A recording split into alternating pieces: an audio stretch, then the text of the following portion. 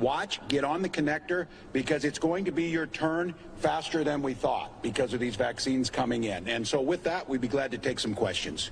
Governor, I wonder, with the speed of vaccinations right now, how much your timeline is moving up.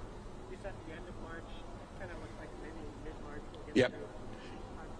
Can you tell us when? Yeah, I think that's right. And again, it's not about playing coy, and we certainly feel like we have the responsibility to be as accurate as possible with the supply of vaccines we have. What's changed since the 1st of February is our site picture on how many vaccines we're getting further out, and just that volume of vaccines is much better. And I think if you're watching our numbers and you're watching the dashboard creep up, I want to be very clear. When we get to 70% of those seniors, if you're 65 and above and haven't got it yet, you are still a priority. But I use the analogy, we're adding another lane to the freeway and merging them in. And the question was, our original calculations were based before Johnson & Johnson was approved and on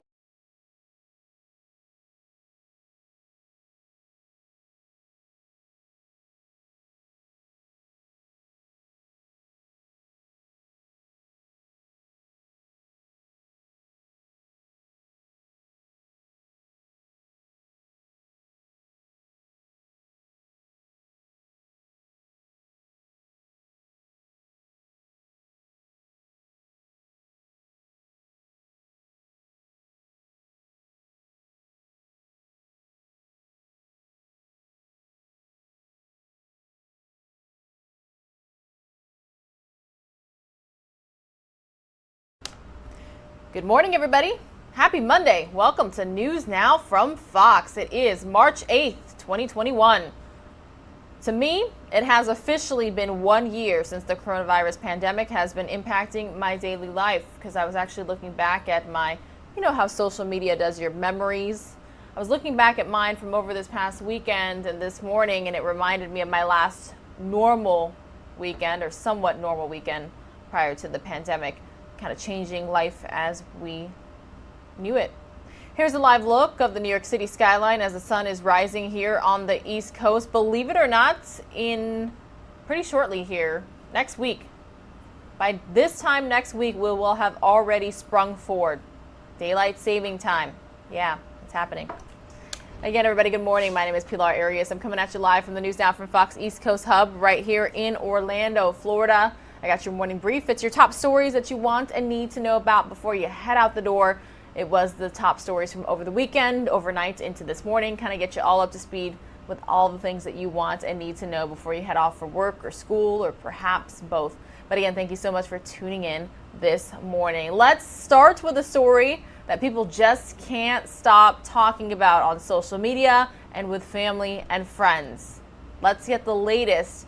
It was a tell-all full of dark twists and turns that shocked even a seasoned interviewer like Oprah, as Prince Harry and Meghan Markle sat down with the media mogul to reveal secrets about life in the royal family. Fox News' Sal Giangrasso has more on why the couple says they had enough of the establishment, how they struggled to survive, and what drove them to leave. Prince Harry and Meghan Markle sat down with Oprah for the first time since resigning their formal duties in the royal family, and no subject was off limits. Meghan says she went into the royal family blindly, but received love from the Queen and other members. But she says it didn't take long for that fairy tale to become a nightmare, as she began getting ridiculed in the British press, and the family that promised to protect her turned their backs. They were willing to lie to protect other members of the family, but they weren't willing to tell the truth to protect me and my husband. But the betrayal went further. When Meghan was pregnant with her first child, Archie, she says the monarchy felt it wasn't right for her son to be called a prince. This led to a conversation about her being mixed race and what her child would look like. So we have in tandem the conversation of he won't be given security, he's not going to be given a title, and also concerns and conversations about how dark his skin might be when he's born. Going through these attacks made life for Meghan, quote, almost unsurvivable. I was really ashamed to say it at the time, but I knew that if I didn't say it, that I would do it. And I just didn't want to be alive anymore. It became clear to the couple that they needed to step back from all the hate.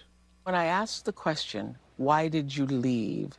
The simplest answer is lack of support.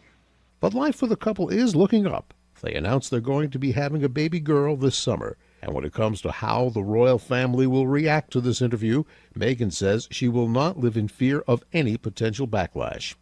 Salchi and Grasso, Fox News.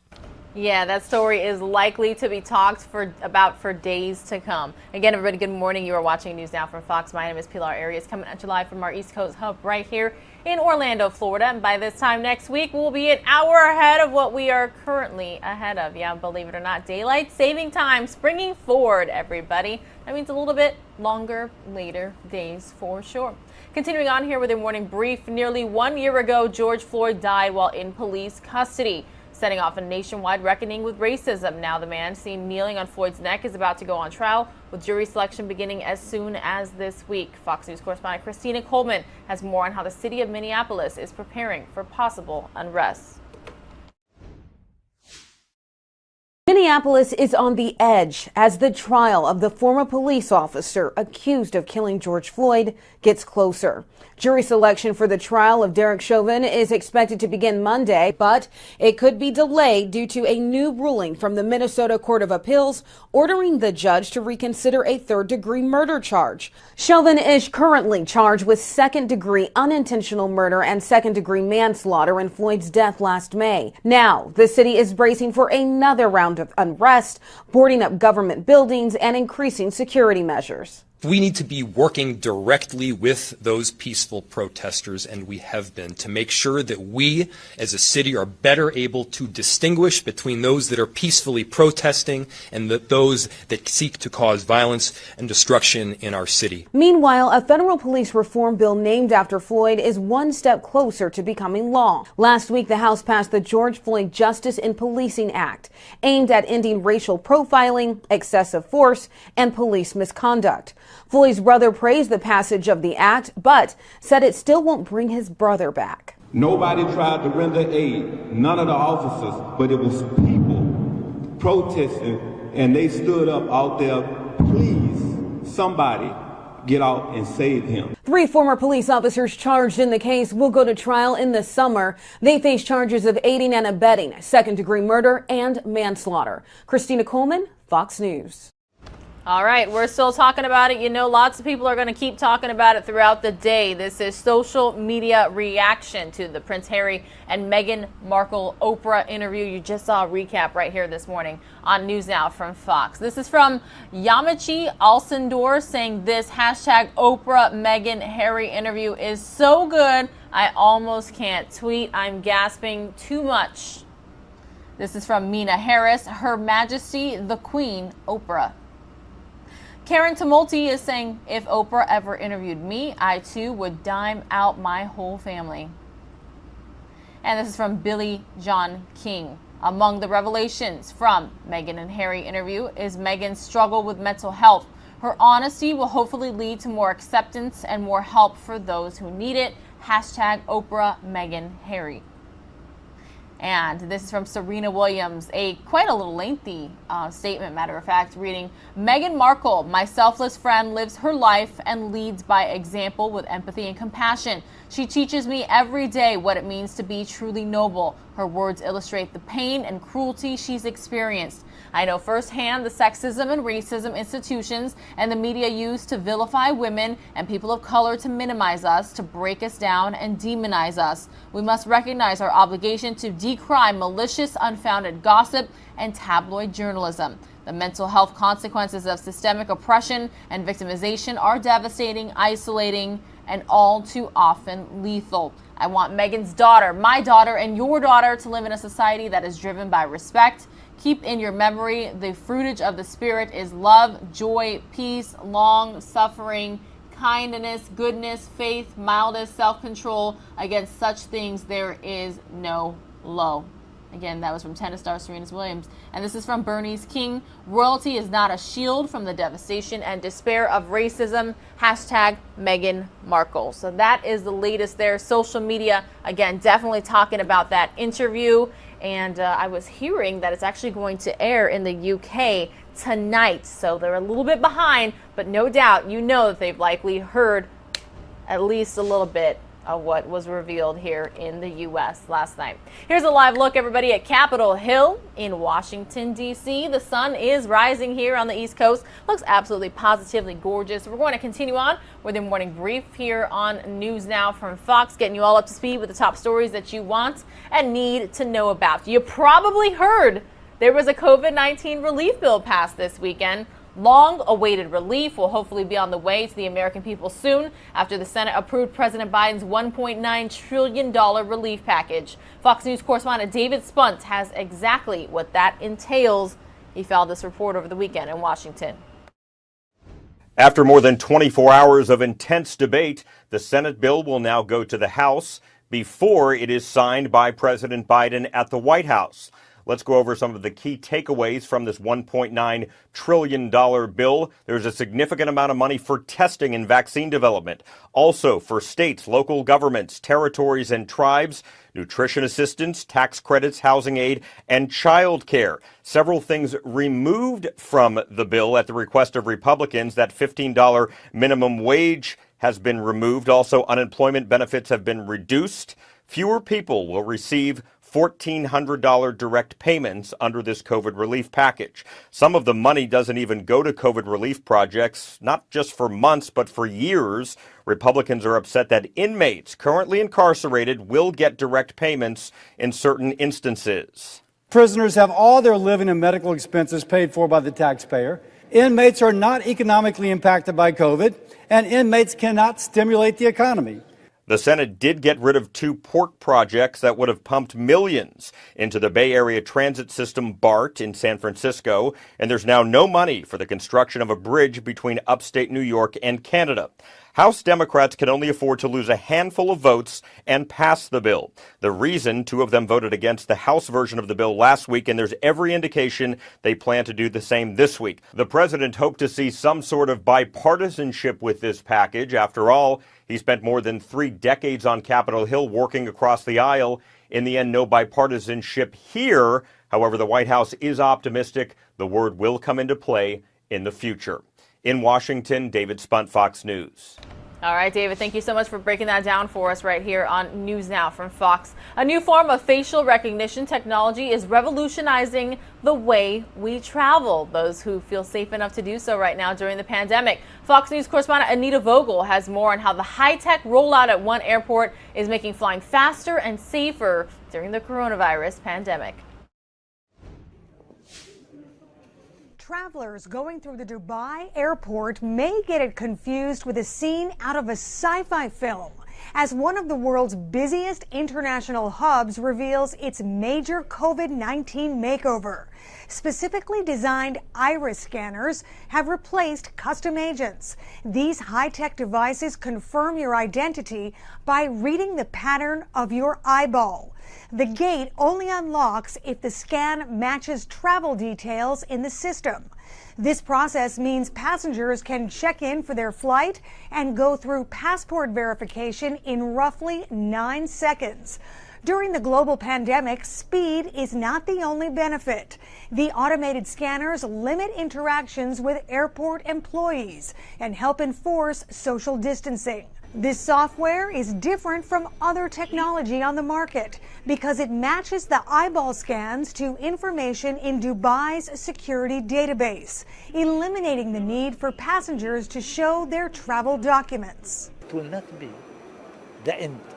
Always we are looking for what's new, what we can do, what we can make it easier, how to save the timing. Here in California, outdoor stadiums, theme parks, and concert spaces are preparing to reopen, begging the question, could facial recognition technology be helpful at these venues to keep people safe? In Los Angeles, Anita Vogel, Fox News. A lot of interesting questions for sure. A lot of people are wondering, how do we get back to what is known as life as normal or the new normal? Is it ever going to be the way that it was pre-coronavirus? It'll be interesting to see here in the coming months. Again, everybody, good morning. You're watching News Now from Fox. My name is Pilar Arias. I'm coming at you live from the East Coast Hub right here in Orlando, Florida. Hope you had a fabulous weekend. Thank you for starting your day and your week with us right here on News Now from Fox. We did have a gorgeous live picture of the skyline in New York City. That has since changed. So this is a live look just outside of the Fox News headquarters there in Manhattan. You see New Yorkers there walking around. Very few on the roads actually driving around, but I'm seeing quite a few people walking this morning, and a skateboarder even, or that probably is one of those electric scooters. Yep, that's a scooter. All right, a handful of New Yorkers got a rare treat this past weekend, a live in-person performance from members of the Metropolitan Opera. The performing arts organization making a comeback after nearly a year away from the stage. Fox's Briella Tomasetti has the story.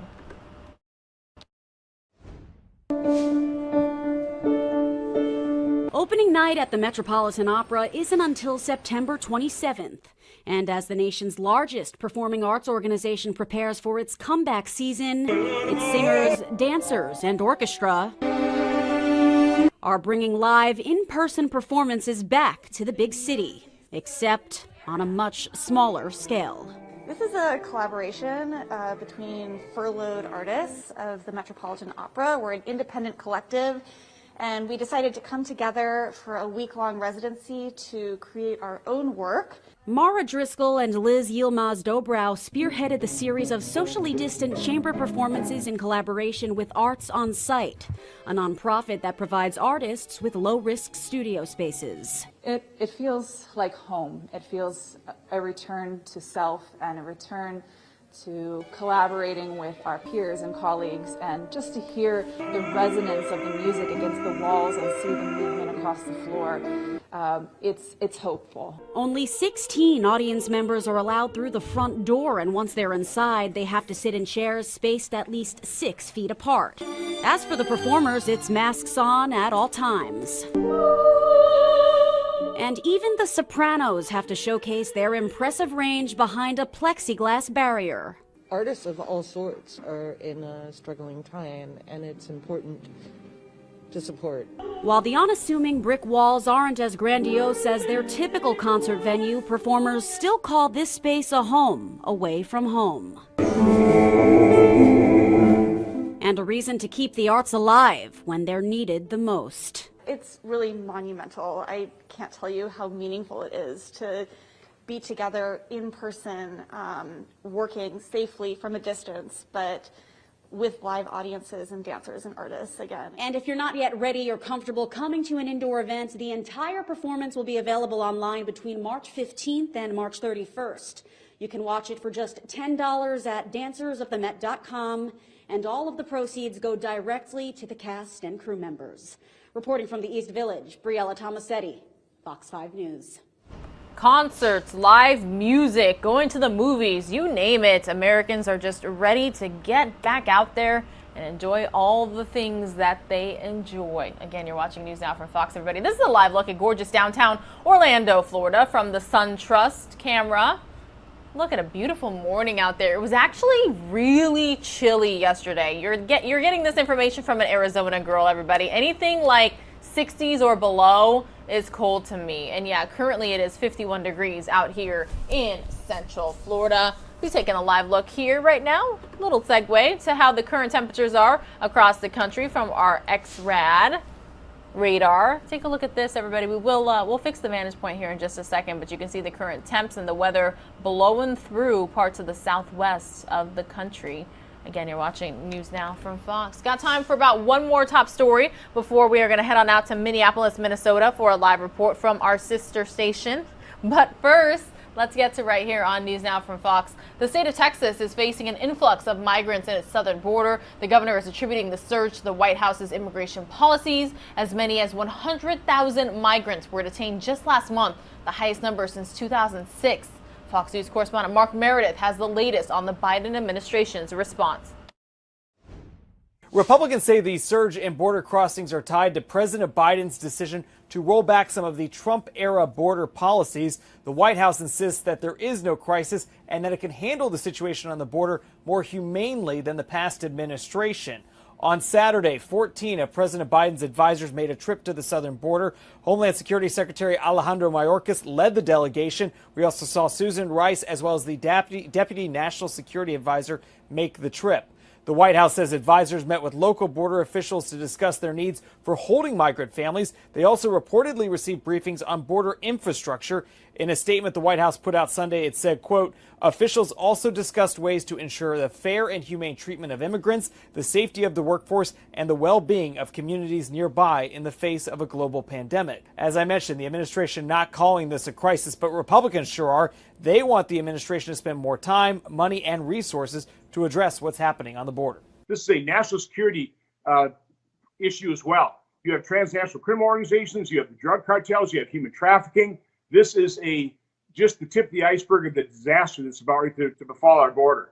Some lawmakers think the situation on the border could force Congress to once again talk about comprehensive immigration reform. That's something that the White House has called on ever since the president took office. And it was interesting.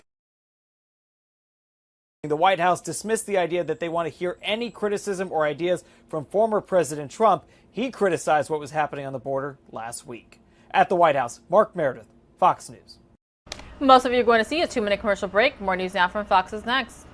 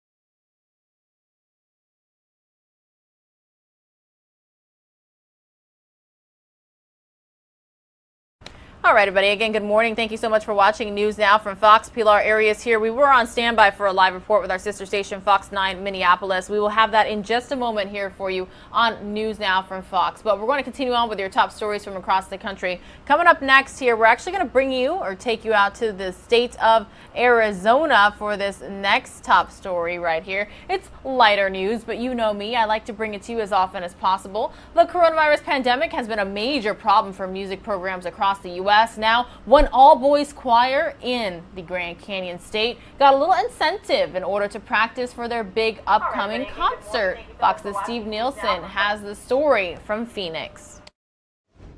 Follow the cords along the pavement and they lead to a choir of boys in passenger seats, ecstatic to be back together again. I love singing with my friends. I love having like a good time with them.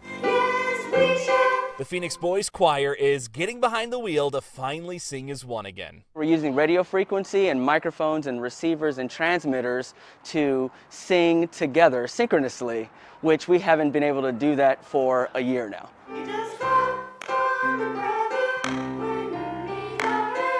And the results are treble-free as the kids take the fun up an octave. Well, it's kind of fun, but it's kind of strange. I like it more than a Zoom call because one thing, you get to honk the horn. And also, you get your little microphone and you can see them through like the window.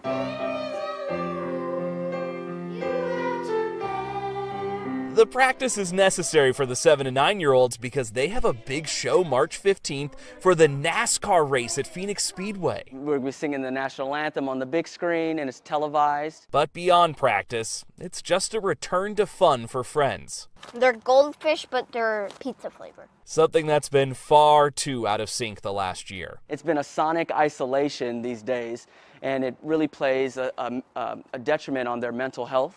And so we wanted to get them back as fast as possible and try to just innovate and think about novel ways that we can bring them back together. So now they can lean on each other again. Steve Nielsen, Fox 10 News.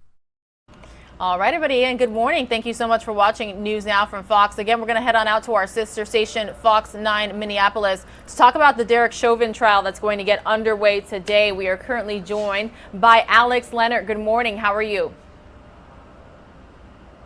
Good morning. Yeah, just getting ready for a very busy day here in downtown Minneapolis. Jury selection set to begin here in just a matter of hours, but actually ahead of jury selection, we're expected to learn if trial judge Peter Cahill will be reinstating a third-degree murder charge against the former Minneapolis police officer. Right now, Derek Chauvin being charged with second-degree murder and second-degree manslaughter in the death of George Floyd. And again, jury selection set to begin just after that hearing will take place. The hearing at 8 o'clock, jury selection set to begin at 9 o'clock, where attorneys from both sides are going to be questioning some 250 potential jurors to try to narrow it down to just 12 unbiased jurors and 4 alternates. We're told this could take as long as 3 weeks and is not going to be easy for attorneys because of the widespread knowledge of this case. Potential jurors were sent about a 14-page questionnaire asking them if they knew of the case to try to help narrow it down, but it's definitely going to be a difficult task. And if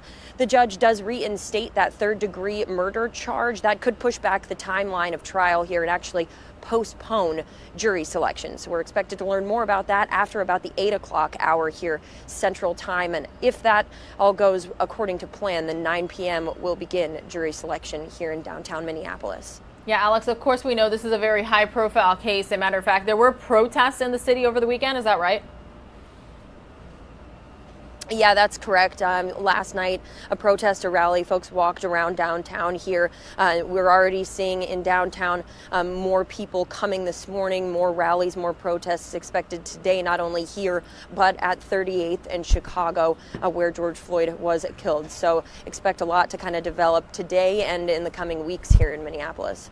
Yeah, absolutely. We will be streaming as much of it as we can right here on News Now from Fox. So Fox 9 Minneapolis is Alex Leonard. Thank you so much for joining us this morning on News Now from Fox. All right, everybody, we're taking a live look now just outside of the Fox News headquarters in New York City. Take a look at this, everybody. There are more cars on the roadways. I see taxis, I see buses, I see trucks. People are trying to get back to normalcy here as the coronavirus pandemic appears to be coming to an end now that more people across the country are being vaccinated. Again, you're watching News Now from Fox. Thank you so much for tuning in. We really appreciate you being here this morning. We're bringing you the news that you want and need to know about. Here's a live look at Capitol Hill right there. The sun is rising. You've got gorgeous pink and orange, bright hues this morning to start your day. Again, you're watching News Now from Fox. I do want to bring you out here to Florida as well. This is the port camera. Look at this. Lots of clouds in the area, kind of keeping things a little bit cooler, not as much sunshine. I promise I can talk, everybody, peeping through this morning. So again, thank you so much for tuning in. Hope you are doing well. Hope you had a fantastic weekend and hope your week is off to a great start. We've got lots of top stories, lots of updates for you today. A lot of people were saying, hey, so the Senate passed a coronavirus relief bill. Now what? Now what's next? What's going to happen? Well, I do want to hear from Senate Majority Leader Chuck Schumer right here on News Now from Fox. He actually held a news conference this weekend about the passage of that bill.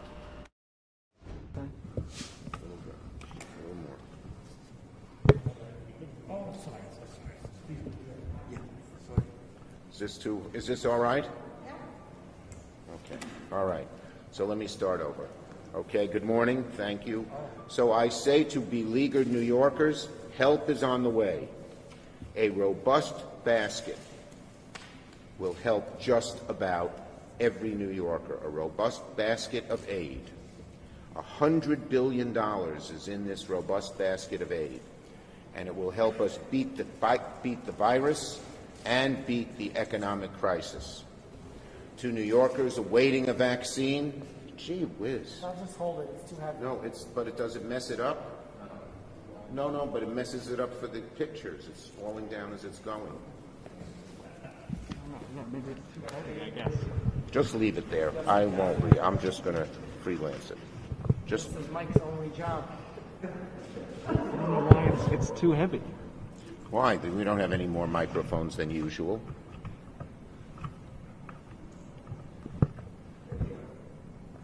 Is it tight? Yeah, it's okay. tight as it can go. Okay. Okay, we're starting over again. Sorry. Third time's the charm, everybody. Let's listen in. So I say to beleaguered New Yorkers, help is on the way. A robust basket of $100 billion is heading New York's way, and it will help just about every New Yorker. For those of you who have been awaiting vaccines, help is on the way. Just about every New Yorker, vast majority of New Yorkers, will receive a $1,400 check in the mail in the next few weeks. Help is on the way. To museums, to theaters, to restaurants, help is on the way. To our beleaguered subway system, help is on the way. To so many to people who can't feed their kids or worry about being evicted from their homes, help is on the way. To our small businesses, to our nonprofits, to our churches and synagogues and mosques, help is on the way. This crisis has affected just about every aspect of New York life. Oh, and one more. To our schools, desperately in need of opening safely, help is on the way. And to our state and local governments and all their many workers, the bus drivers and sanitation workers and healthcare workers who are worried about being laid off, help is on the way. The robust package, the robust basket of aid that we have been able to put together and pass yesterday will affect just about every aspect of New York life where there has been trouble. I have listened to New Yorkers for months. They have told me of their problems, and I worked very hard as Majority Leader to make sure that we dealt with just about all of their problems, and we have. You've all read about the deficits that New York City and New York State is facing. There is ample aid, even more than the governor and mayor have asked for. And that will be really good news for our city and state workers who are so worried about layoffs. and the so many other businesses, nonprofits, who rely on the state, and governments who rely on the state for aid. Our schools, they need to open. There's over $160 billion in this package nationally. New York gets, I have the numbers are on your press release, I don't have them here. Okay. We added over $160 billion in aid to the schools so they could open safely. And New York will get... Schools is probably on the next page. No. Is it? Well, this is... Over $12 billion will go to New York schools. So this is a package that meets the needs of the moment. The healthcare needs, so we can get New Yorkers vaccinated and our healthcare institutions can treat people who have help, for the PPE that is needed. It meets the moment to make sure that our restaurants have been struggling more than just about anybody else will now have aid, a 6-month grant. We have done the same thing for our stages. Our independent movie theaters, independent arts venues, they will get increases in aid. So this bill is really good for New York. As Majority Leader, I did all I could to make sure that New York was helped in every different aspect. There's set-asides for small and minority-owned businesses who haven't gotten much of the aid that's already been sent to others. We make sure that happens as well. I can't think of a package, I can't think of legislation that has been more important to New York in decades. This may even be more important than the $20 billion we got after 9/11 to build New York up, and the $60 billion that we got for after Sandy hit us so hard. It is nationally, it's the most robust relief package to help working families and getting people out of poverty that we've seen probably since the New Deal. So this is a very strong package. Was it easy to pass? Absolutely not. When you only have 50 votes, you need every member to come to an agreement, and we have diverse members, from Bernie Sanders to Joe Manchin. But to the credit, every one of my members realized that failure was not an option, that the crisis is so great that we need the help, and that is why we were able to do this. So in short, this is over $100 billion, a robust basket of aid for just about every aspect of New York that has been hurting from COVID. And I believe it will speed up our recovery, it will reduce the number of illnesses and deaths, and it will get so many of our businesses, particularly our smaller businesses, back on track. Okay, did I leave anything out? No, what we're going to do is we're going to do questions on this topic first, and then we'll do the other. Okay, questions on this topic.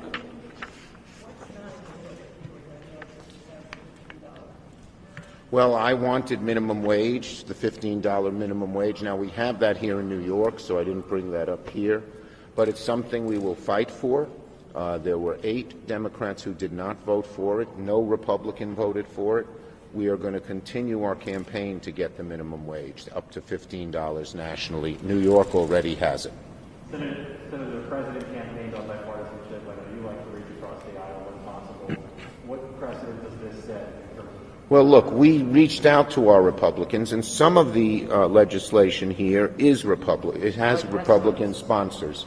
The restaurants bill, the first bill, as Majority Leader, you know, I have the power to determine what's put on the floor. So that gives me a lot of power. I say if it doesn't have this or if it does have this, I'm not going to put it on the floor. Now you have to negotiate, obviously. But the first bill I put on the floor, the First Amendment, was a bipartisan bill by Senator Sinema of Arizona. She's a Democrat. Senator Wicker of Mississippi, he's a Republican, to give $25 billion to our restaurants. So we're trying to get bipartisanship in the bill, but I will tell you this. This bill is bipartisan in that a majority of Republican citizens support it. A majority of Democratic citizens, Republican citizens, and independent citizens support this bill and the pieces of it. The Republican senators all voted no. I think they don't understand the needs of the country. And hopefully, now that they've seen we can do it without them, they'll join us and do it with us. In news, they asked if you would just say the numbers for Nassau and Suffolk. Yeah. Okay. Money goes, the state and local money, as you know, is very, very important. And this meets the needs of this more than either the mayor or governor of New York said they needed. The bare minimum that they needed. But I made sure that money went directly to localities. All too often when you give money to the state, our localities don't see it. So New York City will get over $5 billion directly to its coffers, and the mayor is very happy with that. In addition, our counties will each get money, as will our cities, our towns, our villages. And for Nassau County, it's $397 million. For Suffolk County, it's $286 million. We can get, and as I said, for New York City, it's about $5 billion. We can get numbers for Rockland and Westchester and all of those if you need them. New York City, it's about 6. 6, okay, a little more than 5. Senator, if I could ask a transit question. Well, any other questions from anyone else on this subject? This is an amazing day for New York. As you know, I'm a New Yorker in my bones. I am always going to fight for New York. And I have. Every time we've had a crisis, we've been able to get what New York needs, and I'm glad we were able to do that in this proposal as well.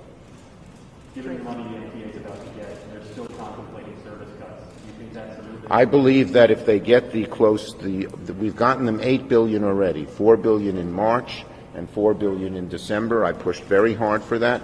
We're getting them another close to more than $6 billion now, and I believe they will not have to do service cuts as a result of that. Senator, the other big story in New York, Governor Cuomo, fighting for political life, believer, he's known him a long time. Yep. What's going through your mind regarding? Well, let me just say this. Look, and I've said this: the allegations of each of the women has to be taken seriously. They're deeply troubling. Women have to be listened to. I've long believed, said this for a very long time, that sexual harassment is never acceptable, can never be tolerated.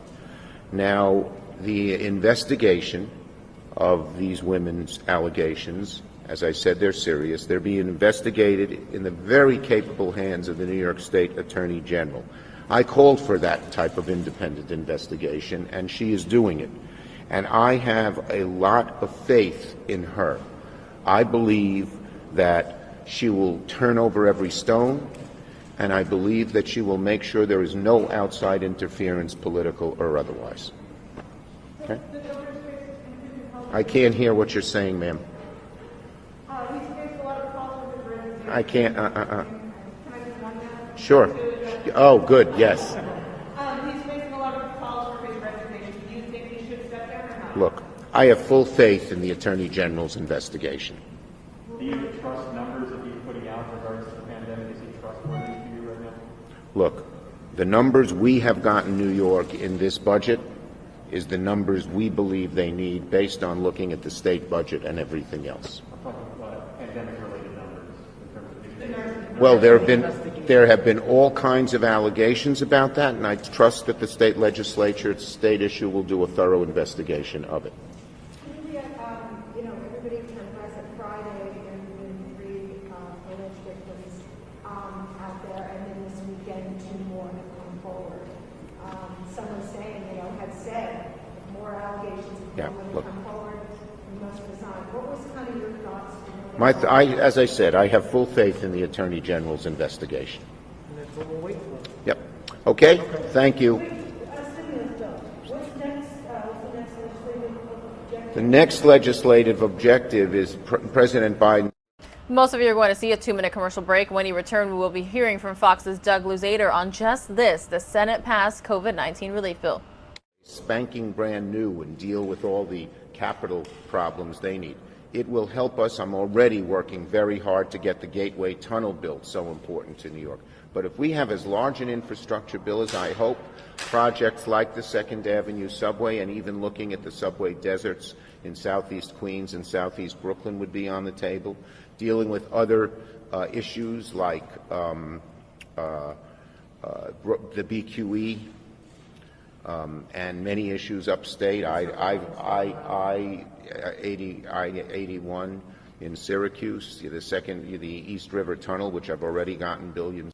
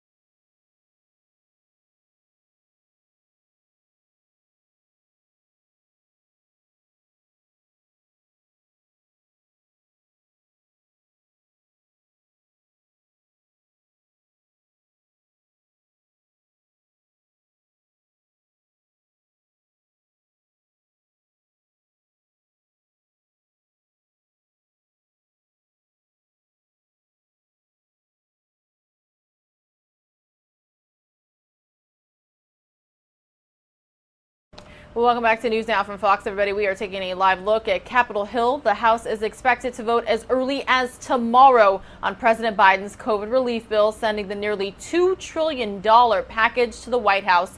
And now the future of the Senate filibuster is in doubt this morning. Fox News correspondent Doug Luzader joining us live on what's in store this week from Washington. Doug, good morning. What can we expect?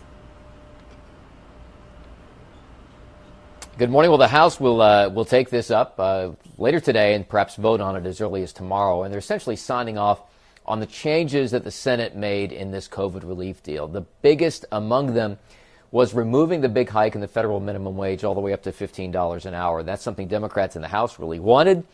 They're going to have to live without it in order to get this plan passed. The Senate ultimately took that out because it didn't conform to Senate rules.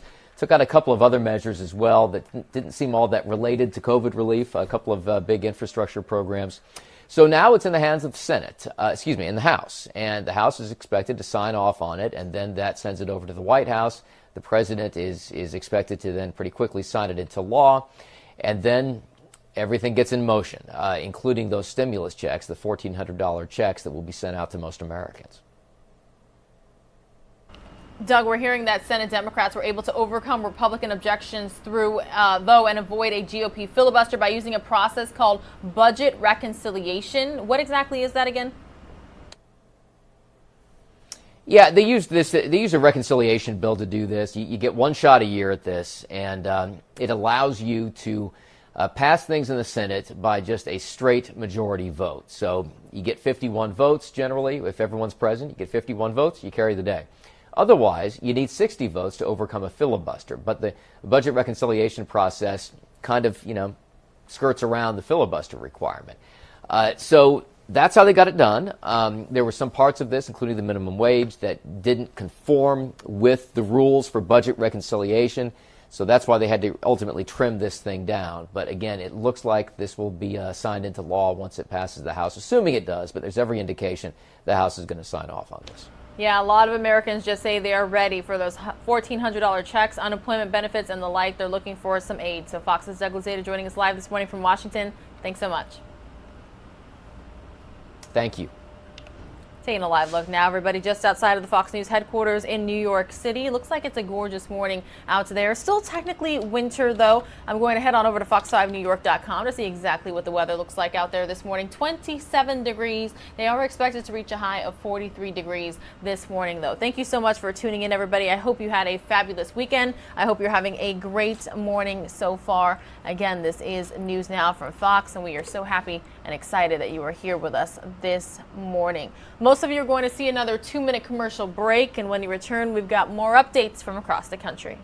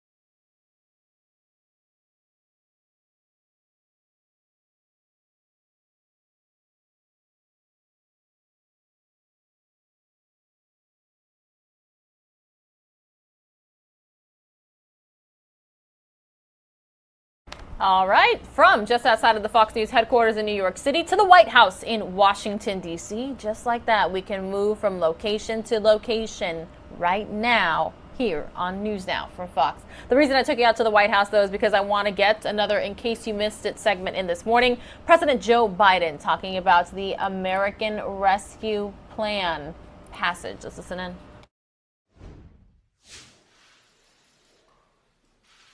Good afternoon. It's a good day today. You know, when we took office 45 days ago, I promised the American people that help was on the way. Today, I can say we've taken one more giant step forward in delivering on that promise that help is on the way. I want to start off by thanking the Vice President, but I want to thank all of the senators who worked so hard to reach a compromise, do the right thing for the American people during this crisis, and voted to pass the American Rescue Plan. It obviously wasn't easy. It wasn't always pretty, but it was so desperately needed, urgently needed. I also need to say a few words about the Majority Leader Chuck Schumer, who I spoke with many times in this and again this morning. I served in the Senate, as you all know, for many years. I've never seen anyone work as skillfully, as ably, as patiently, with determination to deliver such a consequential piece of legislation that was so urgently needed as the American Rescue Plan. Chuck Schumer, Senator Chuck Schumer. When the country needed you most, you led, Chuck, and you delivered. Neither I nor the country will ever forget that. And it's not a moment too soon. I've been talking about the urgency of this need. For over a year, the American people were told they were on their own. We've seen how hard that has been on so many Americans. As of last night, 519,064 lives lost to the virus. That many empty chairs this morning, the breakfast table, gone. More than 400 small businesses closed unnecessarily. Millions of people out of work through no fault of their own. I want to emphasize that. Through no fault of their own. Food bank lines stretching for miles. Did any of you ever think you'd see that in America? In cities all across this country? Families facing the threat of eviction. This nation has suffered too much for much too long. And everything in this package is designed to relieve the suffering and to meet the most urgent needs of the nation and put us in a better position to prevail. Starting with beating this virus and vaccinating the country. The resources in this plan will be used to expand and speed up manufacturing and distribution of vaccines so we can get every single American vaccinated sooner than later. I believe we'll have enough by the middle of May to vaccinate. It's going to take longer to get in their arms, but that's how much vaccine we'll have. Because of all the funding, we'll be able to hire more vaccinators, set up more vaccination sites to get the country in a place to get back to normal. This plan will get checks out the door starting this month to the American people who so desperately need the help. Many of whom are lying in bed at night, staring at the ceiling, wondering, will I lose my job if I haven't already? Will I lose my insurance? Will I lose my home? Over 85% of American households will get direct payments of $1,400 per person. For a typical middle-class family of four, husband and wife working, making $100,000 a year total, with 3 kids, they'll get $5,600. With 2 kids, they'll get $5,600, and it'll be on the way soon. That means the mortgage can get paid. That means the child can stay in community college. That means maintaining the health insurance you have. It's going to make a big difference in so many lives in this country. Unemployment benefits will be extended for 11 million Americans who've lost their jobs, who last night, again, were lying in bed thinking, my Lord, I'm going to lose my unemployment insurance in a week or so. It was about to expire. Schools are going to have the resources they need to open safely. States and local governments that have lost tens of thousands of essential workers will have the resources they need available to them. To those laid-off police officers, firefighters, teachers, and nurses they can rehire. These are essential personnel. Look, the American Rescue Plan lowers health care premiums, food and nutrition assistance. It's hard to believe that 24 million adults and 11 million children, as I speak, in the United States suffer from food insecurity. That means simply they don't have enough food to eat. Did you ever imagine in the United States of America, you'd see lines literally miles long, folks in their automobiles waiting for a box of food to be put in their trunk? I stood in line handing out food. The people coming up never, ever, ever thought they'd be in that position. This helps families who are behind in their rent and their mortgage payments so they aren't thrown out of their homes. Look, the bottom line is this. This plan puts us on a path to beating the virus. This plan gives those families who are struggling the most the help and the breathing room they need to get through this moment. This plan gives small businesses in this country a fighting chance to survive. And one more thing, this plan is historic. Taken all together, this plan is going to make it possible to cut child poverty in half. Let me say it again. It's significant, historic. We'll cut child poverty in half. There's much more to this bill, but for now, let me make one final point. When I was elected, I said we were going to get the government out of the business of battling on Twitter and back in the business of delivering for the American people, of making a difference in their lives, giving everyone a chance, a fighting chance, of showing the American people that their government can work for them.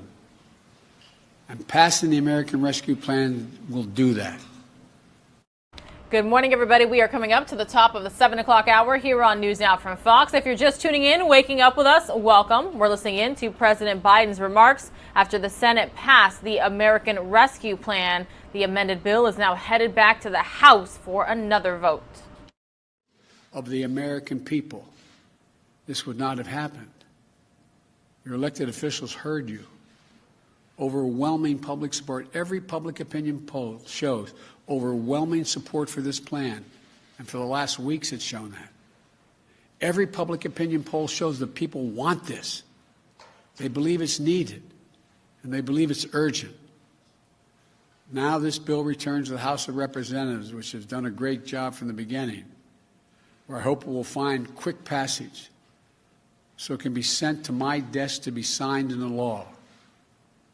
By passing the American Rescue Plan, we'll have heeded the voice of the American people, not ignored their voices. By passing this plan, we would have delivered real, tangible results for the American people and their families. They'll be able to see and know and feel the change in their own lives. And by passing this plan, we'll have proved that this government, this democracy, can still work. What has to be done? It'll improve people's lives. One more thing. The vast majority of economists, left, right, and center, from Wall Street to the private economic polling initiatives, the economists, as I said, left, right, and center, say, in addition to the needs the people have, we need this to grow the economy. That if we haven't spent this money and recreated the kind of incentive for people to be able to make a good living, that we'd be in real trouble. This will create millions of new jobs. There's estimated over 6 million new jobs by itself. Increase the gross domestic product by $1 trillion. Put our nation in a position to outcompete the rest of the world, because the rest of the world is moving, particularly China. And to know that as tough as this moment is, there are brighter days ahead. There really are. As I said before, it's never a good bet to bet against America. It's never been a good bet to bet against the American people. We are America. We're going to get there. We're going to remain the leading economy in the world and going to be the most successful economy in the world because of you, the American people. Thank you, and God bless you all. May God protect our troops. Thank you.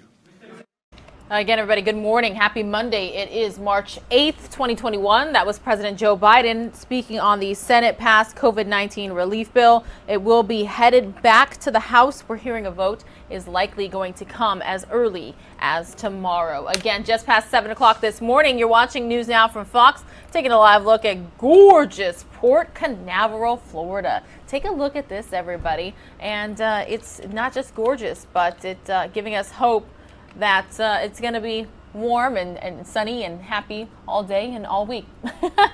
Believe it or not, daylight saving time is beginning Sunday, March 14th, not even a week from now at 2 o'clock in the morning. It is time to spring back, or excuse me, spring forward for most Americans. Oh my gosh, fall back, spring forward. Okay, I got it. It's Monday. It's early, everybody. I promise I'm with you, though.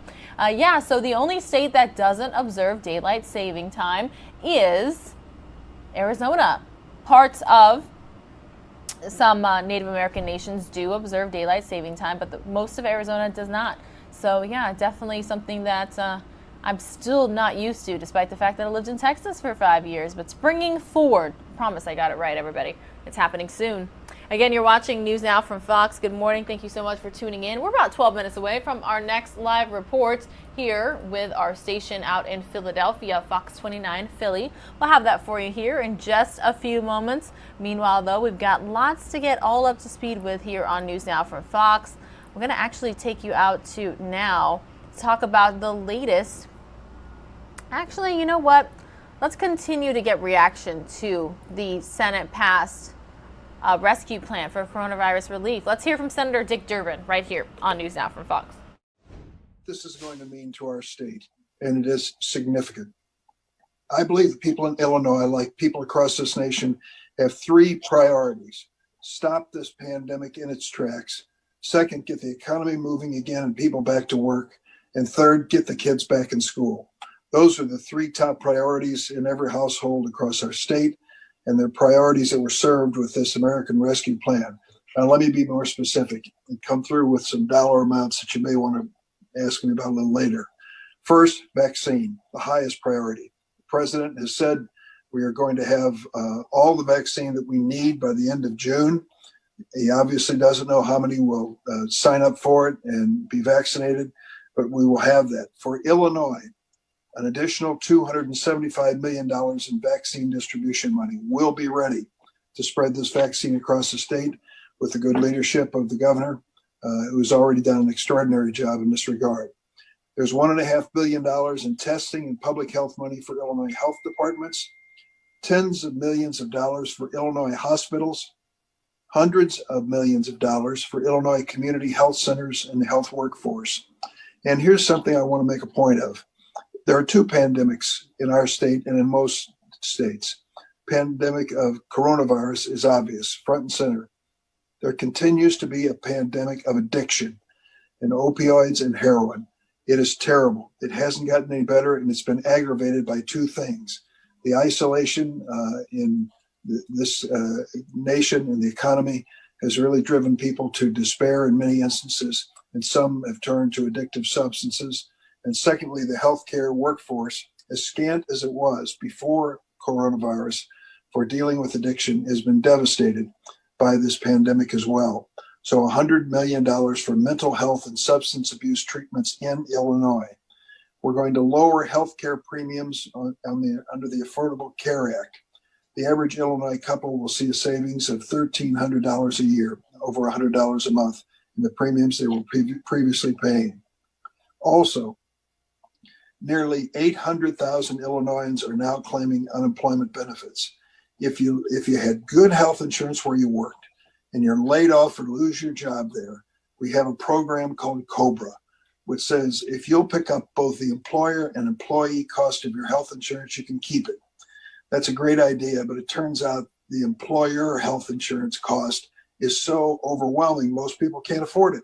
So until through September, the COBRA plans, the private health plans that people hang on to, will be at no charge to them. They can continue that policy.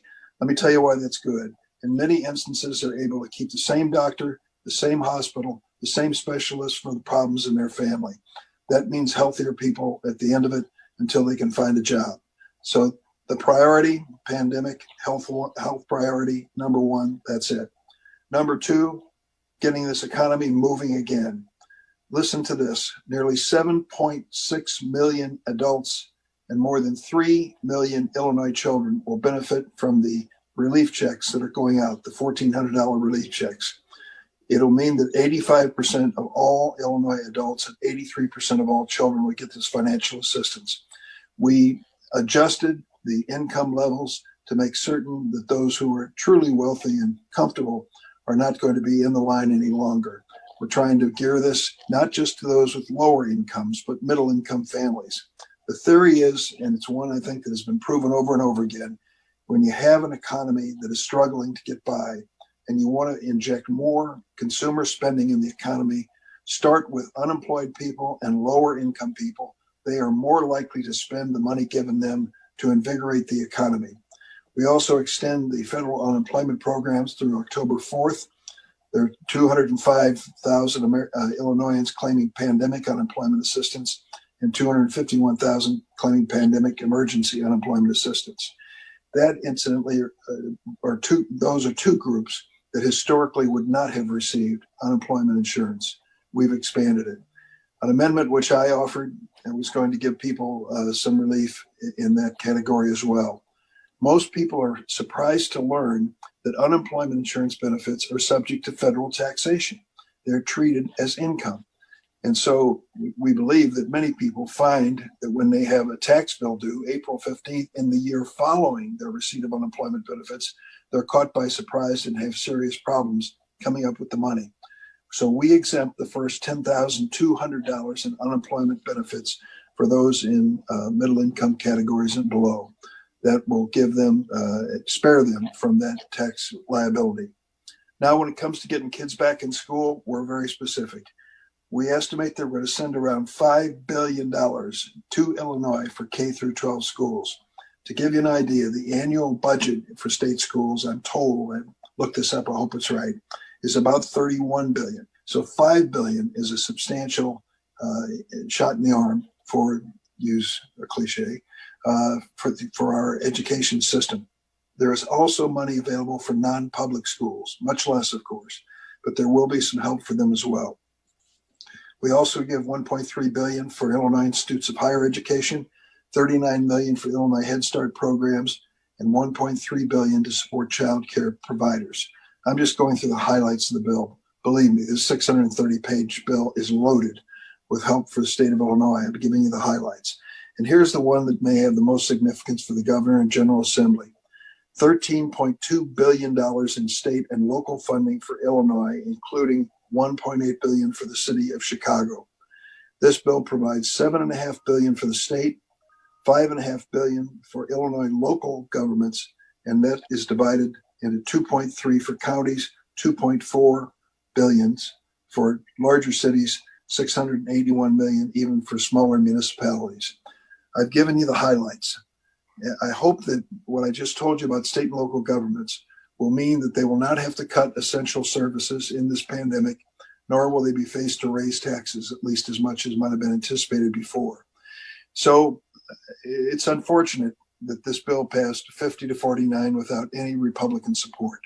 Let me remind you, we passed two major bills last year for COVID relief under President Trump. In March, we passed a bill of almost $2 trillion, 96 to nothing. Every Democratic senator voted for the Trump plan. Then came December, $900 billion. It passed 92 to 6 in the Senate. Every Democratic senator supported the plan that was engineered by Treasury Secretary Mnuchin and the Trump administration.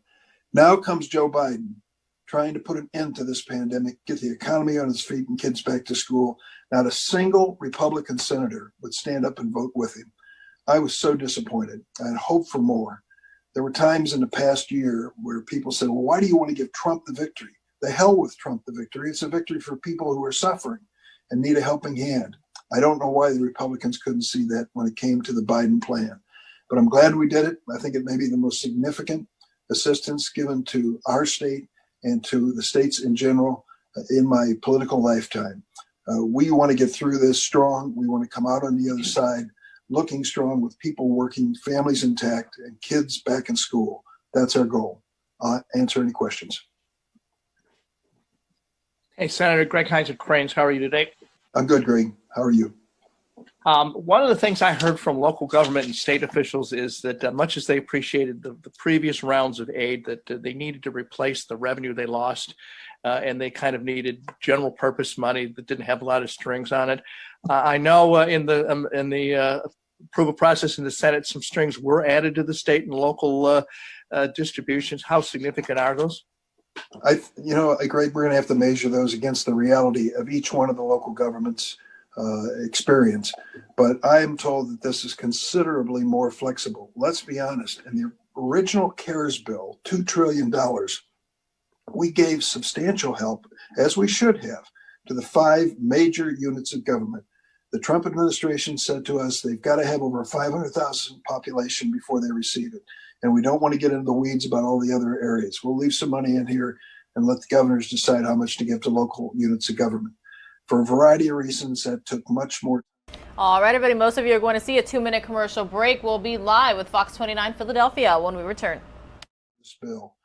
We are certainly not going to shovel money out the window. We're going to ask for accountability. But I think you're going to see money moving more quickly, even down to the smaller municipalities in our state. Thank you. Senator Zach Shaw with WIFR TV in Rockford. Earlier today, I spoke with the mayor here, kind of building off of Greg's question a little bit about when can some of these communities see some of this funding. Mayor McNamara was a little concerned with some of the amendments that were thrown on at the end yesterday, or when the bill was passed in the Senate. Can you make any assurance to mayors in cities like Rockford that they will see some of this funding? They will. Tom McNamara was kind enough to send me a text after the bill passed, and I promised him I would work with him, make sure that not only Rockford, but all the Illinois municipalities and communities get their fair share. I'm sure Senator Duckworth would say exactly the same. There were no major amendments adopted during the course of the 24-hour debate. It was a battle. We considered dozens of amendments. The problem we had is that if we would have made a major change in the bill, it would have forced the equivalent of a conference committee with the House and delayed this another week or more until the House returned. And so we resisted most amendments unless they were clearly bipartisan and strongly bipartisan.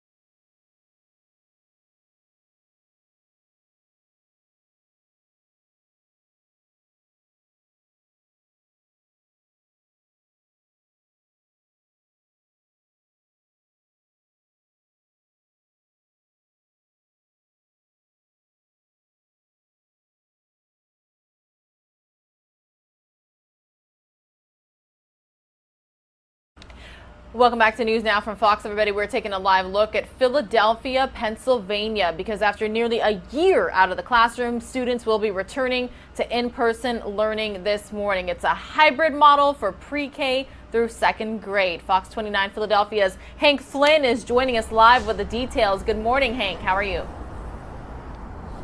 Good morning, Pila. Doing just fine. Thanks for having us. It's so exciting because it's been all this time, a whole year, and now we're just a matter of minutes, maybe 45 minutes away from all these young faces showing back up here on the doorstep of Juniata Park Academy.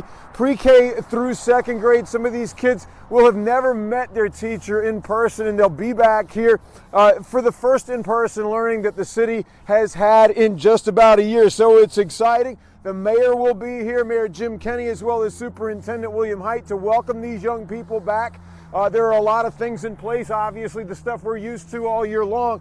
If you take a look on the door here, obvious stuff, you know, the face masks that we're required to wear, wash your hands, social distancing. If you could look inside the classroom, you'd certainly be able to see things like lines delineating chair spaces, partitions in between desks, all that sort of stuff. And it's interesting because it's been about a month since the teachers union and the school system were at odds ends over where and when to return. The school system wanted teachers to come back almost immediately. Teachers balked, saying that they did not trust the safety level of the schools, and most of them at that point had not yet been vaccinated. Most still haven't, but many have had their first shots now, and they're a lot closer, and there's a program in place to get teachers vaccinated, courtesy of Children's Hospital of Philadelphia and the city as well. But a lot of water under the bridge over the past month, culminating in now. Today, students will be coming back in just a few minutes. Pilar?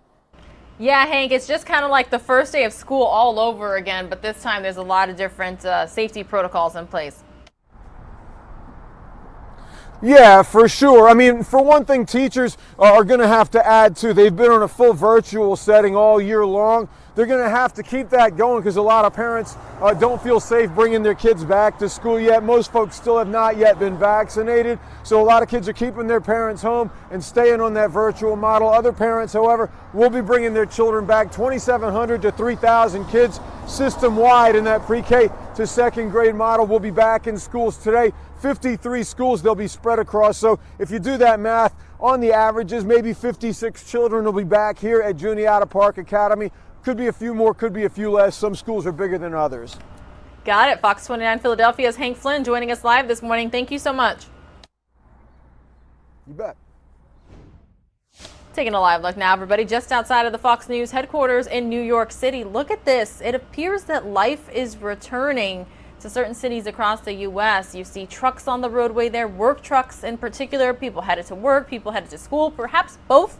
I worked when I was in school. This is right across from Radio City Music Hall. Everybody, you see the flags waving in the wind there. You see plenty of people on foot as well. Again, exactly 1 year pretty much since the coronavirus pandemic started impacting all of our lives on a day-to-day basis. Now, I would like to let you know it is International Women's Day. I do have a protest picture out of Paris, but unfortunately, due to contract rights and the like, I cannot bring that to you right here on News Now from Fox. When and if we do get a source that we might be able to bring it to you, I will do so right here on News Now from Fox, live, raw, unfiltered, because that is who we are and what we do right here. But again, I hope you all are having a great morning so far. Again, you've been watching News Now from Fox. A lot of people are keeping a close eye when and if the $1,400 stimulus checks are going to be coming their way. The Senate passed an amended coronavirus relief bill. Now it's going to head to the House, likely a vote as early as tomorrow. So we are definitely on standby for that right here on News Now from Fox. Well, you may have heard a lot of people are trying to recall California Governor Gavin Newsom. I do want to play a news conference from over this weekend called Recall Gavin Newsom Campaign. It is from the campaign called Recall Gavin Newsom right here on News Now from Fox. I would also like to say there's been several times News Now from Fox has reached out to Newsom's office trying to get his reaction to these calls. Let's listen in. Are in charge of the state and want to welcome everybody here to the official announcement from the Recall Gavin Newsom, Recall Gavin 2020, the California Patriot Coalition, in regards to where we're at with this historic and monumental grassroots effort to the next step on where we are in this process to recall California Governor Gavin Newsom. I'd like to introduce you to Orrin Heatley. Orrin is the lead proponent and the chairman of the California Patriot Coalition, Recall Gavin 2020. He's the one who has helped really been the glue and the leader to be able to put this massive movement together. And so thanks for being here, Orrin. Absolutely. I appreciate everybody coming and having this opportunity. Also like to introduce Mike Netter. Mike is our lead co-proponent of the Recall campaign. He has been the absolute rock and glue of the campaign and the movement since day one. Orrin and Mike have been doing this now for almost, a year? Yeah, it's been 1 year. A little over a year now. Yep. So I've been lucky to be able to come on about 5 months ago. So again, welcome to the greatest grassroots political movement in California history. And I think what we're doing here today is monumental and historical. We'd like to announce, as of today, we have 1,950,000 signatures. That is more than enough to be able to have this initiative qualified for a special election later this year, to let the people finally decide who and what is going to happen with the fate and the future of California Governor Gavin Newsom. We are still setting our sights on getting an additional number of signatures in order to bridge that 2 million mark. Yeah. And we're excited and hopeful that we're going to have that in the time that we have left.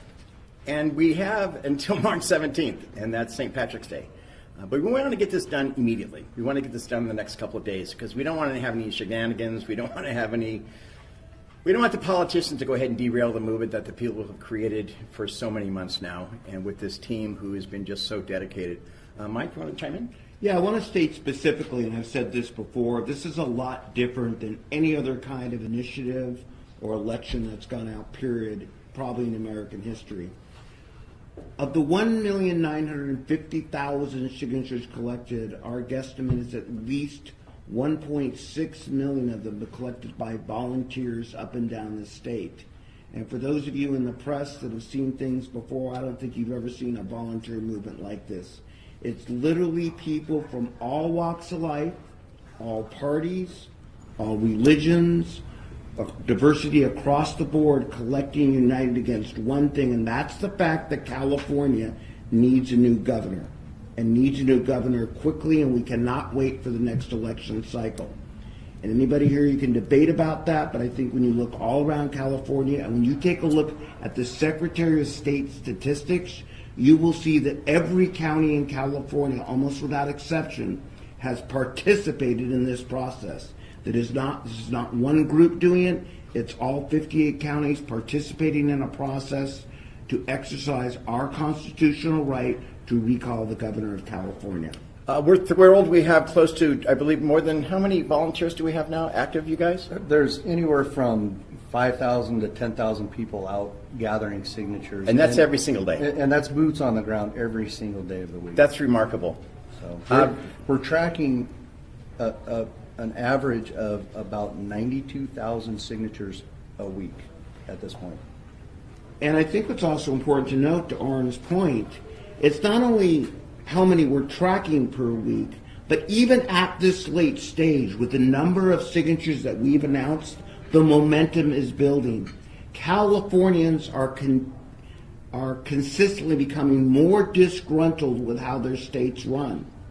They're constantly, every week our signature total is going up, and the reason for that is Oren and I, and the whole coalition of the people, we've given them a chance to participate, take action on recalling the governor, and taking action means getting people to sign the initiative. And where can they do that? At Recall Gavin?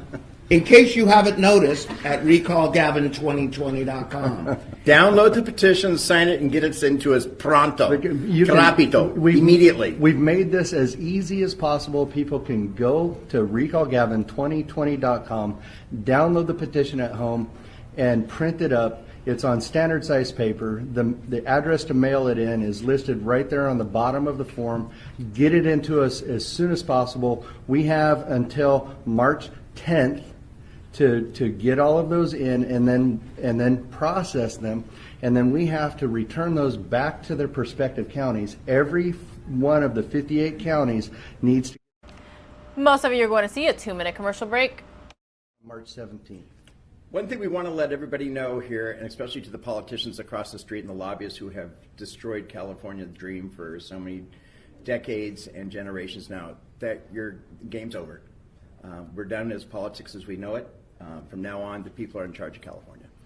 The governmental monopoly and the one-party rule over California is over, and we're going to, politics as usual and business as you once knew it in California is over and done with. Mike? Yeah, I want to say again what we just stressed here.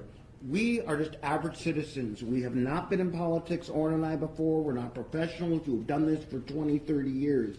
It shows again how you can mold modern marketing techniques with the power of the people to get something done. When we started this, and it's interesting today looking out and seeing all the folks here, but when we started this, no one really gave this a shot because you said you're not backed by big money.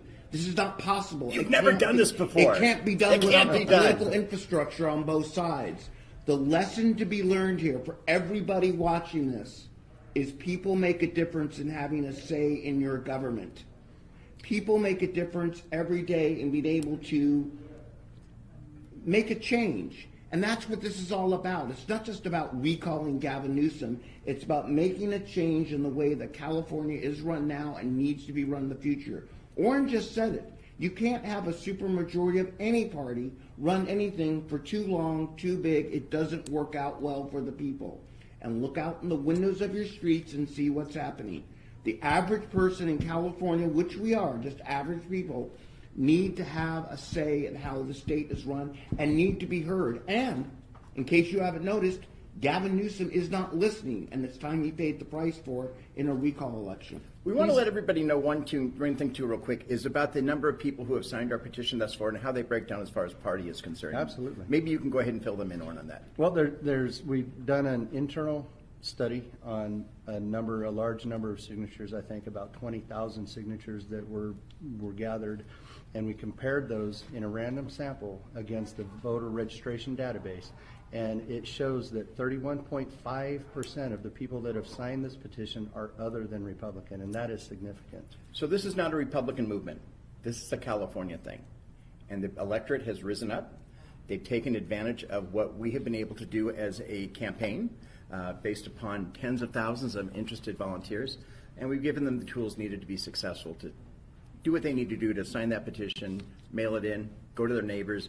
You know, every place you go in California, you'll see a Recall Gavin Newsom 2020 table, a sign-up table, a petition gathering group. These are all volunteers. Nobody's getting paid. And that's magical. That is a blessing from the political gods to know that people really do care about California. We're also going to ask out there that everybody in the press really pay attention to a lot of the articles coming out about Gavin now, and there's a lot of material out there. One of the things that drives me and Orrin and Randy every day. Again, everybody, good morning. You're watching News Now from Fox. We've been listening in on the Recall Gavin Newsom campaign, talking about how and why the California governor should no longer be in office. On the right-hand side of your screen, you're taking a live look at downtown San Francisco, California. The sun has not yet risen on the West Coast. If you're just waking up with us here this morning, good morning. Thank you so much for tuning in. Again, my name is Pilar Arias. I'm coming at you live from the News Now from Fox East Coast Hub right here in Orlando, Florida. We've got content from the Fox stations across the country. We're going to head on over to Los Angeles right now on News Now from Fox, where Representative Karen Bass, the congresswoman, spoke to Fox 11 LA. Bass is a Democrat from Los Angeles and the past chair of the Congressional Black Caucus. Congresswoman, welcome back to The Issue Is. Thank you. Thanks for having me on. Let's start with the biggest issue, which is, of course, COVID. What does that relief actually mean for the average Californian watching this right now? Well, for the average Californian making under $75,000 a year, you will be receiving a check for $1,400. For families under a certain income level, you can have a child tax credit, which is actually will be checks that will be coming to you on a monthly basis. So if you think about how at the end of the year you get a tax refund, instead of waiting till the end of the year, it will be issued out on a monthly basis in terms of checks. The unemployment insurance will be extended and the checks will increase. There'll be an increase to unemployment of $400 a week. In terms of our local communities, you know, state and local government will get additional money. Our schools that absolutely need money so that they can reopen. So this piece of legislation that I hope hits the president's desk within a week, week and a half, will actually be felt by everyone. And it's what we need right now. Billions of dollars for vaccines as well. You know, Republicans say it's just too big, not targeted. Some of them called it a blue state bailout for a state like California, which actually has a budget surplus right now. What do you say to that? Well, first of all, you know, there is no such thing as a blue state or a red state bailout. Every state is eligible for the money. And then, you know, I have to say that my Republican colleagues who are reluctant to invest the money that is needed desperately to keep us from falling further behind in terms of our economy had absolutely no problem before the pandemic when the economy was in much better shape, giving away over $1 trillion in tax cuts to the wealthiest people in the country. So I don't want to hear about it. It's too much to spend. This is exactly when you need to spend money, when the average citizen needs it the most. Are you so unlike the last administration, this will not be targeted to just help states run by Democrats. All 50 states will be eligible. Are you suggesting that some Republicans may be more concerned about deficits during Democratic presidencies than during Republican presidencies? Well, I don't want to say that. I don't want to suggest that. I want to say that clearly. Yes, that's the case. History says so. Let's talk about another issue that I know is really important to you as a former healthcare worker yourself, which is vaccinations. There's been real challenges in some of our poorest, most minority communities. California making changes this week. 40% of doses are now going to go to many of those communities, including some of them that you represent yourself. Is California doing enough when it comes to getting vaccines in the arms of people that are really being hit hard by COVID-19? Well, you know, I'm very proud of our state and our city, but I do think that more could be done, or let me say it this way, different things need to be done. So, for example, I love the fact that 40% will be targeted to communities that need it the most. But if the only way to get it is through an online registration, you're still going to have a disproportionate impact. So we need to be far more creative in how vaccines are distributed. Let me give you an example. City Councilman Marquise Harris Dawson goes into neighborhoods and calls people. He does phone banking, just like a political campaign, and says, in 2 days, we'll be in this park. And people come out, and they don't have any problems getting African Americans and Latinos to sign up. If you just use an online registration, you're going to get people from affluent areas who probably have never visited some of these neighborhoods before showing up for the shots that people in the neighborhoods actually need. We have seen evidence of that, people in Beverly Hills showing up in many of these communities, Beverly Hills with the highest vaccination rate of anywhere. So let's talk also about another big issue this week, which was the George Floyd Justice in Policing Act. It passed this week in the House. This is something you are directly responsible for. Bottom line, what is the most important change in this bill? Well, I think one of the things that has frustrated people for years is that we keep seeing the same thing over and over again. People being killed unarmed, you know, at the hands of the police. And until police are held accountable, so there's two provisions of the bill: qualified immunity that allows for officers and departments to be sued, and then lowering the standard from which you can prosecute an officer from willful to reckless. So willful means you have to prove that the officer intended to put his knee on George Floyd's neck and kill him, versus what he did was completely reckless, and he should have known that it would result in death. That's one of the reasons why you never see officers being charged, just like the case in Rochester, New York, where the officers put the spit hood over the man's head, and then he died later on. They got off, no charges. And right now, of course, you know, the trial is getting ready to be underway for the officer that killed George Floyd. We have to be able to hold officers accountable. What do you expect from that trial next week, the Derek Chauvin trial? I mean, you know, yesterday was the 30th anniversary of the Rodney King beating. And the whole world saw Rodney King be beat almost within an inch of his life. And we were so sure there was going to be a conviction.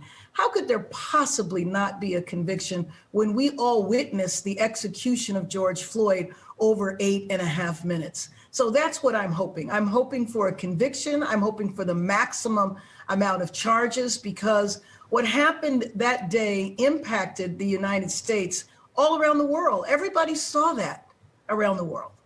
So let's talk for a moment more about your legislation, though. It passed the House. Now it heads to the Senate. Last year, when Republicans were in control of the Senate, it didn't really go anywhere. Now you've got a Democratic majority Senate, but just barely. What's the status of negotiations right now, and what is that bill potentially going to look like? What kind of changes could we see?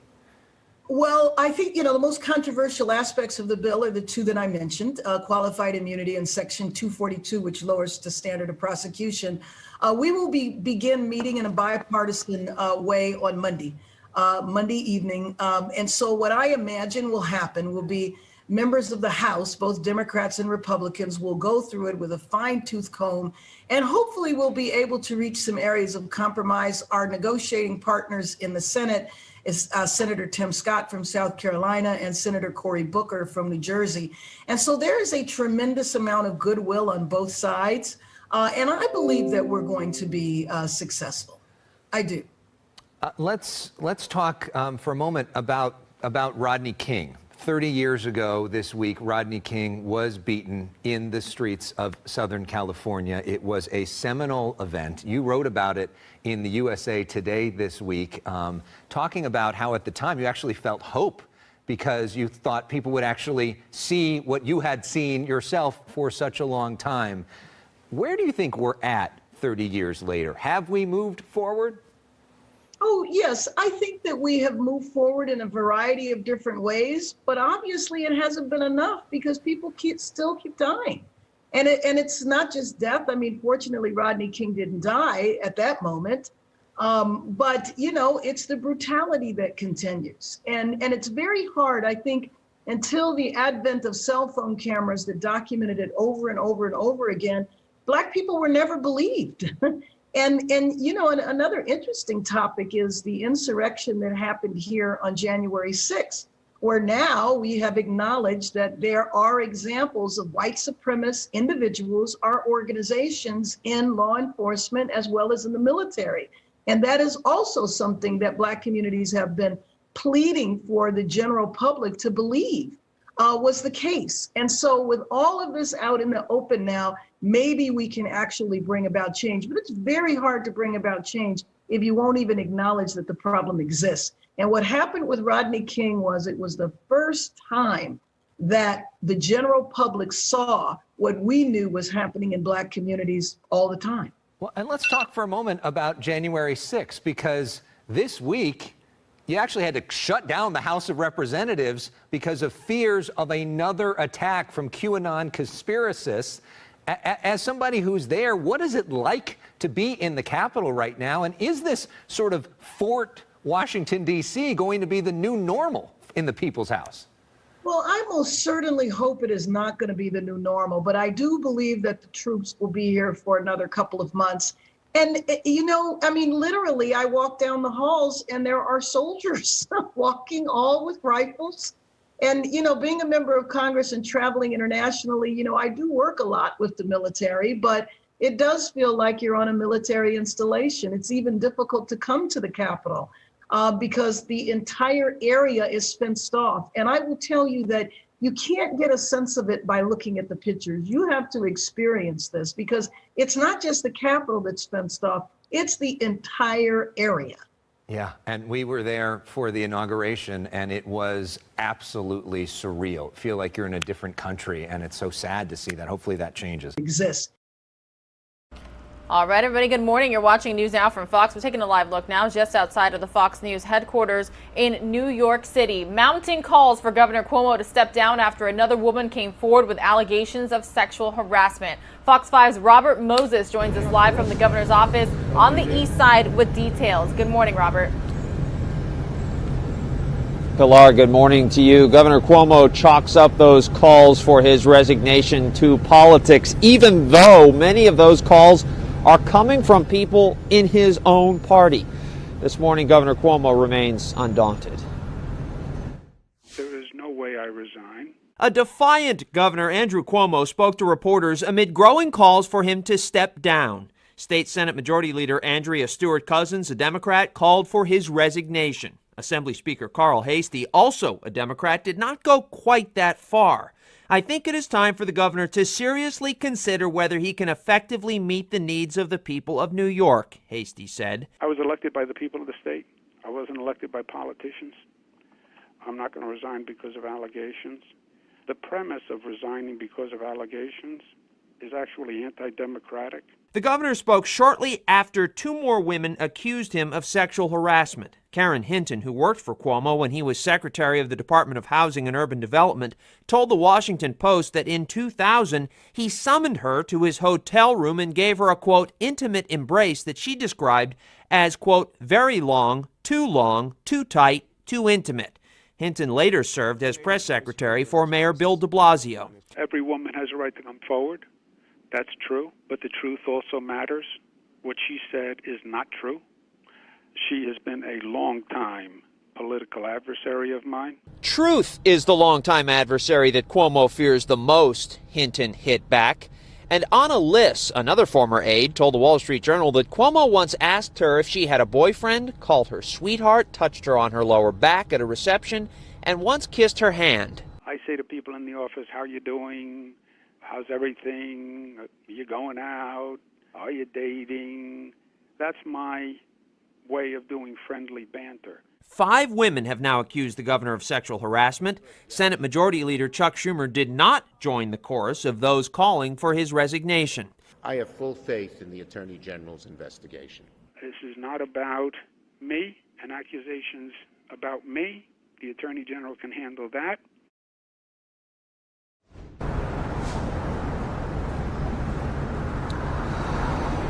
Keep in mind, besides these allegations, Governor Cuomo has also faced criticism for his handling of nursing homes during the pandemic and how his administration reported or did not report nursing home deaths connected to COVID-19. That controversy continues to brew as well.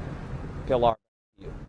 All right, Fox 5 New York's Robert Moses joining us live here yet again on News Now from Fox. Thank you for the latest. We will continue to stay on top of this story.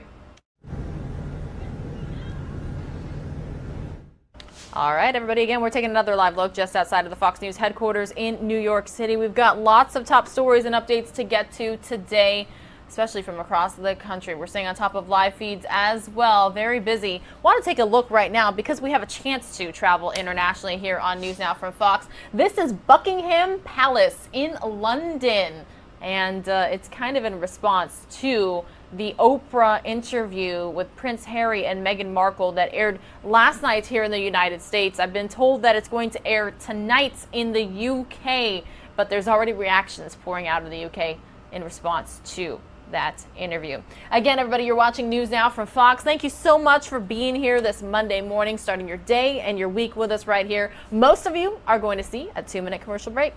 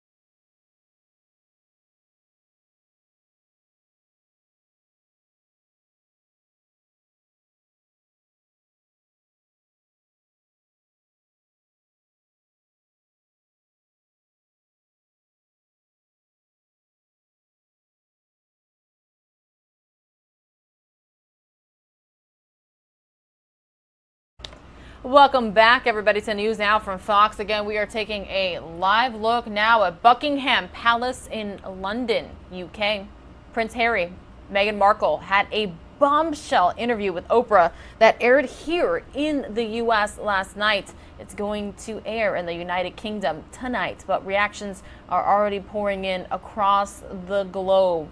Revelations, and for many of us who grew up watching Oprah, getting to see her again at her interview best there, revealing information that, you know, other journalists or other people who are doing the interviewing just might not be able to get. But again, Harry and Meghan's bombshell interview, the Queen stressing importance of unity and family as a response, and it's just, of course, lots of people are going to continue to talk about it probably today and throughout the rest of the week as well. We're going to head on over to the state of Texas next here on News Now from Fox. I do believe that this is a live look at Dallas, Texas, in North Texas right now, and we are going to take you out to get response to or from Sheila Jackson Lee, the Congresswoman, in response to the COVID restrictions being lifted across the Lone Star State. Again, good morning. You're watching News Now from Fox. Thank you so much for starting your day with us right here. And this neighborhood has experienced so much in Hurricane Harvey. When I joined with Father Neil to provide food for those who had suffered from Hurricane Harvey, one of the largest devastations, Father Neil has buried members of his parish who had COVID-19, died from COVID-19. And then, as you can see, this historic church just a few weeks ago, in the midst of the freeze, suffered a horrendous fire. And so they are not unfamiliar to the question of disaster and trials and tribulation. This morning we're providing water distribution. We're providing food that is going to last, 21 meals in one box. It's going to last these families for a period of time. I came in from Washington late yesterday evening, and I told Father Neil, who received this delivery from the Teamsters that we've been working with earlier this week, that we wanted to get this out over the week to as many people as we could.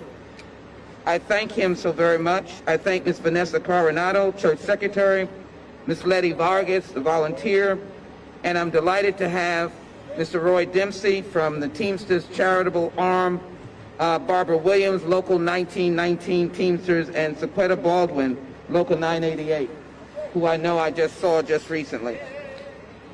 But this is what we are confronting, which I will be speaking about this morning. In Washington, we were faced with militia that were about to attack the Capitol. In the midst of that, we heard a stunning announcement from the state government, the governor of the state of Texas. It was stunning to members of Congress. We were texting each other. We could not believe it, that our state that has the highest number of cases, which numbers I will give, will in essence release on March 10th the mandatory mask requirement and take away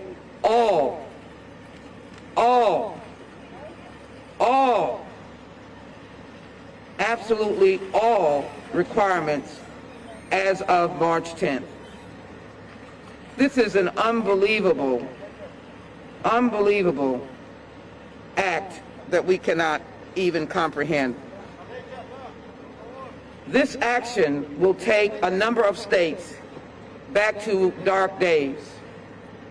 Texas, Mississippi, Alabama will be some of the states that will be going back to the days of surge and infection and death.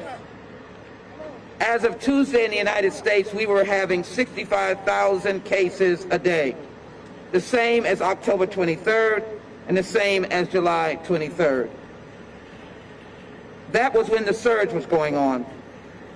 Texas has 44,000 deaths from COVID-19, and 2.7 million cases. I'm going to read the actual numbers. El Paso had 1 in 7 persons had the virus.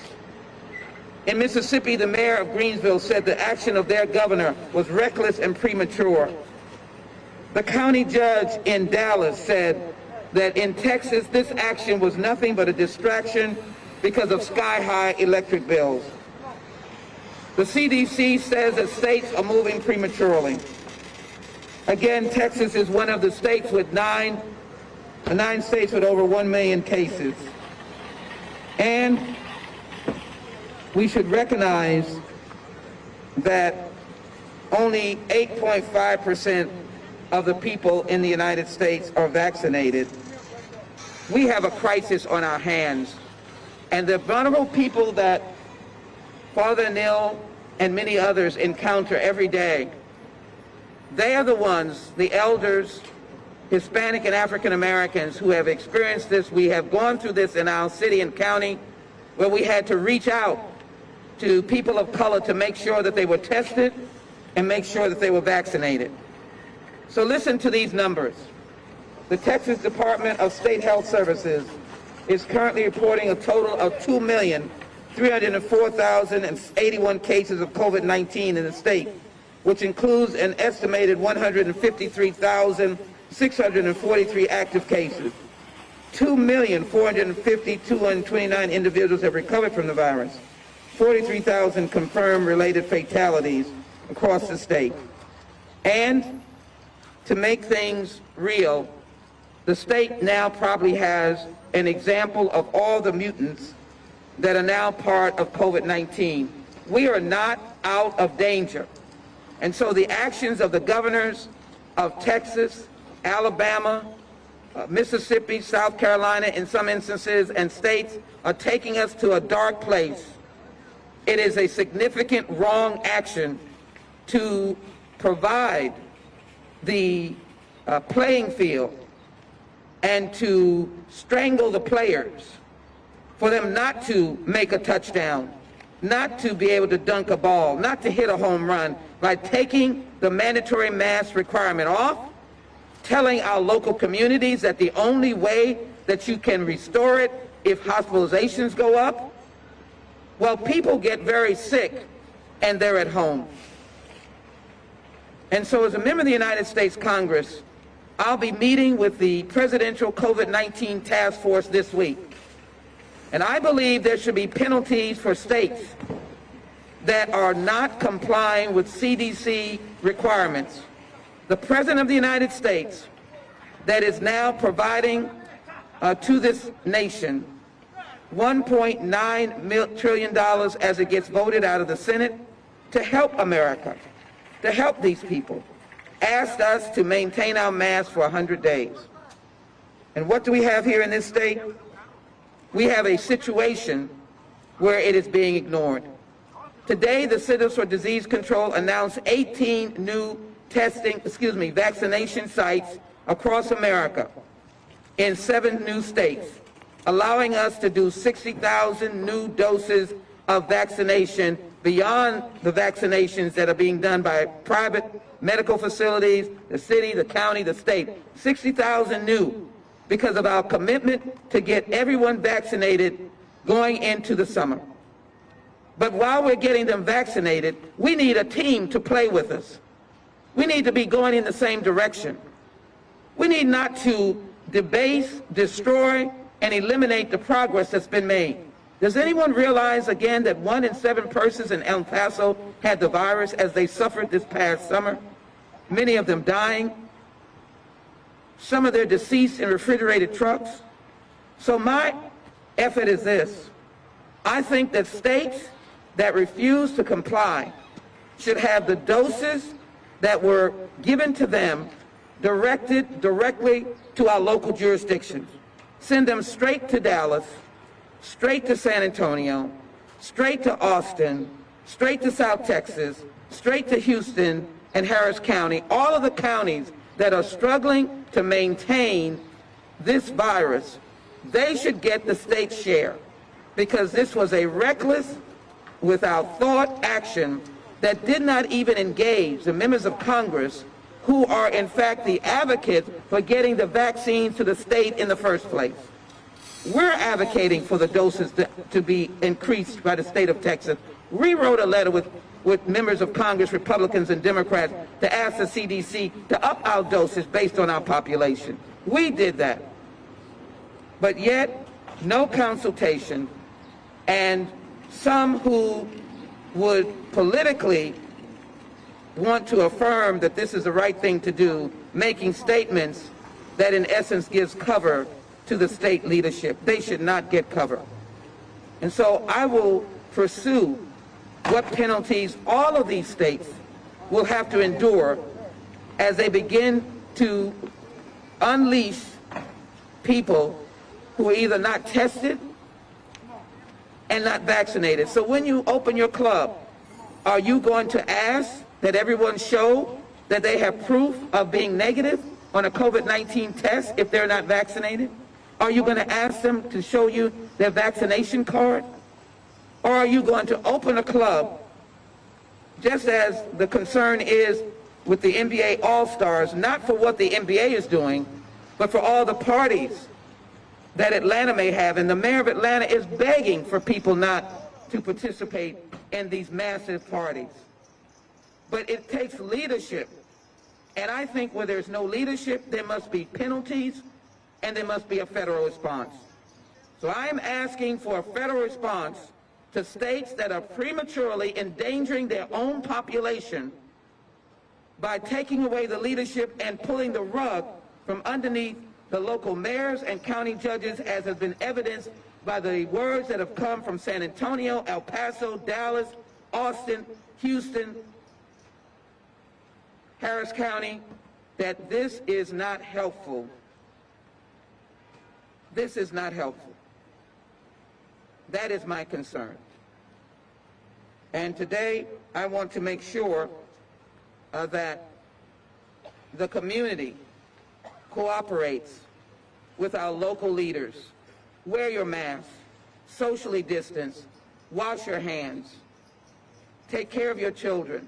We're about to promote the idea that I've been championing with President Biden to get all of our teachers vaccinated. They will start getting vaccinated. We will be able to make our schools safe, but we will not be able to make them safe if the children and parents and teachers have to go into the open population where people are not wearing their masks. I want to protect the essential workers, the grocery store workers who choose to wear masks, but then the customer comes in and gets into a dispute about them not wearing a mask. How many police calls is this going to be when you have to interact with individuals who refuse to put on a mask, but yet you are trying to be safe so that you can go home to your family? What about healthcare workers in community clinics, in hospitals?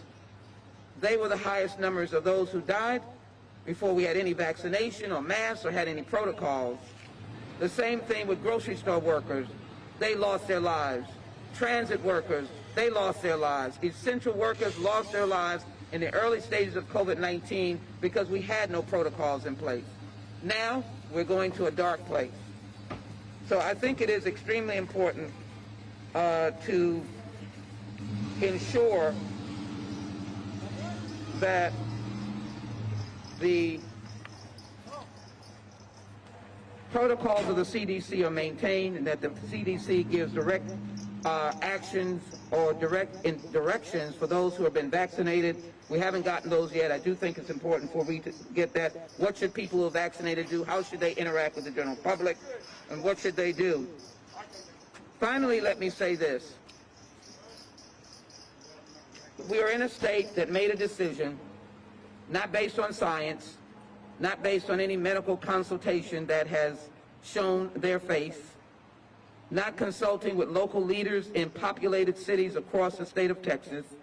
There's been a comment from each leader out of those jurisdictions calling these actions outrageous, from Mississippi to Alabama. We have left our local leaders hanging out there by themselves when they're the ones that dealt with the rising deaths, the refrigerated trucks to put those who are deceased in, and the families who are still mourning. They're the ones who dealt with that. And as a member of the United States Congress on Homeland Security, I'm insisting that these states suffer a penalty. They should not be receiving the doses directly for vaccines. They should be monitored, distributed by the local jurisdictions so that we can vaccinate people as fast as possible. If they've created the problem, they should not benefit from the creation of the problem. Then I'm going to seek other penalties through legislation for those who would violate the executive order of the President and the direct instruction and orders of the Centers for Disease Control. We're not the individual states of America. We are the United States of America. And the only way we survive a war, whether it's World War I or II or any other wars that we have been in, is that our nation has been united. At least they've been united around the people and those who are fighting on the front line. Are we united behind nurses and doctors? Are we united behind essential workers who go to work every day? Are we united behind police and fire? Are we united? And we're not. So I expect this to occur and to occur very soon. The President said this was Neanderthal, and this morning his report by his COVID-19 team made it very, very clear that this is premature. Premature. Mr. Governor, this is premature, and this is sending us in a dark place. Let me now ask Father Nell to just speak about the food that is being received and the need of that food that's being received. Thank you. Father Nell. Thank you, Sheila Jackson. So we have food given to us on behalf of Sheila Jackson, and we see the food here, and we every Friday we give more than we help more than 300 families, and you can see there people coming, and I'm grateful to you for helping us in this way. Thank you. God bless you. Thank you. Could you tell us how old your church is? Our church is 100 years old, and we just recently celebrated 100 years, and as Congresswoman mentioned, we had a fire recently. Good morning, everybody, and welcome to News Now from Fox on this Monday, March 8th, a new week here on our show. And we have several live pictures from across the globe this morning, and I want to bring you out to this picture first because this is a live shot of Buckingham Palace in the United Kingdom. We're actually getting this shot following last night's exclusive interview with Prince Harry, Meghan Markle, and Oprah that was filmed in California at one of Oprah's friend's house. Guys, I don't know about you. We wake up for this shift at about 2:45 in the morning, and I stayed up and I watched that whole interview. It was very juicy. It was very open and honest. You saw Meghan Markle talk about meeting the Queen, how she felt lonely, how she confided in Princess Diana's friends, because who else could she turn to? You heard her talk about the importance of mental health, and when her husband Prince Harry joined her, you also heard him discuss about how this was his own family, and as they both grew lonelier and lonelier and felt more secluded from the family, they felt that they had nobody to turn to. So again, a bombshell Oprah interview. They even left Oprah, who's done several exclusive interviews throughout her entire life, they left her with her mouth wide open and very speechless at certain points. So we will actually be joined by a royal family contributor later on our show here on News Now from Fox to break down all of the tea that we saw from last night. That was, again, a very mind-blowing interview, to say the least. The discussion was something else. So again, we will be joined by a royal contributor later on in our show, but for right now, I want to say hello. Hello, my name is Regina Gonzalez. I'm joining you from the News Now East Coast Hub in Orlando, Florida. I'll be on with you for about the next 2 hours before Pilar Arias hops back on, and then we pass things along to our News Now from Fox Hub in Phoenix, Arizona. Lots of top stories and headlines to cover this morning. I wanted to start with that interview from Prince Harry and Meghan Markle with Oprah last night because the UK has not even seen it yet. Now, I did see on Twitter that several UK news reporters were watching it, I guess from feeds from the United States, but that interview is actually supposed to air in the United Kingdom tonight. It aired last night here in the United States from 8 to 10, and like I said, I stayed up and I watched the whole thing.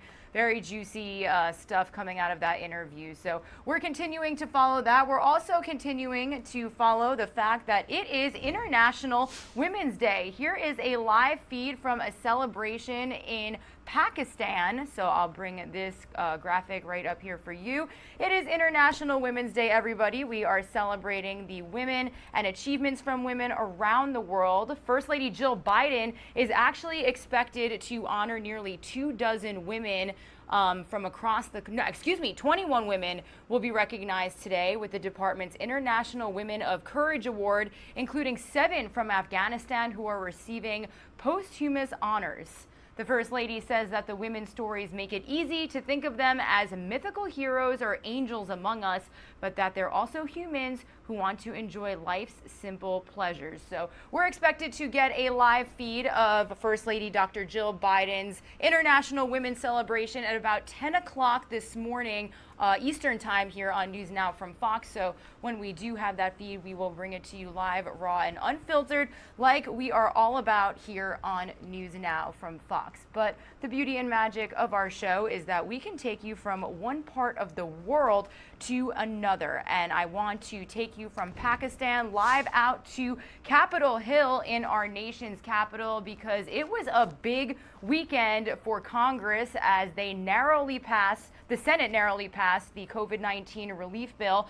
The House is expected to vote as early as tomorrow on President Biden's relief bill, sending the nearly $2 trillion package to the White House. And now the future of the Senate filibuster is in doubt this morning. Fox News correspondent Doug Lazater has more on what's in store this week from Washington.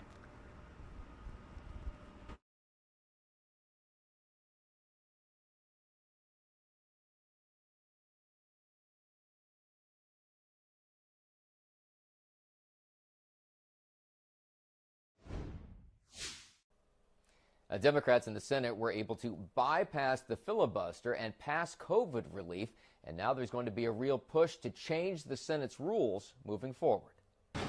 Fire up the presses. Those government stimulus checks could soon be headed out the door. The bill as amended is passed. Over the weekend, the Senate passed the president's $1.9 trillion relief bill. It includes those $1,400 checks for most Americans, phasing out at specific income levels, $75,000 for individuals, $150,000 for couples. Enhanced federal unemployment benefits would continue through the beginning of September. But Democrats, including the president, lost out on a big hike in the federal minimum wage. Yes, there were changes. That's democracy in action. He didn't cut the bill in half. He kept true to his $1.9 trillion package, and we're looking forward to signing it into law. Most of the money's not spent this year. 90% of it's got nothing to do with COVID. The Senate Democrats were able to overcome Republican objections, though, and avoid a GOP filibuster by using a process called budget reconciliation. But many Democrats are pushing to eliminate the filibuster altogether moving forward. It should be painful if you want to use it. West Virginia Democratic Senator Joe Manchin says he will continue to defend the filibuster, but he's open to making some changes to make it much more difficult to use on the floor of the Senate. President Biden has defended the filibuster in the past, and some Democrats fear that what goes around comes around if you change it. In Washington, Doug Luzader, Fox News. All right, thank you to Doug Lazater for that report. We are just a few minutes away from actually being joined by a political analyst and former president of the Florida Senate, Mike Haradopoulos. He is going to break down what we saw this weekend. The Senate did narrowly pass this bill, 50-49 to be exact. So we're going to talk to him about what this really says about the divide that the Senate saw this weekend and what it means for them moving forward in the future. So I'm going to send some of you on a 2-minute commercial break, and when we return, we will be listening in to Senator Chuck Schumer, who spoke directly after the American Rescue Plan passed on Saturday, and we'll let you listen to that for a few minutes before we are joined by our live guest. So more News Now from Fox is just 2 minutes away.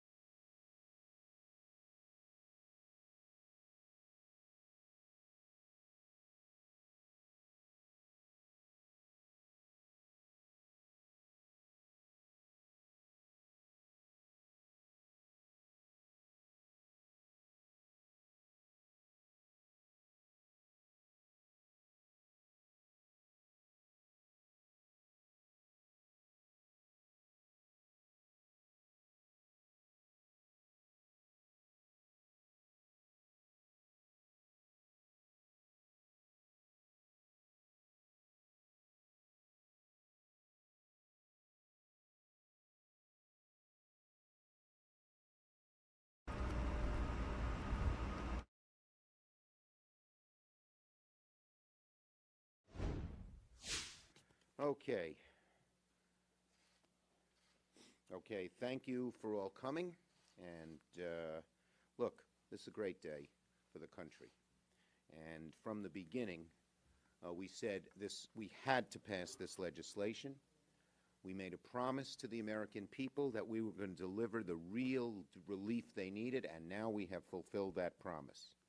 Now, nobody said passing one of the largest, perhaps the most significant bill to help the poor and working people in decades was going to be easy, particularly with 50 votes.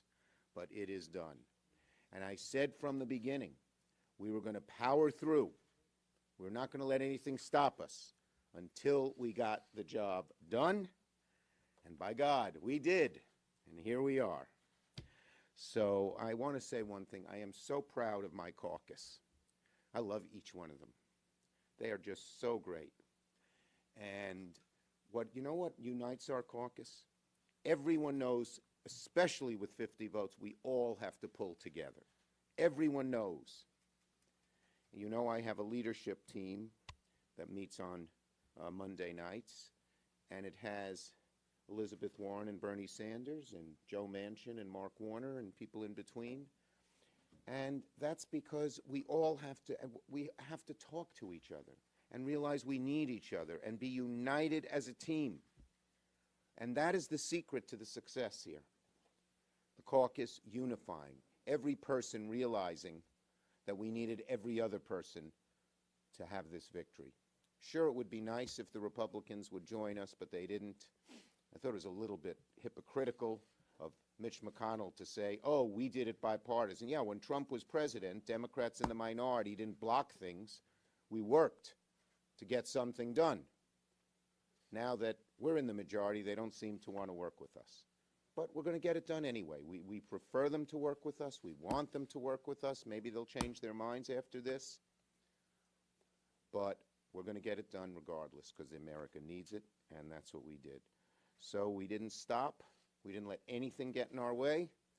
And I was confident from the get-go. I just told that to the president. He called me.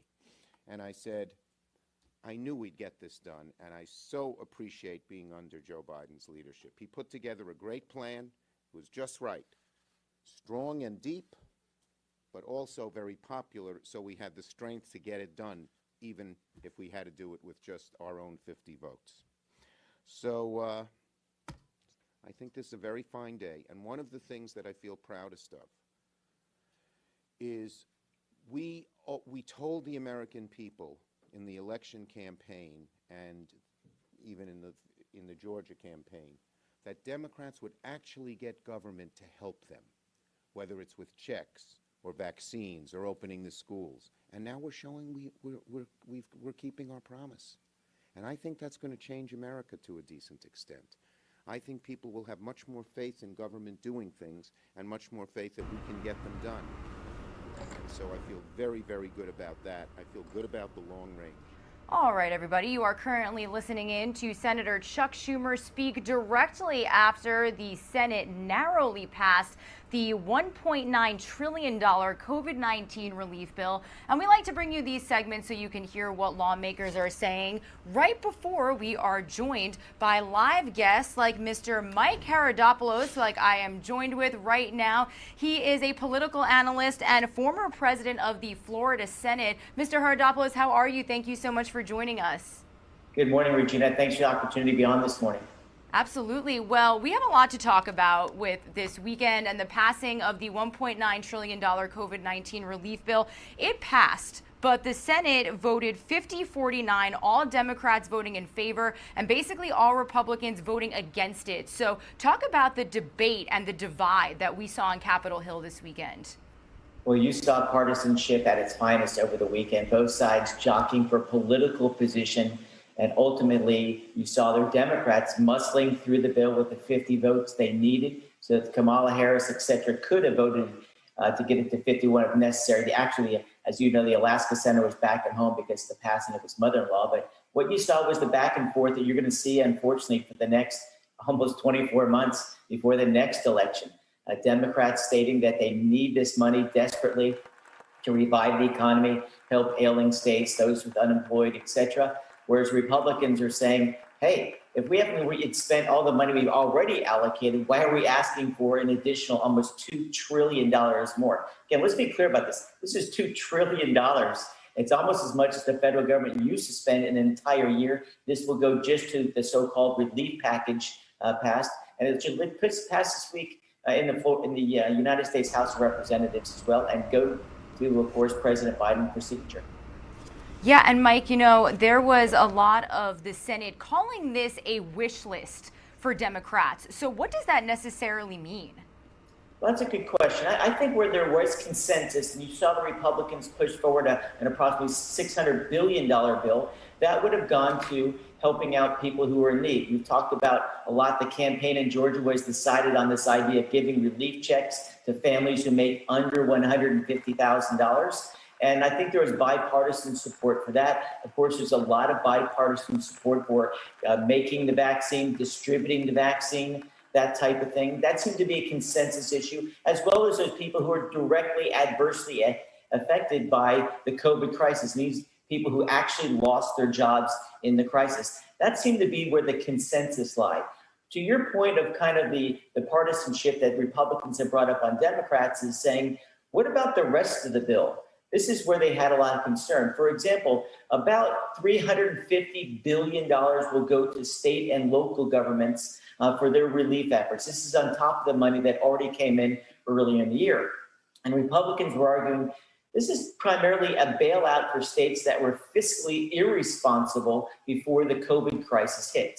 Let me just give you a little texture on this. In Florida, for example, we still have a balanced budget. We kind of made tough decisions. We made changes in our pension program, our Medicaid program, et cetera, and we balanced our budget and we're whole. In contrast, in states like Illinois, they have large budget deficits because they failed to fund their programs like pension and Medicaid. And so they were able to go to Washington, D.C. and basically bail out all their past, let's just say, economic difficulties or poor decision making.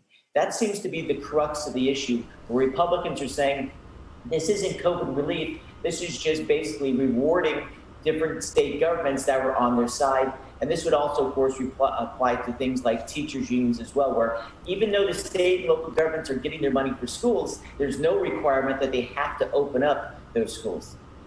Yeah, and Mike, I feel like a lot of Americans are now wondering what happens as far as stimulus checks and the minimum wage increase. Do we know as far as the details of that in the COVID-19 relief bill? What can you tell us?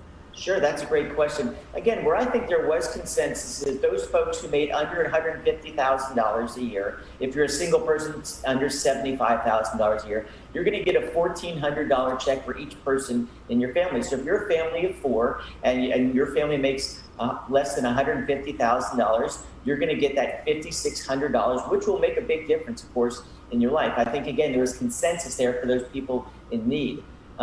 And the difference here is that, remember, the overall bill, $1.9 trillion, means every single American, including my kids and yours, have to actually contribute $6,000. That's the per person. If you divide approximately 300 million into 1.9 trillion, $6,000 a person. So that seems to be the kind of the trade-off. There's this shift of money. The second point you brought up, Regina, was a good one. What about the minimum wage? Here in Florida, where I can speak most directly, we passed a minimum wage of $15, but it does not take a full effect until 2025. Democrats attempted to push that minimum wage to $15 pretty much immediately. This was actually met with bipartisan opposition, where Senator Manchin from West Virginia, Senator Sinema, who are both Democrats, in this case from Arizona, she decided to vote no as well. So that part of the bill is out. There is no minimum wage increase to $15 per hour. We'll again leave it into the state's hands at how much they want to adjust that. But that was the proposal, where one, the parliamentarian could bore you with some minutia of this U.S. Senate. She said it could not be a part of what's called budget reconciliation. And then the second part of it, Democrats actually came out in the end against it, along with Republicans who said that's just too much of a burden for small businesses to carry, especially as we're trying to recover from the COVID crisis. Now, Mike, my last question to you is, now that the Senate passes this weekend, it goes back to the House. They're expected to vote on it as early as tomorrow. What can you tell us now happens moving forward? What happens moving forward is that the way they were to push this out, because usually when you have a Senate vote, you need 60 votes to avoid a filibuster. They use what's called budget reconciliation, meaning they called all of this just a simple budget interaction. And so that gets around the filibuster rule. So it's now passed the Senate 50-49. It would have been 51-50 with Kamala Harris breaking the tie again, as I mentioned, if the Alaska U.S. Senator had been there. That said, it moves over to the House. I expect the Democrats to pass this with just a couple of no votes along the way, and they have a slight majority at this point. That should be enough to get it to the desk of Joe Biden. Joe Biden is expected to, of course, sign this into law immediately. And that means people who will get these checks, which will be a great relief to a lot of people, they'll probably get it within the next 2 weeks as far as that relief is concerned. And the states will also start getting these massive flood of money for state and local governments as well as schools. Yeah, and Mike, especially 1 year into this pandemic, I know Americans are really looking forward to another round of relief checks. So thank you so much for joining us here on News Now from Fox to break down this weekend for our viewers. Thank you, Regina. Have a great weekend. Thanks again for your time. You as well. And a huge thank you to Mike Herodopoulos and all of the contributors that come on News Now from Fox, because like we always tell you, it's a lot of information that comes out of these votes and all of these events and sessions on Capitol Hill. So we thank Mike for those explanations. And like he said, Americans could be seeing relief checks very, very soon. Some of you are going to go on a 2-minute commercial break. More News Now from Fox comes up right after that.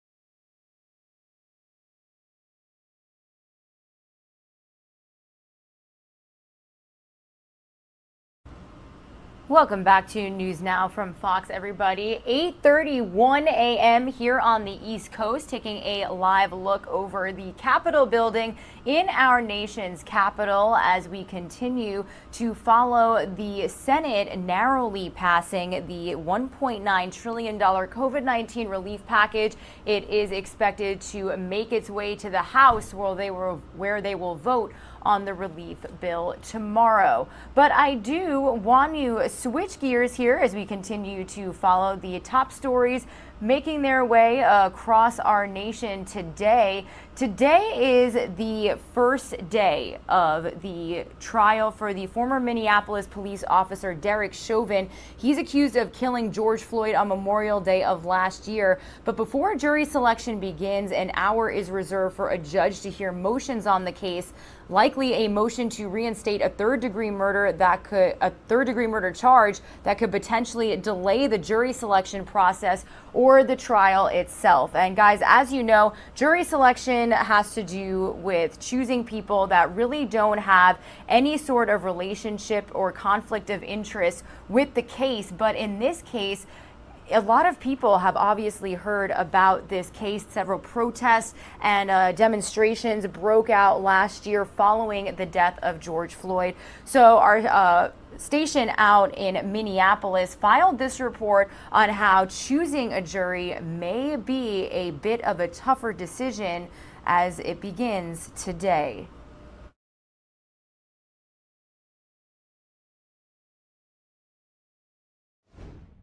This is going to be a tough one. Criminal defense attorney Judith Sampson says jury selection for former police officer Derek Chauvin's trial in the death of George Floyd is going to be challenging. I think nearly every potential juror has heard about this case. They've heard of George Floyd's name. They know enough facts that could potentially be dangerous. Sampson, who is not a part of this case, says the 14-page questionnaire sent out to jurors is crucial. Attorneys asking potential jurors if they've ever been restrained or put in a chokehold, if police make jurors feel safe, do jurors support defunding Minneapolis Police Department, and if police in this country treat white and black people equally. It's not a matter of whether somebody's heard about this case. It's a matter of whether they can sit there as jurors and not make a decision until they heard all the evidence. Judge Peter Cahill even allowing more jury objections, legally known as peremptory challenges, with the goal of selecting an unbiased jury. You really need to get into the psychology of the potential jurors and see if they're hiding anything or if they really just want to be on the jury for maybe an ulterior motive. All right, thank you to Fox 9 Minneapolis for that report. Again, we will continuously closely follow the first day of Derek Chauvin's trial that is expected to get underway at 9 a.m. Central Time, 10 a.m. Eastern Time. And as soon as we get feeds from inside the courtroom, we will bring them to you live, raw, and unfiltered here on News Now from Fox. Meanwhile, last night on the eve of this first day of the trial, hundreds of activists and protesters took to the streets of Minneapolis for a march and demonstration, and these are expected to continue throughout the week. So again, I want to bring you this report that our sister station Fox 9 Minneapolis filed as well on what we can expect to see in the streets and security measures being taken to ensure safety throughout the remainder of the trial. Ronald Adamson, Isaac Aiden, read in alphabetical order in the shadow of the first police precinct. Jonathan Barber, Calvin Barrett. The names of those who have died during encounters with police. She just read all of those names, and just in the silence, just thinking and remembering those people because their lives were precious. It was just one stop on a largely silent march around downtown Minneapolis, an event Amina Agwamba of the South Metro brought her 4 young daughters to witness. Well, it's hard. They're young, and we try to shelter them and protect them, but at the same time, we also teach them the truth of what's happening in our communities, and they understand. A white coffin led the crowd, and most wore black. One day before jury selection begins in the Derek Chauvin trial. Today is just a really important day in terms of allowing people to express their grief and their, feelings and their trauma.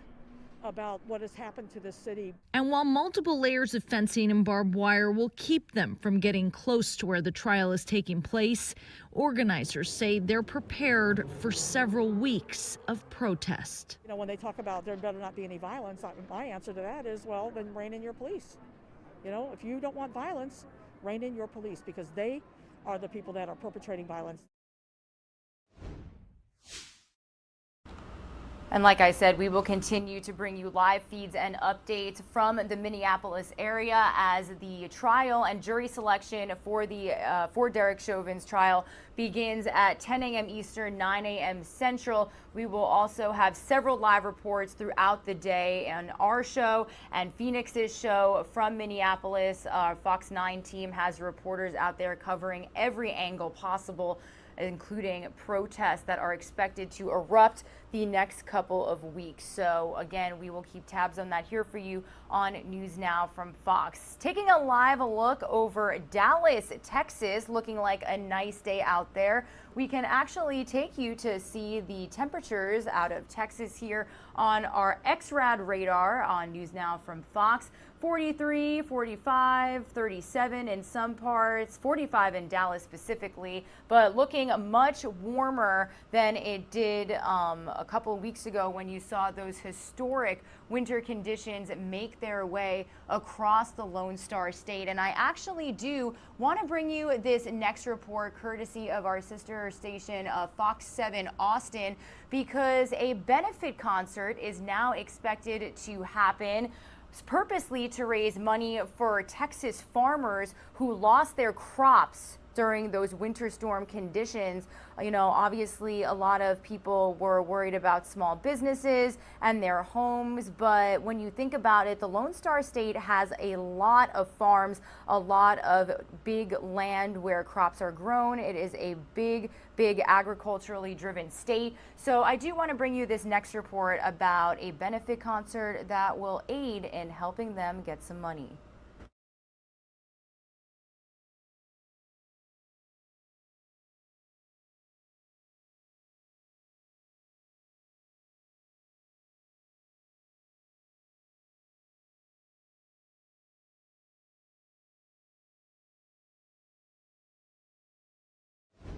Coming up this next weekend, Saturday, March the 13th, there's a big outdoor concert in Dripping Springs, the Texas Strong Relief Concert.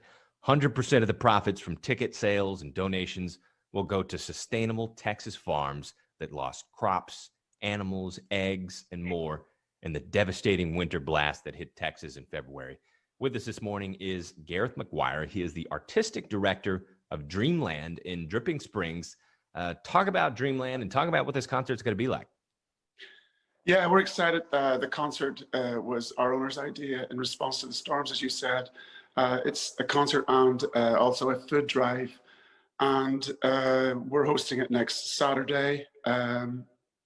Dreamland is an outdoor entertainment arts venue. We've also got sport. We've got pickleball. We've got the world's most extreme miniature golf course. So it's a really fun venue. We've just recently opened. So our grand opening will be Friday, and then we'll be following that with our Texas Strong Relief concert on Saturday. So we are excited for that.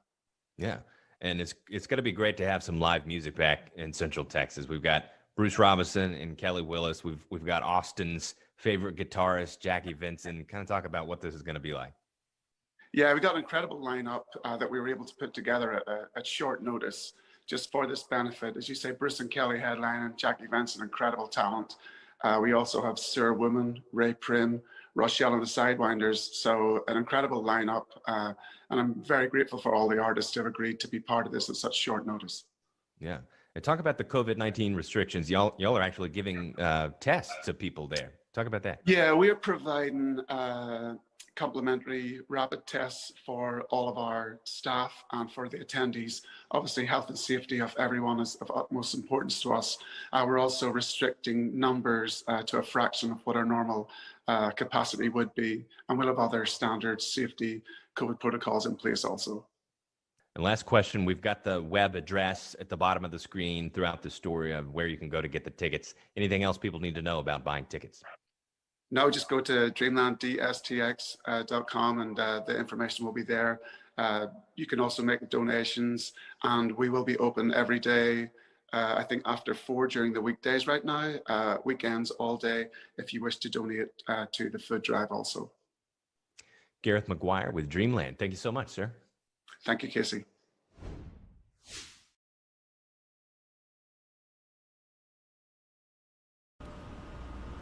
All right, a nice Texas Strong benefit event that will again go towards helping farmers who were crippled by the recent winter storm. They will get some relief, and that is thanks to a few of Austin's most notable musicians and brands. Taking another live look at our XRAD radar over the Lone Star State. Now, this next story is in Texas, but it's not related to weather this time. It's related to the fact that there are now several videos of clubs and businesses and people having a good time in Texas without masks a little before the state's mandates are going to be lifted. But as you heard, Governor Greg Abbott last week did announce that the state is going to open 100%. And now, as you saw before with Sheila Jackson, and as you will see with Houston Mayor Sylvester Turner, a lot of lawmakers are not happy about this, saying that it's going to put the health of their citizens in jeopardy. So I do want to bring you this report from Fox 26 Houston's Natasha Geigel on what lawmakers are exactly saying following this weekend. And the fear that local officials have here in the Houston area is that once the mask mandate is lifted on Wednesday, super spreader events will start to pop up across our area. In fact, this was the scene over the weekend, and we have already seen scenes similar to this one in bars and nightclubs throughout the Houston area. Now, this latest event was posted to Snapchat showing a crowded nightclub over the weekend despite the mask mandate still being in effect. City leaders gathered on Sunday for a press conference on Washington Avenue, where we have seen these events play out in various venues.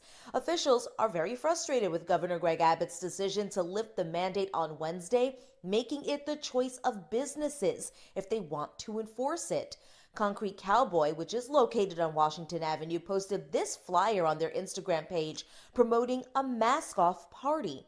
Houston Mayor Sylvester Turner sharing his disappointment about the mandate and pleading with businesses that are encouraging maskless events. This order does not help businesses. It will cause chaos, conflict, and confusion. What I would say is not to do it. Okay? Don't treat the virus as if the virus no longer exists.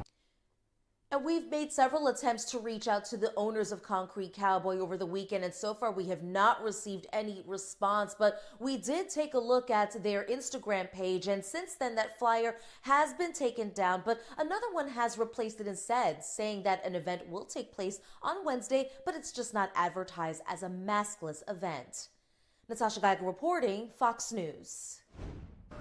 All right, you saw it for yourself. You saw those videos. The one of the bars there having quite a party with packed crowds and people wearing no masks. So raising a lot of concern because, as you heard Natasha say, the mandates are not lifted until Wednesday, but people are already well on their way to establishing some normalcy in their lives and celebrating the fact that their state is opening. I'm going to send some of you on another 2-minute commercial break. When we return, we will be back in London and joined by a live royal family contributor to talk about all the tea that unfolded in Meghan and Harry's interview with Oprah last night.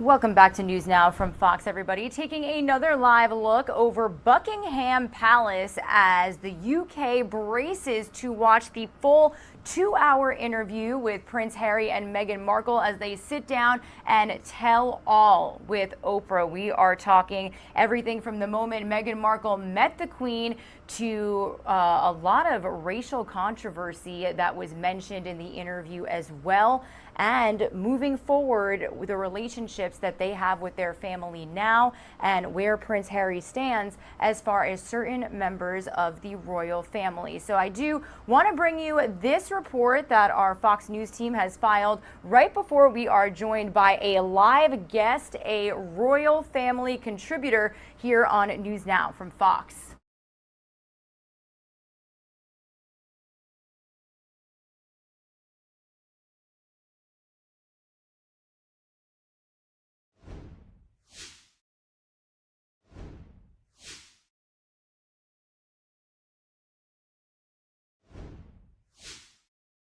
Prince Harry and Meghan Markle sat down with Oprah for the first time since resigning their formal duties in the royal family, and no subject was off limits. Meghan says she went into the royal family blindly, but received love from the Queen and other members. But she says it didn't take long for that fairy tale to become a nightmare, as she began getting ridiculed in the British press, and the family that promised to protect her turned their backs. They were willing to lie to protect other members of the family, but they weren't willing to tell the truth to protect me and my husband. But the betrayal went further. When Meghan was pregnant with her first child, Archie, she says the monarchy felt it wasn't right for her son to be called a prince. This led to a conversation about her being mixed race and what her child would look like. So we have in tandem the conversation of he won't be given security, he's not going to be given a title, and also concerns and conversations about how dark his skin might be when he's born. Going through these attacks made life for Meghan, quote, almost unsurvivable. I was really ashamed to say it at the time, but I knew that if I didn't say it, that I would do it. And I just didn't want to be alive anymore. It became clear to the couple that they needed to step back from all the hate. When I asked the question, why did you leave? The simplest answer is lack of support. But life for the couple is looking up. They announced they're going to be having a baby girl this summer. And when it comes to how the royal family will react to this interview, Meghan says she will not live in fear of any potential backlash. Salchi and Grasso, Fox News.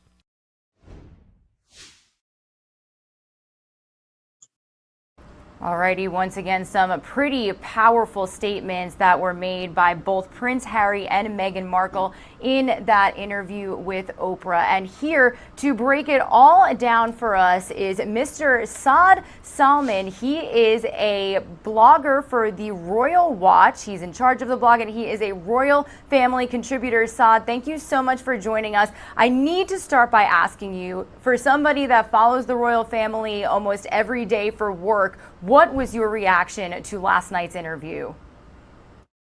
Hi, thank you. I'm delighted to be on. And really, last night was absolutely shocking beyond what most royal watchers even expected. There were so many revelations about Meghan and Harry's time in the royal family that it has really changed how we really thought of their experience and what they think of the institution. Now, Meghan first said from the very beginning, she kind of squashed some of the rumors that were made in the tabloids following first her relationship with her sister-in-law, Kate Middleton. What can you say about the fact that the tabloids had once reported Meghan Markle made Kate Middleton cry, but it was actually the opposite? Yeah, it's very surprising that was the case, and the fact that Meghan says that she was not allowed to kind of refute that tabloid claim. But at the same time, you also have to remember that when this happened, Meghan herself was just weeks away from one of the most famous weddings of the century, and she had immense pressure on her. At the same time, Kate herself had just given birth or was about to give birth to her third child, Prince Louis. So really tensions were high at that period. And the fact that Meghan said that she and Kate talked it over, Kate apologized, and she has forgiven Kate is really important to remember in the wider story. Now, Saad, a huge turning point of the interview was one when Meghan Markle was talking about the fact that she felt very lonely to the point where she was questioning if she even wanted to live anymore. What can you say about last night's really huge advocate for mental health, even if you are part of the royal family or not? Yeah, that is actually one of the most surprising parts because in recent years, Prince William, Harry, and Kate, they've launched a slew of mental health charities talking about people to reach out. And the members of the royal family have also spoken about going to therapy to kind of cope with their position and everything. So the fact that Meghan says that she was not allowed to do that or wasn't given sufficient support to go to therapy is really surprising. And I think that we really need to know more details about that and kind of how she was able to get help eventually. And Saad, I think maybe even before that, Meghan talked about when she was pregnant with Archie. She all of a sudden learned that the baby would not be provided security, that it wouldn't have a title, and then she even mentioned the fact that there was several controversial conversations within the family about the color of Archie's skin tone. So did this surprise you like it surprised Oprah? Well, actually, in terms of the title, like for context, I'll tell you that title of Prince or Princess of the United Kingdom is limited to the children of a monarch, the grandchildren of a monarch, and the eldest son of the Prince of Wales, which the Queen kind of included all of Prince William and Kate's children in 2012. And so realistically, Meghan and Harry's child was not going to have a royal title of prince or princess at birth. They were going to have the title of, for example, for Archie, he has a courtesy title from the Dukedom of Sussex, who would be the Earl of Dumbarton, and kind of the new baby will be Lady named Mountbatten Windsor. So the fact is that it was very much in the letters patent of 1917. It has stated that really, realistically, Meghan and Harry's child would not have a title until Prince Charles becomes king, and then as the grandchildren of a monarch, they will get a title. And at the same time, taxpayer security is what they really are talking about when they're talking about the royal family not providing them security. And so taxpayer security is limited to the senior members of the royal family. And in a similar context, Prince Harry's cousins, Princess Beatrice and Princess Eugenie, they got taxpayer security when they were young. At some point before they started university, that was removed. And so really, the royal family saw Archie kind of going into a similar context, and they did not necessarily think that he would have that working royal role. And for him not to have the title, it was a lot more straightforward and kind of written in books than Meghan and Harry both claim. Now, the comments about the family having conversations about the baby's skin tone, do you think that this is now going to spark question and some sort of controversial look on the royal family and the decisions and the racial remarks that they're making towards members of their own family? Yeah, I think that it'll spark a lot of conversation, and the fact that they have refused to kind of name the individual who made those remarks does, in a sense, put the entire family under scrutiny. And it, while they did not necessarily go into detail over the remarks, so the fact that they were made as very serious allegation towards kind of how much the environment was in the royal family and in the royal household in the kind of weeks and months leading up to the Sussex's departure. I think a big, huge statement that was made when Prince Harry came back on and joined Meghan was that he did not want history to repeat itself. So how is this situation being compared to that of his mother, Princess Diana, who he even said, I am lucky enough to be doing this with my wife by my side. I can't imagine how my mother felt dealing with these feelings alone. Well, he was mentioning Princess Diana's really famous 1995 Panorama interview, in which she spoke very candidly about her experience as a royal and gave a lot of kind of revelations about her time. So the same time, Harry and Meghan are really comparing themselves to the Diana situation, but in recent years, it has come out that Diana herself was really manipulated by the BBC reporter, and she was made very paranoid into thinking that even her own children were spying on her, and she was the victim of all sorts of attacks and threats to force her to do the interview. So I think at the same time, Harry and Meghan are not necessarily being kind of manipulated or forced into this. They're doing this to of their own free will, to really put out their own narrative about what happened and kind of engage with what the royal response is to that. And Saad, if you could please explain, I noticed that a lot of last night, Meghan kept saying the institution. I went to the institution for help and they denied me of that. So as far as the institution works, who do Meghan and Harry and people report to when they are having an issue, whether it's personal or within their family?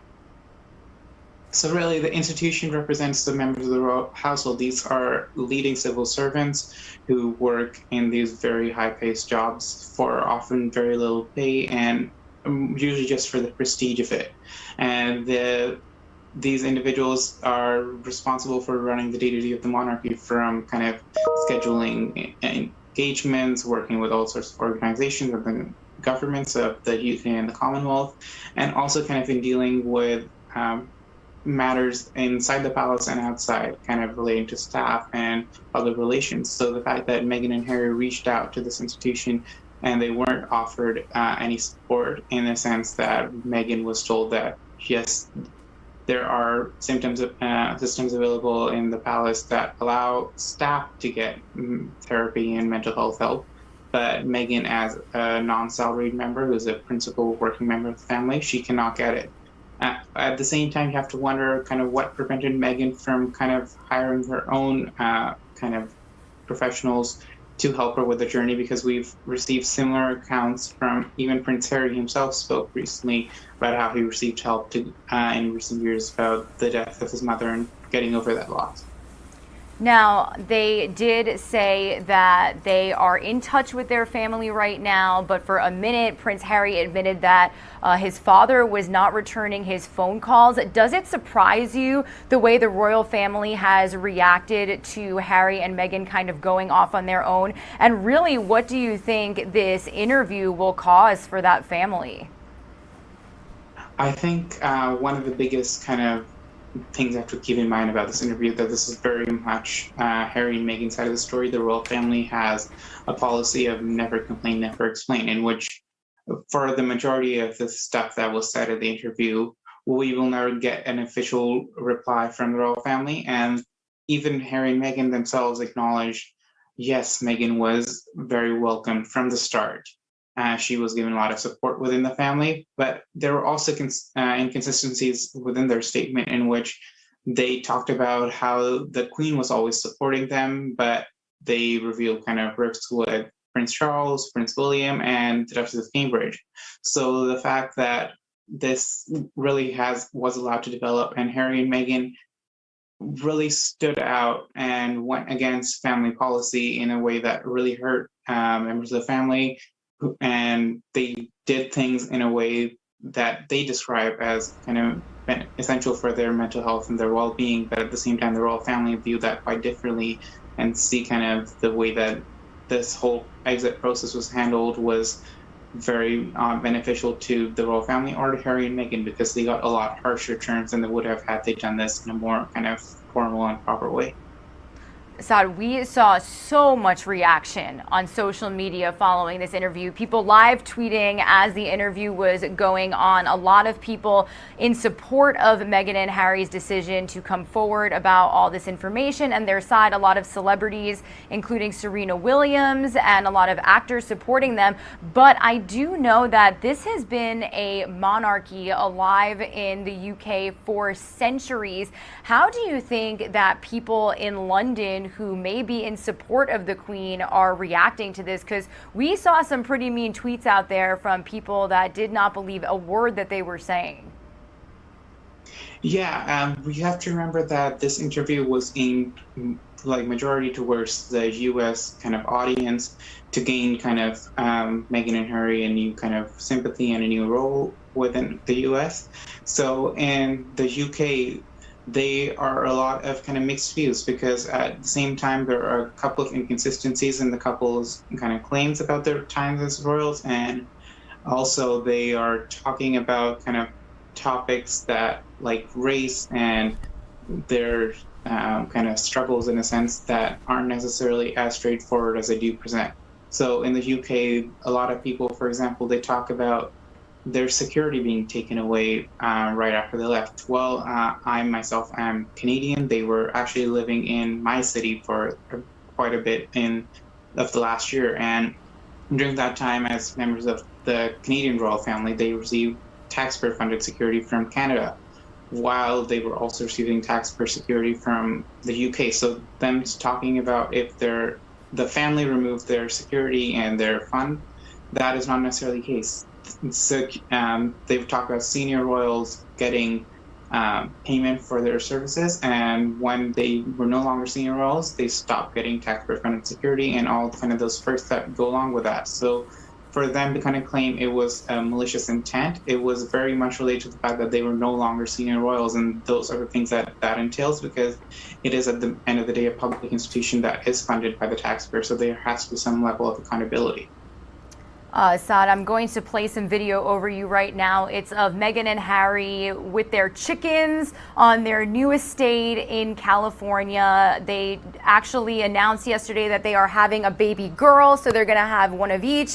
What do you think happens now for Meghan and Harry? Do they just go about living this cute little life as their family and never be associated with the royal family again? I think it's very interesting because on one side, Meghan and Harry have said in the past that even this interview was not necessarily supposed to be about their time as royals. It was supposed to be about their new life and their work as senior, kind of in California now. But this interview was really so much focused on their struggles with the royal family, and I'm pretty sure that we're going to hear quite a bit about that in the coming years. However, I do think that Meghan and Harry, they have talked about how close they are with the Queen and how she still sees them as valued members of her family. So I think we can see them at some events in the UK, but there is a very deep rift between Harry and Meghan, and so many members of the family that it'll be very kind of difficult to see them kind of returning back to even living there on a more regular basis. All right, Saad Selman, the Royal Watch contributor. Is there anything else that viewers should take away from this interview? Yeah, it was really one of those moments which I have a feeling that I'll be talking about this interview for years to come.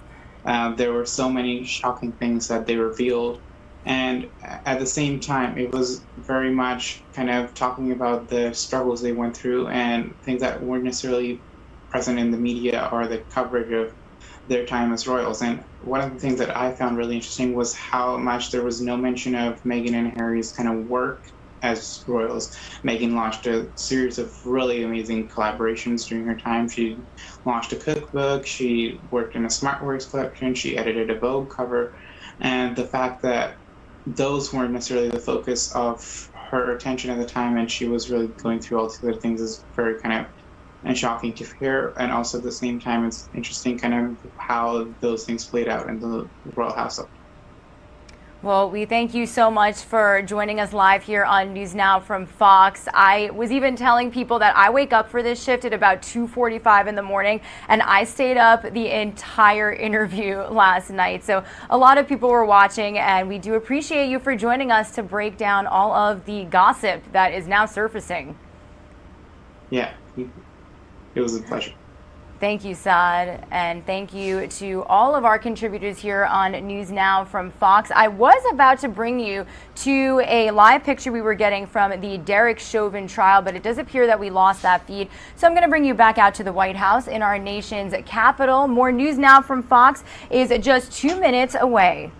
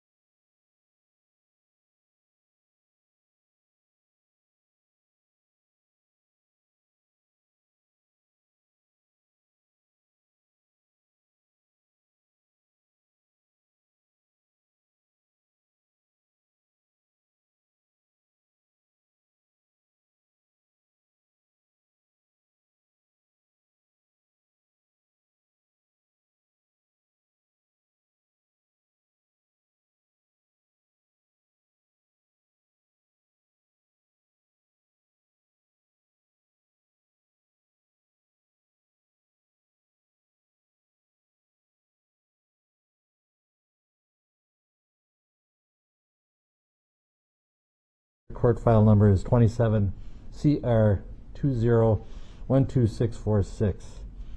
Counsel for the state, note your appearances. Good morning, Your Honor. My name is Steve Swisher, appearing on behalf of the state of Minnesota. Good morning, Your Honors. Jerry Blackwell on behalf of the state of Minnesota. Keith Ellison, Your Honor. Welcome back to News Now from Fox, everybody. You are currently watching a live feed of the Derek Chauvin trial underway in Minneapolis, Minnesota. This is for the former Minneapolis police officer accused of killing George Floyd last Memorial Day. Let's listen in here on News Now from Fox. Murder charge after remand from the Court of Appeals. So I think let's address that issue first. Mr. Frank, would you go to the podium and to the lectern and perhaps summarize where we're at and your request? Thank you, Your Honor. Yes, good morning. We all received the Court of Appeals opinion on Friday. Coincidentally, we had set up with the court a brief informal pretrial phone conference to discuss some housekeeping matters, which occurred shortly after the Court of Appeals opinion came out. And in that, we dealt with typical, pretrial housekeeping matters, from everything from who's going to sit where to the equipment, and a number of matters along those lines that dealt with scheduling and truly just administrative logistics. We also briefly discussed the opinion that had come out, and at that point I brought up the issue about the ongoing appeal that is pending, and sort of previewed that issue because I knew that would potentially be an issue for this morning to deal with firsthand as a threshold matter before we go forward. It's not really a technical matter, it seems like it, but it goes to the very authority of the court, of a lower court, to operate when there is still an appeal pending. And although we did get the Court of Appeals opinion on Friday, technically that appeal is still pending. And as simply put, that appeal is pending because both parties still have the right to seek further review, and therefore judgment does not issue until something else happens, either that one of the parties pursues an additional review of that decision, or the parties agree not to pursue it, and then judgment issues. So more specifically, it's well-established law that when an appeal is taken from a lower court decision, that lower court loses jurisdiction over matters necessarily involved in the appeal. It's expressed most directly in Minnesota Rule of Civil Appellate Procedure 108.02, Subdivision 2, which plainly says the filing of a timely and proper appeal suspends the trial court's authority to make any order that affects the order or judgment appealed from. And then there are exceptions, because good lawyers always make good exceptions to good rules. But those exceptions are for matters independent of, supplemental to, or collateral to the order being appealed. So the plain import of that rule is that when there is an appeal, the lower court loses jurisdiction, its authority to handle cases brought before it while that appeal is pending, at least things involved in the appeal. And this is a matter of finality for the appeal, the interest of the litigants in that appeal. And specifically here, we're dealing with a Court of Appeals opinion. Both parties have a time period in which to file a petition for review of that with the Minnesota Supreme Court. And because of that, under Rule 136.02, the Court of Appeals, the appellate court, will not issue a judgment which renders final that appeal until either the parties agree not to file a petition for review or that period expires, which under the rules is 30 days.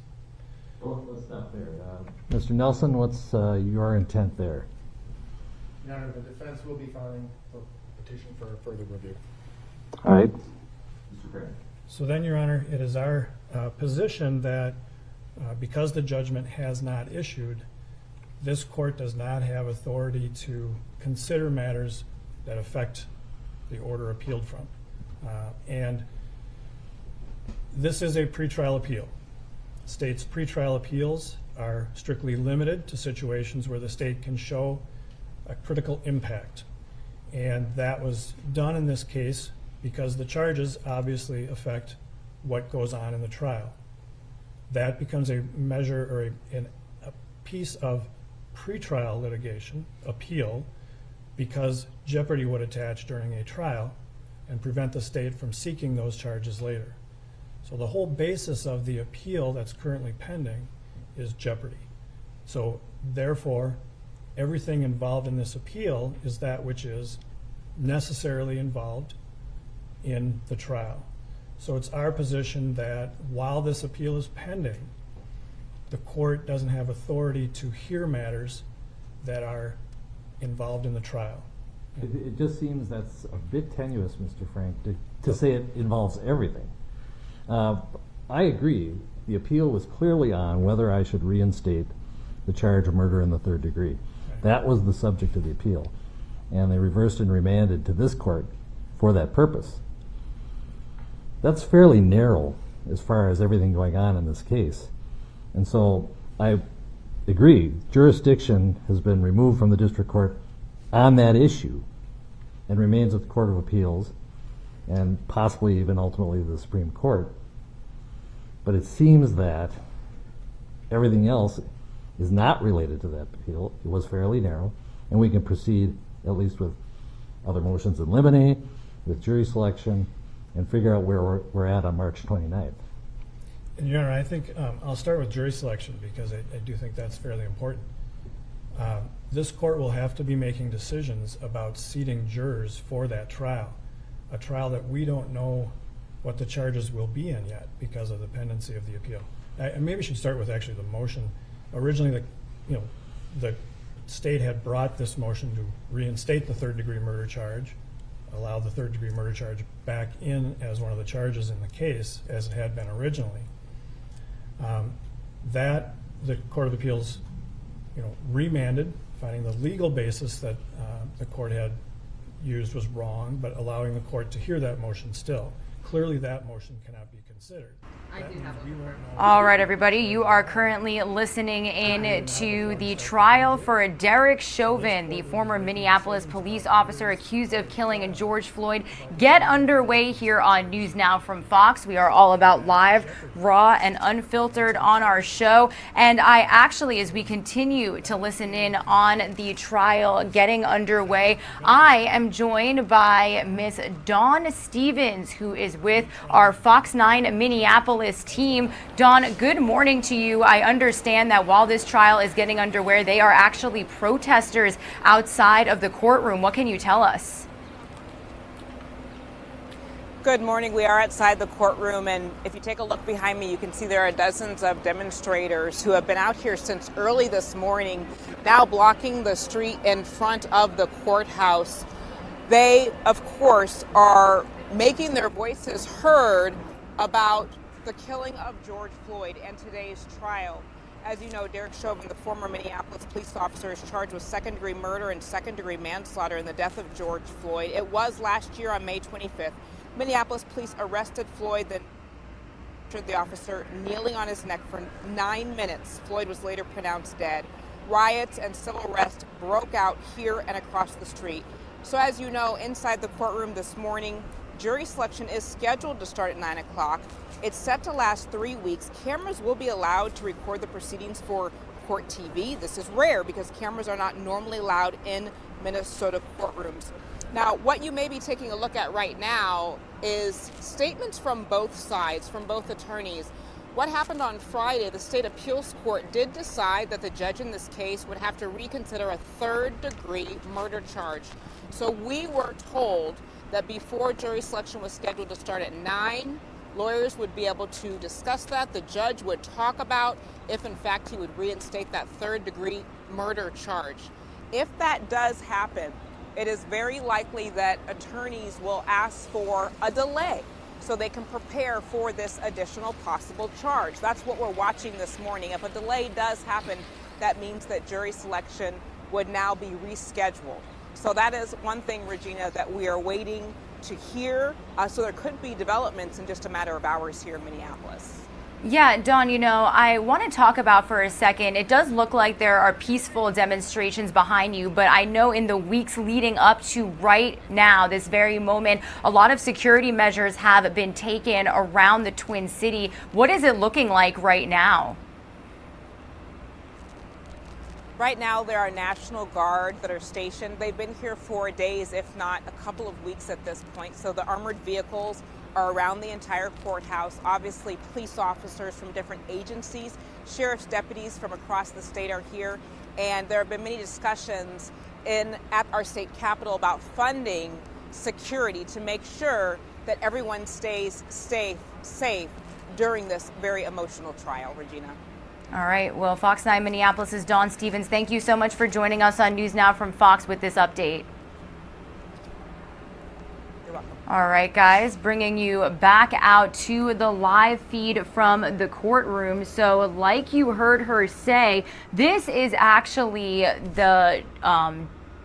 these are lawyers trying to reinstate a third-degree murder charge that could potentially delay the jury selection process. So a correction to the lower that we had up before. This is not even the jury selection just yet. This is lawyers debating with the judge on whether or not it is possible to reinstate a third-degree murder charge. So let's continue to listen in here on News Now from Fox. You because I don't have jurisdiction, I can't even hear argument about that. But your argument seems to make it that the rule is jurisdiction is taken from the district court for the subject of the appeal. And with your logic, is there any case where the whole case would be stopped by an appeal? In other words, that it's not just about the subject of the appeal, but because it might have effects on other parts of the appeal, the entire case is put on stop. Give me an example of something where that would not be the case. Your Honor, as the rule allows exceptions, there may be some things this court can do, right? There may be some housekeeping motions, things that won't affect the substance of the trial that the court could hear.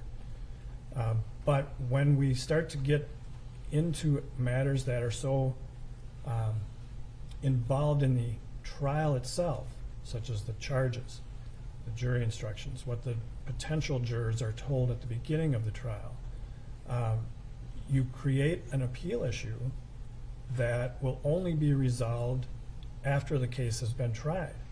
And Your Honor, we're not trying to delay this case. We want to try this case, but we want to try it right. And we only have the ability to try it once under certain circumstances, right? So we don't want to create appeal issues that are, stem from the court's jurisdiction. It's not something defense can waive, agree to. It's the authority of this court to hear a matter. And so it's creating an appeal issue where we shouldn't be, and we can avoid it. And I do think that, as I said, the rule recognizes exceptions. There are things we can probably move forward on, some basic and simple motions. But the other problem with jury selection is, there's a 30-day window to file a petition for review. The defendant is entitled to take all that time if he wants. There is a response period of 20 days, and we would try to respond obviously much quicker than that. And then the Supreme Court has 60 days to decide whether to grant the petition or deny it. And only then, if they deny it, the judgment would issue. If they grant it, as we all know, that litigation could take months and months. So if we start picking a jury, it's likely we would get 14 jurors well before any of those deadlines could happen and a judgment issue. So then we've spent time picking jurors that may not get used. But still the most, and just having them sit while deadlines go on. But the bottom line is we're creating a potential problem that cannot be waived cannot be agreed to by the parties. So in deciding, I think the parties have a right to some extent to voir dire jurors about those charges. I know full well attorneys need to be limited in how much they can ask jurors about the law, but I think we have... And I think you know that I'm very actually strict about that, probably to the extreme. And I do understand that, but I do think the parties have to be given some leeway to ask about charges. The jurors have a right to know. They started jury selection being told something very general, and then later they're told something very specific. I think it does affect the jury selection process, and so it is, in our position is, it is very much involved, the trial itself, because what we're dealing with are the precise charges that the defendant will face and that the jury will be asked to resolve. All right, I'd like to hear from Mr. Nelson. Would you mind approaching the lectern, and I'd like to ask your opinion on several things.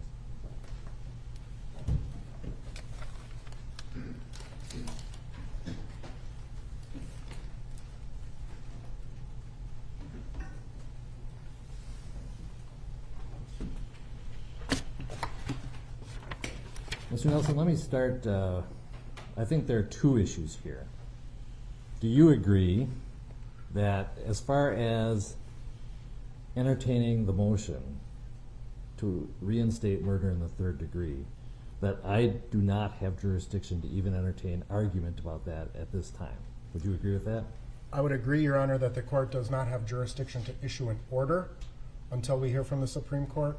However, I would disagree that the court can't even entertain argument on it. Okay. Let's assume that I decide otherwise, that I don't have jurisdiction even to consider argument because jurisdiction is currently at the Court of Appeals on this issue. What's your view as to the extent to which jurisdiction has been transferred to the Court of Appeals? And are we, as Mr. Frank has said, limited to, we essentially have to shut everything down right now and wait?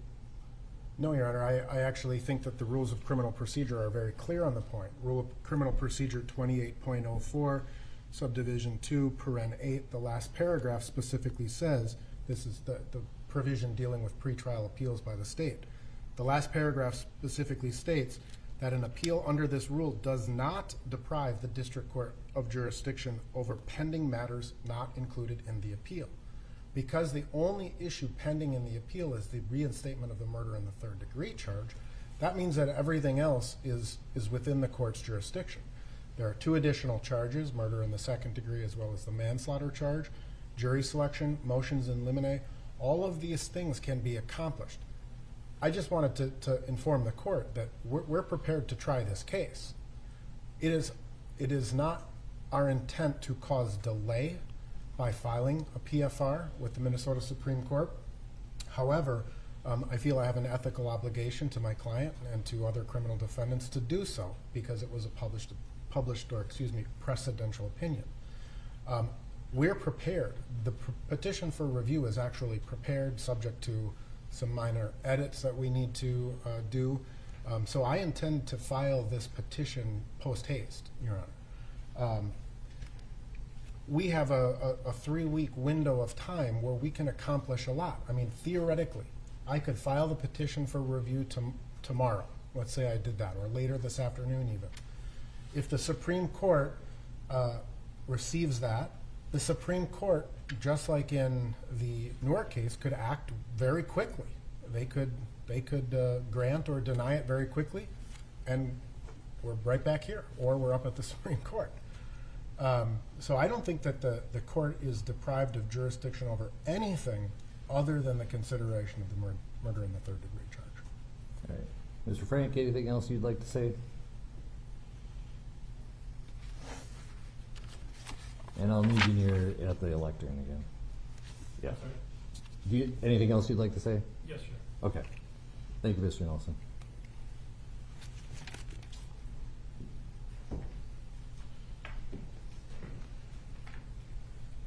Just as a final point, Your Honor, it is, I think, very important too, when we talk about voir direing the jury, that the jury be selected and voir dired as close to the trial itself as possible.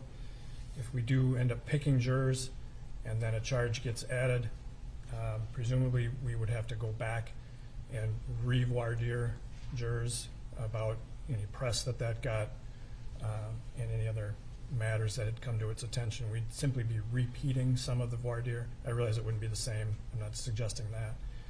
But it would complicate the process and build some repetition into it. I agree with Mr. Nelson. As I said, we're ready to go today. We want to go today. The defendant has the rights to pursue that appeal. We don't dispute that. He has the right to do it in the time periods provided under the rules.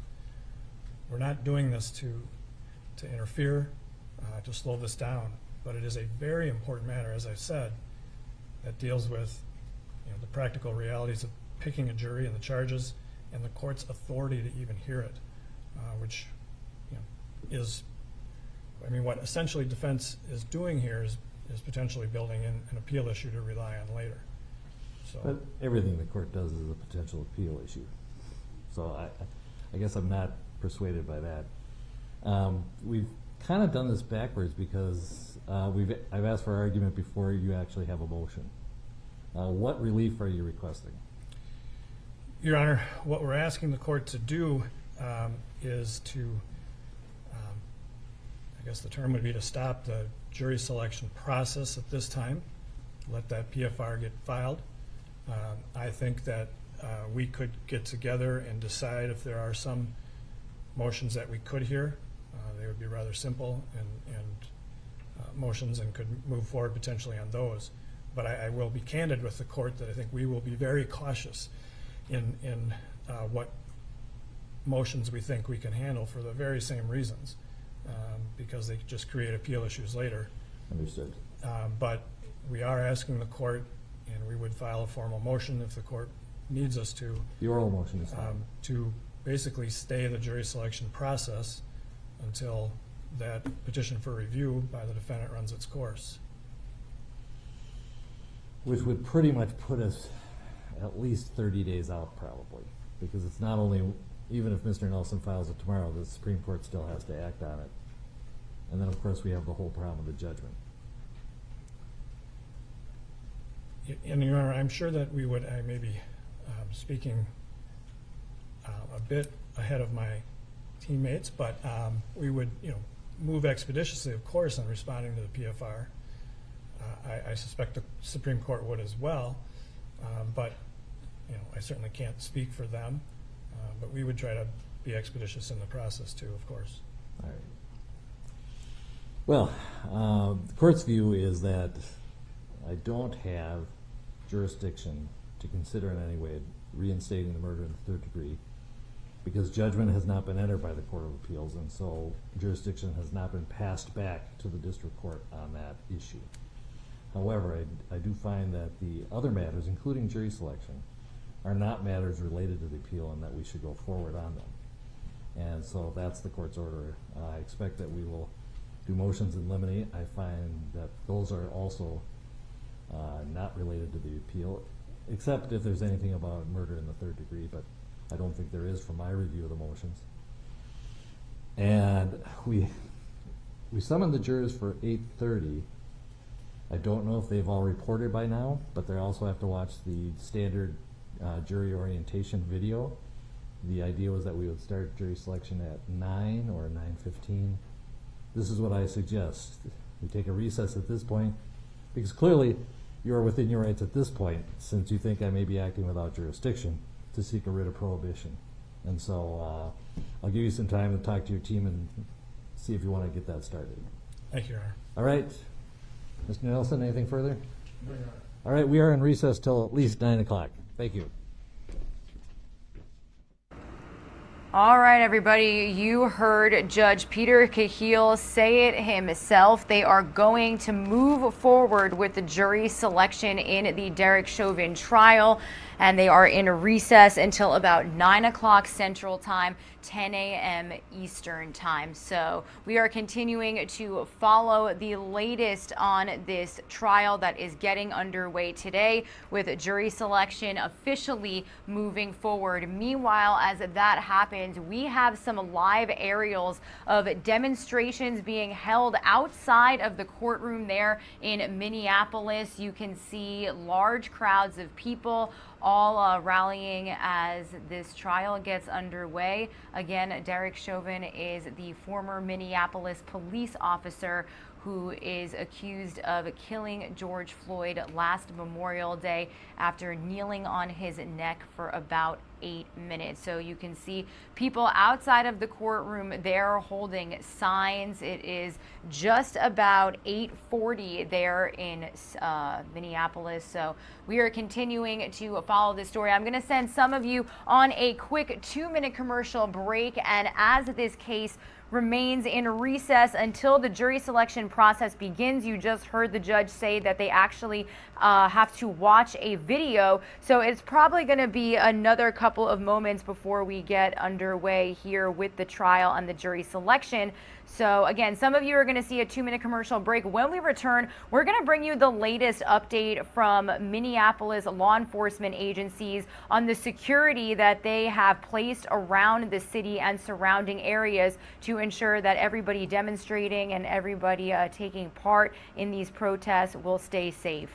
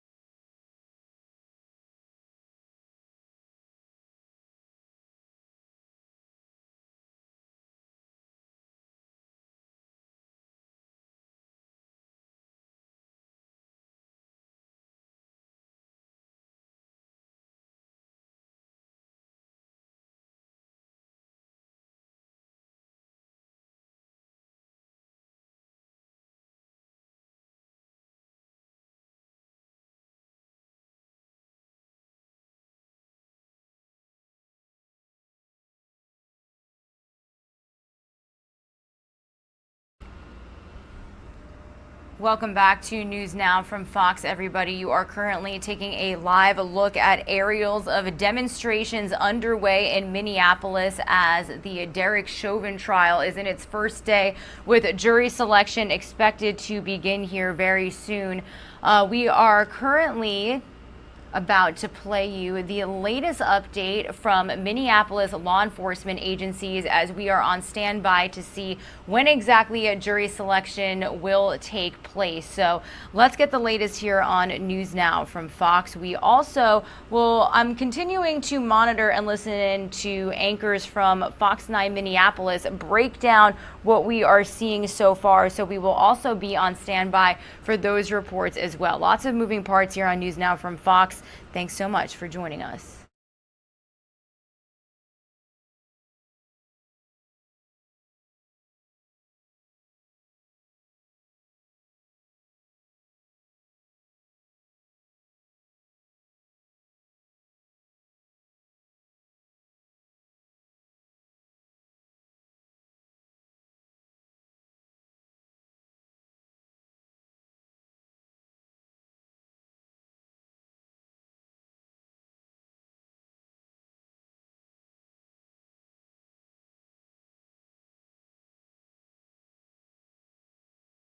The commencement of the Derek Chauvin trial, with jury selection beginning on Monday, March 8th.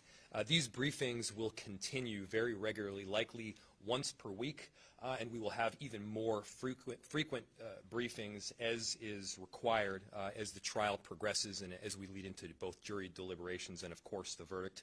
Once again, everyone that you'll hear from today is unified in common priorities. Priorities around safety, retaining and protecting First Amendment rights, and continuing to deliver our core city services with excellence. We know that with the beginning of this trial, it also means an increasing number of protests. Protests over the emotions of anger and fear and hope. And I know that there are so many Minneapolis residents as well as visitors that are very much looking forward to making their voices heard.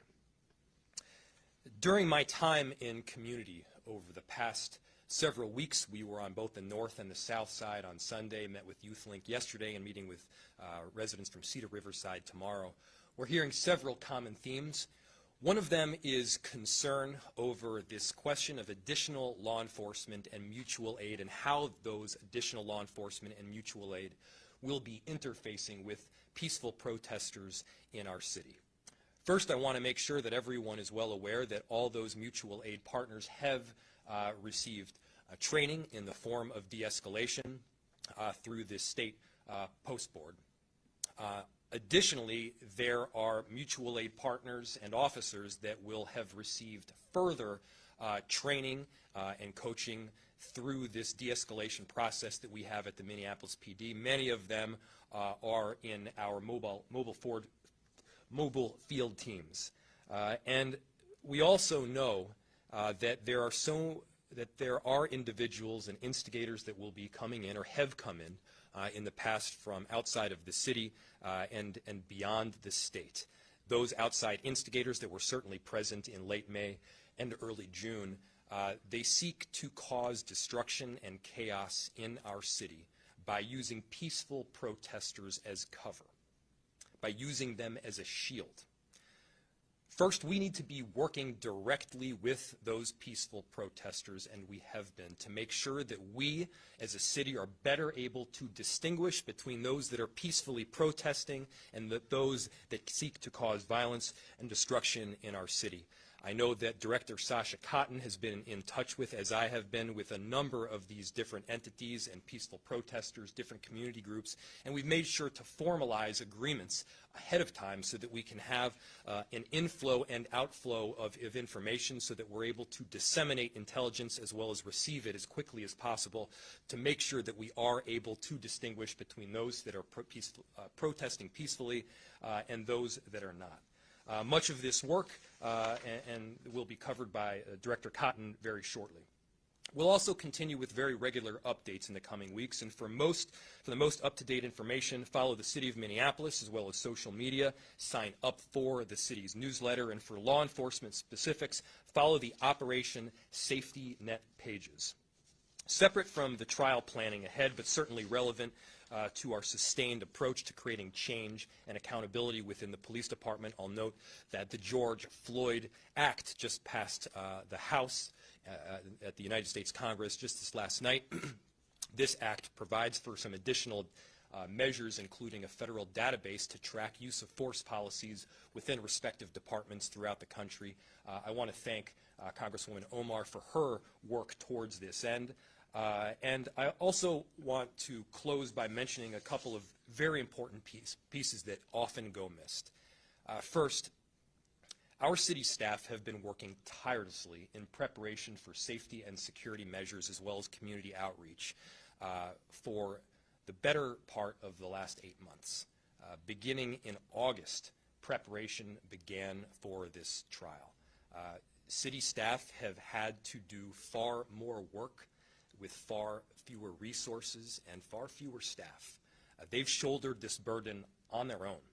They've been working tirelessly in City Hall and around the city of Minneapolis. I cannot thank them enough.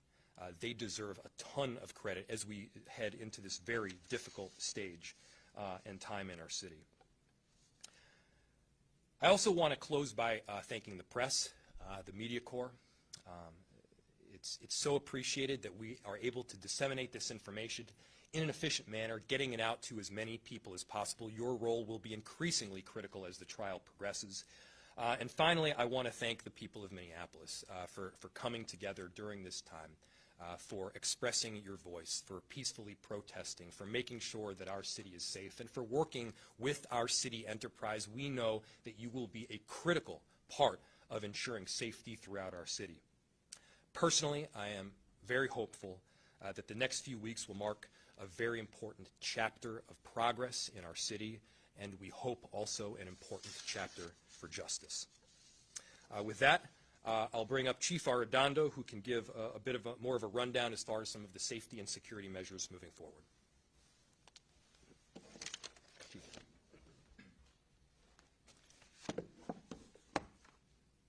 Thank you, Mayor Frey.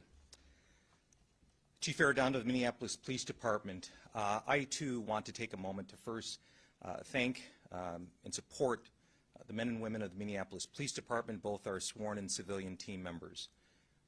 They have been taken on double duty, quite frankly, not only with the preparation of preparing for these upcoming trials, but also just making sure that our city stays safe and protected 24/7 in terms of their normal operations. We still clearly, obviously, have to maintain a city to run, and so I want to say thank you to our men and women of the MPD and their families that are also along with them on this journey. Operation Safety Net, as many of you have heard, has been in the planning stages now for approximately 8 months, and it really is on two main focus points. One is making sure that we ensure the First Amendment rights of all those who come into Minneapolis to participate. That civic participation is going to be very key and important, and so we're ensuring that that happens and happens peacefully. The other key piece to Operation Safety Net obviously is the prevention and making sure that we keep our city as well of Minneapolis, but also under this unified command, making sure that we keep our metro-wide region area and our state safe as well. So we encourage those individuals who wish to come into downtown Minneapolis, and we know that beginning as early as Sunday, we're going to have peaceful demonstrations downtown, and also, of course, Monday and in the days ahead. So we encourage that. We support that First Amendment peaceful civic participation. We know that folks will convene in public spaces. They'll have signs and expressions to make sure that their voices are heard, and that is something that all of us support. At the same time, we cannot allow for any sorts of unlawful activity. And unlawful activity ranging from assaultive or riotous behavior towards anyone will not be tolerated. Setting fires to structures of any kind will not be tolerated. Illegal fireworks, throwing objects, as well as pedestrians going on to our freeways. That cannot be tolerated, and so we want to make that very clear. Again, we want to focus on ensuring the peaceful demonstrations of those who wish to gather, and we will make sure that we do all of that to keep those safe and peaceful. But we cannot allow and re-traumatize our city and our communities with unlawful activity. The mayor mentioned, Mayor Fry mentioned the importance of the media. The media plays an important role in that First Amendment constitutional protected speech. And so we appreciate you, and we want to make sure that you are able to capture history and record it to all of those people out here in Minneapolis and across the world. One of the things that we've learned and have been working on from last year's events is making sure that we're communicating on better ways to properly credential media. We're also having conversations with local media and some of our national partners for your journalists who are going to be embedded in the groups covering the demonstrations throughout the trial to make sure that we can get real-time information to them in the event. There are public safety concerns, and we want to keep our media, our journalists safe out there. And we'll be continuing to work with our Joint Information System teams and our Joint Information Center folks to do all we can to ensure that our media capture, record the First Amendment speech and can do so safely. Again, this is really two things. We want to ensure the First Amendment rights for all those coming into our city, and that is going to be key for that civic participation. And then the other key piece, of course, is making sure that all of this is done in a way that prevention is the key, keeping our city safe, and all those who come into Minneapolis. So thank you. And at this time, I'd like to bring up Director Sasha Cotton of the Office of Violence Prevention.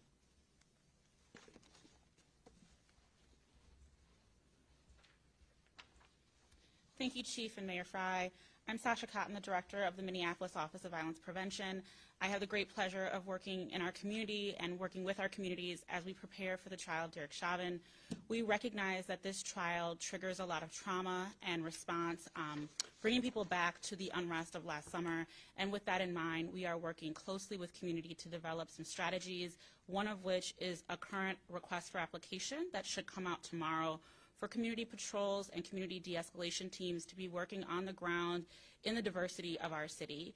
We're very excited about this opportunity because we know that community needs to lead on keeping itself safe. And this is one way that we can help to support our community in keeping itself safe and connected to the city. We know that information will be coming out rapidly about the trial and its evolution, and we want to make sure that community gets that information as quickly as possible.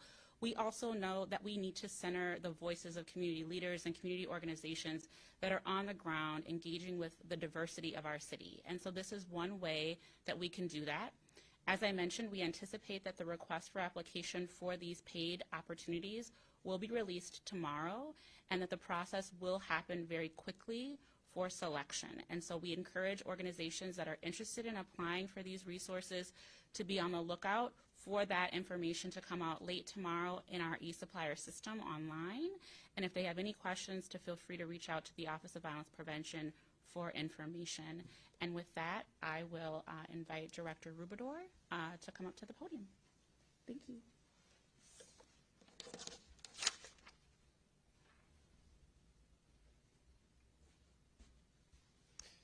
Good morning. My name is Mark Ruff, M-A-R-K-R-U-F-F. I am the city coordinator. And thank you, Sasha, because David's actually better looking than me, so it's a compliment that you introduced me as him. The role of city coordinator, I oversee a variety of internal and some of our outward-facing departments, including 311 and 911. I want to echo what the mayor highlighted, which I think about our 911 call takers, our dispatchers, some of the most underappreciated first responders who deal with people in their most difficult moments of life and oftentimes don't know the resolution of what those issues are. And they come in day after day throughout this whole process in quieter days and in days of stress. And I cannot tell you how proud I am of that group of people who are really the rock and the face of the city in so many ways. I would also say with our 311 employees as well, as they are the ones who are the first line when people have just general questions and wonder about this about what's happening with whether it's the trial or just even how to get around town, and just a solid group of individuals that we have dedicated towards their best service for our community members. And I encourage all members of our businesses and our residents to utilize those resources in appropriate ways. Again, 911 should just be for the calls that are immediate life safety, need an ambulance, need a fire response, need a sworn officer responding to a crisis in the moment. For those who had general questions about information, we are standing up a new section of the city's website starting late tomorrow. Again, the city's website is at www.minneapolismn.gov, and there will be a very specific section around what you question and answer, as well a Q&A, as well as just general overview of what's happening with the trial. And that is the best up-to-minute resource that we as a city will have. 311, also for general information, we are supplementing all of the work so we can be timely in our responses, whether those come in via phone or versus email. Again, for business and property owners, and working with our Community Planning and Economic Development Department, and generally about questions about what's happening in the next weeks and months, there is a special phone number, 612-673-2499, and those are for both preparation and for resources around small businesses and larger businesses. Good morning, everybody, and welcome to News Now from Fox. Thank you so much for tuning in this morning. We are staying on top of the Derek Chauvin trial happening in Minneapolis, Minnesota. But I do have a live interview right now. Joining us is lawyer Susan Gertner. She is closely following the trial in Minneapolis. Good morning. Thank you so much for joining us. How are you doing? I'm doing well, Pilar. Thanks. So what have we seen so far this morning? We did air the proceedings here on News Now from Fox.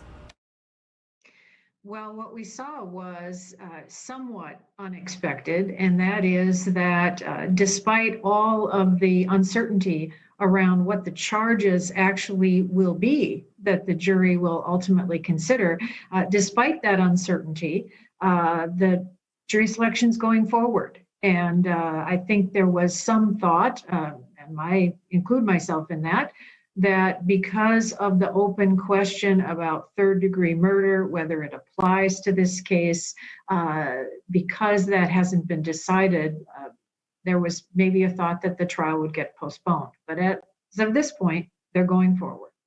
Yeah, I was actually hearing that the jury is going to be virtual, like we're not going to get to actually see them. The process will be that the jurors, one by one, will be actually in the courtroom, questioned by the judge and by the attorneys, but that their names will not be used, and that their face, their visual, will not be available. It won't be broadcast to preserve the anonymity of the jury in a public respect. So far out there in Minneapolis, we were showing live aerials of protests, George Floyd supporters, for lack of better terms. What has the mood been like out there? I think there's been a fair amount of apprehension in Minneapolis generally about what to expect. There certainly is an atmosphere of the government center being a fortress at this point, instead of the center of government where people come and go about their business. There's a fair amount of police presence in downtown Minneapolis, but at least so far, it seems as if the mood outside, from what I'm hearing, has been respectful and orderly and emotional, of course, but certainly peaceful. They are currently in a recess right now. We're seeing the seal of the courtroom. What's happening right now? Right now, there's discussions being had, what to do next, how to go forward. There's some of the mechanics of the first day of trial. Jurors are told to be at the courthouse at a certain time. but then they need to be brought through an orientation process that all jurors, no matter what kind of case it is, no matter how serious, are instructed about the jury process, what their responsibilities are as jurors. And so after that education process happens, which is presumably going on right now, then the actual jury selection process in this case will begin. How do you think the jury selection process will be? How do we choose unbiased people in a case such as high profile as the George Floyd?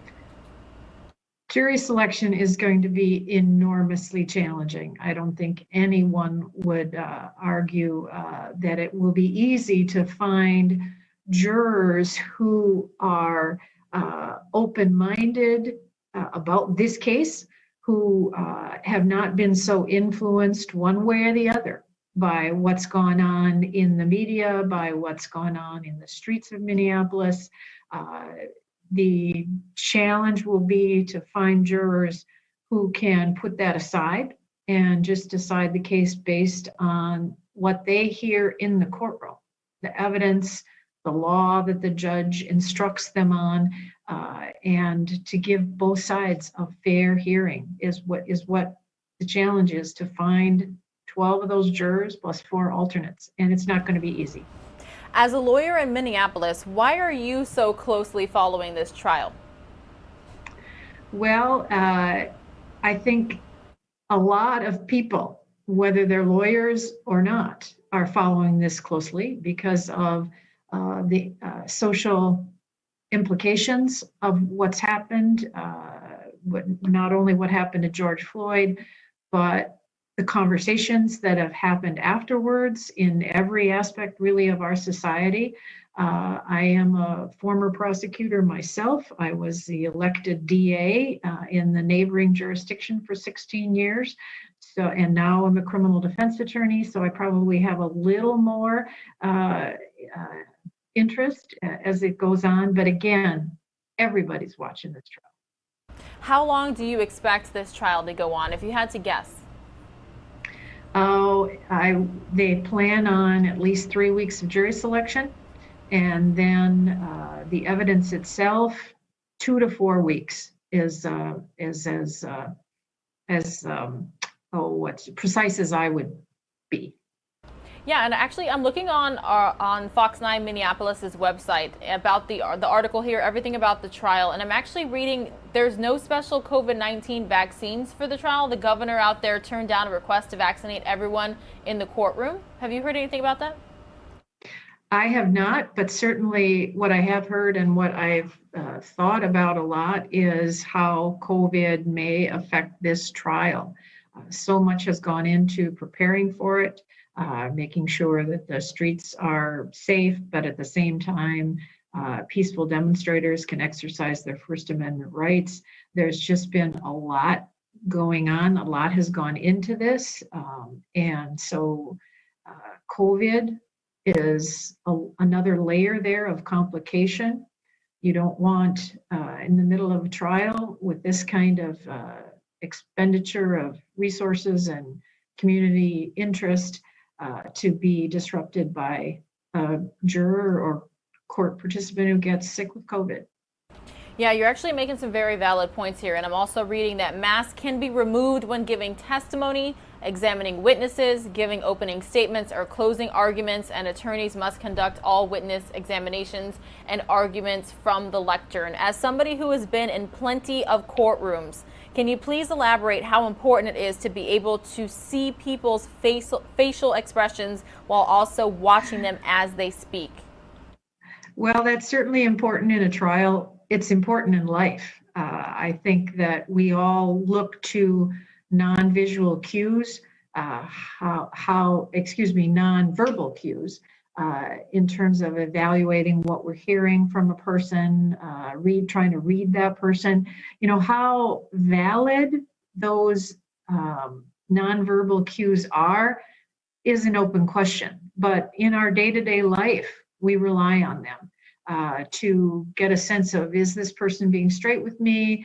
Am I hearing what I need to hear? How are they? What are their emotions as they're talking about whatever they're talking about? Certainly that's a part of a trial as well. So the fact that at least when witnesses are testifying, they'll be able to remove their masks, I think is critical. I think it's important for the jurors to be able to hear the lawyers as they talk, as they ask questions, as they give their arguments. And so that exception to the mask rule, I think, makes a whole lot of sense. Is there anything else that you would like to tell me about this trial, what we can expect today or going forward? I think you can expect the unexpected. Like with any trial, you never know what's going to happen. But with this case, and particularly given the uncertainty around the third-degree murder charge, which is where all the argument is focused on in terms of the law, I think that the next few weeks, I wouldn't predict how they'll play out. All right. Susan Gartner joining us live from Minneapolis, Minnesota. Thank you so much for being here on News Now from Fox. Thank you. Bye now. Most of you are going to see a 2-minute commercial break. More News Now from Fox is next.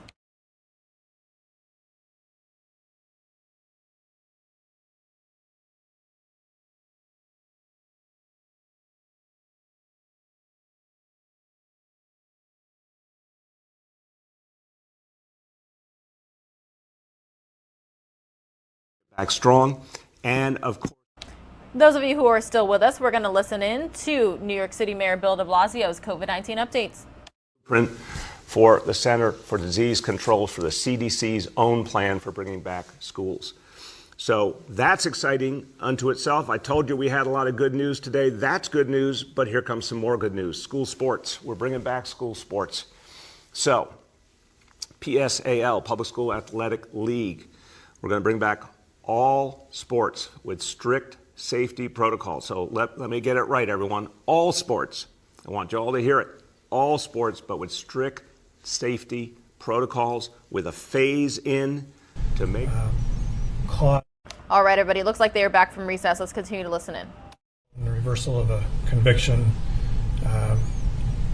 that we are going to seek further direction from the appellate courts about whether the court can proceed, particularly with jury selection, while that appeal is pending. And so my understanding, Your Honor, is the court will give us an opportunity to get that perfected and get that process started with the Court of Appeals this morning. And so we would ask the court for a break to go do that, take care of that, and we'll get that filed with the Court of Appeals. And Mr. Nelson, anything to add? No, Your Honor. All right. I did indicate it was my intent that we go forward with motions in limine and jury selection, unless someone tells me not to. I think you have the right to seek to file a motion with the Court of Appeals, but also I think to call the Court of Appeals for a telephonic writ, essentially to stop us from going forward while your motion is pending, or if that's what they want to do. And so I would, just looking at the clock, we have jurors, but I think realistically we're not going to get to any jury selection. We won't have an answer until at least tomorrow.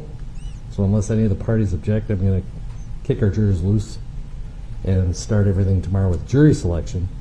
If the parties can agree that I have jurisdiction, or the Court of Appeals agrees that I have jurisdiction, then we can spend the morning, in fact the whole day, on motions in limine. And we won't know that until we hear what the Court of Appeals says, because if they issue essentially a telephonic writ telling me to stay everything and tells me how long, I hope, then we can proceed accordingly. Anything to add to the record, though? Otherwise, we're going to stand in recess. Let's come back at 10 o'clock and see where we're at with the Court of Appeals. Anything further? No, yeah. All right. Thank you all. Thank you. We're in recess until 10 a.m.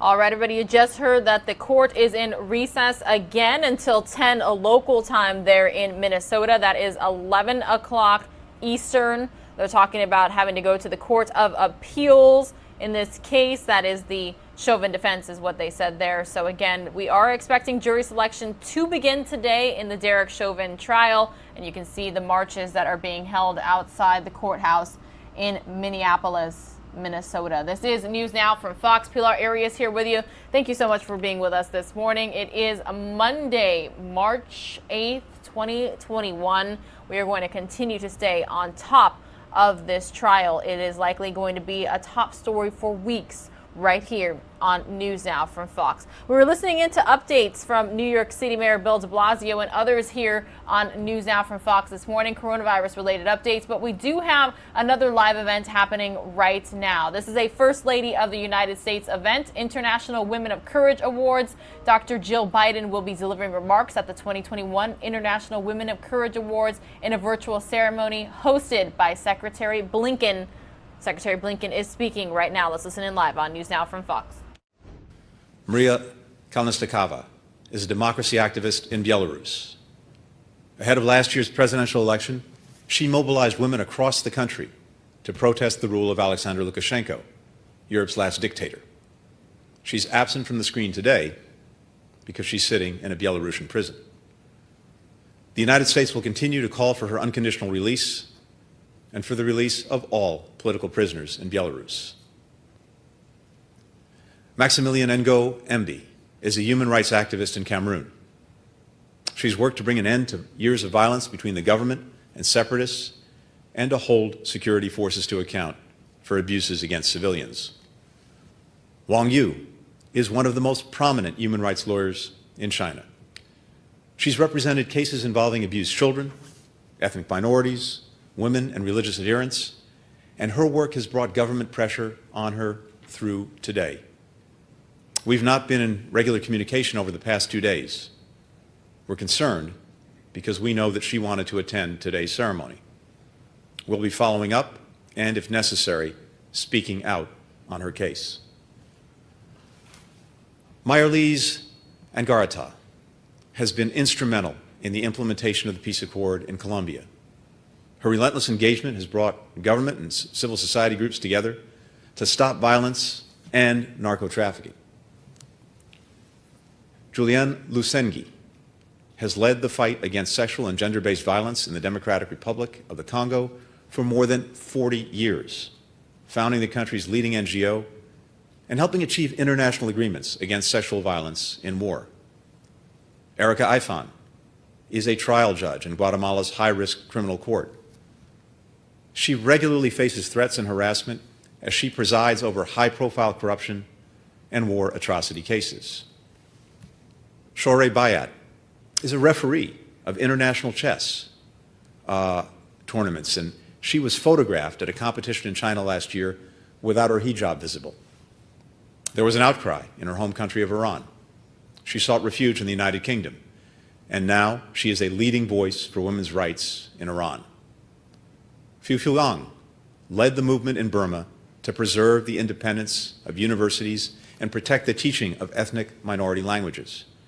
Her NGO builds ties among young people across ethnic and religious groups. Muskan Khatun is a 16-year-old from Nepal who survived an acid attack after rejecting a boy's advances. Thanks to her courageous activism, there are now stronger penalties for acid attacks and regulations on the sale of acids in Nepal. Zahra Mohammed Ahmed is a lawyer in Somalia who fights for survivors of sexual and gender-based violence, internally displaced people, and refugees returning home, some of the most vulnerable people in one of the most dangerous places in the world. Ranita Gununaraja is a lawyer who defends minority Muslim and Tamil communities in Sri Lanka, fights for justice for victims of enforced disappearances and prisoners detained for years without charge. Sister Alicia Vacas Moro is a member of the missionary group, the Kamboni Sisters. She ran a medical clinic in Egypt, served a Bedouin community outside Jerusalem, and now coordinates 40 nuns across the Middle East, helping trafficking victims, refugees, and asylum seekers. Canan Gulu is a women's rights activist and president of the Turkish Federation of Women's Associations. Last year, she successfully organized against Turkey's withdrawal from the Istanbul Convention a human rights treaty against domestic violence. Ana Rosario Contreras is the president of the Caracas Nurses Association in Venezuela. A prominent labor activist, she organizes nationwide protests and strikes for healthcare workers. We're also posthumously honoring a group of courageous women from Afghanistan who paid the ultimate sacrifice while working toward a better future for their country. Fatima Khalil, an official with the Afghanistan Independent Human Rights Commission, was killed by an IED on her way to her office. Mariam Nourzad was a midwife in a hospital in Kabul. When 3 gunmen attacked the maternity ward, she refused to leave her patient and was killed along with the patient and newborn. Freshta, daughter of Amir Mohammed, was a prison guard murdered by an unknown gunman while walking to a taxi on her way to work. Fatima Rajabi was an anti-narcotics police officer captured and killed by the Taliban. Malaila Mawand was a reporter murdered by unknown gunmen in Jalalabad, part of a troubling increase in violence against journalists in Afghanistan. General Shamila Fro, the head of the gender unit in the National Directorate of Security. She was assassinated in an IED explosion targeting her vehicle. And Freshta Kohistani was a popular blogger and women's rights and democracy activist killed by unknown gunmen near her home in Kapisa province. They represent women and girls across Afghanistan who continue to press on in defense of their hard-won gains and in the face of high rates of violence against Afghan women. Finally, I want to mention a woman we honored in 2012, Samar Badawi of Saudi Arabia, who fought a long battle for legal freedom from her father and became a prominent advocate for women's voting rights. She's been in prison since 2018, along with other women's rights activists, and we join other nations in calling for their release. My deepest thanks to all of this year's International Women of Courage. You're making our world more just, stable, peaceful, and free. The United States is proud to be in your corner. There's no better way to mark International Women's Day than by celebrating you. And now, it is my pleasure to introduce our First Lady, Dr. Jill Biden.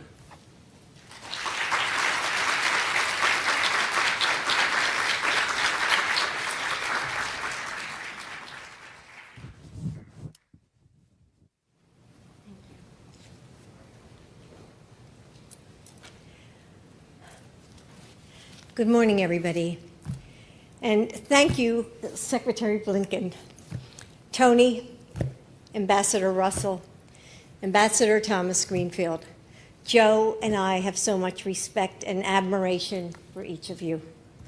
And to the men and women of this department, we are so grateful for your work. In the past few years, our Foreign Service officers have seen how fragile and critical diplomacy can be.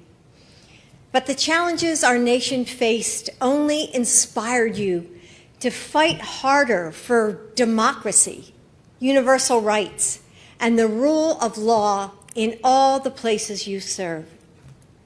The President and Secretary Blinken are going to make sure that your faith is rewarded.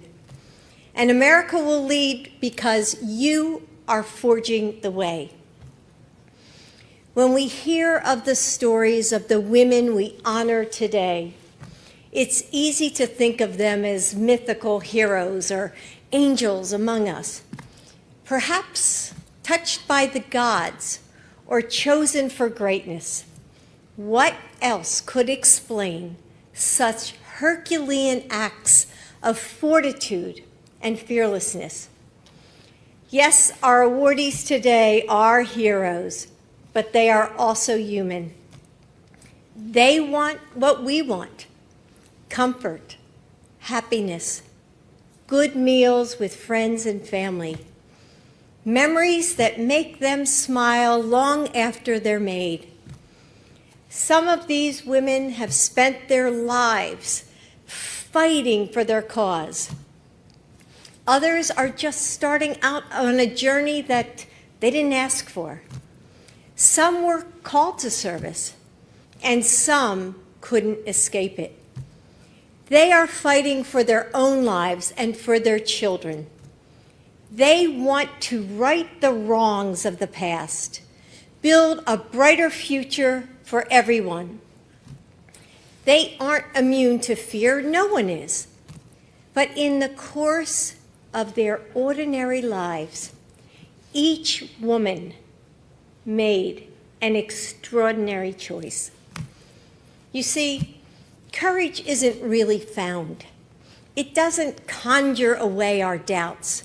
It's an intentional decision made. It's the prickle of each possible disaster running the length of your back, but standing to face the unknown anyway. It's knowing that your feet may falter and choosing to walk forward.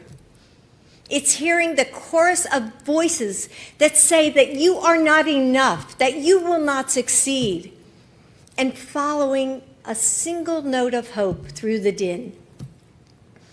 These women made an extraordinary choice to persist, to demand justice, to believe that despite the obstacles and fear that they faced, that there is a future worth fighting for.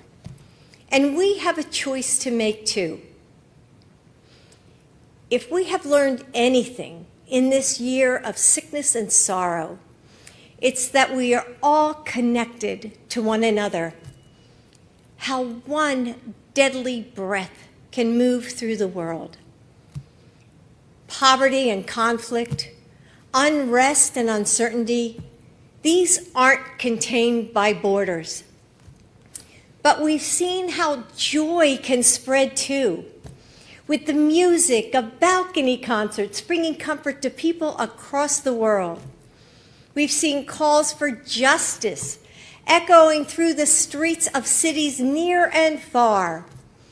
And we've seen how the things that connect all of us, our love for family and friends, our hope that we will be together soon, transcend language and distance.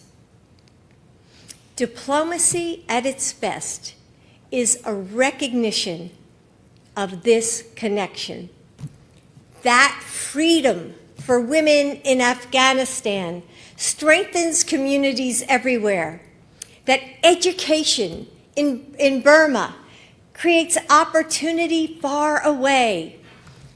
That fair elections in Belarus will bolster our own democracy too. That justice can only be justice if it's for all. Your fight is our fight, and your courage calls us to come together again and again and again.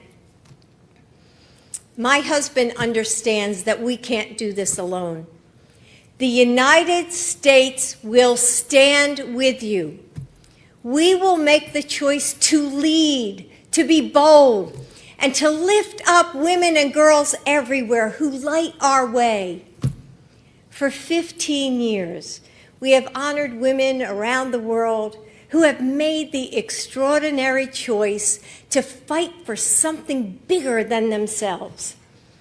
Today, we recommit to being worthy of that courage, to understanding that our lives are tied together in immeasurable and powerful ways. And by choosing every day to honor that connection, we will stand with you as we build a brighter future for us all. Thank you.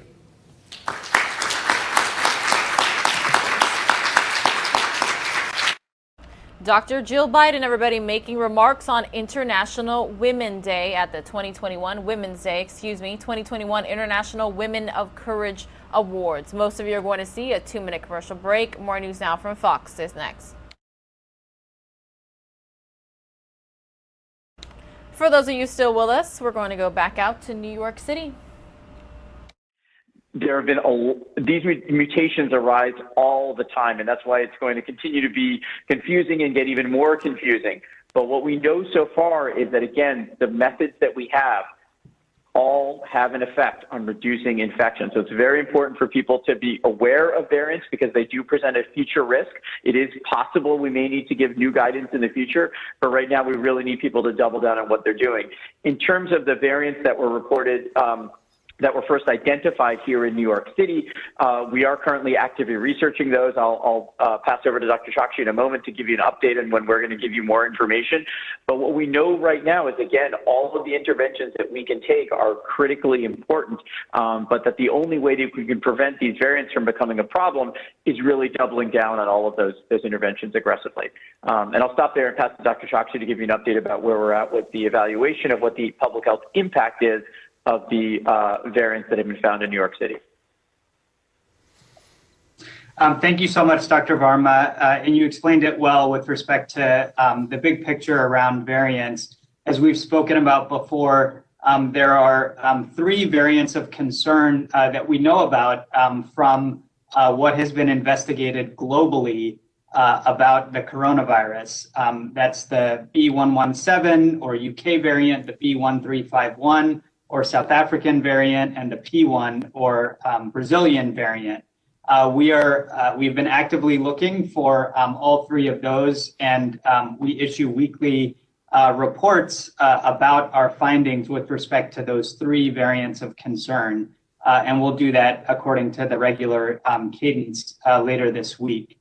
Also later this week, we do anticipate having some more information to share about the science that's being done around the B1526 variant, which is sometimes known as the New York variant as well. The disease detectives here at the health department have been working around the clock to figure out some of the key questions about that variant, such as whether it's more contagious and spreads more easily, and whether it changes the nature of the illness caused by the virus that causes COVID-19. So this is all happening on an hour-to-hour, day-by-day basis, but we plan to share at least some of the initial findings with the public later this week. Thank you very much. Go ahead, Juliet. Yeah, okay. So to follow up on that, have you identified or has there been a second variant identified? And also, when everyone goes back to school, as you anticipate in September, do you plan on continuing social distancing in classrooms and mask wearing? Okay, those are very different questions, but let me see if I can quickly get through that. Dave, I'll speak to the schools piece. Dave, just on the, is there a second new occurrence in New York? Would you just speak to that? Sure, sir. I'll be happy to. So there are multiple, different variants that are being identified around the country and around the world. So, Juliet, I'm not sure what the second variant is specifically that you're referring to. We do know that the B1526 variant that is mentioned, some of them have a particular mutation that is concerning, and some of them do not. So perhaps those are the 2 flavors of that particular variant that Dr. Gottlieb was referring to. But we'll have more details on all of this later this week with respect to what we're finding about that and the other variants. Thank you. And Juliet, the simple answer to your question is, look, we want every kid back in school in person. We know some kids, some parents may not be ready for that. I would expect at this point we're certainly going to need remote piece as well.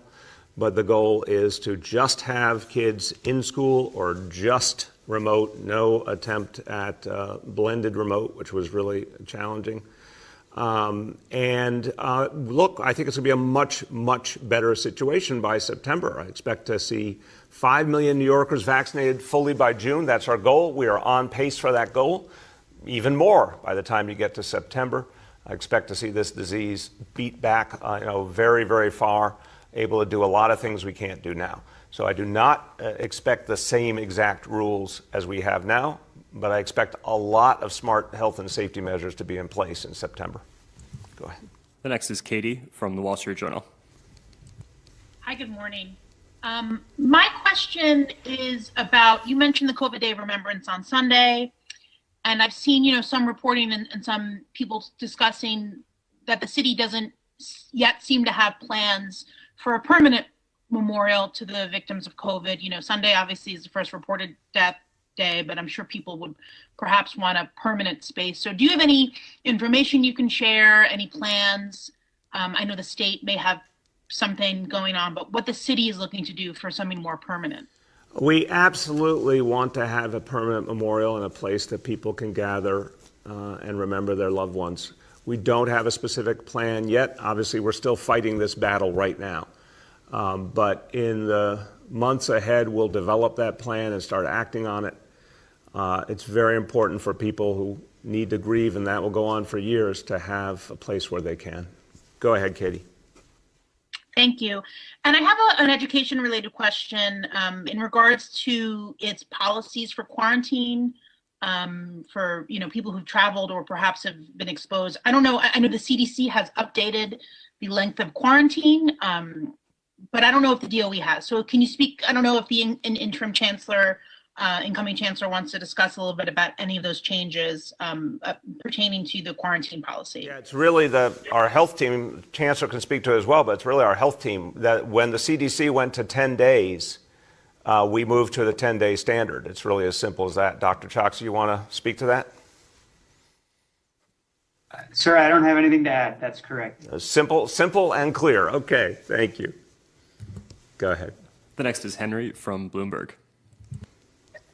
Hello, Mr. Mayor. How are you doing today? I'm doing well, Henry. How are you? I'm doing well, thank you.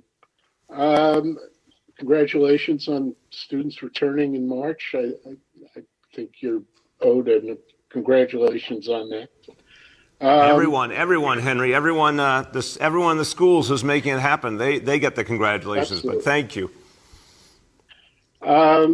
With these students returning, you mentioned the stress that they've been under for the past year, and you've talked about emotional supports being in place in September.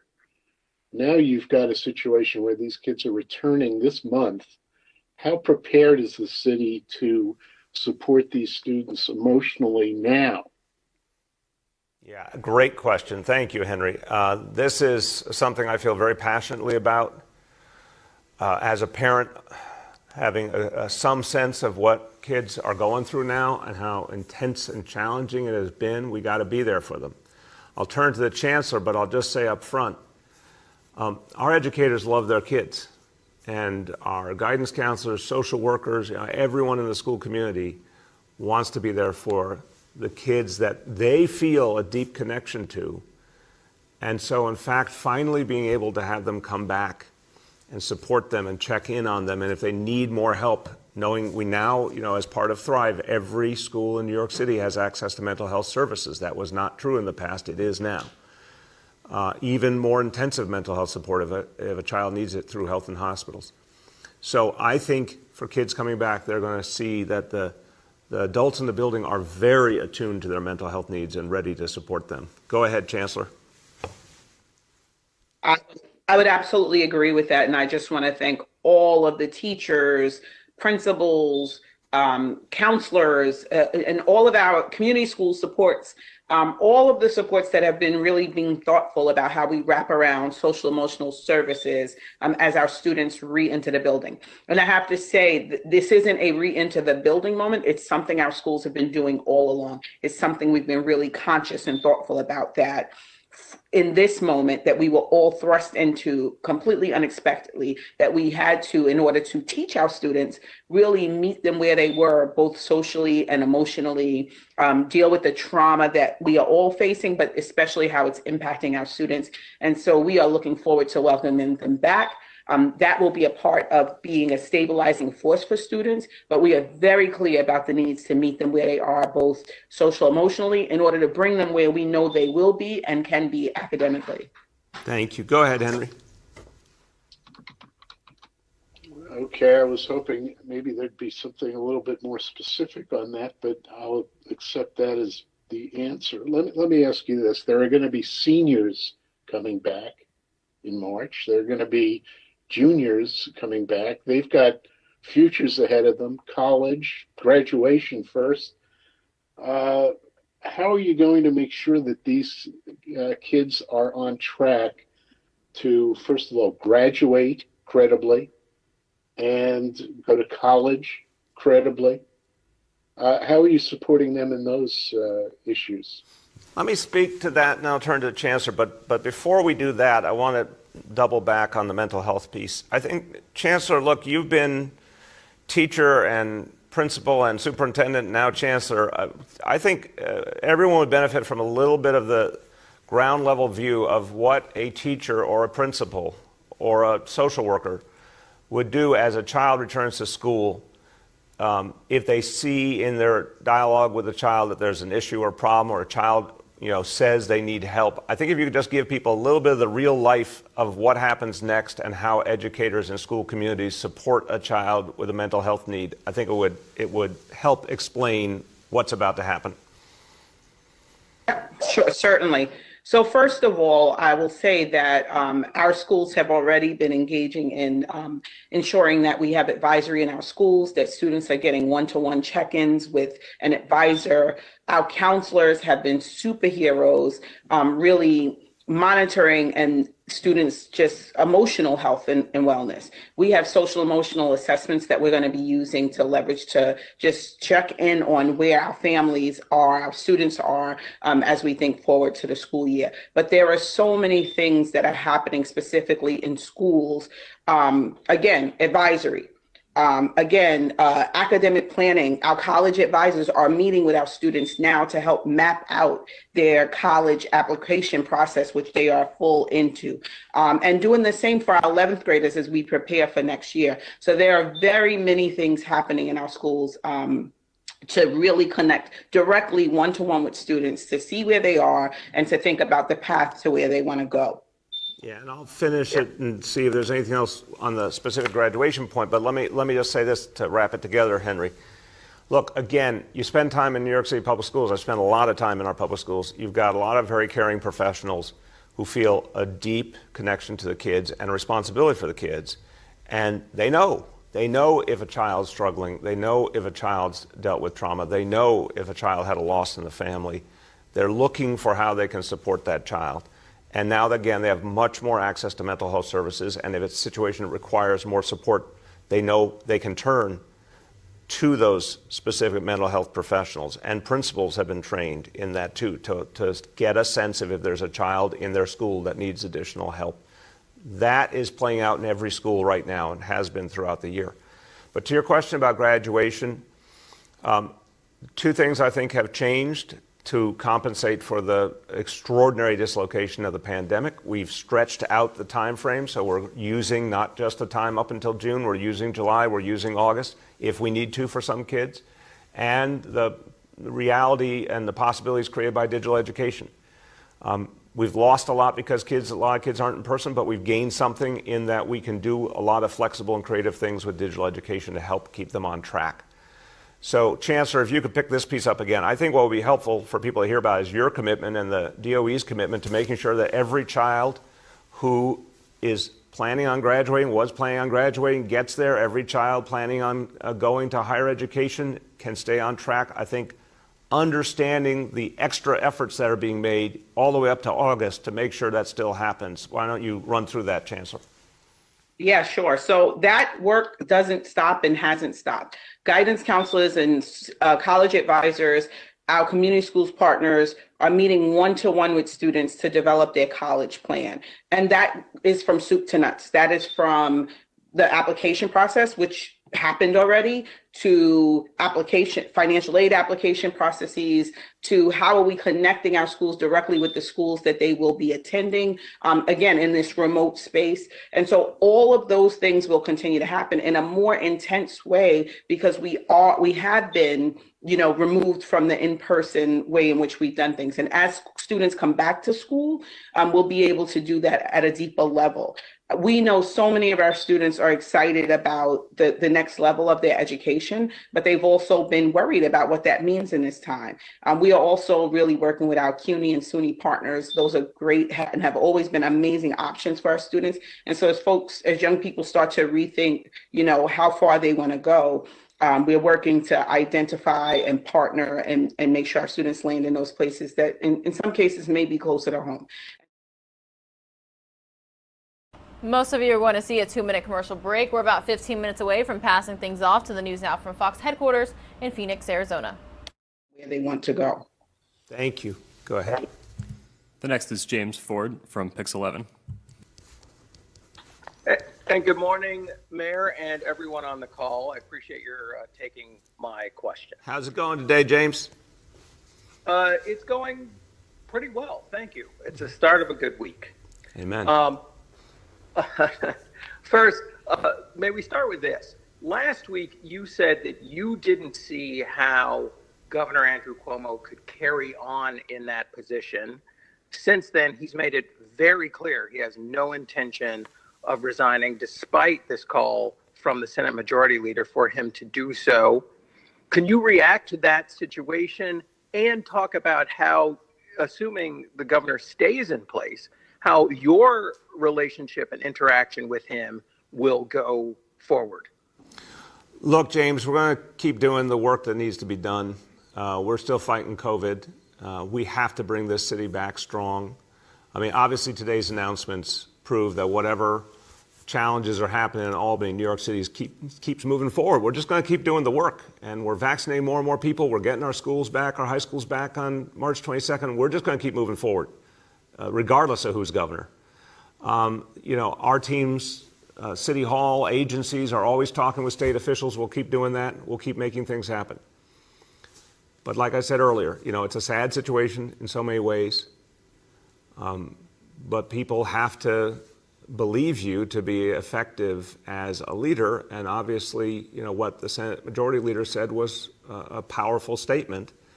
Unfortunately, it's a situation where fewer and fewer people are believing what the governor's saying, and that has to be addressed. Go ahead, James. Also, you said that school athletics will reopen with proper safety and health protocols. Without elaborating, if you would, please, can you give us more details about what those safety and health protocols are and how they relate to the ones that you intend to use in the classroom as high schools reopen? Yeah, look, I'll turn to Dr. Choksi, and again, reminding people that Dr. Choksi is not only a parent, his wife is an assistant principal, so he really, really understands our public schools. But I'd say the key is gold standard. Everything we do in a classroom or in athletics, we're going to apply the gold standard. That means taking the best health and safety practices from around the nation, around the world, and combining them. So, for example, our kids that participate will be wearing masks while they go through their athletic activities.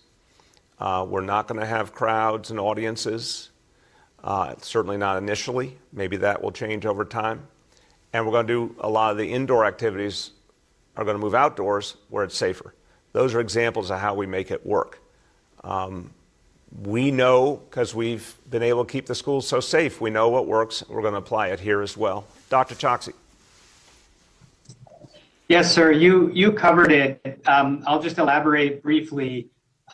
We know that the layers of safety that we've put in place are the most effective way to curb the spread of the coronavirus. So that's the core four. That means masking, distancing, washing your hands, staying home if you're feeling ill. On top of that, we add getting tested regularly as well.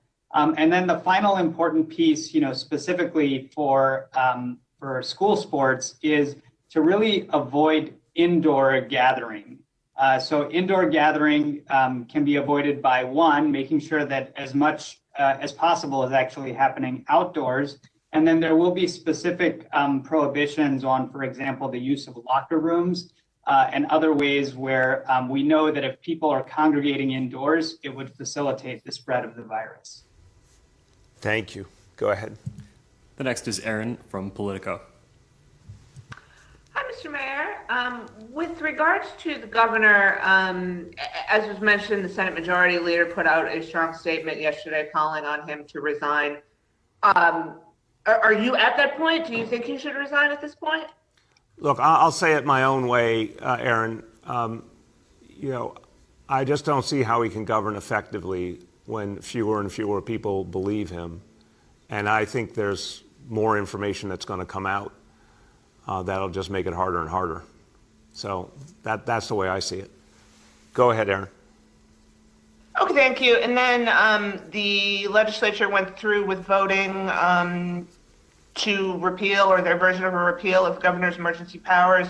What exactly would you like to see happen next on that front as far as restoring local control? Thank you. A really important question. I'd say, look, I appreciate the action the legislature took. It is definitely a step in the right direction, but I think we should go to full restoration of local control.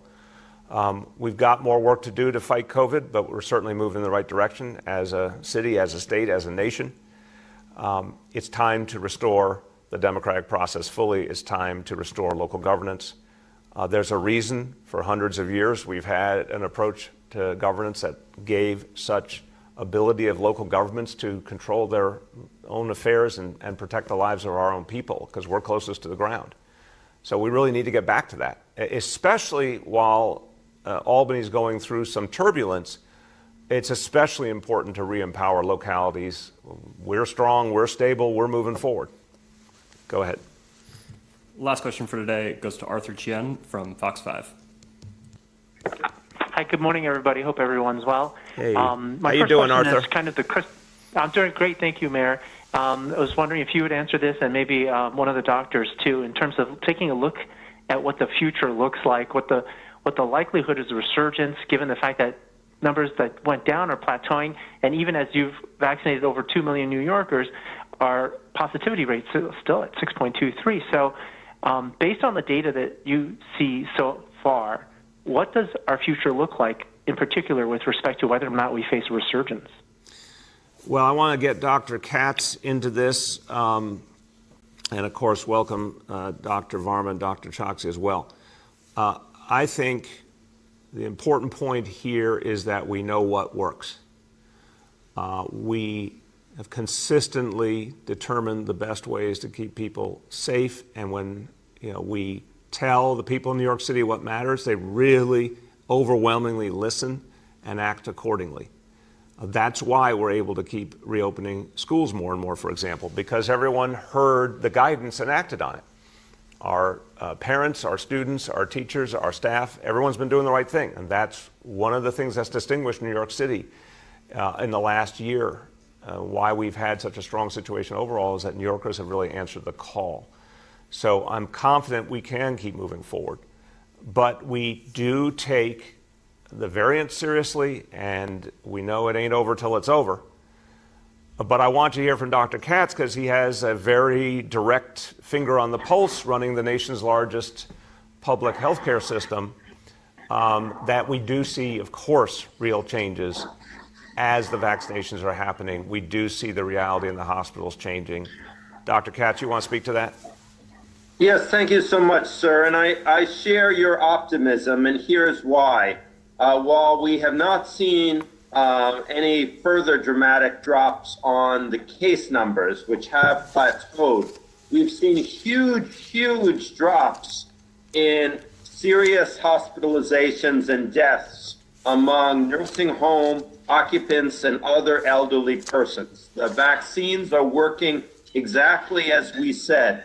They are extremely effective at preventing serious disease and death, which is the thing that, of course, we most worry about. So I feel very hopeful. We need, as you say, sir, to maintain the core four. The variants may make the virus more transmissible, which means that unvaccinated people are at greater risk of getting infected. But because we are successfully vaccinating those who are most vulnerable, the people over 65, those with underlying illness, I have great optimism about the future. Thank you, sir. Thank you. Dr. Varma or Dr. Choksi, anything you want to add? This is Jay. I'll just say that, I concur with Dr. Katz that the future is very optimistic. I think the reason you continue to hear caution from all of us, of course, is that we're still at a tense moment. We have the virus evolving and trying to challenge our defenses, but we now have the vaccines, which, as Dr. Katz said, are showing remarkable effectiveness at bringing down severe illness and death, particularly among those people who are most vulnerable. So it is a tense time, of course, because we don't have the supply of vaccine that we really want. And so I do think that things will change dramatically once we get to a situation where we have, a complete abundance of vaccines. We'll also have the advantage of seasonal temperature changes to help benefit us as well. But we still do have to persist for the next several weeks until we get to those places where we actually have the upper hand on the virus, as opposed to kind of in a constant tense battle. Thank you. Dr. Choksi, anything to add? Yes, sir, Mr. Mayor. Just briefly, I would say that we are at a juncture where we want to see cases and hospitalizations plunging rather than plateauing. And that's why, just as my colleagues have said, we can't let our foot off of the gas right now, and instead to recommit to those things that have worked as we allow vaccines to take their course. Go ahead, Arthur. Okay, thank you, guys. And last question is, we've seen some lines build up, and not just at the state sites, but at the city sites. We've seen, and you yourself have talked about how you've tried to address any problem spots to try to fix the problem. Given the fact that if there's overcrowding at a city site, that people are there scheduled to come back exactly at 21 days or 4 weeks for the Moderna shot, how do you fix that problem so that when the massive number of people who overburdened a particular site on a certain day, when they're coming back for their second shot, where we know that it's going to be smoother?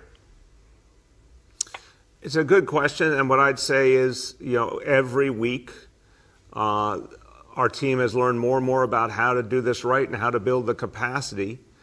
Again, right now we are absolutely confident we can do 500,000 shots in a week, and it looks like we can do substantially more. So we can always keep expanding capacity and more sites. We want to add sites. We just added Co-op City in the Bronx. Major site, you're going to see a lot more like that as we get supply, and that helps spread out the demand more so that people do not have to deal with as many delays. But I'd like Dr. Katz to speak to this on a sort of operational logistical level, how we balance second doses, people coming back, versus first doses, and make sure that we can not have lines. And Dr. Katz, as you speak to it, one of the challenges, of course, is folks wanting to be really careful and showing up super early for their appointments, which we don't want to encourage. We don't want a lot of folks waiting in line, and they can have confidence in their schedule. But talk about how you balance the logistical needs of second dose versus first dose. Sure, sir. Thank you so much. Well, it is easier for us to balance second doses because we know ahead of time. Part of the challenge on the first doses since the start of vaccination efforts is that each week we learn from the state what our allotment is and how many vaccines are going to which sites for first doses, which makes it extremely difficult to plan schedules significantly in advance, since each week we have a different number of vaccines going to different sites. When it comes to second doses, it's very predictable because a second dose will always follow a first dose. And so we know exactly when the person needs to be vaccinated, and we can space that out throughout the day so that we don't have a clump of people all at one time. Also, if we know that we have a lot of second doses that day, we'll make fewer first dose appointments at that same time so that people do not wait. To say more about the other two issues you mentioned, We have had an issue with people coming 3 and 4 hours early for their appointments. And it's hard for us. I mean, that does guarantee a line. If people are coming earlier than their appointments, they are going to clump in line. What we have been doing is we have people walking through the line, identifying people who are older or disabled and need a chair, need a warmer place to sit, and accommodating them so that they are not uncomfortable while we are vaccinating everyone. Thank you, sir. Thank you very much, Mitch. And Arthur, thank you for raising the concern. I want to say to you and your colleagues in the media, it always helps us. If you learn of a site where there's a particular problem, we need to act on it quickly. Obviously, we have our own quality control approach, but we always appreciate when our colleagues in the media identify something that needs to be addressed, and we will do it right away.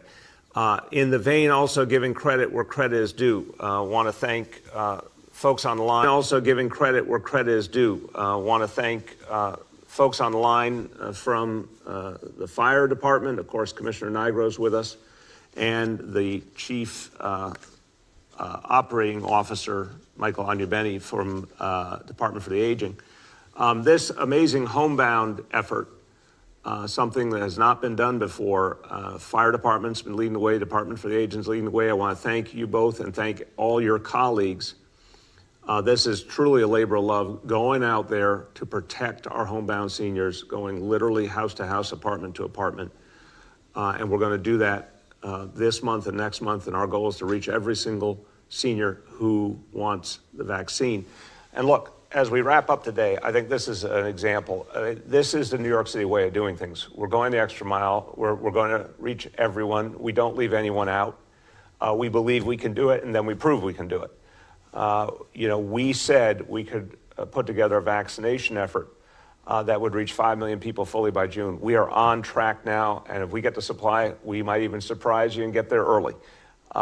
We said we could reopen schools, open them in the beginning, keep them open, continue to open up after even problems. We bring back our kids, and then we're going to have a full reopening in September. This is the New York City way. This is why our recovery is going to be so strong. So I said at the beginning, it's a good day, and it's an amazing day having the news from Washington about the stimulus. But the best news is always right here in New York City. The incredible effort of New Yorkers. Talk about can-do attitude. That's what you've seen throughout this whole crisis. That's what's going to be the key to bring us back. That's why it's going to be a recovery for all of us. Thank you, everybody.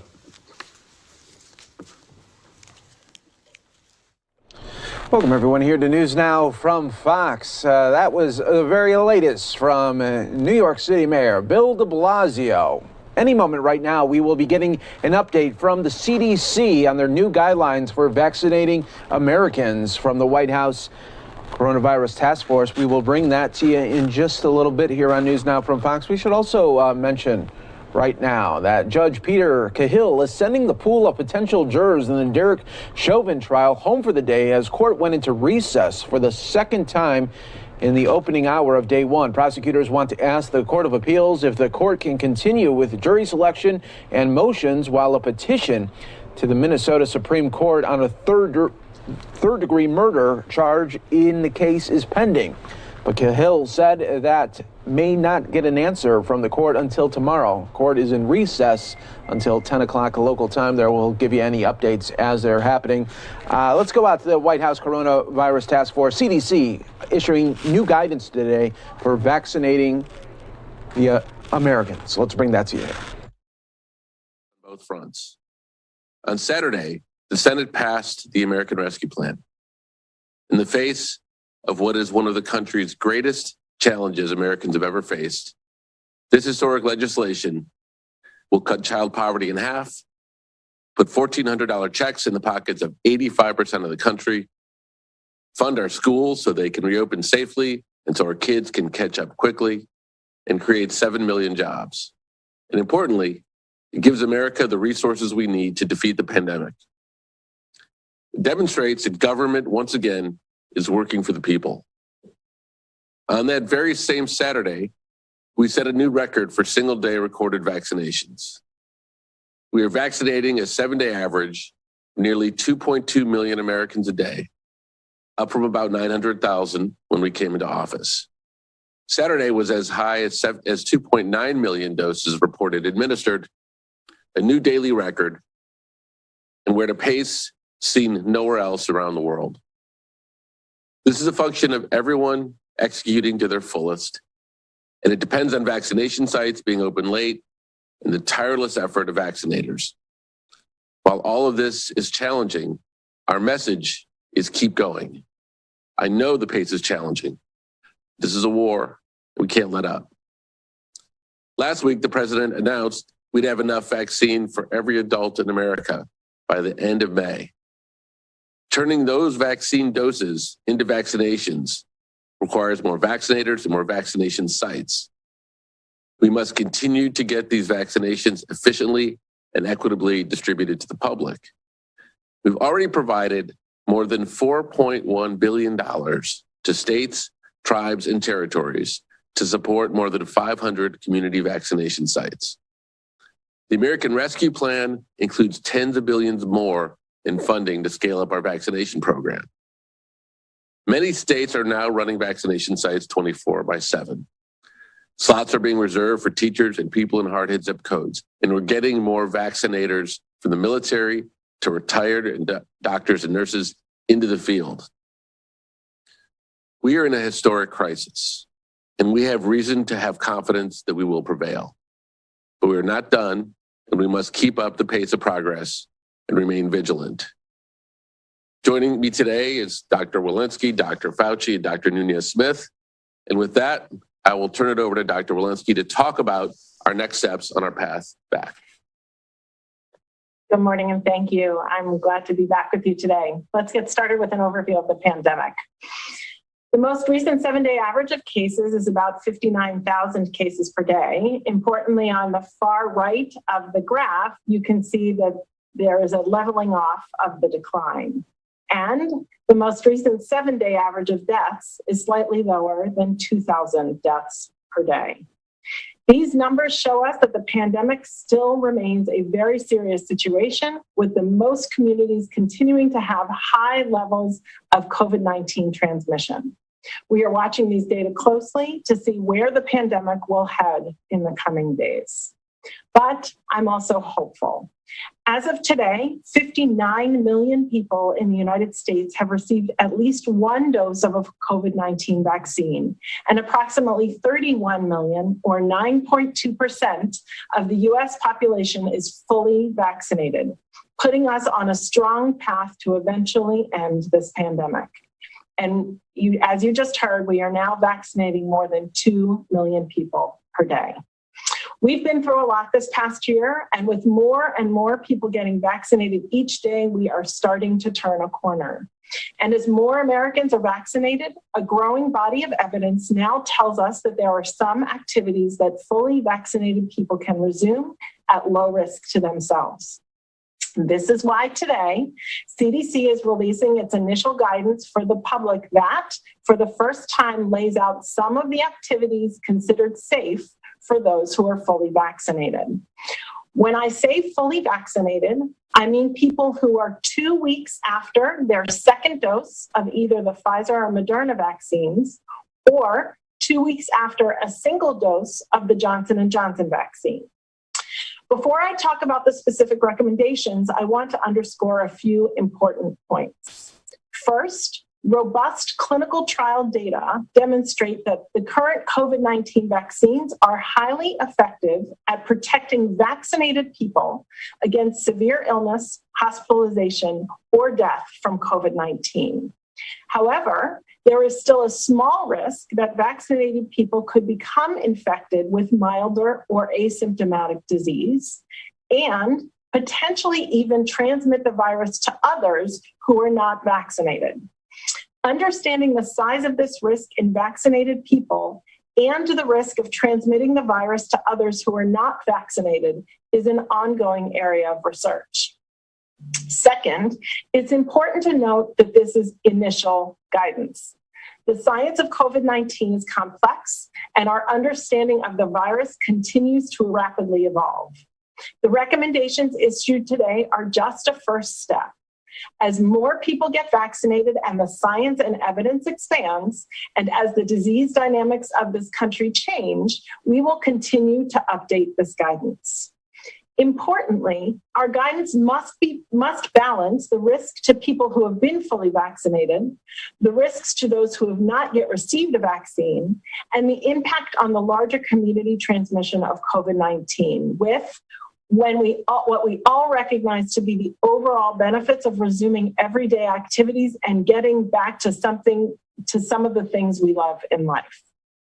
It's against this backdrop and the current state of the pandemic that we have developed these new recommendations.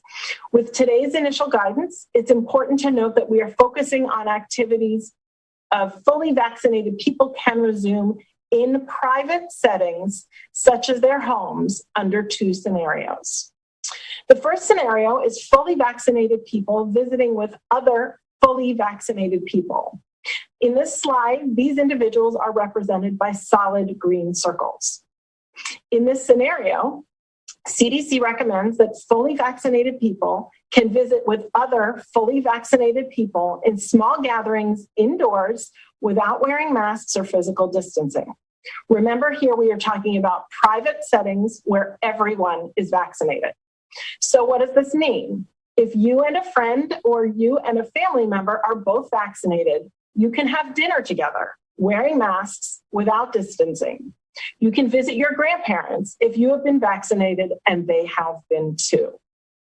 Now, I want to talk to you about another more complicated scenario. It involves vaccinated people visiting with unvaccinated people. When fully vaccinated people visit with unvaccinated people, we have to consider the underlying risks of the unvaccinated people and any unvaccinated members of their household. We take this approach because all of our guidance is rooted in making sure we are keeping people safe. So, CDC recommends that fully vaccinated people can visit with unvaccinated people from one other household, indoors, without wearing masks or physical distancing, as long as the unvaccinated people and any unvaccinated members of their household are not at high risk for severe COVID-19 disease. In the slide, people who are vaccinated and at low risk for severe COVID-19 are indicated by solid orange circles. This means that none of the unvaccinated people or any unvaccinated members of their households, for example, are an adult over age 65 or have an underlying condition such as cancer, heart disease, or diabetes that could increase their risk of COVID-19 related hospitalization or death. Here's an example.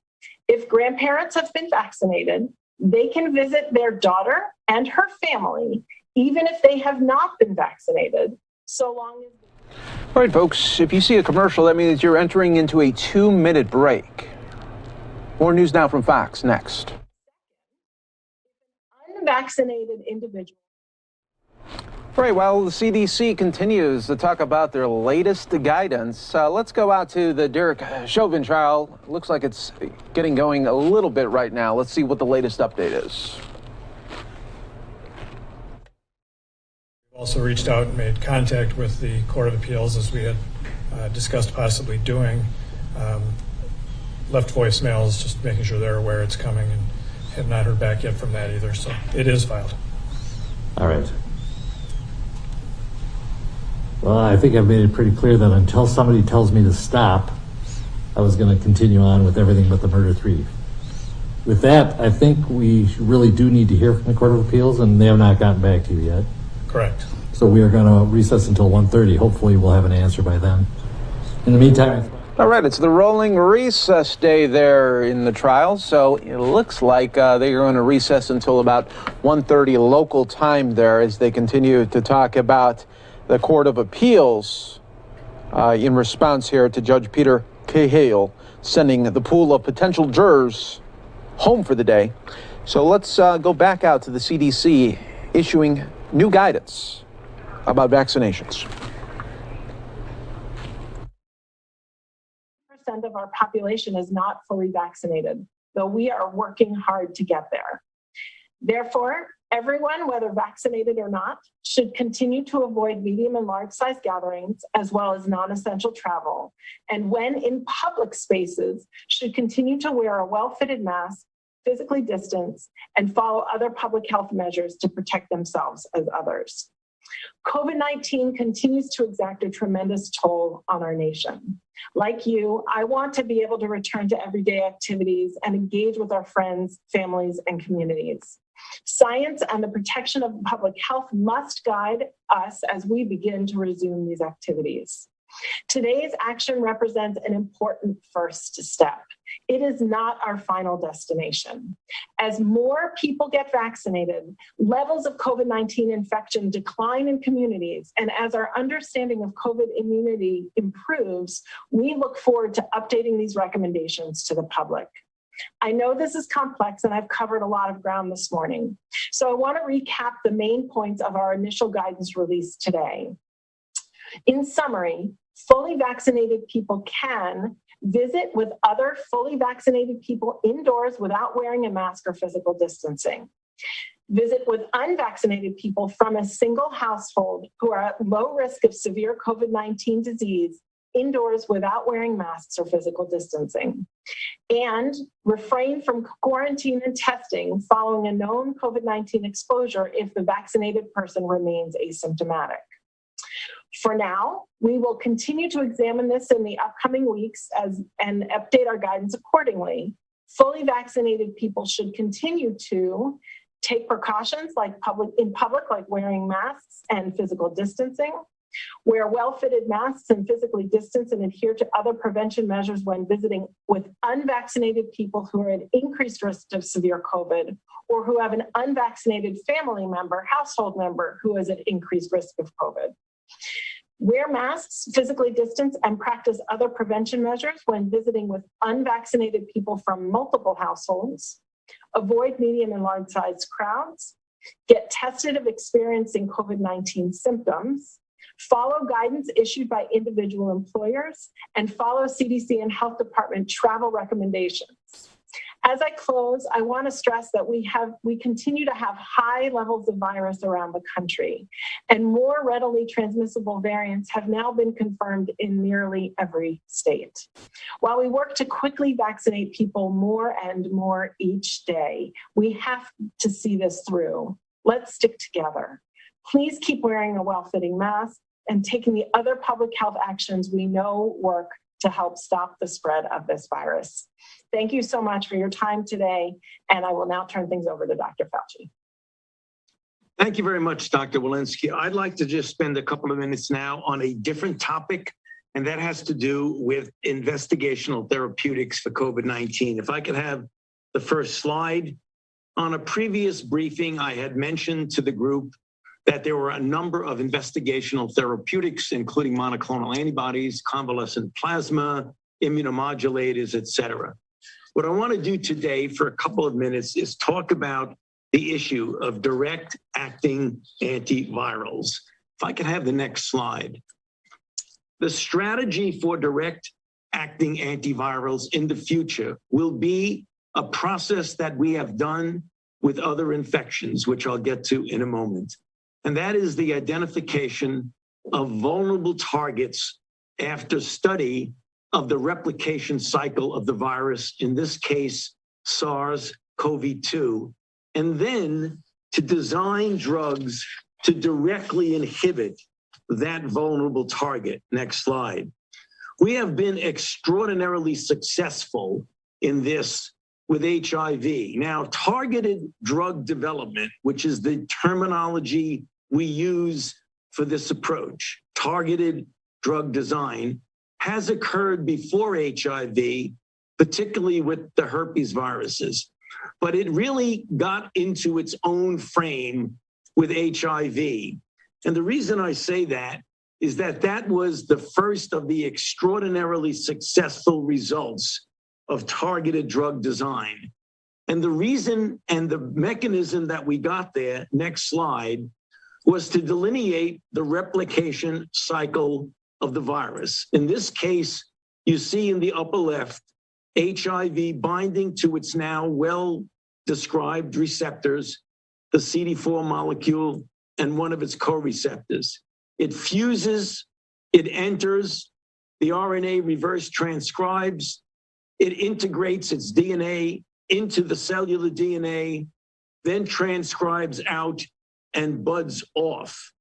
Over the years of intensive study, next slide, each of those vulnerable targets has led to a different class of a highly effective antiretroviral drug, including the reverse transcriptase inhibitors, the protease inhibitors, the integrase inhibitors, and the fusion and entry inhibitors. Next slide. This has led to now an extraordinary number of drugs, which when used in combinations have transformed, the life of HIV-infected individuals, giving them almost a normal lifespan, although the drug needs to be given essentially for the rest of their lives. Next slide. That same principle is now being applied to SARS-CoV-2, because here's a comparable life cycle. Obviously, there are differences here. Again, in the upper left, you see SARS-CoV-2 by virtue of its spike protein binding to its ACE2 receptor, binding to the membrane, fusing, entering, and then a whole bunch of steps that I need not go through that involve a variety of enzymes, which ultimately lead to the virion release on the lower right-hand part of the slide. Next slide. With the same strategy that was used with HIV, we will be screening and then proactively designing entry inhibitors, protease inhibitors, polymerase inhibitors, and others. Next slide. And then if you look at what's been going on right now and take each of these very briefly, there are early stage non-monoclonal antibody candidates in preclinical development, such as peptides and small proteins blocking entry. With regard to polymerase inhibitors, the FDA has already approved remdesivir from Gilead. And just this past week, we've heard of molnupiravir from Ridgeback Biotherapeutics and Merck, in which they published the preliminary analysis of their phase 2 trial that showed a quicker decrease of infectious virus in participants with symptomatic disease. Just 2 days ago, Atia Pharmaceuticals reported favorable safety and pharmacokinetic data from phase 1 trial, and Pfizer now is in a phase 1 trial with the protease inhibitors. I show this to the group because this is really the beginning of the phase of looking in a strategic way for direct acting antivirals, which are going to be used to prevent people from progressing in their disease, namely keeping them out of the need for hospitalization. And on this final slide, for those of you who want to get more detail, just this past November, the NIH had an NIH SARS-CoV-2 antiviral therapeutic summit looking at the state of therapeutics, gaps in the field, and a number of our public-private partnerships. You can get this on the NIH website, and I encourage you, for those who have any interest in it, to take a look at that, because that is the direction that we will be going over the next weeks to months to years. I'll stop there and hand it over to Dr. Marcela Nunez-Smith. Thank you so much, Dr. Fauci, and good morning to everyone. I'm going to talk, of course, today about equity, and you've heard us describe that equity is at the foundation, the center of this administration's COVID-19 response. Over the last month, in my time with you, I've detailed why that needs to be the case. So we've taken a look at the differences in COVID-19 outcomes, for instance, by race and ethnicity. And since the beginning of this pandemic, we have all seen that factors, like race, ethnicity, rural versus urban geography, poverty, disability, living situation, and type of employment, they all are exerting tremendous influence. Let's take another quick 2-minute break here on News Now from Fox, everyone. On the ongoing inequities related to COVID-19.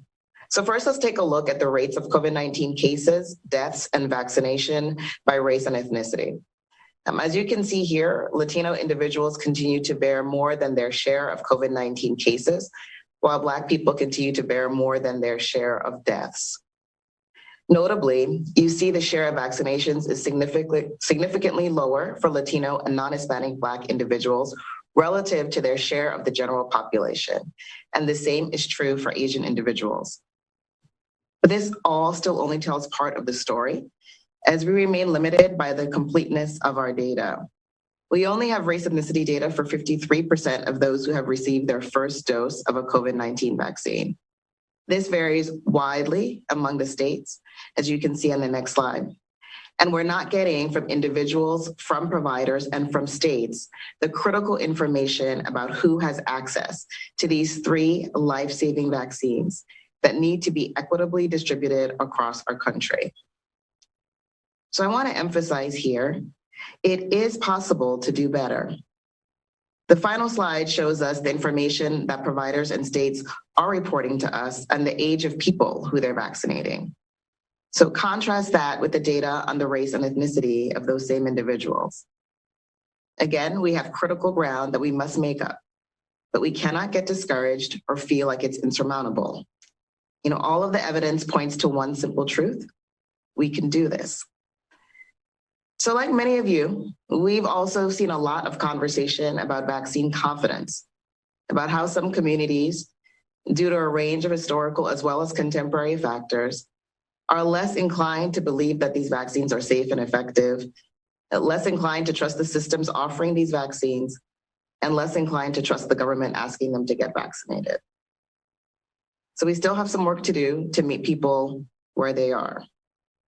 The administration is implementing a comprehensive national public education campaign, and we've been hosting roundtables with key constituencies to make sure that we get that effort right. We're building relationships with trusted messengers all over the country to make sure they have the best information possible to share with their communities. But we cannot, and we will not, accept that these differences in vaccine confidence are the end all and be all of the difference in vaccine uptake that we're already seeing.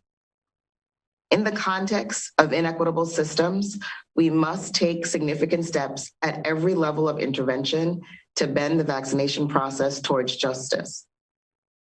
Now, our success depends on our ability to build a robust and coordinated effort at the local, state, and federal level to overcome all of the dynamics that are in place.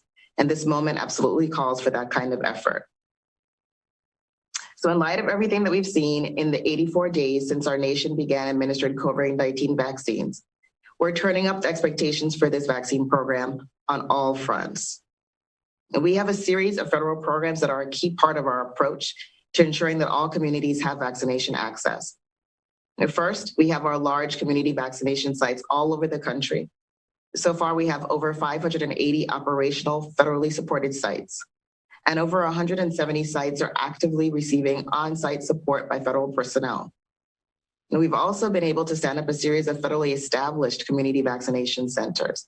And by the end of this week, we'll have 18 of those sites running across 7 states with the ability to administer 61,000 total shots per week. And each of our federal sites has been designed with key equity-oriented features. So targeted geographic eligibility, weekend extended hours, reserve slots for registration through faith-based and community-based organizations, as well as deployment alongside mobile vaccination units to help vaccinate surrounding communities.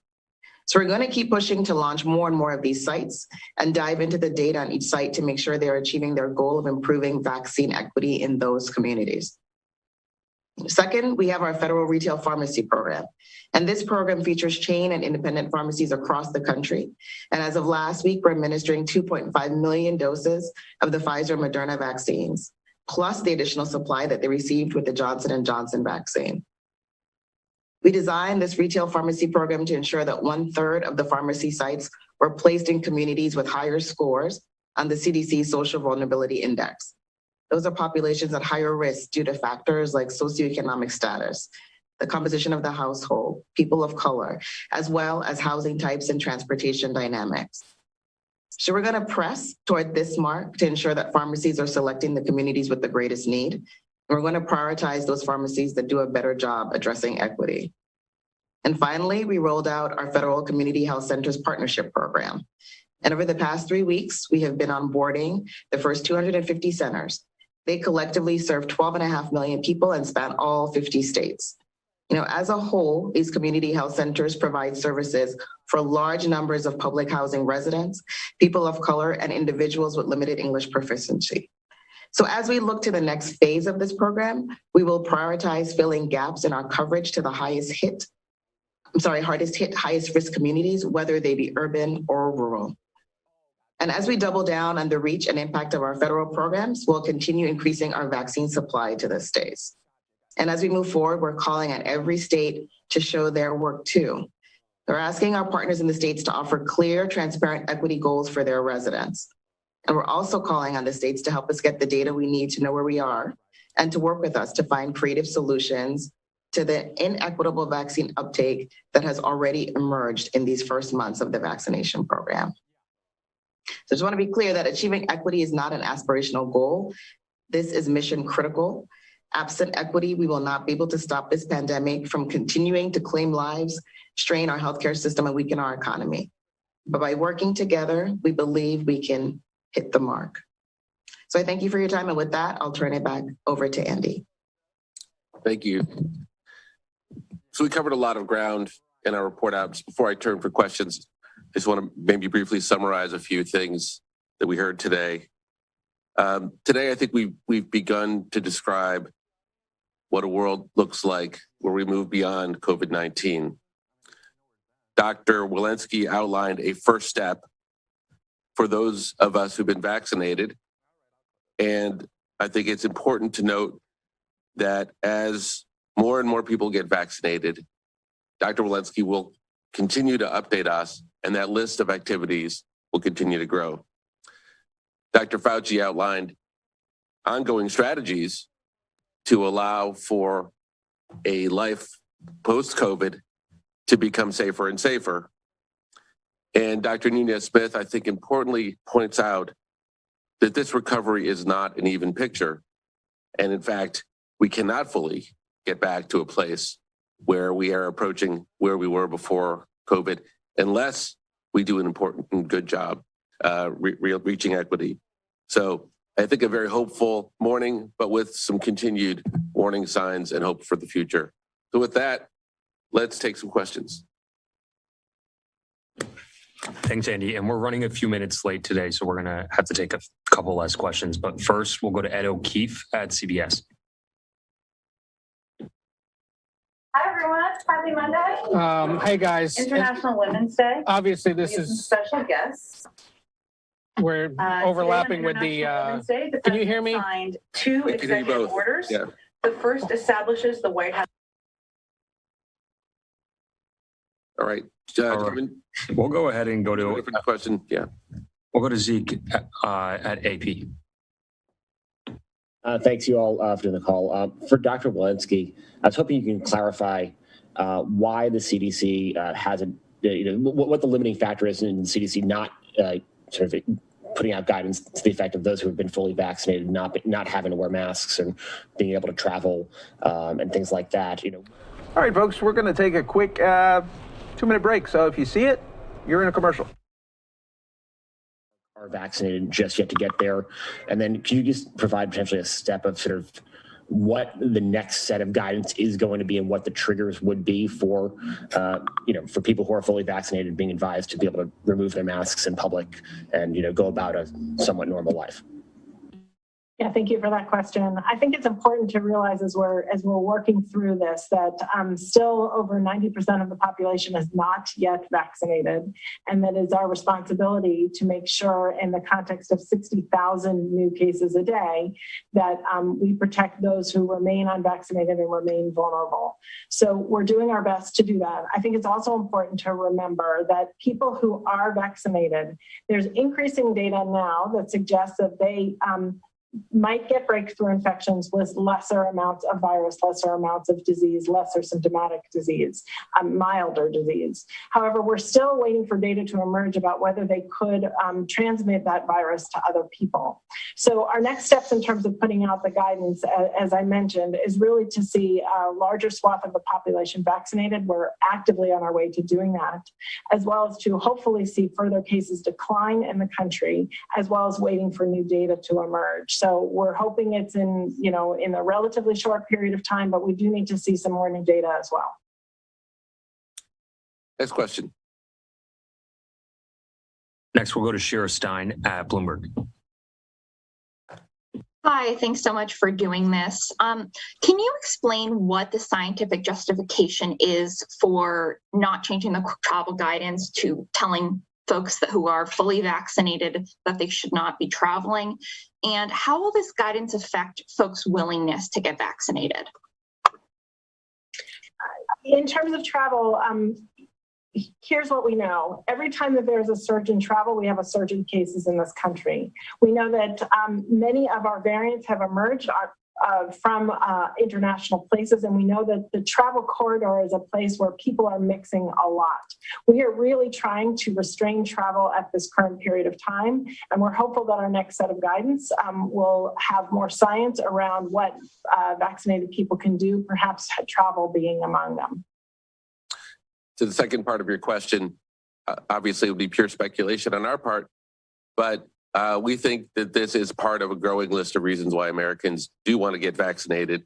We are already seeing increasing numbers of people wanting to get vaccinated, given the highly effective vaccines and given the very good safety profiles. And this list, which, as Dr. Walensky pointed out, will continue to grow, we think are a growing set of reasons why people want to get vaccinated. Having said that, I think it's important to note that the CDC makes its decisions based upon what the science and the data tells them are the right decisions, not for any other reasons. Next question. All right, I'm going to try Ed one more time. I think he figured it out. I did. Thank you. And let me follow up on the travel question there, because Director Walensky, you explicitly said grandparents now could go visit their daughter's house and see the grandkids. But in many cases, that's going to result in grandparents probably getting on a train or a plane to go to a neighboring state or some other state to see them. If a governor calls you today and says, okay, you just said people can gather in homes and this is going to cause people to start traveling despite the urge not to, what guidance would you give that governor regarding vaccinated people coming back to their state? Do they still have to quarantine for a certain amount of time? Or at this point, can they sort of disregard those travel restrictions if they've been vaccinated and have been fully vaccinated, waiting those 2 weeks after their final shot? Our travel guidance is unchanged, and so we would maintain whatever travel guidance is currently in place. We would like to give the opportunity for vaccinated grandparents to visit their children and grandchildren who are healthy and who are local, but our travel guidance currently has been unchanged. Kevin, next question. All right, and final question will go to Alice Park at Time.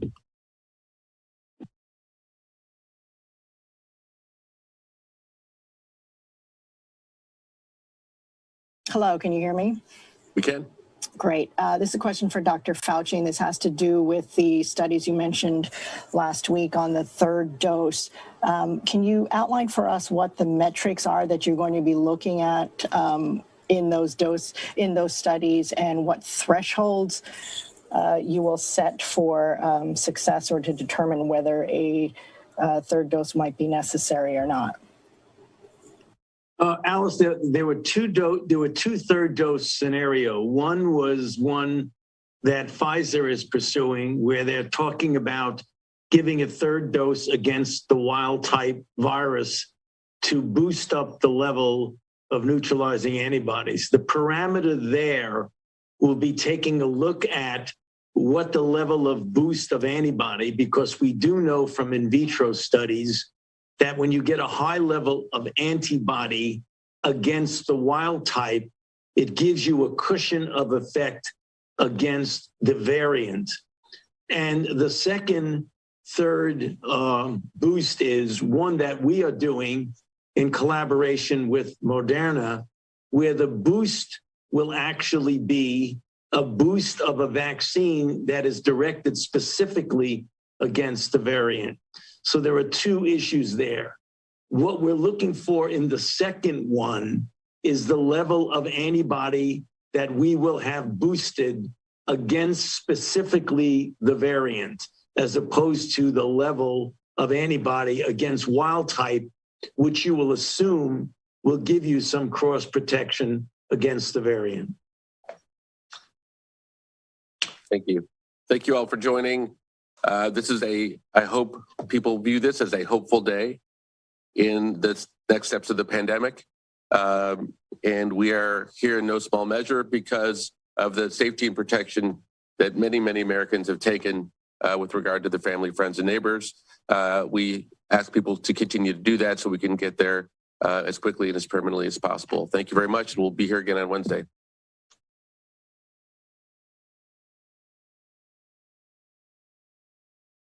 And we'll take another quick 2-minute break here on News Now from Fox. For those of you hanging around with us, we always appreciate that. Speaking right now, Governor Andrew Cuomo of New York speaking at the Javits Center, where it may have broken the single-day COVID-19 vaccine record. Just on Saturday alone, they administered 13,432 shots.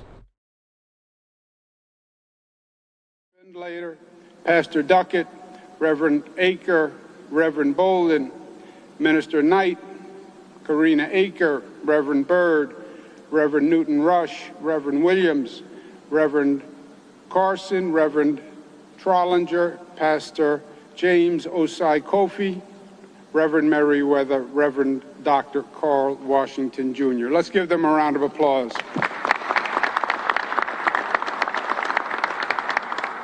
I'm going to make some comments, then you'll hear from Dr. Zucker, and then Reverend Pickett is going to be doing the real work today because he'll make some remarks, and then he'll be receiving a vaccine. Coming to Javits, I was just chatting with Dr. Zucker inside. In many ways, it's emotional, but being back here. Javits Center in many ways represents the beginning and the end. The beginning of COVID.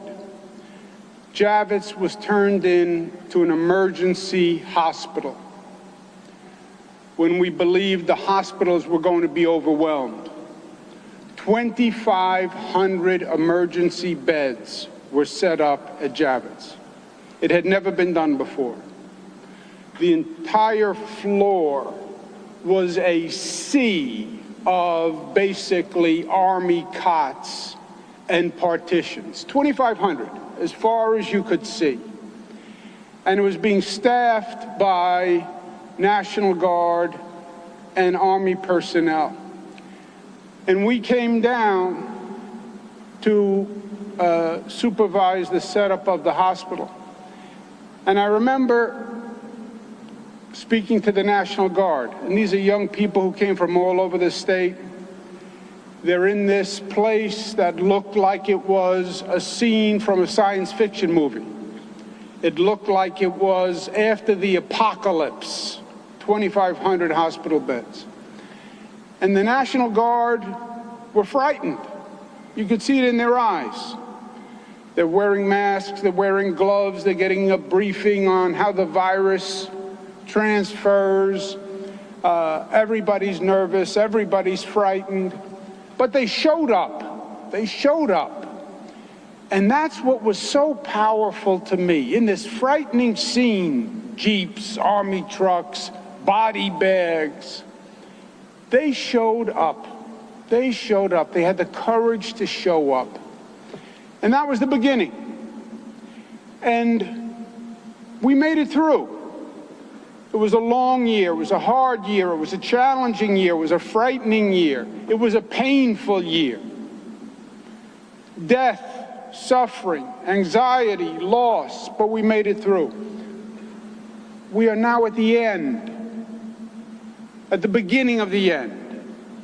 Why? Because we have a vaccine that can stop the virus. We have a vaccine which is the weapon that can win the war. We know that for a fact. Well, then why is it only the beginning of the end? Because we still have to get the vaccine, and President Biden, God bless him, has been doing a beautiful job on that, ramping up the amount of time that this nation will actually have enough production for the country. And then people have to take the vaccine. We have to get it, we have to administer it, but people have to come in to take it. Why is Javits symbolic of the end? This center is a mass vaccination center, runs 24 hours a day. This weekend, the Javits Center did more vaccinations than any place in the United States of America. That's what we're doing here at Javits.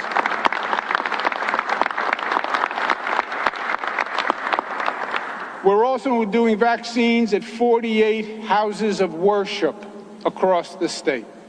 We're also announcing today another 10 new vaccination sites as the production from the federal government is increasing. So as we're getting more, we are ready to distribute more. But it has to be done fairly. It has to be done fairly. And we learned this lesson the hard way over the past year. COVID discriminated. 2 times as many blacks died as whites. 2 times as many blacks died as whites. Think about that. Black population had a higher infection rate. Black population had fewer COVID tests available.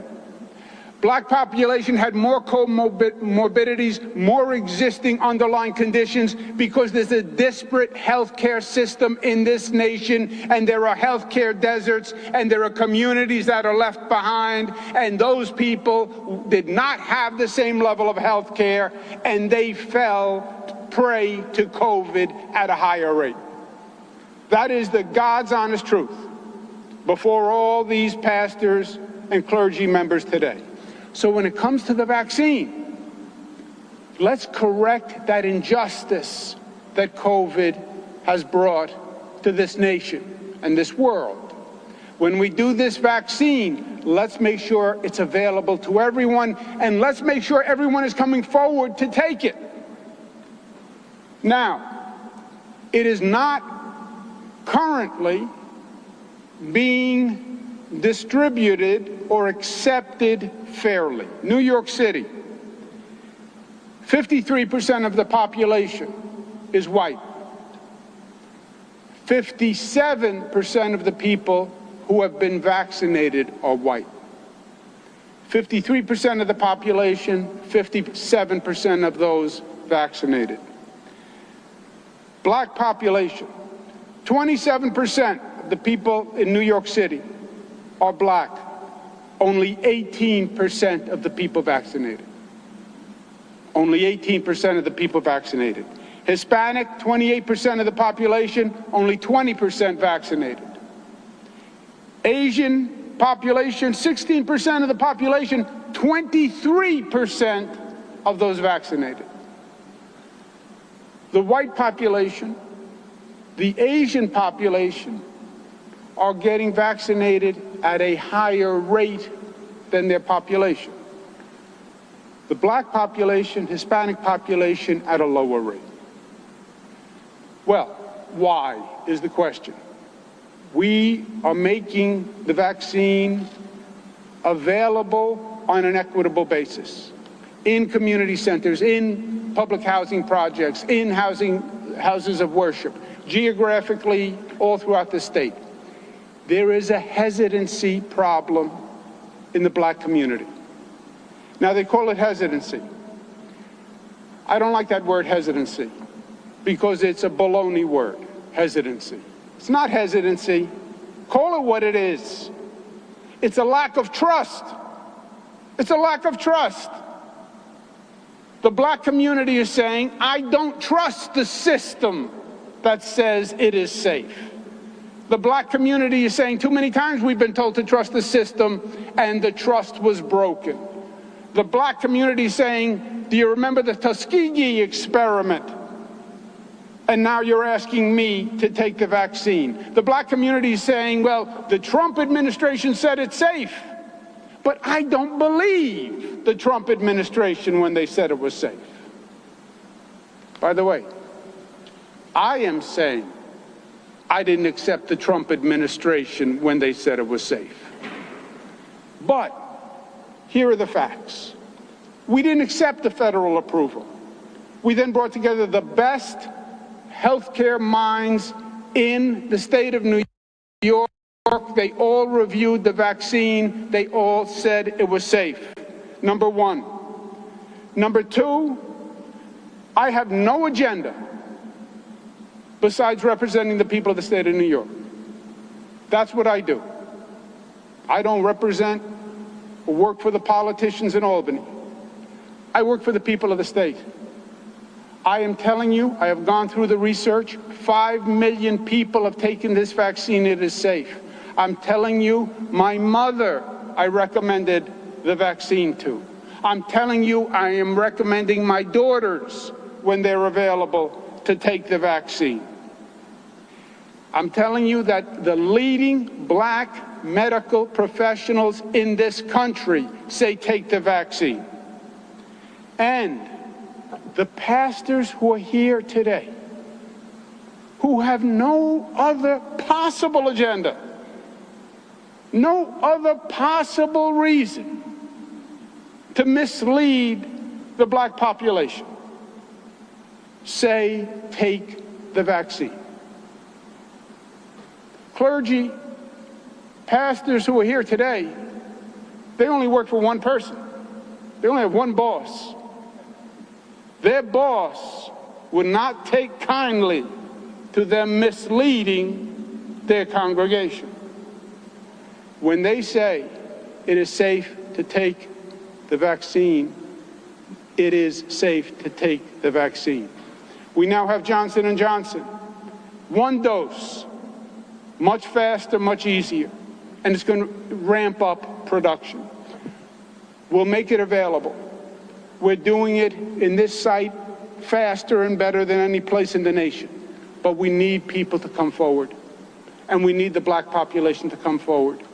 And we need the Hispanic community to come forward. They have to go first. We can't put the needle in your arm if you don't bring your arm forward. And that's what we're asking you to do today. This vaccine can save your life. This vaccine can save your mother's life, your grandmother's life, your sister's life, your brother's life. It literally is a matter of life or death. COVID is over. No, it's not. We lose people every day to COVID. Every day I have to go through the number of lives lost. Well, it's down from where it was, yes. But you're still talking about hundreds of families affected every day, every day, every day. Save lives. Do what you can to save lives. Take the vaccine. Thank you for being with me today. Please welcome Dr. Howard Zucker.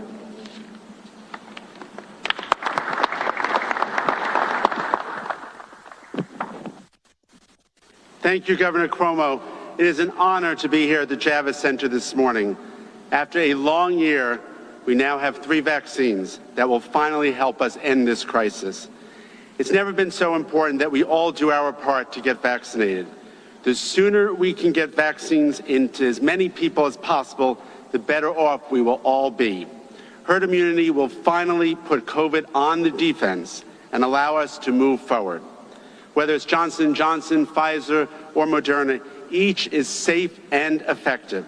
New York State and the federal government have each done rigorous reviews to guarantee that indeed is the case.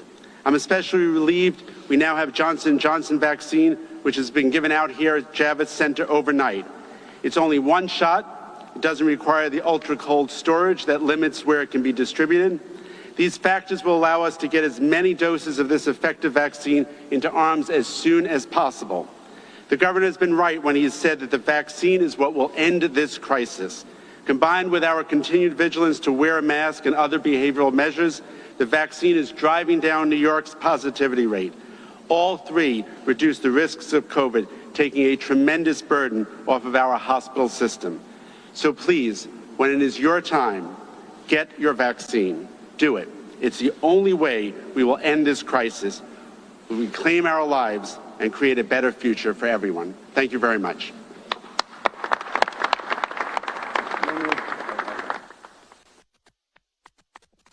Reverend Pickett.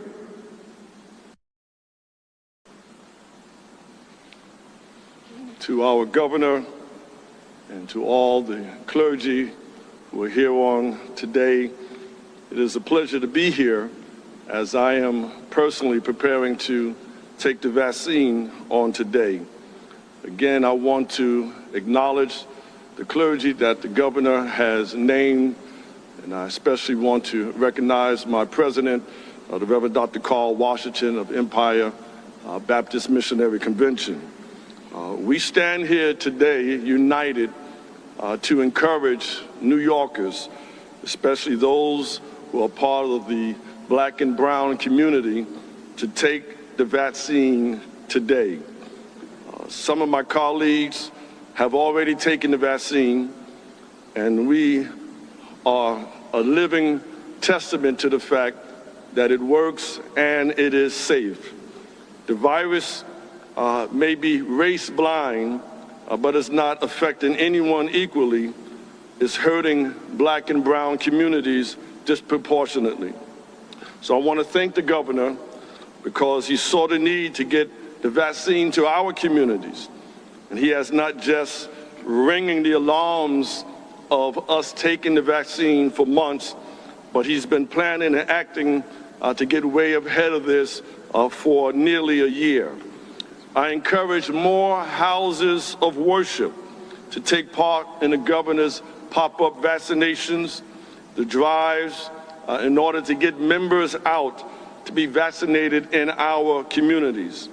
We are not just lucky, but blessed enough to have 3 vaccines. I'll be taking the Johnson & Johnson today, and as Dr. Fauci has stated, take whatever vaccination is available. To God be the glory for the great things that he has done and what he continues to do.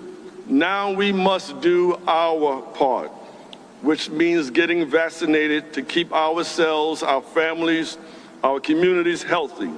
Otherwise, we risk the ongoing cycle of this virus rebounding and mutating. We need to stop this virus here and now. In these moments, we must remember the lessons of the community in which John spoke of in chapter number 15 of the gospel. I am the vine, you are the branches. If you remain in me and I in you, you will bear much fruit. Apart from me, you cannot do anything. The vaccine is safe, smart, and everyone should take it. And that's why, as a New Yorker and as a pastor, I am taking this vaccine today. Thank you, Governor.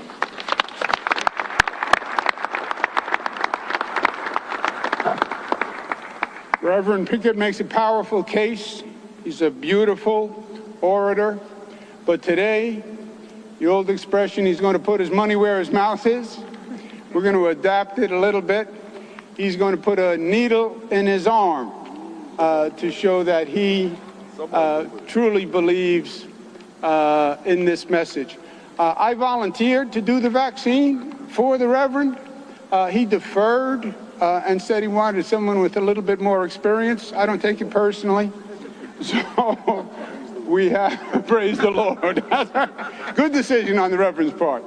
So Reverend, if you have a seat, and we'll watch you as you have your vaccine administered. Thank you all very much for being here today.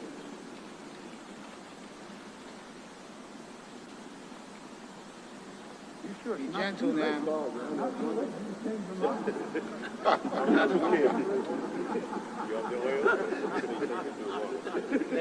Lay hands on the sick.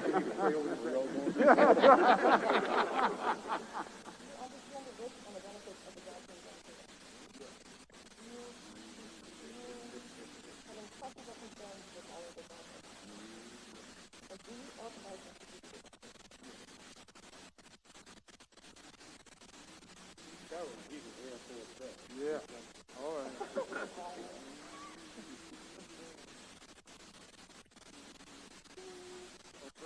Wow. That was great. That was effective.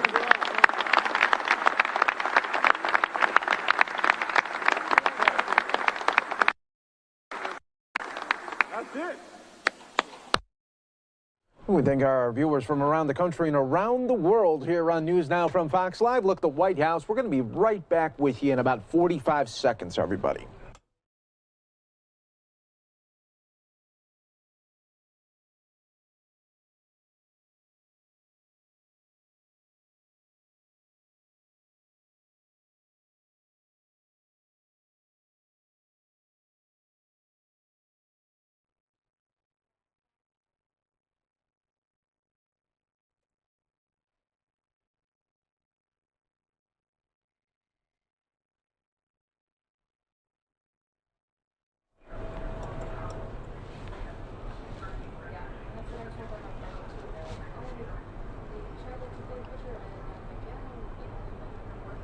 And News Now from Fox continues, everybody. Thanks to all our viewers from around the country and around the world here today on this Monday live look at the White House as we continue here 2 extra hours right here on Fox 10 Extra and so much more. Thank you so much for joining us here today on News Now from Fox. We really do appreciate it here today. So here's what we have coming up for you. I'm showing you the White House. A little bit later, we'll take you to a White House briefing that is underway right now. But we want to go to this news here of the day where a Chicago neighborhood is upset. They held this news conference just moments ago. They're upset that they are living among a murderer, a man who served half of a 48-year prison sentence for the murder and sexual assault of a toddler. They're demanding that that person be removed from their neighborhood. Let's listen. Or criminals like that in their community, they use Inglewood as a dumping ground. We here today to say it ain't gonna happen. Inglewood is not your dumping ground. There's a park less than a block away from here. This building is in terrible condition. It's not even habitable. Less than a mile away from here, a little girl named Ryan Harris was killed and murdered, raped and murdered by a pedophile. But he lived in Inglewood. So we sure are not going to stand for somebody who don't live in Inglewood to be dumped here to try to rape and murder another one of our children. We have a number of missing women. We have a number of missing kids. And we don't, there's unsolved cases. And they're just gonna dump a pedophile in our neighborhood and think we're gonna stand for it. We're here today to say we're not gonna stand for it. And we're gonna hold every elected official accountable. If this place is state funded, we're gonna have our state rep and our state senator speak to this. All right? We've already spoken to the alderman about the conditions of this building and the surroundings of this building. And he says he's working on it, but us as residents, we're not going to stand for Inglewood being a dumping ground to any pedophiles. Thank you. My name is Jesse Cly. I'm the father of Courtney Cly. Where this all started. I thank every one of you for coming out here today. And he doesn't belong here. He doesn't belong anywhere around children, families, everywhere he goes. I don't care if it's Southern Illinois, Chicago, Crystal Lake.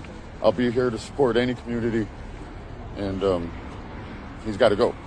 That's all there is to it. I apologize for what's happening today, and just I want everybody to know that I'm here in any way I can to help you.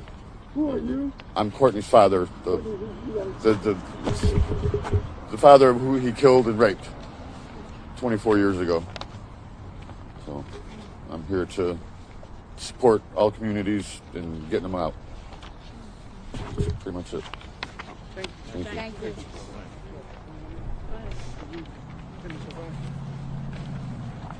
Good morning. My name is Nicole Vaughn, Nicole. Last name V as in Victory, AUGHN.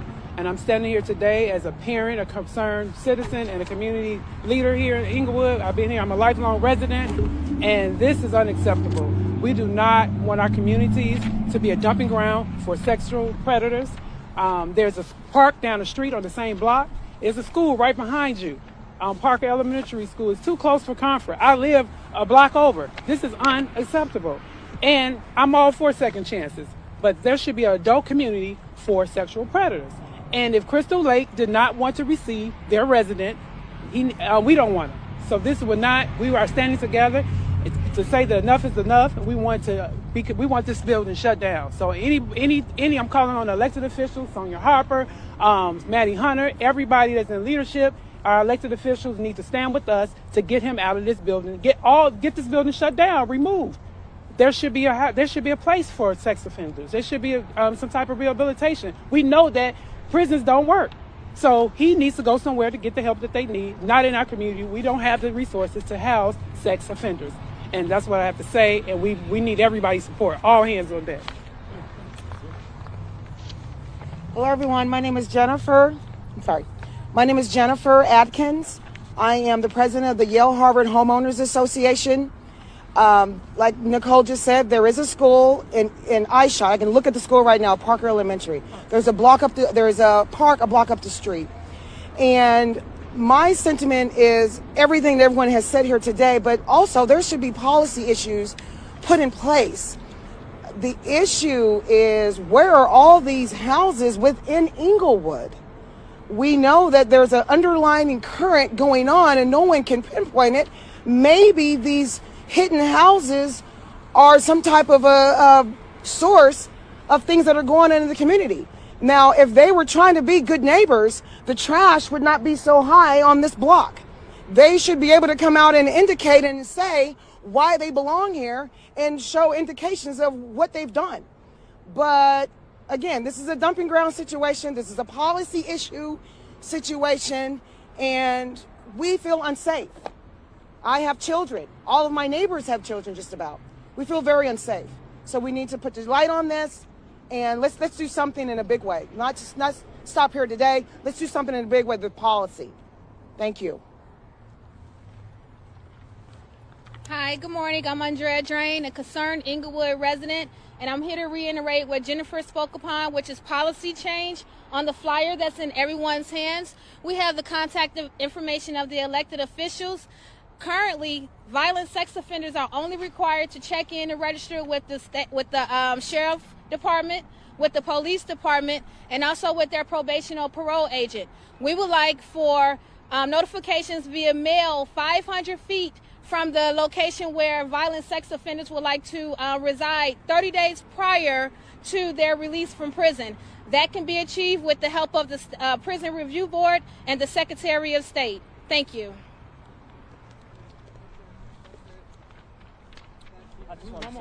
Yeah. Good morning, everyone. My name is Helen Thomas, and I would like to just inform everyone that if you go on the website, on the Illinois sex offenders website, there are 28 people that is listed under this address alone. 28 people. All of them are sexual predators. A couple of them have been locked away or arrested for child pornography. And we need parole district, Department of Prisons to come and investigate. We don't know if those 28 people actually reside here. I know that when a sex offender leaves one address and goes somewhere else, they have to report their address and where they are. We need an investigation. We want to know if all 28 of those that's registered at this address, do they really reside here? Thank you. Yes. We want him out. It's just the owner. We want him Yes. out. We want him out. He should not be here. Either packed And let me say one more thing about the owner. Yesterday, we scoured this neighborhood putting up flyers. Him and a resident out of this building disrespected us and disrespected this community and removed the flyers as if we don't have the right to advocate for our community. We want him out and we want his building shut down. He needs to be investigated. Amir, what is it? That's his name. Okay. That's him right there. And if anybody want to see the video of him and one of his residents removing the flyers, I have it.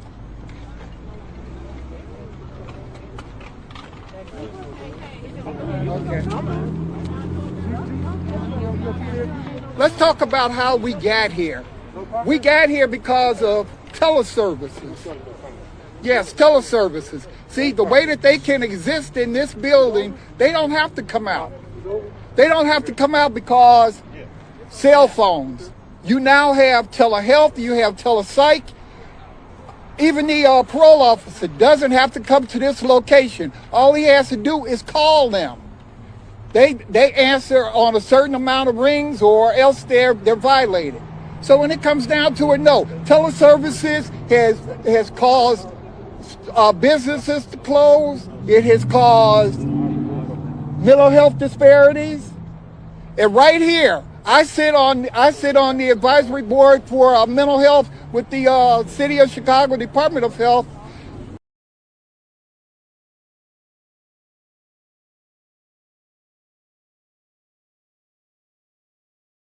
Chair of Health and Human Resources. This is where it has to begin. It has to begin with people that actually know. I don't believe for 1 minute that this building has existed this long. This many people have come here, and there has not been one time that CPD hasn't called or made some claim that this needs to be looked at. You know, I just can't believe that. So when it comes down to it, no, there has to be somebody that steps up and says, you know what, we're the source. We created the habit. We're gonna clean up the habit. Can I get that now? So listen, we're out here today. We are trying to spread awareness about what's going on. Folks don't even know. All right, Chicago residents in this neighborhood are visibly upset after a man convicted of killing and raping a child back in 1997 was released from prison just on Thursday, and they want him out of the neighborhood, and you can see them coming together to say enough is enough. We don't want him here. We're going to take another quick 2-minute break here on News Now from Fox. Stay right here with us.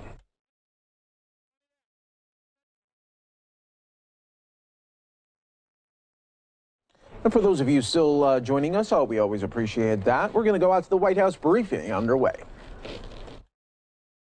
To have two newly named co-chairs of the Gender Policy Council, Julissa Reynoso and Jennifer Klein. Julissa is the Chief of Staff to the First Lady. She was the Ambassador of the United States to Uruguay from 2012 to 2014 and served as Deputy Assistant Secretary of State for Central American, Caribbean, and Cuban Affairs. In addition to being a co-chair, Jen is the Executive Director of the Gender Policy Council. She was previously Chief Strategy and Policy Officer at Time's Up and a board member of the International Center for Research on Women. Both of our guests have very busy days and a hard stop, so I'll be the bad cop, but they're happy to take some questions. So with that, come on up. Good morning, everyone. Again, my name is Julissa Reynoso. I'm Chief of Staff to Dr. Biden, and with Jen Klein, co-chair of the newly established Gender Policy Council. It's a real privilege and honor for me to be able to lead this effort with Jen, who is really a legend in this field. Today on International Women's Day, President Biden signed the two executive orders to ensure gender equality and equity throughout the federal government. which is a high priority of the Biden-Harris administration. Hoy, en el Día Internacional de la Mujer, el presidente Joe Biden firmó 2 órdenes ejecutivas para asegurar la igualdad y equidad de género en el gobierno federal de los Estados Unidos, un tema de alta prioridad para la administración Biden-Harris. The first executive order will formally establish the Gender Policy Council within the Executive Office of the President, with an explicit role in both domestic and foreign policy development. We know that the full participation of all people, including women and girls, across all aspects of our society is essential to the economic well-being, health, and security of our nation and of the world. This is a matter of human rights, justice, and fairness. Es un tema de derechos humanos, justicia y igualdad. It is also critically important to reducing poverty and promoting economic growth, increasing access to education, improving health outcomes, advancing political stability, and fostering democracy.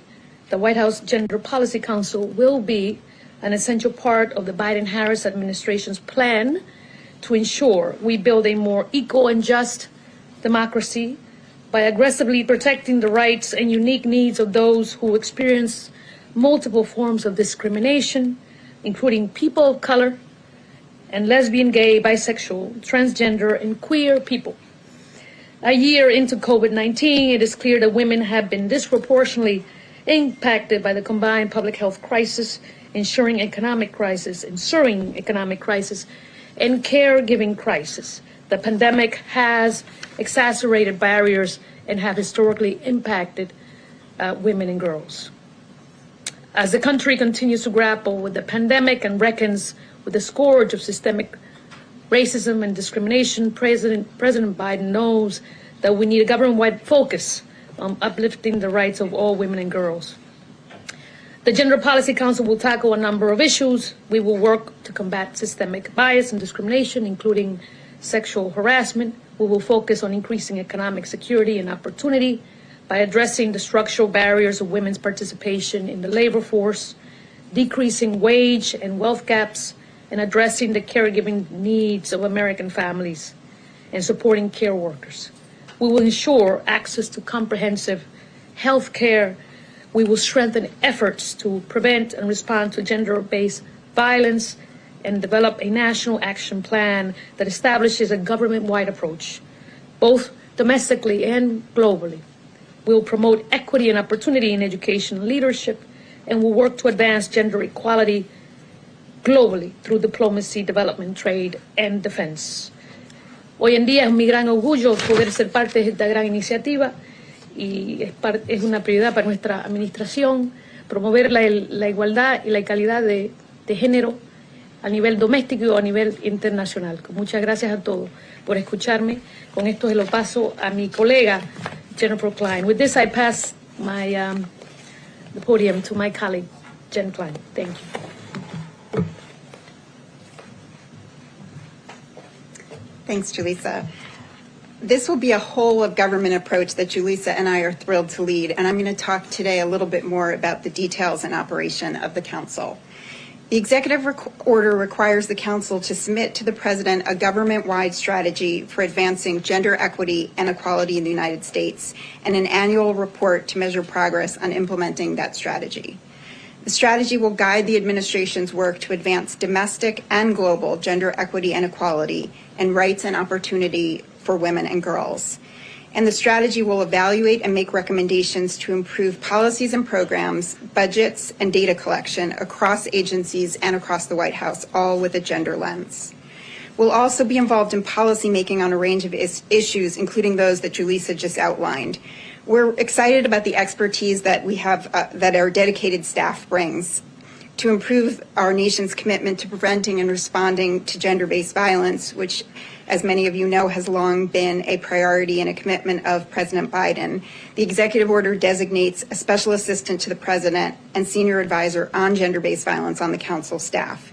And in addition, we'll have at least 2 additional special assistants to the president for gender policy who work on a number of issues, including the ones that Julissa outlined. One of the special assistants will focus specifically on policies to advance equity for Black, Indigenous, Latina, and women and girls of color. In all of our work, every step of the way will be aligned and fully integrated with the racial equity work headed up by the Domestic Policy Council. We'll also work closely with the Cabinet, most of whom are named as members of the Council, and each of whom will name a senior level designate to the Council, and with staff on all policy councils in the White House and with the Office of Public Engagement. And in addition to those within the government, we'll work with partners outside government, nonprofit and community-based organizations, state and local and tribal organizations, the private sector, foreign governments, and multilateral organizations.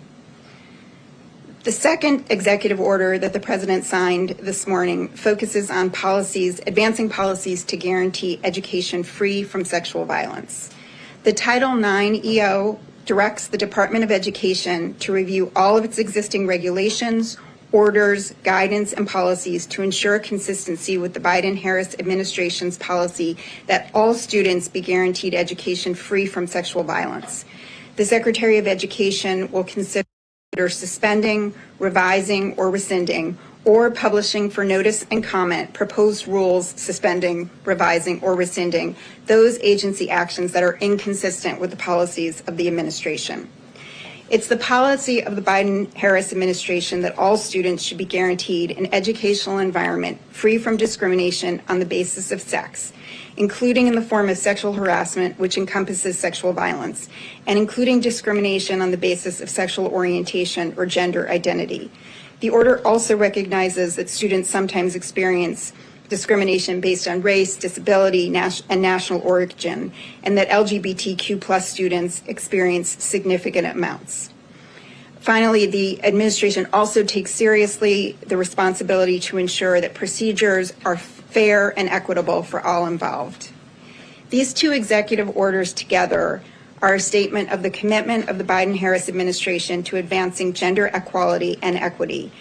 We'll be working urgently to ensure that both here in the United States and globally, gender and gender identity do not predetermine opportunity and outcomes, and that all people, including women and girls and those who face other forms of discrimination, can thrive. And we're happy to take a few questions. Okay. Amr, go ahead.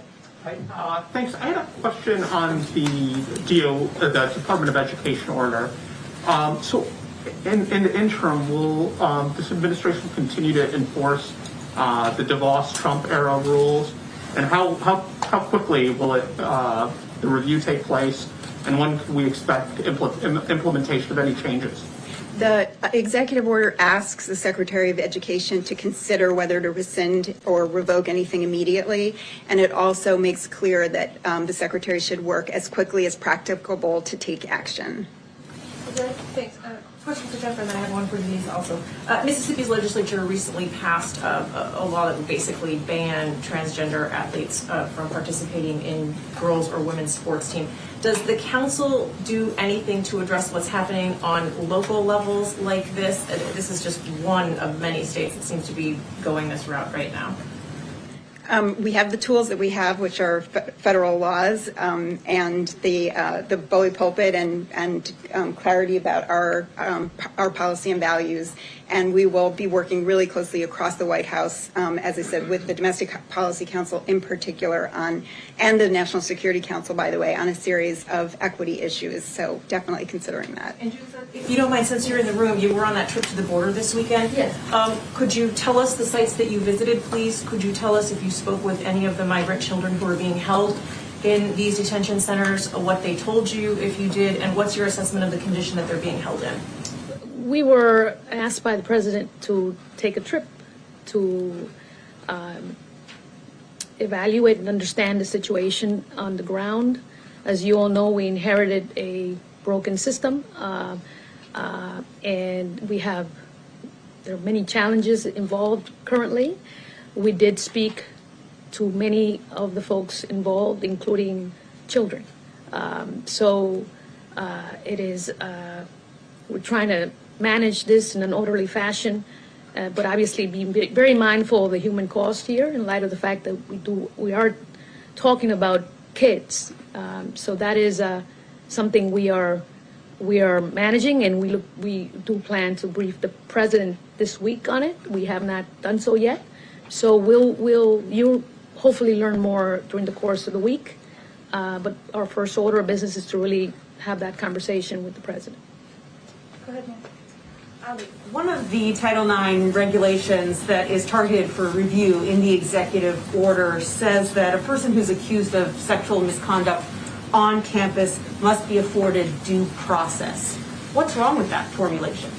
I don't think there's anything wrong with the notion that everybody involved, accused or accuser, should have a fair and full process, and that's exactly what the policy of this administration is. And the Secretary of Education will look at the regulations with that in mind. So you don't think that that particular regulation will change? The president has asked the Secretary of Education to look at each piece of the regulations of all policies and make that decision, make a recommendation about what needs to be revoked or rescinded. What is clear is that the policy of this administration is that every individual, every student is entitled to a fair education, free of sexual violence, and that people, all involved, have access to a fair process. Jeff? And then Katie, and then we have to wrap it up because these ladies have to go. But they'll come back. Great. Can you speak a bit more about the plan, or maybe it's an intended plan, to boost the declining number of women in the workforce, specifically Black and Latino women who've been disproportionately hard hit by the pandemic? So obviously the ARP will do quite a bit to advance the economic interests of all Americans, but as you know, women of color, Latinas, African Americans, Black and Asian Americans and indigenous women have been disproportionately impacted by the incredible year we've had to manage, right? So given the dislocation of the impact on specific sectors that are predominantly occupied by women, and the fact that historically women have been disadvantaged in terms of pay, in terms of access to certain jobs, and just pure discrimination. We are looking at addressing the accumulation of all those factors. ARP is one way to begin. We're looking at, obviously the president is looking at additional paths and legislation coming down over the next couple of months to also build the incentives to generate jobs for Americans, and obviously women being a major part of that. But our goal, Jen and I, is to really look at long-term structural changes that can advance the full integration of women, women of color, women all over, so that issues of discrimination and equity and equality in the labor force and in pay can be addressed in a systemic manner long-term. So in the short term, we have taken steps, but we're really looking at long-term structural changes. Go ahead, Katie. Just to clarify, similar to Jeff's question, so this council wouldn't actually be doing anything or making recommendations to help women who are dropping out now and are suffering now from this pandemic. I'll start, and then we are right. So we're working closely with. We have the Gender Policy Council, but there's also the Domestic Policy Council, the National Economic Council, and obviously National Security Council. We work closely, and we've already started this fluid collaboration with our colleagues in the other councils to make sure that we are deliberately integrating gender equity and equality in terms of the economic plans in their work. Obviously, our colleagues are very mindful of this, but we are reinforcing it in our own kind of daily routine, and that is part of our job. In fact, one of our colleagues who's working with us, that is her task. So it's within the White House, but also obviously through the entire government. But it's short order, but also long term. You want to add something? I would just add that, what we've experienced, what women have experienced, what all of us have experienced over the course of the last literally year is a public health crisis, an economic crisis, and really on top of that, a caregiving crisis. So I would just note that the American Rescue Plan has a number of provisions in it that will bring immediate relief to women and help women get back to work. And those range from those individual payments that will go to individuals and to families. Child poverty will be reduced by half. There's a child tax credit, which is of significant value to parents and women in particular.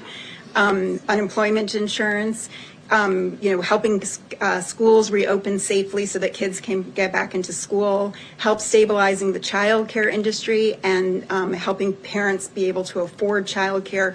There's so much in there that will provide immediate relief to women and help them get back to work.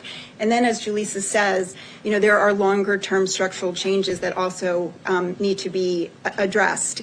I referenced the caregiving crisis. I mean, one of the reasons that women are leaving work is, first because they're in industries that are really under stress, like hospitality, retail, but also because they have caregiving needs that they can't meet. And so, thinking about, and there are pieces of this already in the American Rescue Plan, but thinking about paid family and medical leave and building and making childcare more affordable, and helping with long-term care for sick or aging relatives.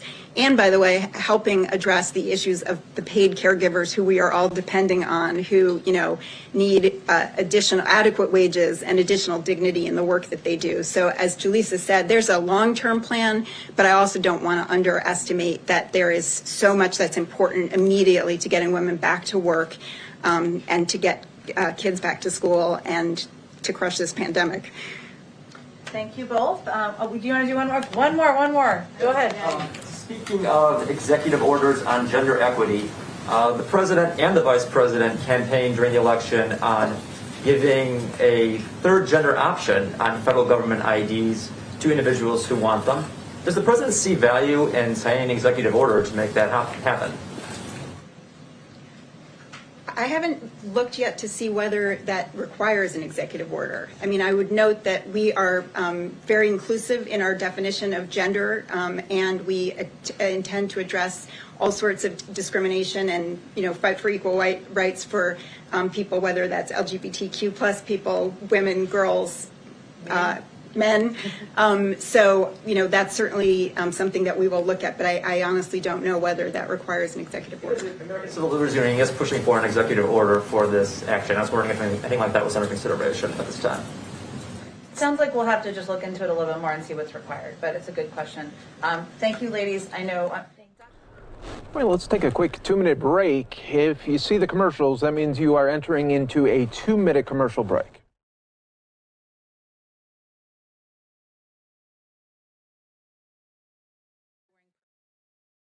And as part of his indoctrination into the women-dominated team, Chris is wearing a purple tie. So there you go. I just have a couple of items at the top. Obviously, our focus continues to be on the American Rescue Plan and getting it across the finish line. The president is taking nothing for granted. I will note that the plan that the Senate passed this weekend puts us one huge step closer to passing one of the most consequential and most progressive pieces of legislation in American history. As Senator Sanders described it, the rescue plan is, quote, the most significant piece of legislation to benefit working families in the modern history of this country. The bill will also help us reopen schools safely, keep teachers, cops, firefighters, and other essential workers on the job, and it will give us the tools and resources we need to crush this virus. Some attention, of course, has been paid on the process. We understand that, but we can't lose sight of what the bill actually means for the American people. $1,400 checks for 158.5 million Americans. A typical family of 4 making $100,000 will get $5,600 in direct checks, lifting 11 million people out of poverty and cutting child poverty in half this year, including through a historic expansion of the child tax credit that will benefit 66 million kids across the country, extending unemployment insurance for around 11 million Americans. As you all know, we would have hit a point where people would be losing it later this week if we were not headed toward the passage of this bill. Tens of billions of dollars in rental and homeowners assistance that will benefit lower income, disproportionately Black and brown communities, renters, and homeowners. And also the most significant investment in American child care since World War II, expanding the earned income tax credit to 17 million low-income workers, and significantly reducing, and this is a piece of it that hasn't received a lot of attention, health insurance premiums for millions of Americans. So a family of 4 making $90,000 could see their monthly premiums go down by $200 a month, and that's in addition to direct checks they'll be receiving, the child tax credit they'll be receiving, and other components. We mentioned this on Friday, the plan for the president to deliver remarks on Thursday. I just wanted to give put a little more meat on the bones. The president will deliver his first primetime address to commemorate the 1-year anniversary of the COVID-19 shutdown on Thursday. He will discuss the many sacrifices of the American people have made over the last year and the grave loss communities and families across the country have suffered. The president will look forward, highlighting the role of Americans that Americans will play in beating the virus and moving the country toward getting back to normal. With that, I'm going to kick us off. I'm sorry I didn't wear a purple tie today. Oh, you can do it tomorrow. We can extend it.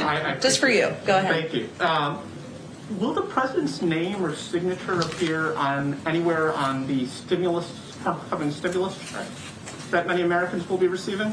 This is a very popular question. I will tell you that our focus right now is on getting this bill across the finish line, getting relief out to the American people, which we expect will happen by the end of the month in terms of getting the relief out.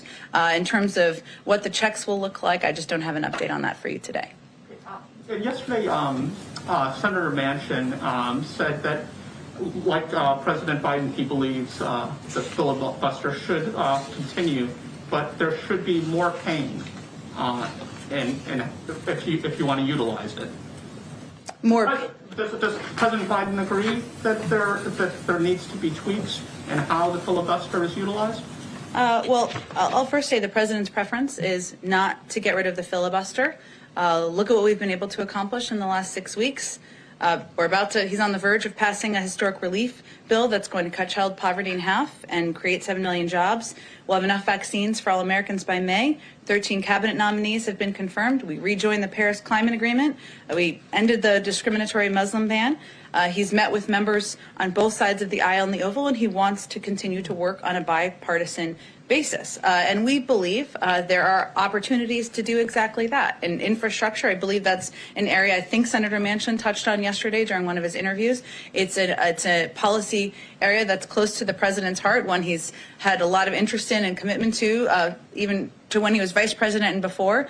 There's been historic bipartisan support for that. Immigration, modernizing our immigration system, historic bipartisan support for efforts moving forward. The president is an optimist by nature, otherwise he probably wouldn't be in this job, and he believes that there is opportunity to work with Democrats and Republicans to get work done for the American people. Go ahead. I know the president and first lady had struck up a friendship with Harry. I was wondering if they caught any of the interview yesterday, and if they had any reaction to what the couple has gone through in regards particularly with what they felt in terms of the racism that they felt. Well, let me first say that obviously many of us caught the interview. I don't have as many Americans did, and many people around the world. Meghan Markle is a private citizen, and so is Harry at this point. For anyone to come forward and speak about their own struggles with mental health and tell their own personal story, that takes courage. That's certainly something the president believes, and he's talked about the importance of investing in a lot of these areas that they're committed to in the future as well.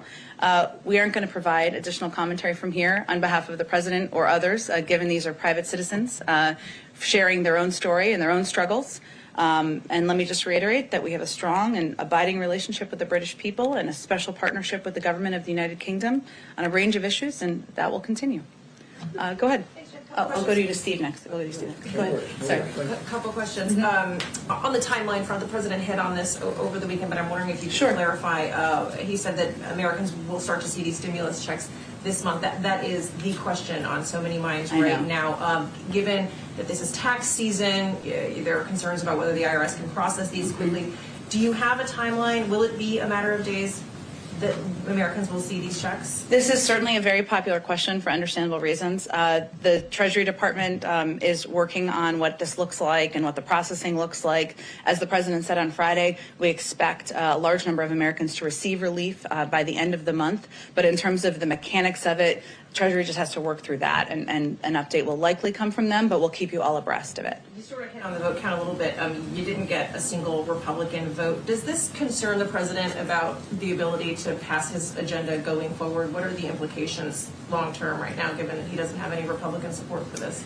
Well, first, the door of the Oval Office remains open to bipartisan work, and I expect he will continue to work with and reach out to Democrats, of course, but also Republicans about ways to work together. And he's had a number of bipartisan meetings, even in the last few weeks, a couple on infrastructure, on cancer. He feels certainly is a path forward, but we're also not going to allow bipartisanship to be defined by one zip code. In fact, many of the Republicans who voted against this are outliers and are against the grain of what the people in their own districts supported. So they may be getting questions about that once relief goes out, once schools are able to upgrade facilities and benefit from these checks. But he remains open and remains hopeful about the opportunity for bipartisan work moving forward. I want to follow up with you on a question I was asking Julissa.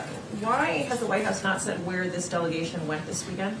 I can confirm for you that that the delegation went to, of course, the CBP facility, as was confirmed in their readout, but also to the Carrizo Springs facility shelter in Texas. And why so few details on this release? This doesn't seem to be in the transparency of, in the spirit of transparency that Secretary Mayorkas promised here at this platform. There were no cameras, there were no press. Julissa answered very few details about what they saw on that visit.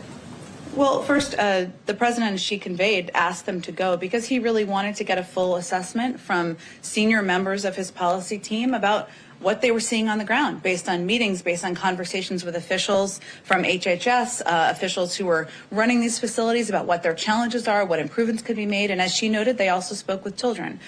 They'll have, as is a normal part of any internal policy process, they'll have a briefing with him in the coming days. We do look forward to, he's committed to, we are all committed to allowing cameras into these facilities, but we want to figure out the best way to do that, protecting the privacy of the kids in a way that's secure and safe, and certainly that's something we look to do in the future. Go ahead, Steve. The readout of the visit to the border said that they discussed capacity needs for unaccompanied children. Will they be making recommendations to the president? Is there a need for more capacity? Well, we know just purely by the numbers, Steve, that there is going to be a need, right? Because we have a large number of kids, unaccompanied children who are coming across the border. We've made a policy decision as an administration that the humane and moral approach is to keep these kids safe and get them into facilities that are safe. There are some limitations, which I know many of you are familiar with because of COVID restrictions and protocols that reduce the... We have a 2-minute break loaded up. Let's take it right here on News Now from Fox.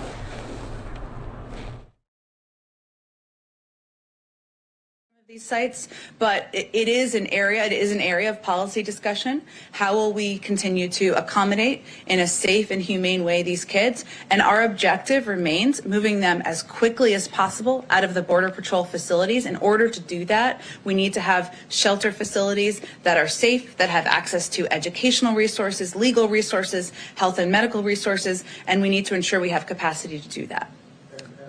The U.S. has identified 3 online publications directed by Russia's intelligence services aimed at undermining the Pfizer and Moderna vaccines. Yeah. Are you aware of it? What can you do about this to counteract? Well, first, we can reiterate that we will fight with every tool we have disinformation. We are certainly not new to, or we're certainly familiar with, I should say, the approach and tactics of Russian disinformation efforts. And we will reiterate that at every opportunity, these vaccines are safe. They've been approved by the FDA. We will have, of course, health and medical experts conveying that at every turn. And we will look for ways to combat disinformation. But we are aware of it, we are monitoring it, and we are taking steps to address. Go ahead. You mentioned the historical bipartisan nature of infrastructure. Has the administration made a determination about its next legislative priority, whether it will be a targeted, focused infrastructure bill that could potentially pick up Republican support, or whether it's going to be a bigger, build back better, more sweeping, potentially more expensive effort? Not yet, Jeff. It's a great question. I mean, our focus, I know we say this publicly, but it is also our focus internally, is on is down the American Rescue Plan and getting it across the finish line, and we take nothing for granted. There are the president's priorities are not a secret. He talked about them. You touched on a number of them. It was a part of his Build Back Better agenda during the campaign.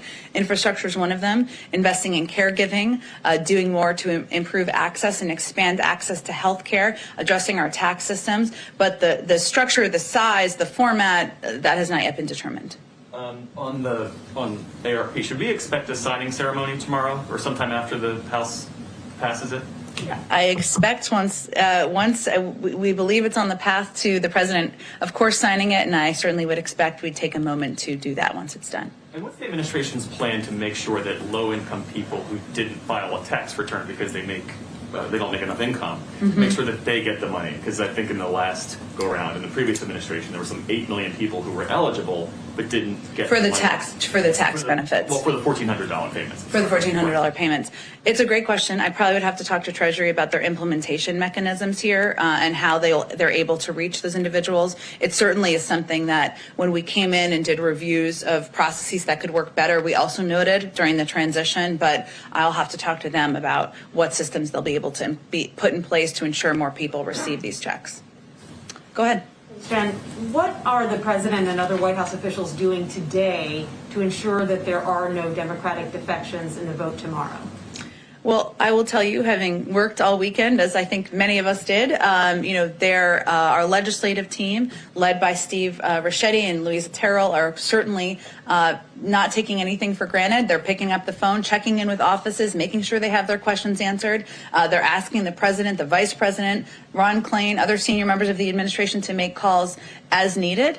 I would say we feel it's on a path to passing the House, and certainly Speaker Pelosi has spoken to that, but we are at the ready. Everybody's on call whenever they're needed, and that certainly applies to the president. And back on the filibuster, Senator Manchin suggested over the weekend that the filibuster be not removed but reformed. As someone who spent decades in the Senate, is that something that President Biden would be supportive of? Well, his preference is not to make changes to the filibuster rules, and he believes that with the current structure that he can work with Democrats and Republicans to get work and business done. He's also happy to hear from Senator Manchin and others who have ideas about how to get the business done for the American people, but that's not his preference. Senator Manchin was also asked about infrastructure, and he said that he felt that any big infrastructure package should be paid for, and he suggested that corporate tax hikes might be one way to pay for a massive infrastructure bill. Does the president believe that the bill should be paid for, and does he support corporate tax hikes as one way to do that? Well, he spoke on the campaign trail, and one of the items that he spoke about in his Build Back Better agenda was making sure that people paid their fair share, whether it's highest income or rolling back some of the corporate tax cuts. So certainly those are policies that he supports. We don't have a bill or a package yet, so we can have that conversation once we get there. Got it. And then one last question on schools. Dr. Fauci said over the weekend that he thinks that high schoolers are going to be vaccinated by the fall. We know what President Biden's goals are when it comes to K through 5 kids. Have you made any progress in devising goals for high schoolers? Well, we are thrilled to have Secretary Cardona confirmed, and he is, as you know, going to be hosting an education summit to talk about the reopening of schools and look ahead to what needs to be done to get that done. And that applies, of course, not just to K through 5 or K through 8, but also high schools. We also are on track to sign for the president to sign into law the American Rescue Plan, which has $160 billion in it, to ensure that schools who don't have the resources needed can make these facility upgrades as well, get testing in place, hire teachers, bus drivers. But I will leave it to the Secretary of Education to determine the timeline or the path forward for high schools. Go ahead. Briefly ask on a couple of COVID things. Can you confirm the president will host the Merck and J&J executives at the White House on Wednesday? Yes. Why did he do away with the trip to Baltimore? We just felt it was a more appropriate place to have the meeting, but he will look forward to discussing with them ways to work forward to continue to expedite vaccine supply and distribution to the American people. Is there any risk with the event was supposed to happen at Emergent? There was, of course, a report on the weekend over Emergent's history with the U.S. government. Is there any risk that the I guess, vaccine production could be slowed if the U.S. has some, I guess, problem with Emergent being a supplier to J&J, as perhaps implied by the president declining to go to the facility? Well, I will say first that the administration is going to undertake a comprehensive review and audit of the national stockpile. And obviously some of that was covered in the story I believe you're referencing. But I have not, our health and our COVID team has not conveyed to me any concern about the timeline or pace of vaccine production. And your team also just announced the new CDC recommendations around vaccinated people. There's no change to travel guidance. I want to ask whether the White House had any involvement procedurally in preparing those, or is that entirely with the CDC? But broadly, what do you say to Americans who wonder, if I've been vaccinated, why can't I get on a plane? I would encourage them to ask the CDC the questions. They are the ones who put together those guidelines. We were not involved in the sense of developing them or signing off on them. Of course, we receive regular briefings, but I would direct those questions to the CDC. Finally, there was a report out of Europe and the FT that the European Commission will ask the U.S. government to authorize export of U.S.-produced AstraZeneca vaccines in particular. Do you have any response to that, or can you say whether there have been any calls that you've been asked that yet by the Commission? I don't have any update on that, Josh. It's a good question, but I'll have to talk to our national security team and our COVID team about what that approval process would look like. I'm not aware if that ask has actually been initiated yet. Go ahead.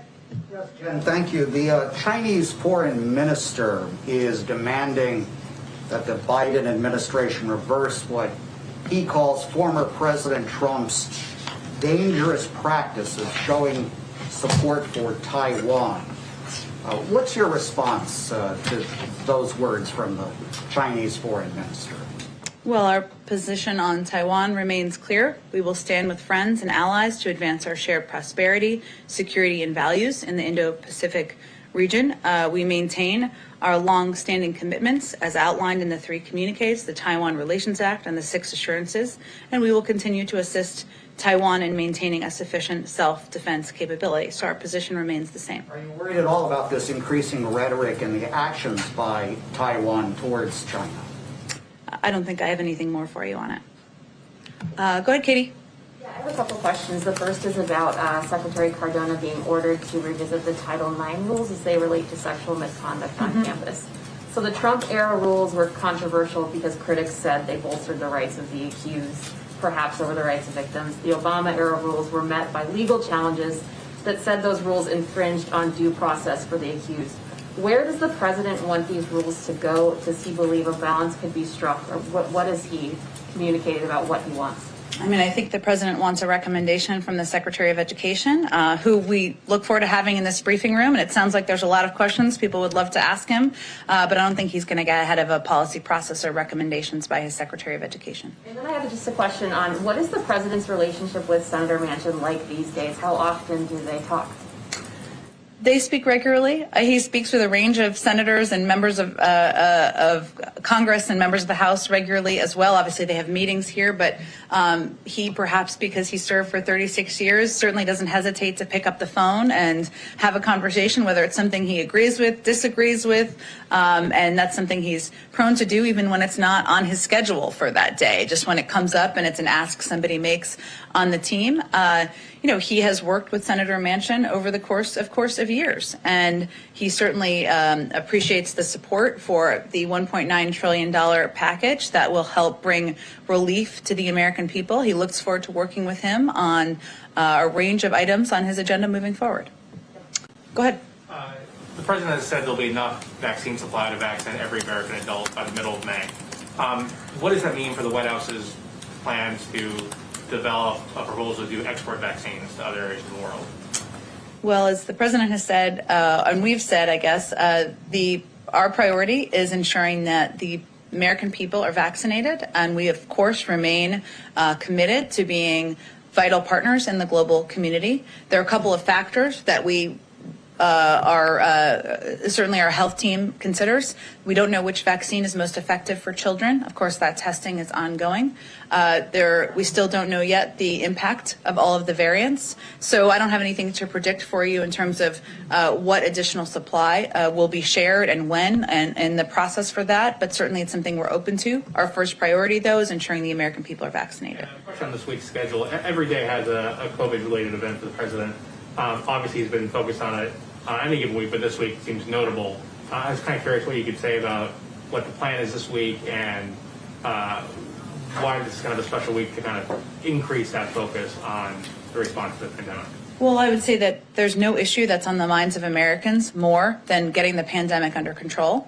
The American people know that the reason why we have a recession, the reason why so many families are concerned about putting food on the table, the reason why parents around the country are worried about the impact of closed schools on their kids' mental health and their learning is because of the pandemic. And it is the number one issue and priority on the mind of the president, the vice president, and our entire team.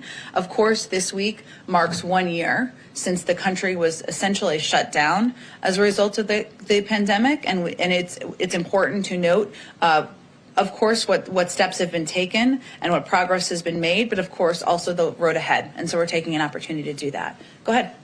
Jen, as a print pooler, I'm going to ask a question for myself and behalf of the print pool. Sure.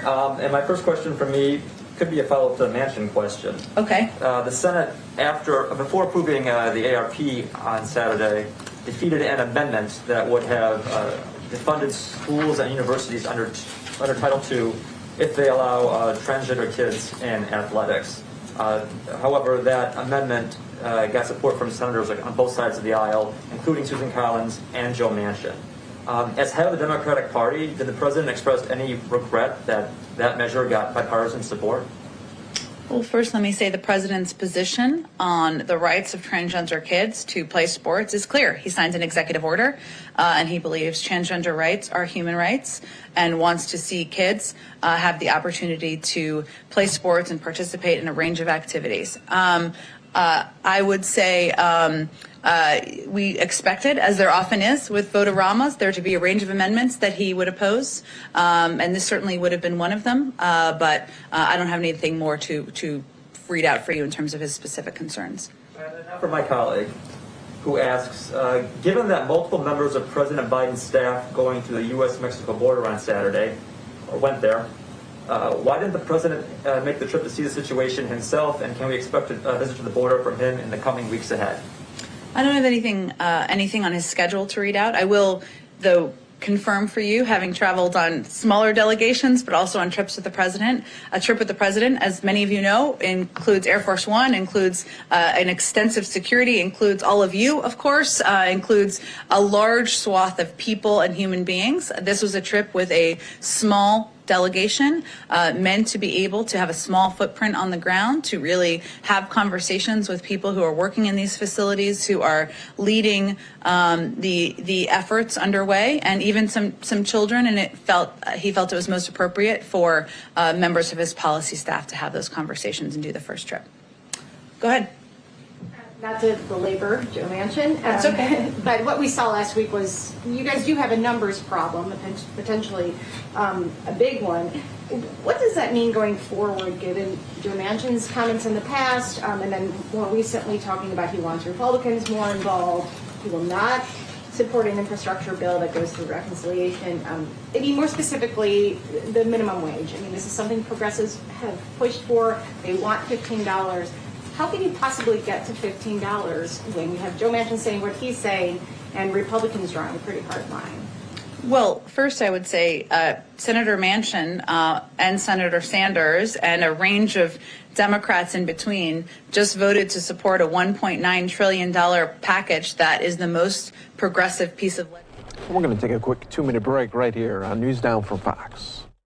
And the fact that that package was not broken up It still contained the key components that the president advocated for: $1,400 checks, assistance to schools. And yes, there were some changes on the margins, but it is the core of what he had originally proposed. The president believes that there is a path forward on a range of issues where there's been a history of bipartisan support, including infrastructure. Infrastructure improvements are not a Democratic issue. They're not a moderate issue, a progressive issue, a conservative issue. The American people want their roads, rails, and bridges to be reformed. He feels there's a path forward. There's no bill that's being considered. He's having discussions to hear ideas, hear good ideas from members of both parties. And once we have a bill, we're happy to have the discussion on how we move it forward. Does that mean you do think that you will have to work with Republicans? Do you think you'll have enough Republicans to get to $15 specifically? Oh, sorry, the minimum wage you asked about. Sorry, you asked a few things in there, so I was just trying to unpack them. No, it's totally fine. The president remains committed to raising the minimum wage to $15.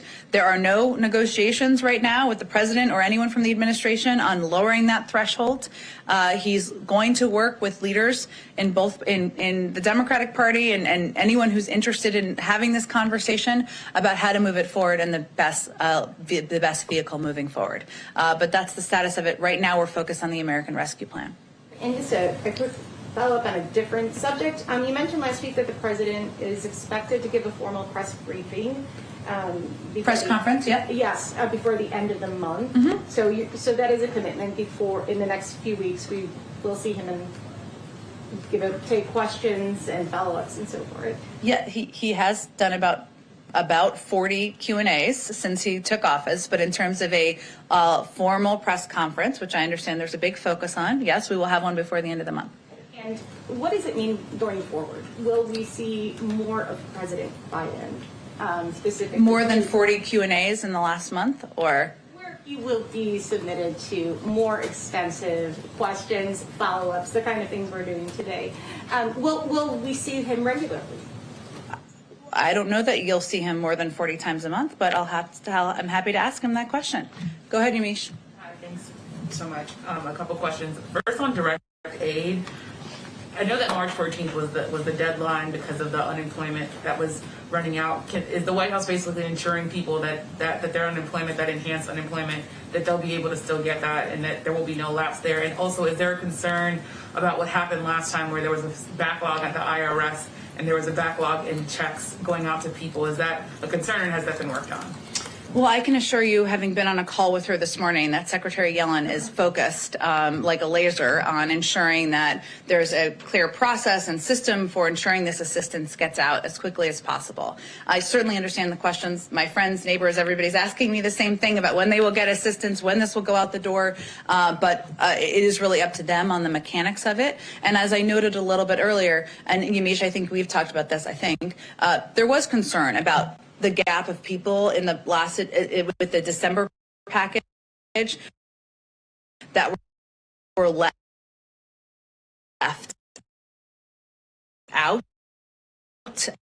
and didn't receive the assistance, and that's certainly something that is being factored into the administration and the process here. But I really leave it to Treasury to provide an update on the mechanics of it. And then I know you said the president's preference is to not do away with the filibuster. House Majority Whip Jim Clyburn, he said that if Democrats want to keep enjoying the majority, that they have to find some workaround around the filibuster. He said maybe it would be a cinema mansion rule. I wonder if the president would be behind some sort of rule for specific legislation. Jim Clyburn was talking about civil rights and voting rights legislation. Would the president back any sort of filibuster workaround for specific legislation?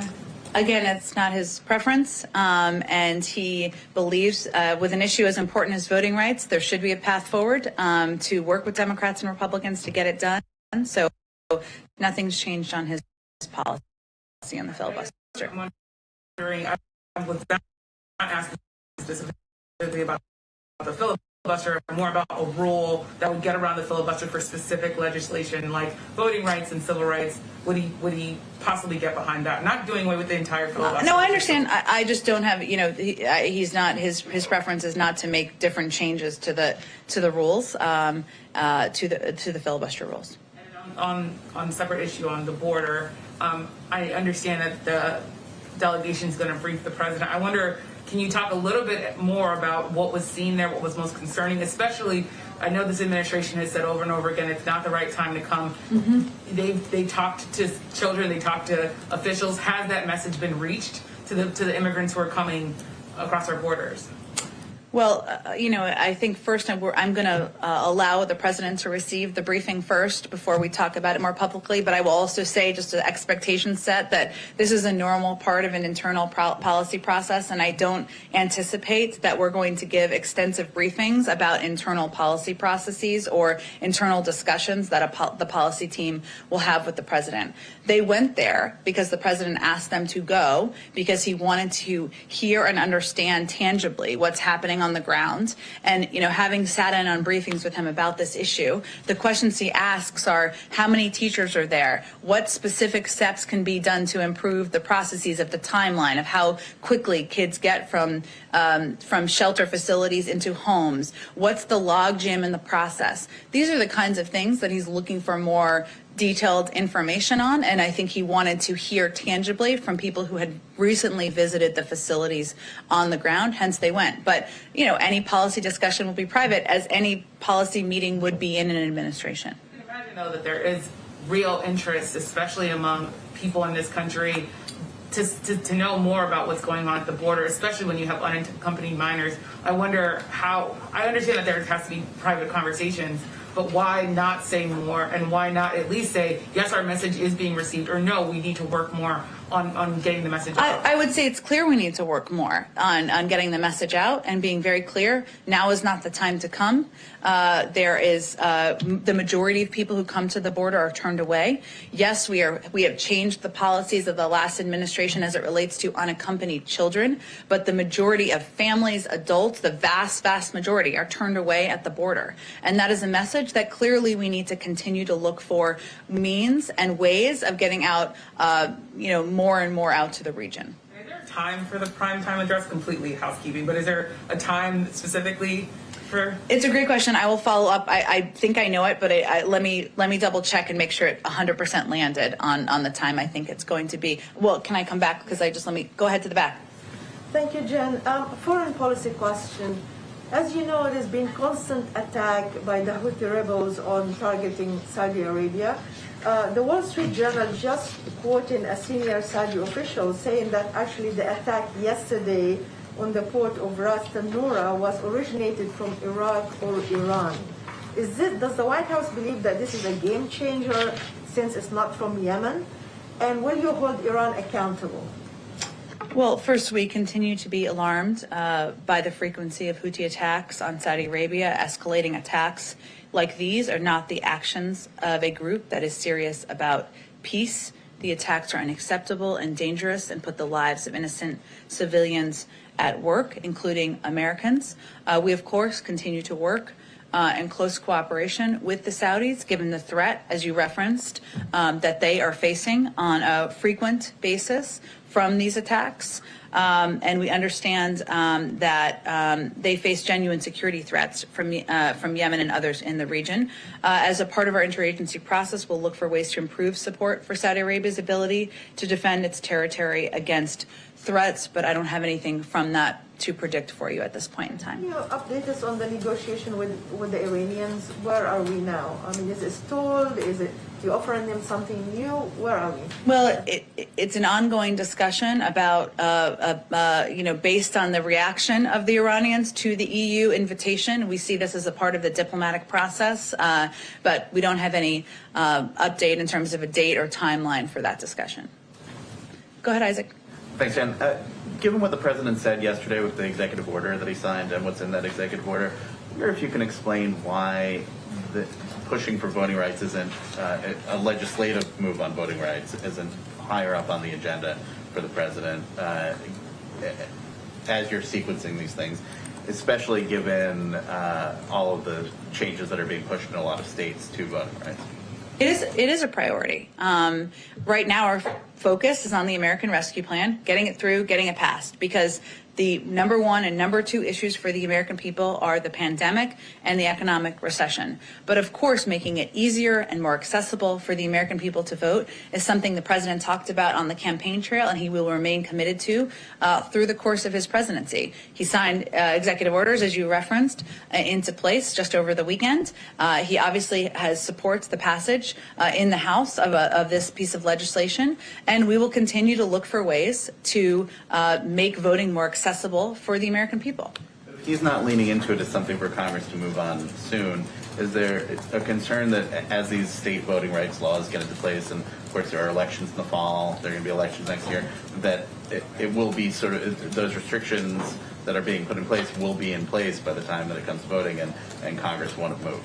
I mean, he is supportive of the legislation, right? He talked about, he put out a supportive statement. We had a supportive statement of administration policy on the passage through the House. It's something that he conveyed in that. He would look to see, he would support that moving through the Senate. Obviously, there are a range of means of working with states on their own approaches, working with Congress on a range of ways to help increase voting rights and access, and he and his team are eager to continue to do that. Thanks, everyone. Oh, sorry, one more. Go ahead. I just want to follow up because I want to clarify. You said that the policy discussion behind the scenes with the president and this delegation is private.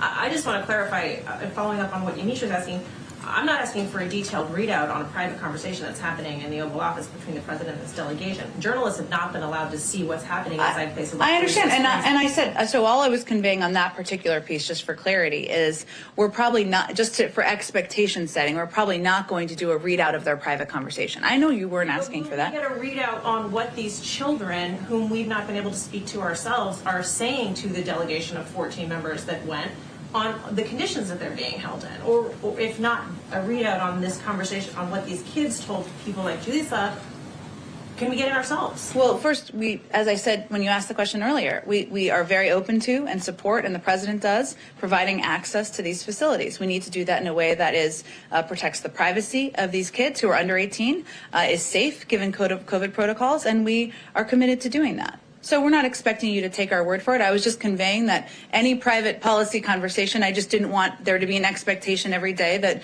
we'd be reading that out. This will be an ongoing discussion. And of course, we want to bring more people in here to shed more light on our thinking, on how challenging this issue is, on what contemplations we have to ensure that children are in facilities that are safe, that help, and that we take steps to expedite the process to get them to homes that are either family members or homes of people who are sponsoring them. Thanks, everyone.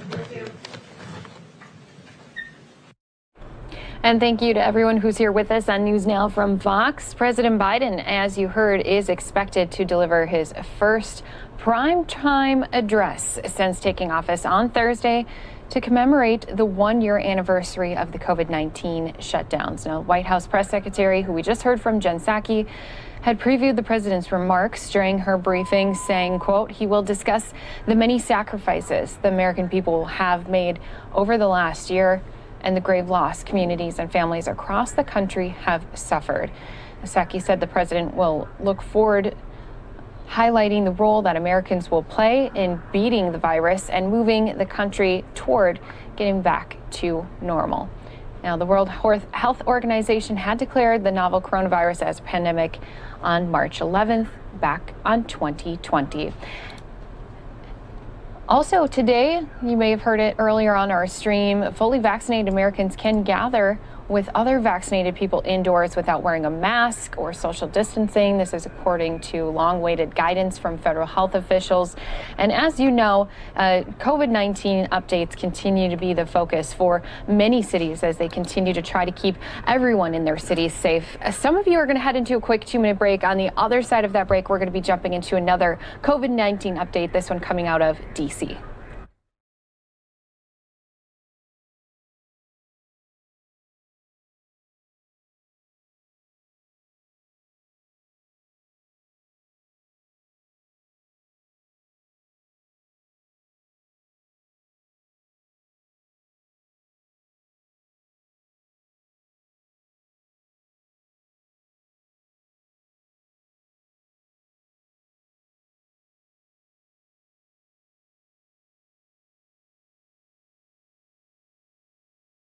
And for those of you not in a break, looks like we're having a little trouble getting that audio. So here's a look at the big board. Let me get to work on that for you.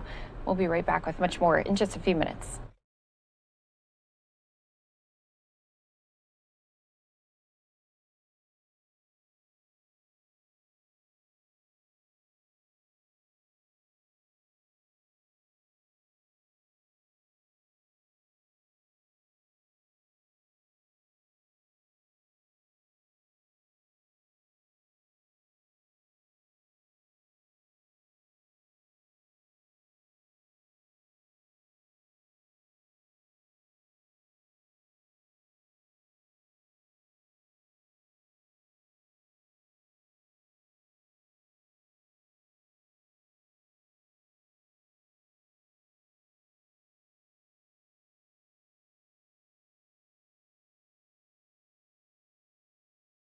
Will look like, and now we want to set some general expectations. So beginning on this Wednesday, March the 10th, you will be able to submit your information through the pre-registration site or by calling the district's call center. Again, the website is vaccinate.dc.gov and the call center is 855-363-0333. And again, you will be asked to include information about yourself, your occupation, your medical history, your COVID-19 history, and your contact information. So it's always a good idea to have any information related to that handy for when you call. The call center hours are Monday through Friday, 8 a.m. to 7 p.m., and Saturday and Sunday from 8 a.m. To 4 p.m. And after you register, you will wait. You will wait to get a call, text, or email, your choice, telling you that it's time to make a vaccination appointment. This could take days, it could take weeks, and it can even take months, depending on your risk factor and eligibility.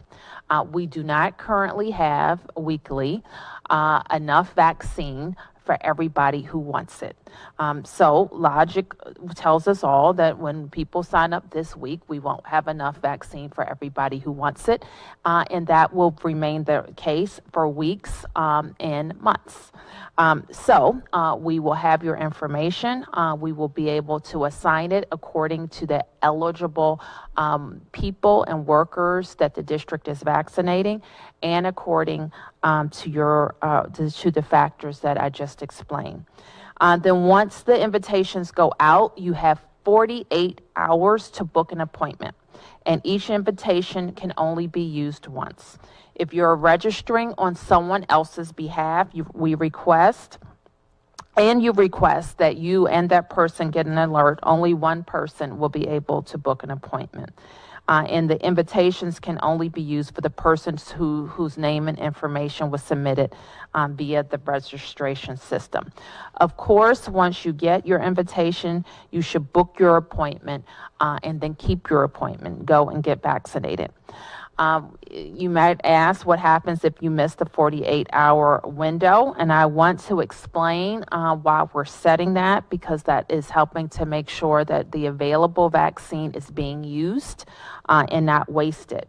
We need this time limit in place so that we know how many appointments are available and we can schedule it properly and prevent vaccine waste. If you miss the 48-hour window to book your appointment, then your name will go back in the pre-registration list and you will wait until the next time you are selected by the system. The system will select people up to 3 times. If a person does not respond after the 3rd time, they will need to re-register. So let's just review quickly the timeline for the first week. And I say for the first week because we will get into a different cadence in following weeks. Wednesday, March 10th, pre-registration opens. Friday, March 12th, the first invitations to make an appointment go out via calls, text, and emails. March 15th, the first vaccination appointments made through the pre-registration system take place. And if necessary, a second set of invitations go out via calls, texts, emails to ensure that all of this week's supply are being used. Now, that was the first week, as I mentioned, and after the initial launch, there will be this cadence. Thursdays by 10 a.m., invitations will be sent out, as well as Sundays by 10 a.m., and Tuesdays by 10 a.m. only if any appointments need to be filled.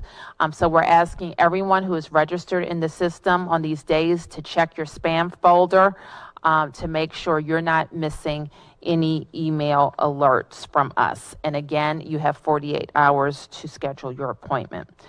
So that's what people can expect with the pre-registration system. And none of this will work if people who are eligible aren't in the system.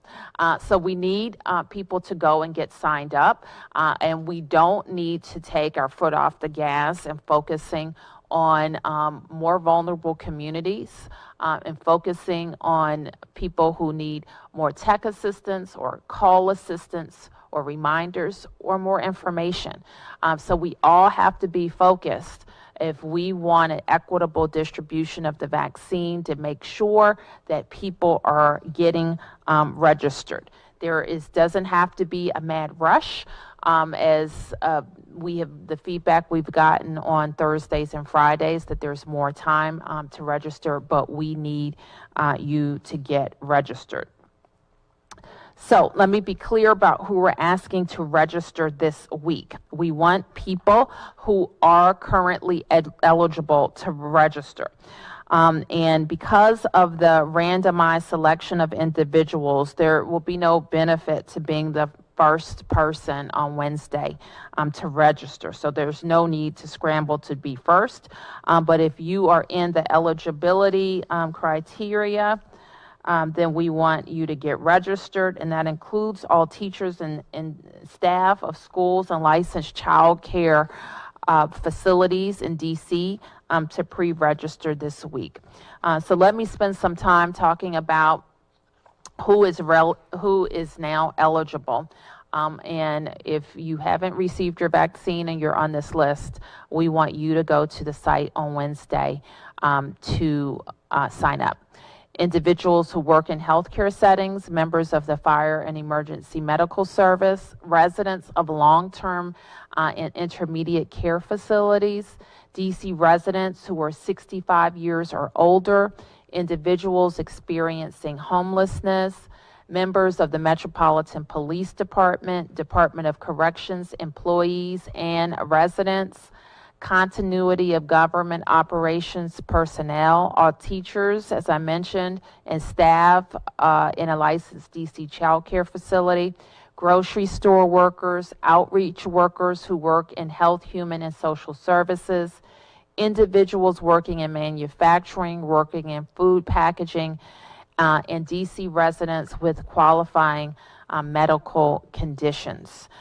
Some of the populations are in our special initiatives, as I mentioned, and may be contacted directly by a vaccinator. But most that I have mentioned should go to vaccinate.dc.gov to register. So we, of course, have our Senior Vaccine Buddy program, but everyone who has a senior in their life should feel empowered to be a Senior Vaccine Buddy. Call that senior, let them know about the pre-registration process, help that person sign up through the call center or by going online so that we can make sure that they're registered. That said, we also want all veterans in DC to know that they may also get vaccinated through the VA Medical Center. And you can find out more by going to va.gov or 202-745-4342. I, of course, mention that because it expands the number of doses in DC, and DC residents who have served should feel very should feel welcome to visit the VA, to, of course, visit with their medical providers if necessary, but also to get vaccinated.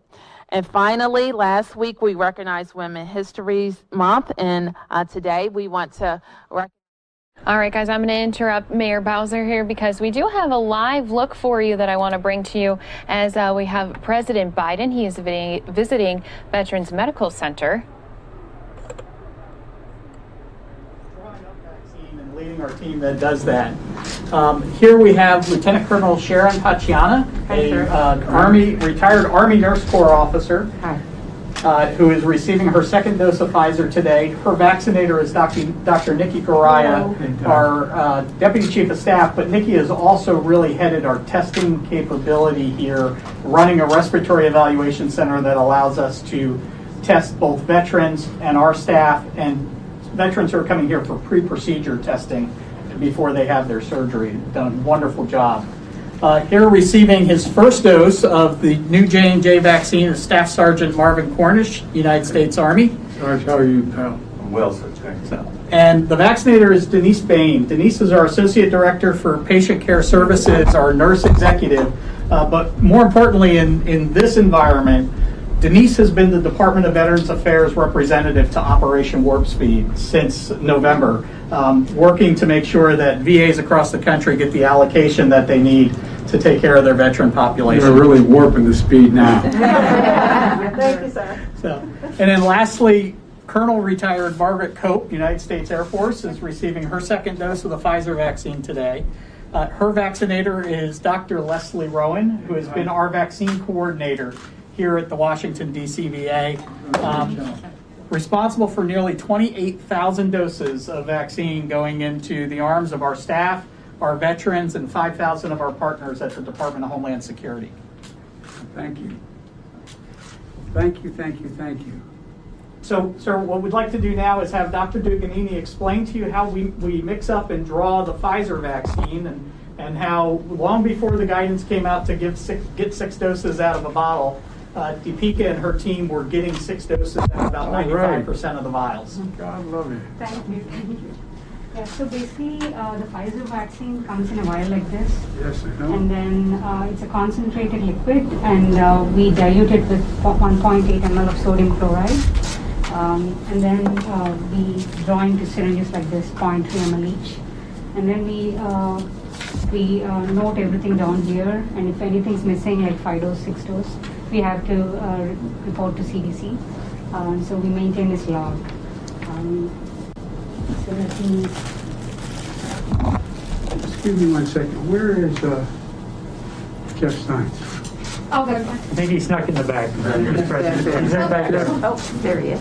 Jeff, come up here a second. I want you all to meet Jeff Stein. Jeff is the guy who had the dubious distinction of my asking to put together the entire team. And Jeff is, he also handled, along with some others, Ebola in our last administration.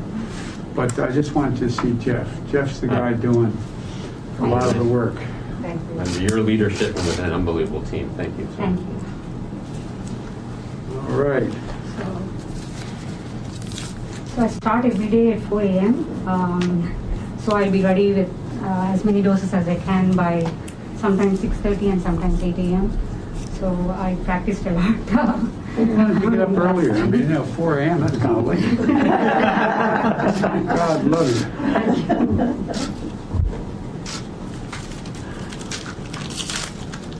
So I take it before I draw, and then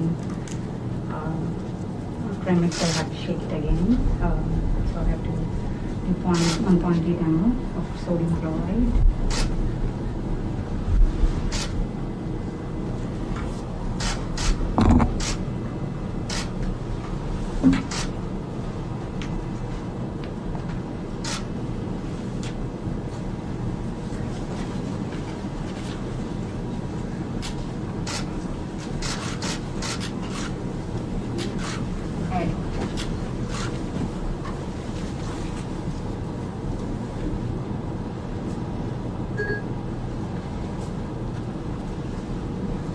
There you go.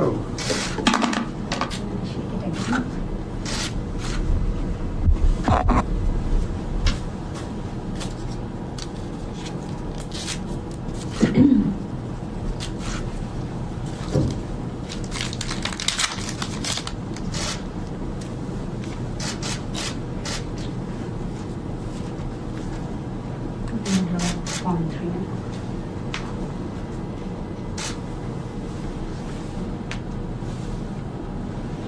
I played with bubbles all day. And just a reminder, you guys are watching this on News Now from Fox Live, raw and unfiltered. Again, President Biden here visiting the Veterans Medical Center.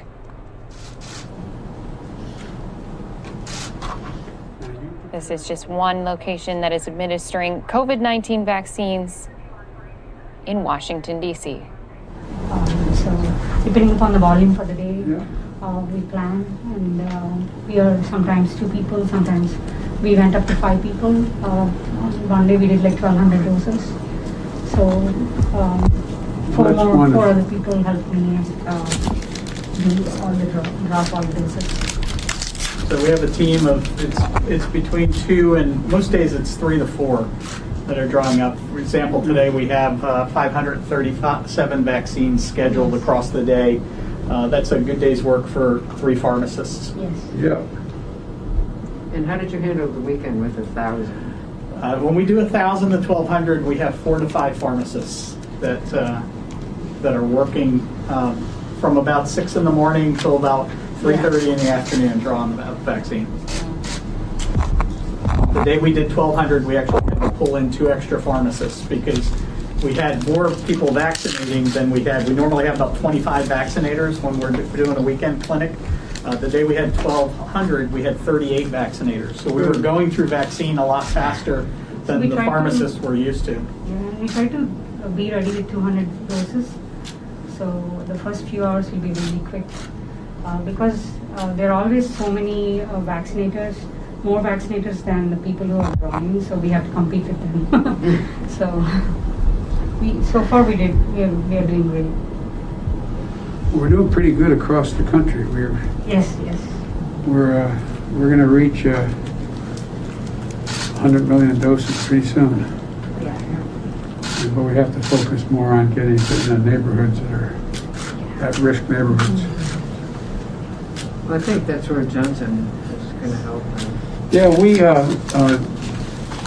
boss can speak more to it, but when we spoke with Johnson & Johnson, there was a little difficulty of them being able to have the facilities to produce it. So this guy got a hold of Merck and put them together and did something that's unusual these days. Put together 2 competitors to help save lives, and they're doing it. And the same with regard to a couple of others that needed some help in terms of lacking equipment for their manufacturing. So we were able to get that done. So I learned from running the Recovery Act, you got to be hands-on. You got to get down to the detail because it really matters. And I think Jeff put together a hell of a team.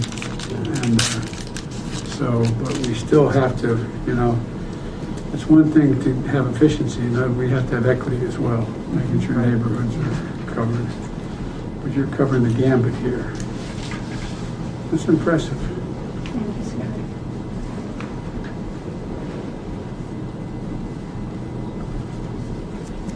Okay. Yeah, so this is how we draw all the doses. And then we label it with 6 hours of window. And, Okay. these are the labels. I take my coat off, except I've had my 2. As soon as she finishes drawing them up and labeling them, we'll give them to the vaccinators. Yes. Denise, do you have a J&J one there for? I do. Sergeant That's Cornish? the first J&J dose. Oh, wow. The inaugural. Yes. The first one here? Yes. One here. All right, you get 1, man. Sarge, I tell you what. No. I'm an only child, so. I tell you what.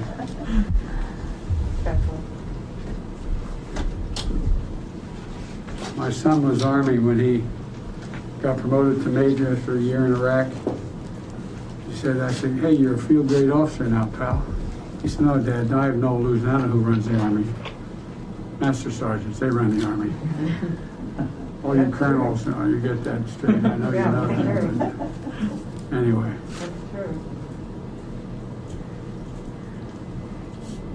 All right.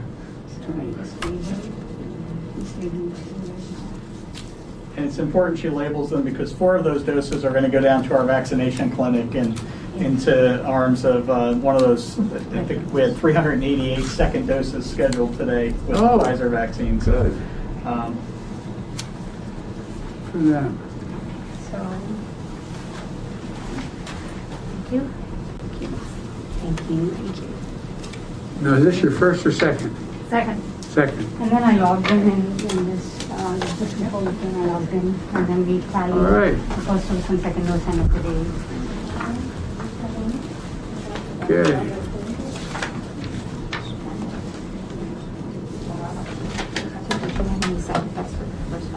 and since they're on your order, they can vaccinate. Go ahead. All right. I'll tell you what. I spent about 7 months as a patient at Walter Reed, so I'm used to getting shots. Go ahead. Fire away. So then we verify, we make sure that every person gets to see what the vaccine, what it's labeled for their fur. And then we verified all their information. We put the information on their card for them. We circle it here, and then we'll take this back to the computers and put it into the computer electronic record system. And so once we enter it into the electronic medical record and Leslie signs the note, the data automatically gets transferred to the Centers for Disease Control so that they're able to count it. And then we tell, Yep. Good. Remember to take a picture of your card. Don't laminate it, put it in a baggie, so in case we have to give you a booster shot, we can still use the same card. Yes, I'm sure, and I've heard. And just a reminder, you are watching this here on NewsNOW from Fox, live run unfiltered, as we continue to take this live look of President Biden visiting another COVID-19 vaccination site. Also, 2014, I was your MC at Veterans Day. Oh, is that right? National Cemetery. I thought you'd recognize the bald head. Well, I never recognize the mask, man. Yeah, so I had that honor 2013 until 2016. God love you. Thank you. It's great to meet you, sir. Nice to meet you. Thank you.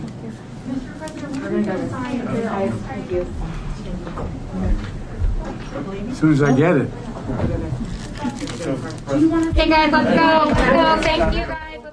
All right, and as they start to usher out the media, we are going to head into another quick 2-minute break. More to come right here for you on NewsNOW from Fox.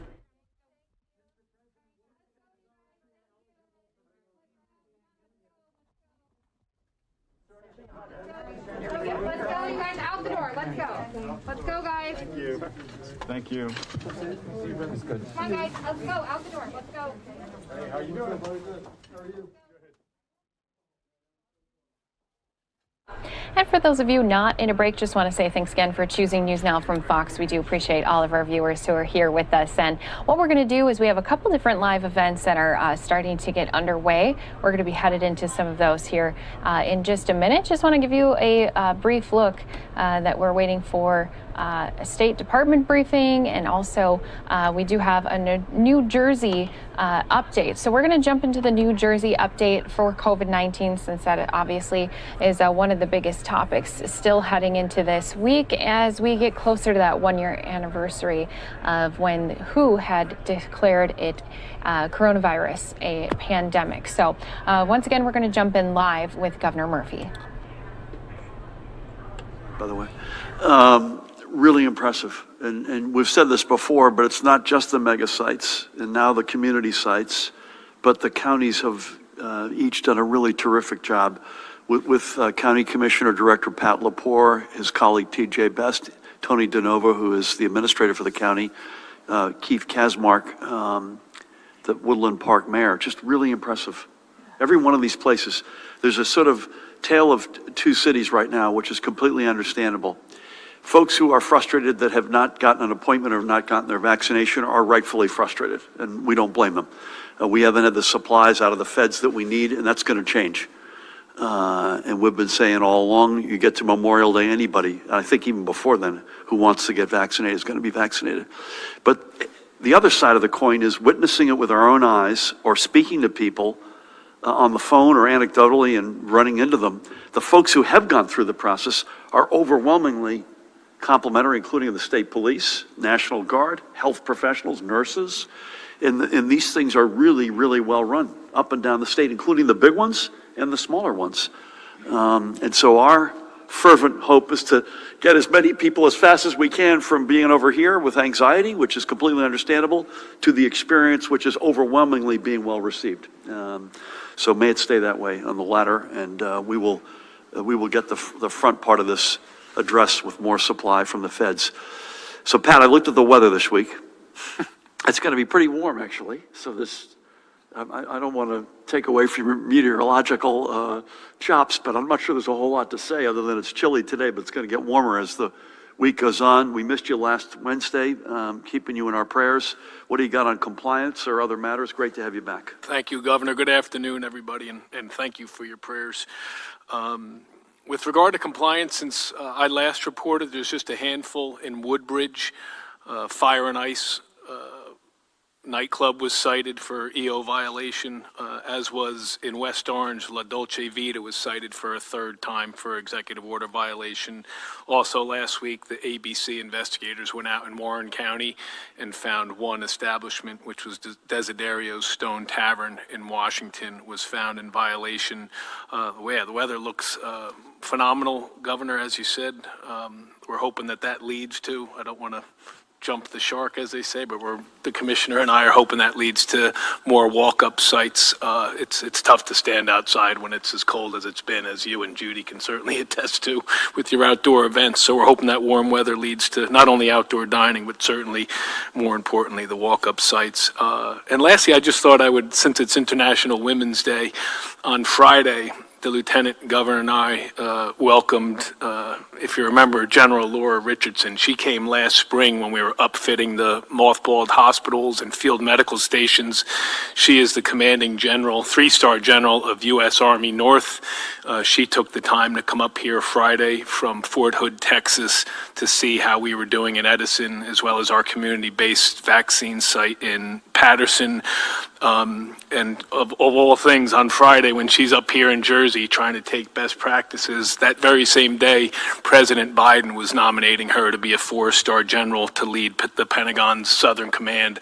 A phenomenal woman of service, and certainly a tremendous partner. She's the one who sends that Department of Defense teams and staff to support our hospitals and medical stations and vaccine sites.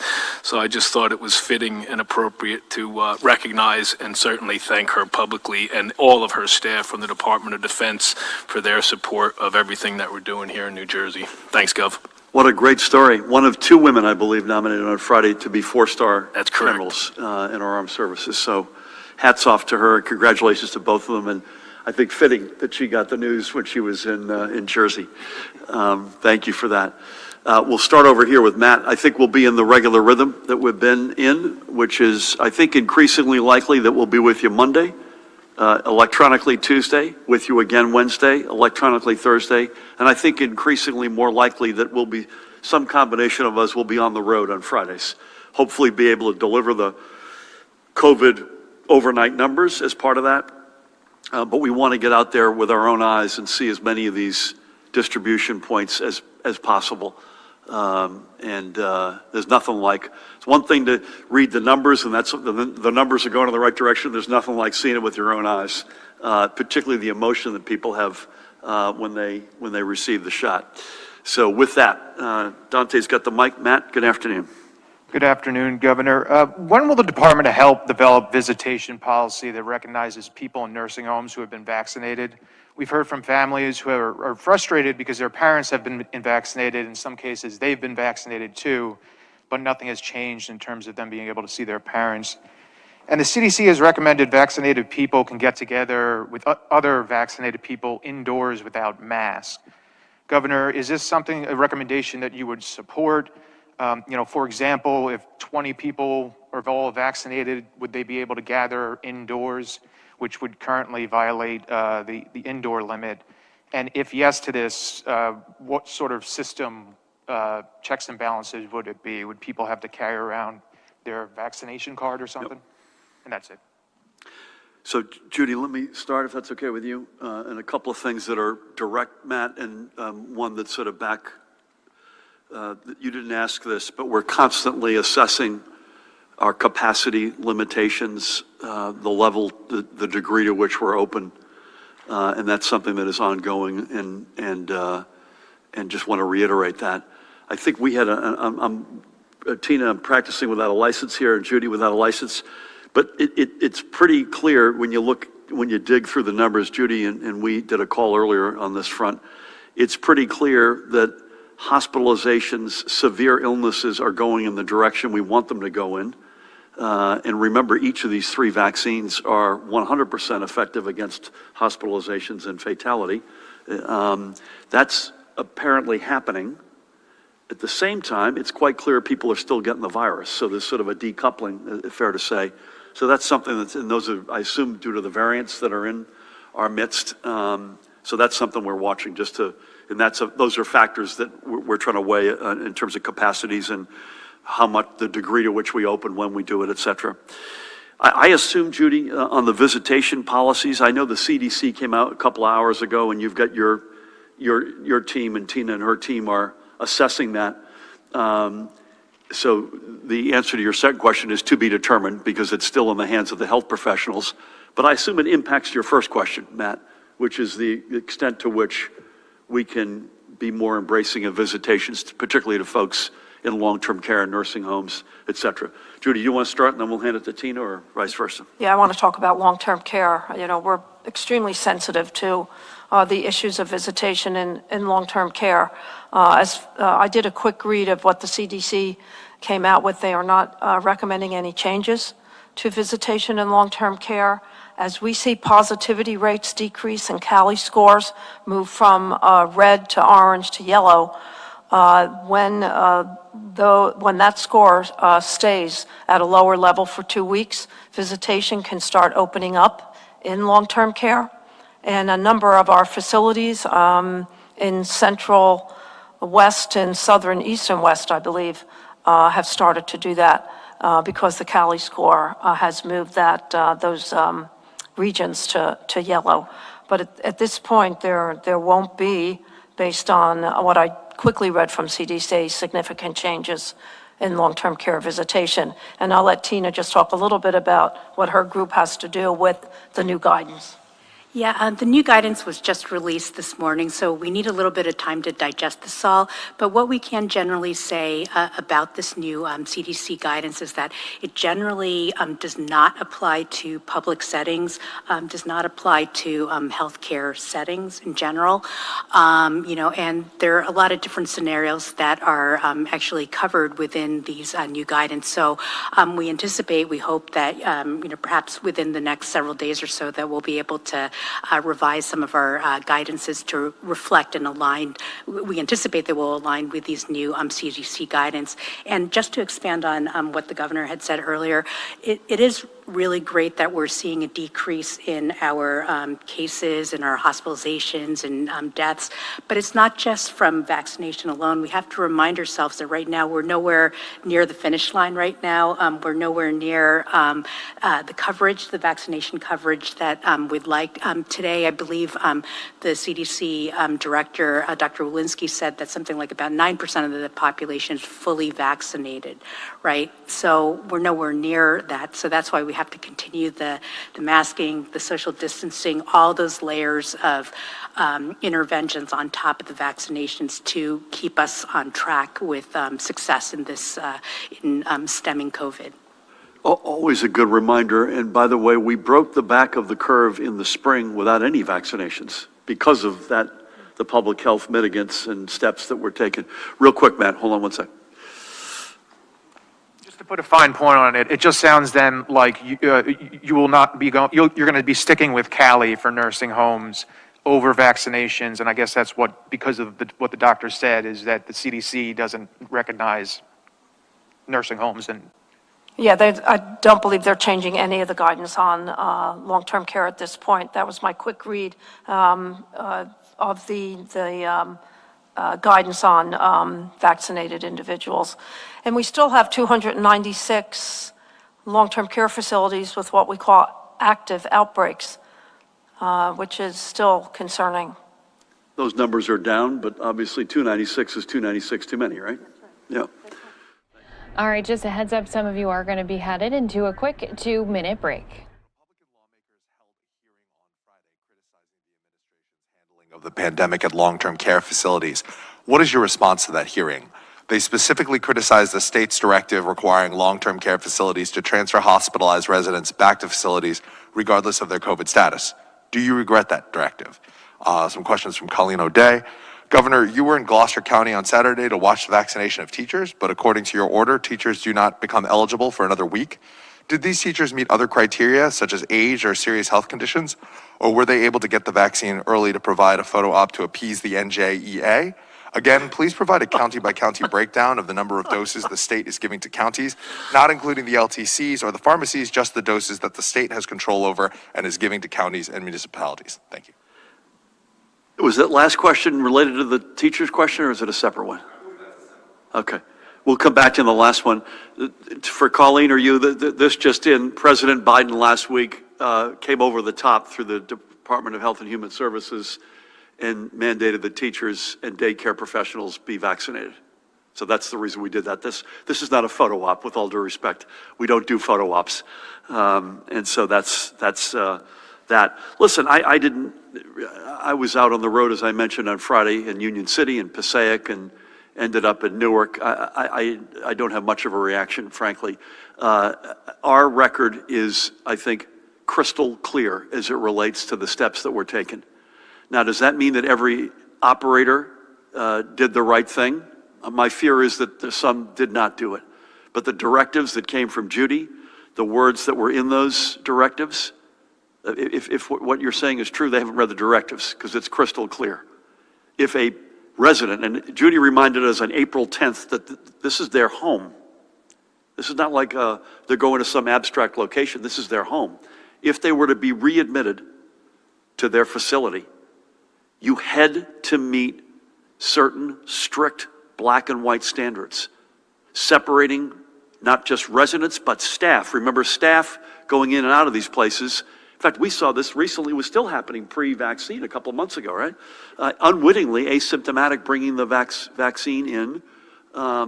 And by the way, part of the reason they were getting infected is they were working on multiple jobs because they weren't getting paid enough, and we're finally addressing that. And staffing levels weren't appropriate, and it took a pandemic for us to get the support to get laws passed that have addressed that as well. But it was crystal clear. If you were going to readmit a formerly COVID positive resident, they had to be separated by floor, by wing, by building. The staff could not commingle. And by the way, what further, if you could not do that as a facility, you were mandated to come to the Department of Health and raise your hand and say, we can't do this. Please help us find a different solution, a different location. And in fact, that happened on a number of occasions, and that's exactly what happened. So I have no time for the political noise. We're still flying the plane. As Tina said a minute ago, we're still in the war here. We're still in the fight. And if that all weren't enough, we started reporting probable deaths in June. You could look that up and do the math. That's 9 months ago. We have been crystal clear and transparent on that as well. Judy had the courage to hire an independent firm that came in with no strings attached and held a mirror up to the entire industry of long-term care, to our practices within that industry, gave a very graphic final report a month later, by the way, again, 9 or 10 months ago, including executive order recommendations, which we have pursued, statute, laws that we've pursued with our legislative partners. So the facts, I just don't want to let the facts get in the way of some political stunt. With that, Dave, over to you. Hi, Governor. Following up, Matt, by the way, stole both of my questions, so I'm following up. You better make one up. Well, I have a couple made up already, but just to follow up on the, with regard to the new CDC guidance about visitations.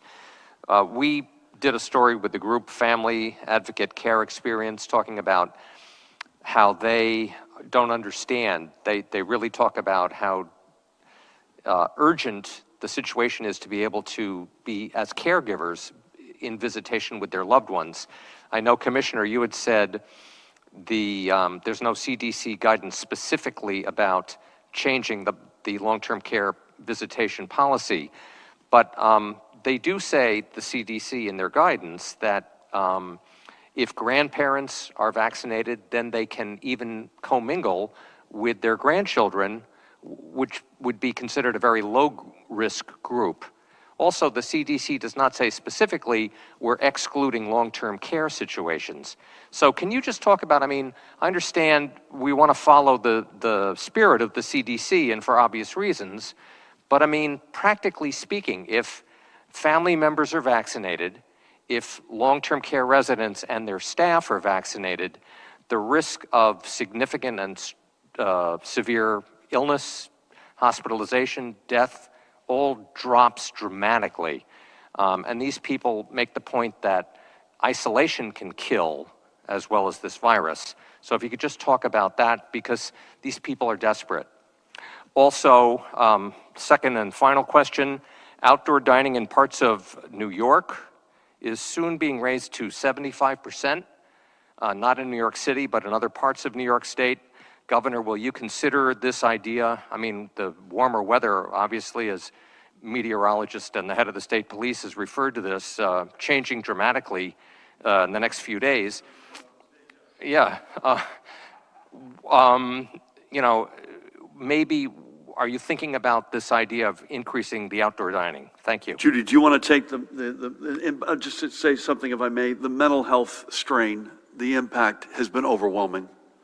And I would say, I think on everybody, right? Kids learning on a screen, educators, parents, all of us. But I think none more so than either in residents of long-term care, broadly defined, seniors, developmentally disabled, whoever it might be. The strain there on them and their family is as acute with that group as it is with any. Judy, sorry. Yeah, excuse me, we're trying to reconcile so many conflicting issues with long-term care. We can't ignore the fact that there's still active outbreaks. And during an active outbreak, movement within the facility should be restricted. Second thing, we can't deny the fact that we had one of the highest mortality rates in long-term care. The density of our long-term care facilities, the number of individuals we have in long-term care, along with the physical structure, which has many semi-private rooms and sometimes 3 and 4 bedroom accommodations, increases the risk. On the other hand, we have said pretty clearly, essential caregiving and compassionate visits should be allowed. And those definitions are not just for end of life.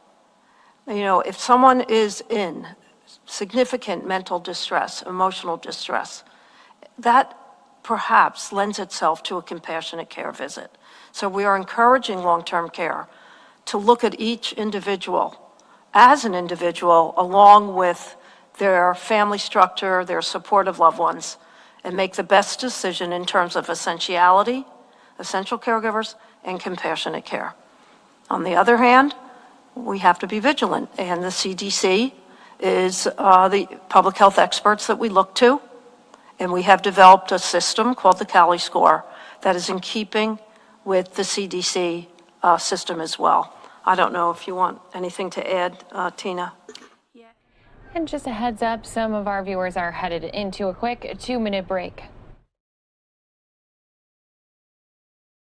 Also be mindful that these aren't necessarily just enclosed private households, that there's movement and mobility from staff coming in. There's also turnover of residents as well.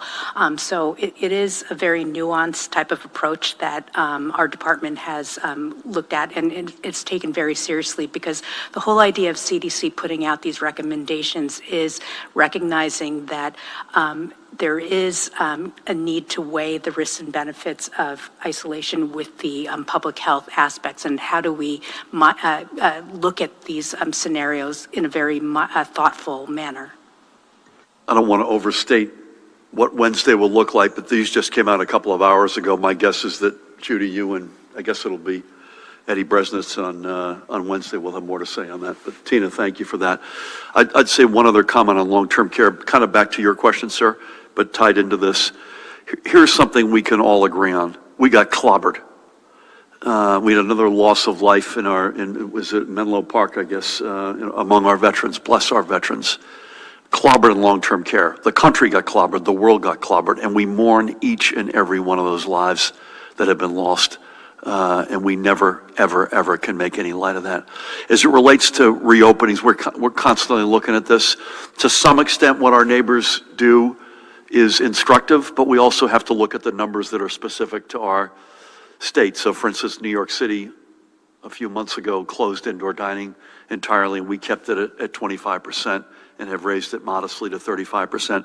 My guess, if the numbers continue to go in the right direction, we'll take some steps, perhaps sooner than later. We do have this kind of weird dynamic where and Tina is right, the hospitalizations are going down due to a number of reasons, including vaccines, but much more than that. People are still getting infected and getting the virus, so you try to thread a needle between those two realities. Is that fair to say? Thank you. Nikita, good afternoon. Good afternoon, Governor. So a bill eliminating mandatory minimums for a series of nonviolent crimes, including official misconduct, drug crimes, and some property crimes, has been on your desk for about a week now.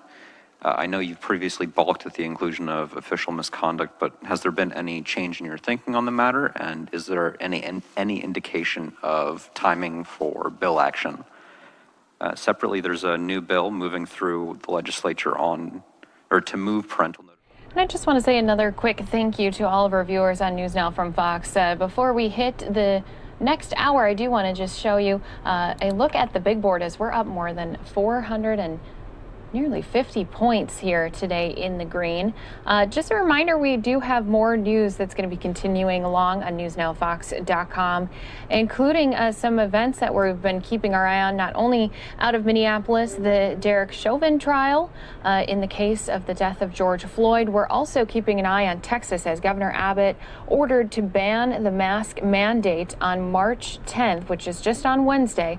Some prosecutors say it's too early for that, so we do have some people staking out at the governor's mansion. And then also we're continuing to keep an eye on more COVID-19 updates. There's an educational briefing that's happening out of the state of Illinois with the Governor Pritzker and much more. So don't forget, you can continue to watch News Now on NewsNowFox.com no matter where you are. Going to jump back into New Jersey as they continue to work on their vaccination efforts. They have already administered more than 2.5 million doses in the state. And now on Saturday, they have said educators have also become available to get vaccinated in the state of New Jersey.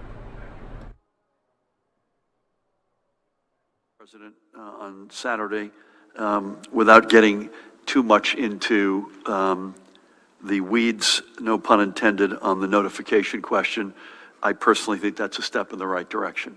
And so we'll see where that goes. It's not on my desk. In fact, it's not even through the chambers yet, but it's got a ways to go. But as a conceptual matter, I'll put it that way, I support that direction. Nothing new on Edison other than I found it at the time to be incredibly offensive. And I hope the persons who were associated with doing it ultimately are found, and I'm not sure what the price you pay for that is, but they deserve to pay a price because it was really offensive. And no comment on the Hudson County decision, other than you asked me last week about both Mayor Jimmy Davis and Nick, and I'm a big fan of both of them. And we've worked really well with both over the past number of years. And I've got nothing new in terms of where I think that settles, but two outstanding public servants, two outstanding electeds. Thank you. With that, I'm going to pack up and mask up. I want to thank Judy, Tina. Again, I don't want to overpromise and underdeliver. My guess is we'll have more to say on a lot of things on Wednesday, but as you all digest the CDC guidance, thank you both, as always. Pat, good to have you back, particularly in good weather. Jared, Paramel, Dan. Again, we will be electronic with you tomorrow and in person on Wednesday, and it's my guess is we'll be electronic and then on the road on Friday, but we'll get Dan or Mahan to give you the details on that. So I would just have two quick reminders here as we break. One is to underscore the point Tina made today, Judy's made it hundreds of times, we've made it. The vaccines are a huge step in the right direction. They are yet another weapon in our arsenal. They're not the only weapon. And that's a very important point. So face coverings, social distancing, washing hands with soap and water, using common sense to take yourself off the field, all of that still matters. The vaccine is a very potent weapon on top of that.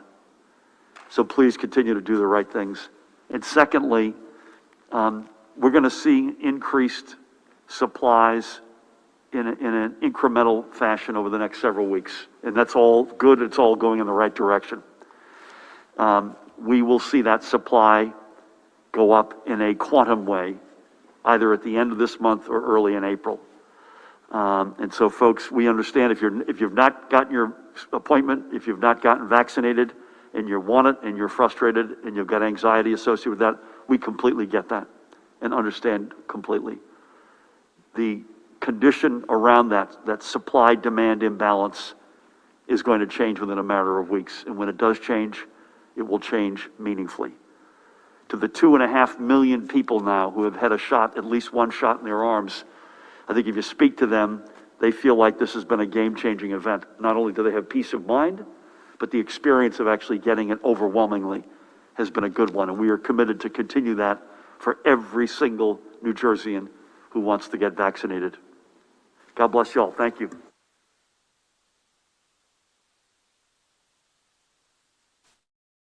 Well, let's take a quick 2-minute break here on News Now from Fox.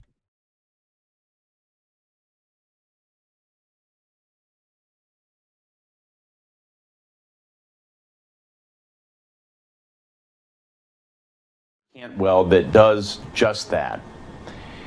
In fact, recently we secured a major provision from this bill. And estimates show it will produce 130,000 housing units over the next 10 years and generate 162,500 jobs.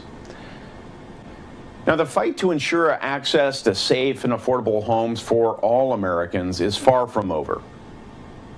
And there are no quick fixes. But by working with organizations like the National League of Cities, I'm confident that we can come together to solve the housing affordability crisis. Thank you.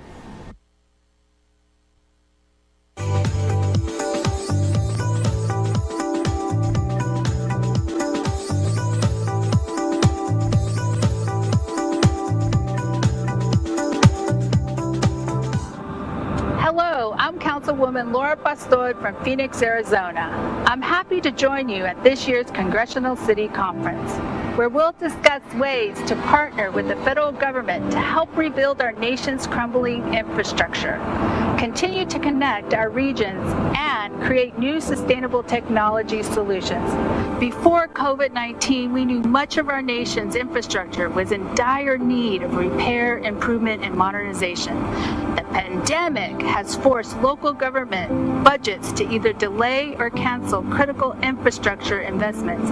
This is why, now more than ever, the federal government must prioritize infrastructure development, not only to repair our nation's deteriorating roads, bridges, railways, and ports, but to spur job creation and local activity to move our nation's economic recovery ahead. We must also ensure our residents have full broadband access to stay connected, not isolated while social distancing. We need America to get back to work and urge our federal partners to support our communities with grants, tools, and resources for infrastructure projects. And I look forward to working with all of you in keeping America moving, now and for generations to come. And in the words of one of our nation's greatest labor leaders, civil rights activist, Dolores Huerta, si se puede.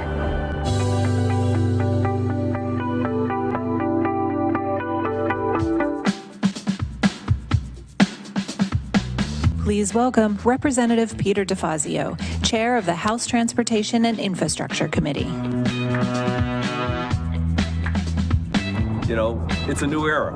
We went through 7 fake infrastructure weeks with Trump. The net proposals out of the Trump administration would have cut investment in surface transportation. DJ Gribbin would have said, hey, it's the responsibility of the states and the localities. That doesn't work. I have a poster, many of you have seen it.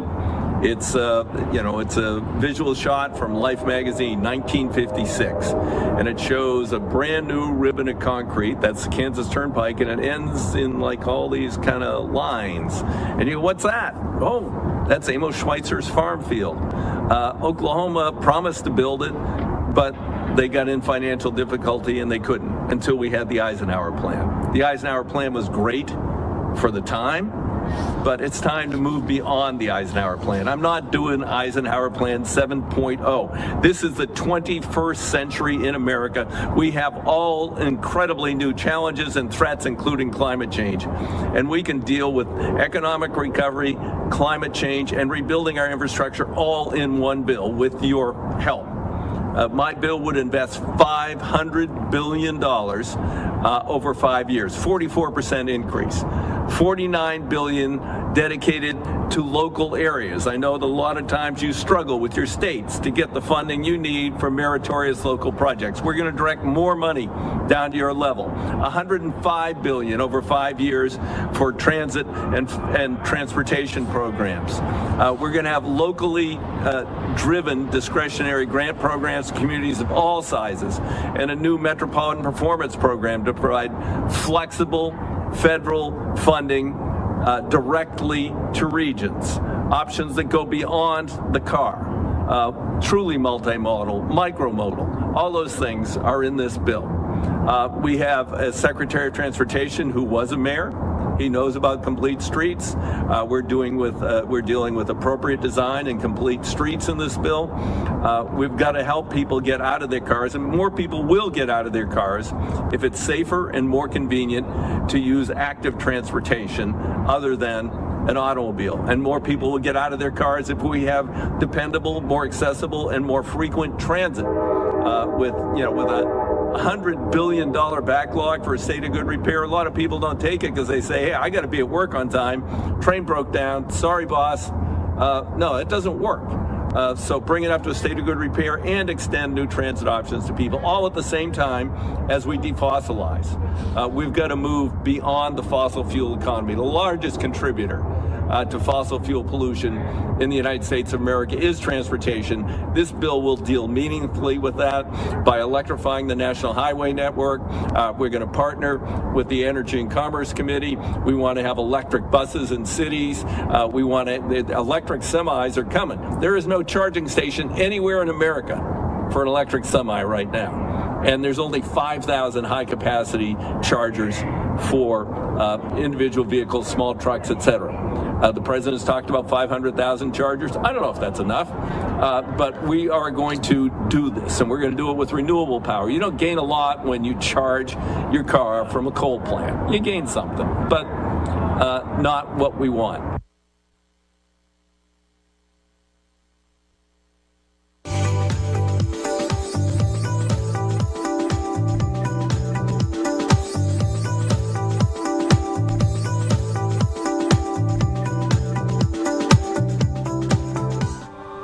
Greetings, I'm Mayor Lionel Jordan from Fayetteville, Arkansas. I'm looking forward to speaking with you all at this year's Congressional City Conference to discuss getting America back to work. To do this, we need to see policies from the federal government that will ensure our communities play a central role in our nation's economic recovery. Both before and throughout the pandemic, we've seen the nature of work rapidly evolve that have completely transformed our economy. In response, cities need enhanced workforce training programs to ensure that we are prepared to take on the jobs of the future. As more Americans prepare to re-enter the workforce after historic levels of unemployment, We want to see a federal government that provides apprenticeship programs, expands financial aid programs for workforce training skills, and creates new pathways to successful careers for unemployed and underemployed Americans. Here in Fayetteville, our latest library expansion includes a new innovation center where access to job skill training opportunities is as easy as checking out a book. The center includes a teaching kitchen, maker space, robotics lab, audio and video editing suites, all at no cost to our residents. By investing in skills training and wraparound support for working families, the federal government can help city leaders build upon successful workforce development programs that strengthen our communities. At the local level, cities are counting on Congress and the Biden administration to empower local workforce solutions so that all of our residents have an opportunity to achieve meaningful employment at a living wage. Thank you all.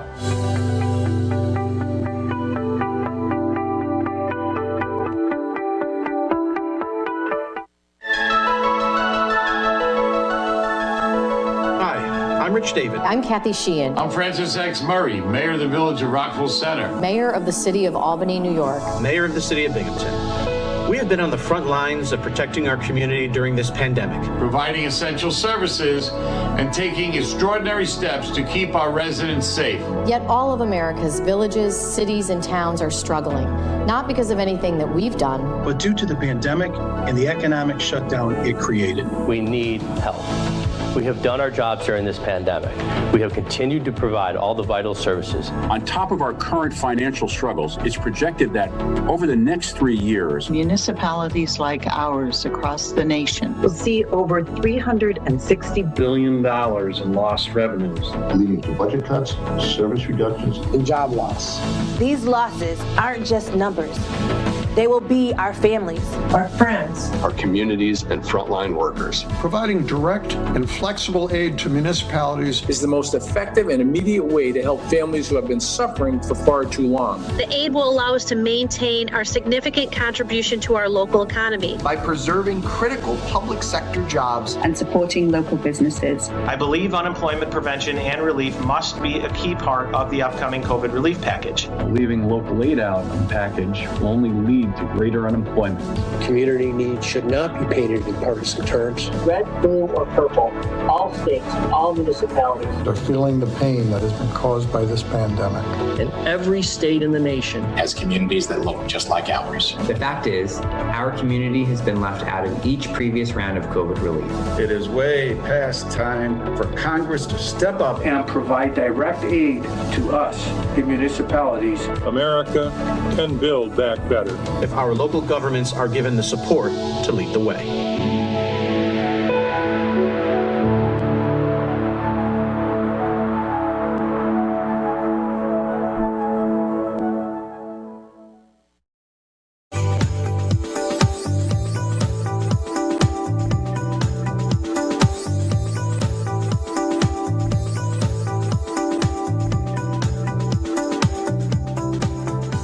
Hey everybody, I am Randall Woodfin and I serve as mayor of Birmingham, Alabama.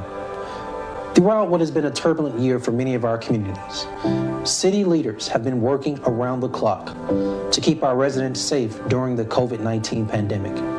This last year has shown the importance of efforts at the local and federal level to reform and reimagine public safety and policing to address long-standing inequities endangering our communities. As part of this effort, we must recognize another public health crisis in our neighborhoods, the epidemic of gun violence that claims many lives each year. Since the beginning of the pandemic, we have seen a rise in gun violence in cities throughout our nation. That violence threatens to tear apart the very fabric of our society. That's why it's important for local leaders to have the tools needed to take on this pandemic of gun violence. We want to work with our leaders in Washington to advance common sense solutions to protect our communities. The National League of Cities is encouraging the Biden administration to convene a national commission on gun violence that brings together stakeholders from across the spectrum to offer recommendations on ways to reduce gun violence in our hometowns. Now, make no mistake, the violence we are seeing in our communities is a public health crisis that demands action. We look forward to constructive conversations between local, state, and federal leaders on ways to enhance public safety in all of our communities. Thank you.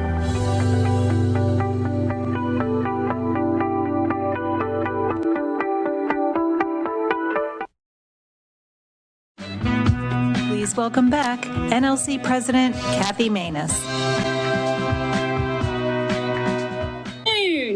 CCC is always special for many reasons, but one of those is because it takes place in March, Women's History Month. Every year, I look forward to meeting my sisters in service, my fellow women in elected leadership. Our experiences are unique, and NLC's Women in Municipal Government gives us a place to come together and share those experiences.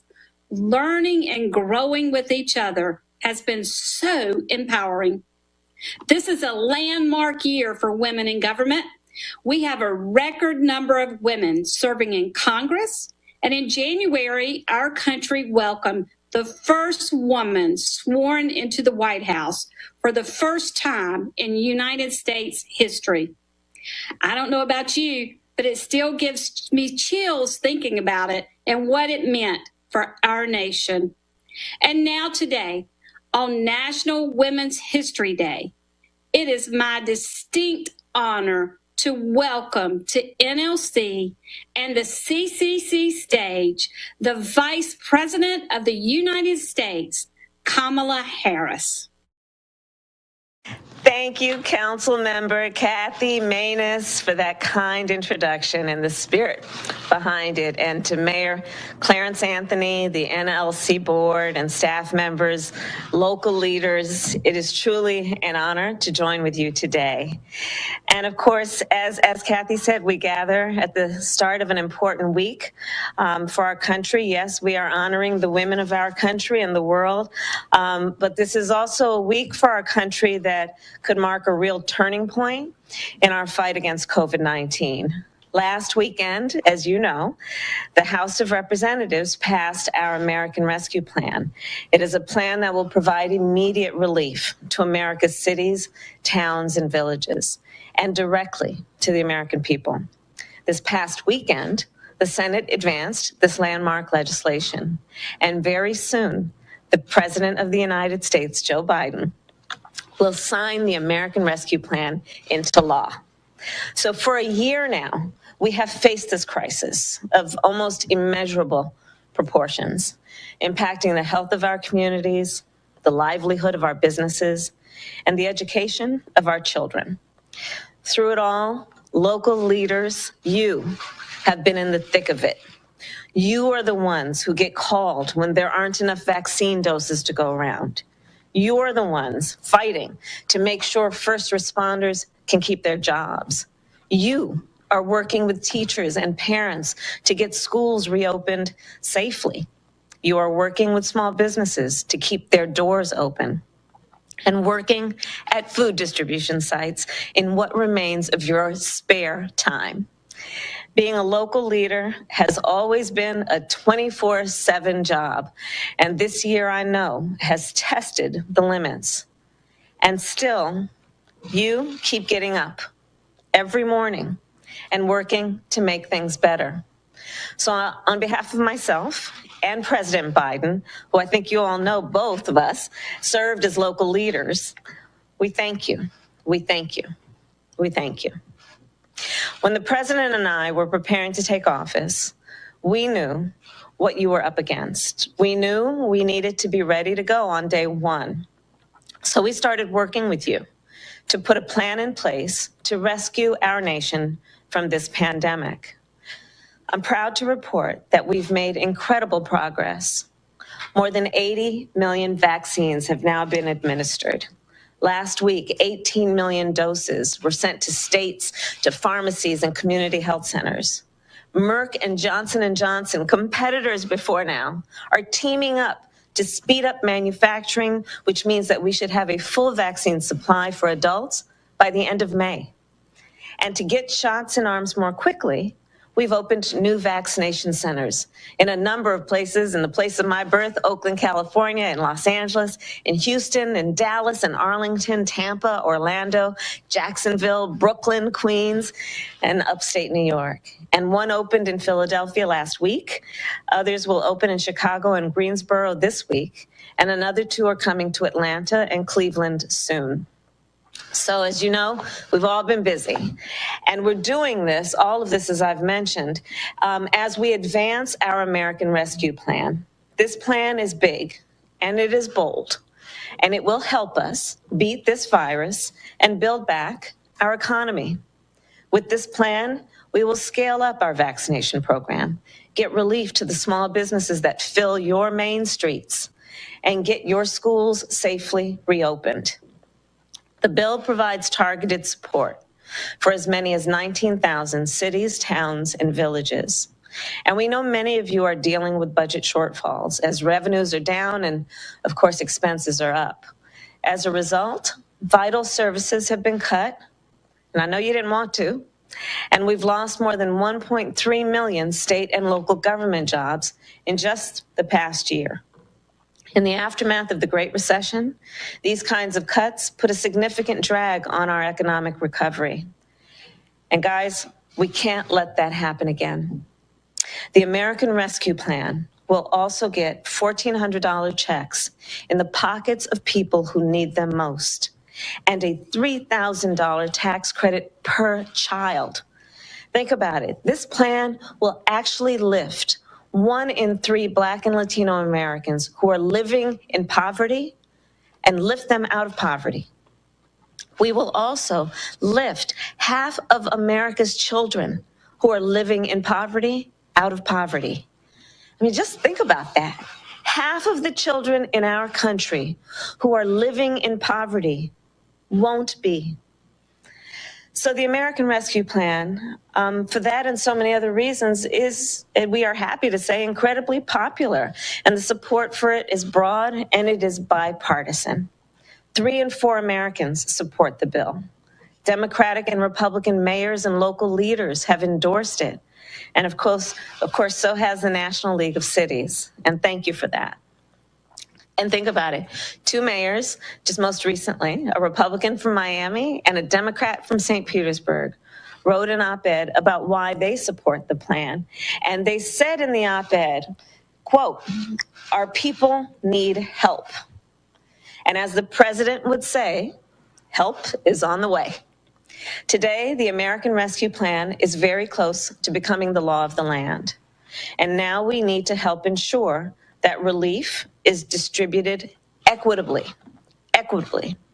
And that means we need to acknowledge, as so many of us do, we need to acknowledge the pandemic has made worse the fissures and the flaws and failures that already existed in our systems and in our structures. We've seen that race and place matter a lot in how well protected a person is from the virus or not. And race and place have played a role in access to services. So one way we're addressing this is with our COVID-19 Health Equity Task Force. This task force stemmed from a bill I introduced in the United States Senate to have a dedicated group of experts who report on the disparities that exist in the allocation of resources. The task force is required to make recommendations on how to solve for those problems. And local leaders are vital. You are vital to the solution. So today we have a big announcement, and we're actually making it right here with you because it will have a direct impact on the communities that you serve. Our administration will offer $250 million in grants for localities to partner with community organizations on health literacy. Our goal is to provide underserved communities with the information they need to stay safe and to get vaccinated. And remember, information and education of course, saves lives. When folks have the information and the education, they have the tools that equip them to take care of themselves and their family. We expect to fund 30 projects in urban communities and 43 projects in rural communities for 2 years. And I'm going to give you some information on how you can apply and get more, and that is to apply through April 20th at, and I'm going to give you a website, minorityhealth.hhs.gov, and we'll follow up and get it for you in writing.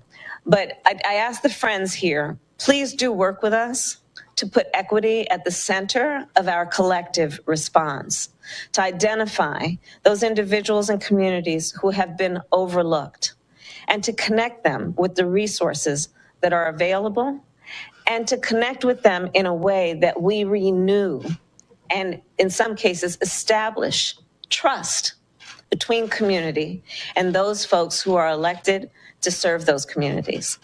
And also, we've got a child tax credit coming that they can take advantage of. So please tell them about it, and tell them about the Paycheck Protection Program and the loans there for small businesses. Please tell your folks about how to get vaccinated at pharmacies and community health centers and mobile units. And please continue to tell everyone you know to wear a mask. And this brings me to my final point. The American people will continue to look to you as much as they look to me or the president, because of your tireless efforts, because they know they can rely on you. They will continue to look to you for answers and for action and for comfort and for hope. And I know it's not an easy job, but what you do, especially at this moment of crisis, couldn't be more important. So thank you again for all you do. I know it takes personal sacrifice and sleepless nights, but know that the president and I are working right alongside you. So may God bless you, and may God bless America. Thank you all.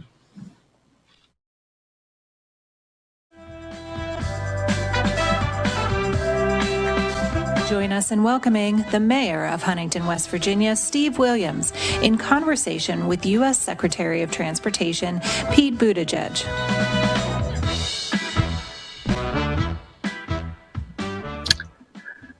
Mr. Secretary, welcome home.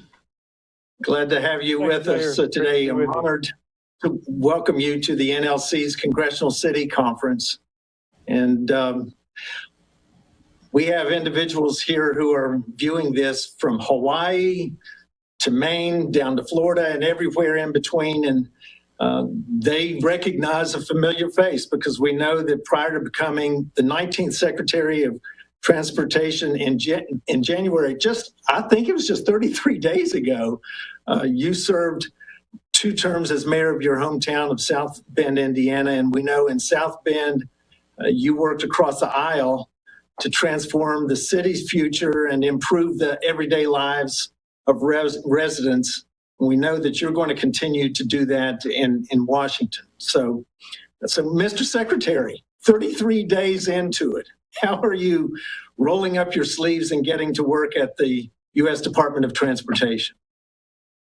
Well, Mayor, first of all, it's great seeing you. Thanks for your continued leadership, and thanks for a chance to address everyone who's gathered with the National League of Cities. You truly represent the people who are doing the work, and the work you're doing is phenomenal, especially at a challenging time like this.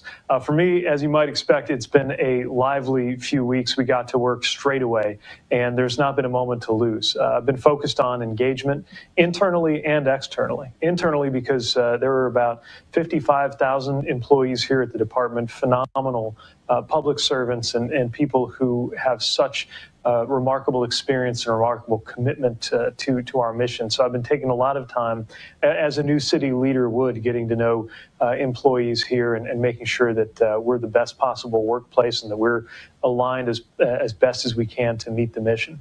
And there's been a lot of outside engagement, participating in events like this one that I'm thankful to be at. And of course, a huge focus on making sure in these first weeks that we deliver this rescue package that the Vice President was just talking about. The Senate vote brings us one big step closer. I want to thank all of you for the work that you have done to communicate to the public and perhaps educate many members of Congress about what this means in our communities. And of course, now we need to get this back through the House over to the President's desk with not a moment to lose. And then we have an opportunity to work on an economic recovery package that I am so enthused about the potential of. We're talking about a chance to build back better across the country. And to my way of thinking, there are moments that come along that you just can't dare miss, and we're in one of them, both in terms of the scope of the challenge, from our nation's reckoning over equity, racial and economic justice, to the climate crisis in front of us, to what COVID-19 has done to our communities and economies, but also the opportunity side, the national impatience to get something done. And the fact that the economic conditions and the political conditions, I think, have us very well aligned to come together and do big things when it comes to infrastructure. I know this is not the first administration to arrive with high hopes on what we could deliver in terms of infrastructure, but we're determined to take advantage of this unique moment, this maybe once every century moment that we're in, with your help in order to deliver. And so when I'm not around this building getting to know my new colleagues or engaging with elected leaders like you, I'm working to frame the right possibilities for that. And we'll be turning to you, of course, both to inform and we hope to communicate the importance of the legislation that may be materializing later on this year.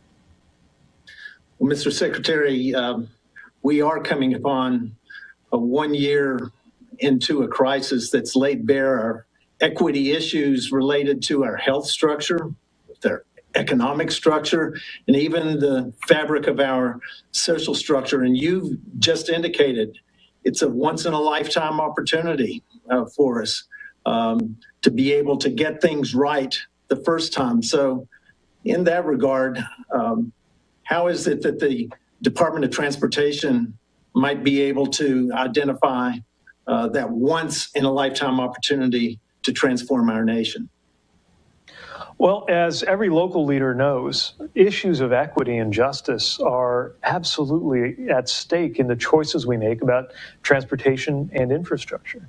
We know that the very same Americans, disproportionately Americans of color, who've been excluded by design through American history from economic opportunity, have also been those most likely to live in neighborhoods with inadequate transportation resources, or most likely to live in neighborhoods where highway projects and other investments, often with federal money, have actually made things worse by isolating people from one part of a community to another. We got a chance to do something about that. We got a chance right now to take our history into account, and even more importantly, to take our future on board as we make choices that ensure that access to transportation becomes a leveler, an equalizer, something that makes this country a more fair and more just place to be. By the way, this is something that can't be separated from questions of climate and environmental justice. A very simple example is that we know that some Americans are disproportionately likely to live close to highway thoroughfares that have worse air quality and are more likely to suffer from asthma and other conditions related to particulate matter in the air, which in turn helps to explain one of the reasons why we see disparities in who's most vulnerable to COVID-19. All of this is connected. The problems are connected, and so are the solutions. I'm especially energized by the President's call for us to deliver 40% of the overall benefits of this administration's investments to disadvantaged communities. We're calling it Justice 40, and the Department of Transportation has a huge role to play here. So again, this is something we can't do just out of Washington. It's got to be in partnership with local communities. But the bottom line is this is a top priority here at the department. It's a priority of the President. It's a priority of mine. And I know that as you work to make sure that your communities empower everyone to thrive, we're going to do everything we can to support you in that work.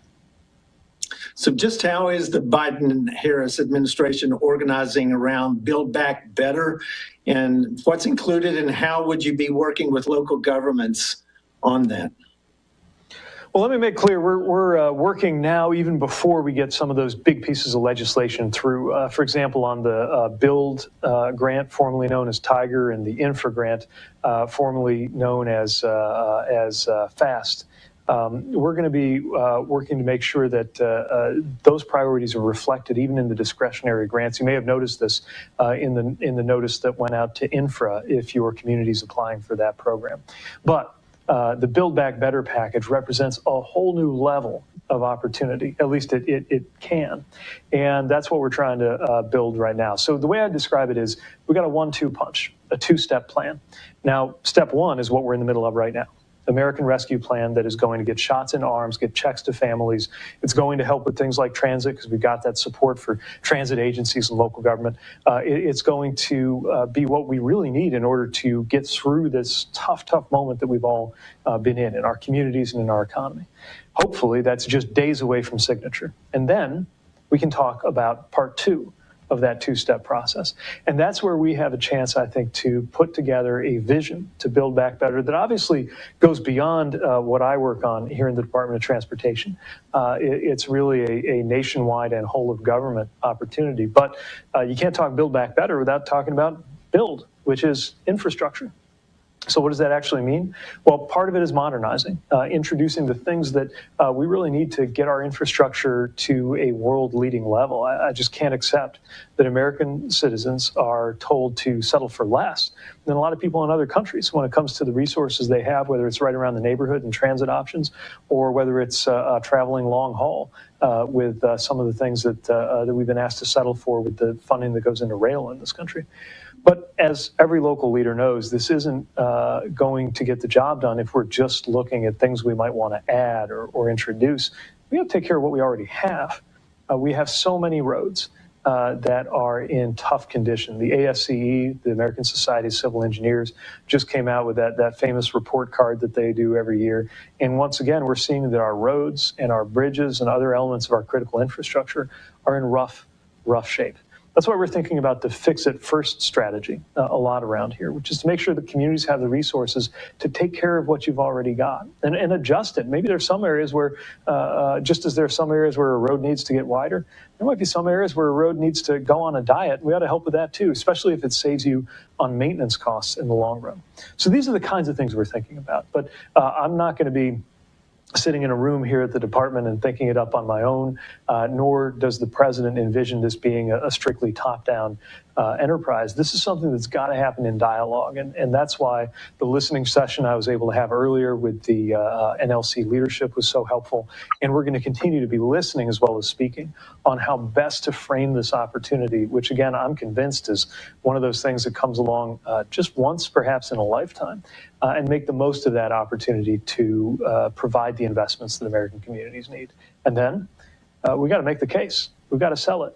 Because as we've learned with this rescue plan, just because something has a commanding majority among the American people, Democrats and Republicans, and perhaps among American mayors and city leaders, doesn't always mean that it gets a rousing majority up on Capitol Hill.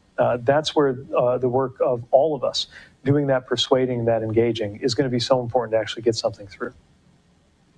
And as you know from your history at South Bend, the communication from the local level to the members of Congress is the way to be able to get things done. Earlier today with the board of directors, you heard a full laundry list of what we're attempting to do with infrastructure. We're prioritizing sustainable infrastructure investment with both a safety and technology focus. So how can we partner together with the US DOT in these areas? Well, as you said, local leaders are already thinking about and acting on opportunities around things like safety and the use of technology. What I think DOT can do is help provide resources, help provide insights, technology sometimes, and that integrated view where, a department like mine ought to be talking to a place like the Department of Housing and Urban Development about how we can mutually support transit-oriented development, just to take one example of the kinds of interdepartmental collaboration that aren't always part of the way people are used to doing things in the federal government, but as every local leader knows, you can't get anything done without it. Some of the things we're working on sound very technical. The notorious MUTCD, I'm not even going to try to state what it stands for so I don't get it wrong, but this, no, it's the Manual on Uniform Traffic Control Devices, I think. Somebody will tell me if I got that wrong.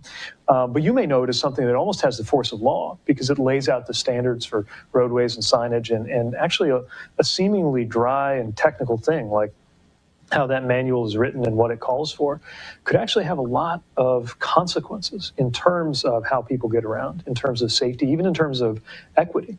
And so we're going to be working on those technical dimensions as well as on things like the big legislation we think we might be able to get done. None of it happens without a rich conversation with local communities, to hear what you're already doing on the ground and find ways to support it, and to share what we're learning cross-pollinating from one community to another, something that NLC already does so well. We want to provide support for that kind of thing in our department too. As you said, you have the ear of your members of Congress too. They pick up the phone when a mayor calls, when a local leader calls. And that's going to be very important in order to make sure that we have that right kind of dialogue. You know, so much is made of the relationship between the federal government and the states.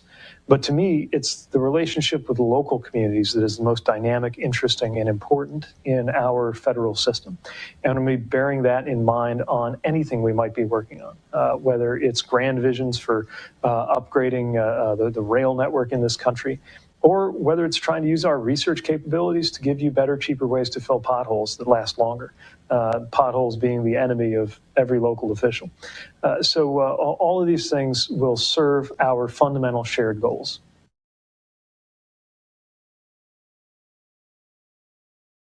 All right, folks, as that shot did go away from us, that we were listening to Pete Buttigieg.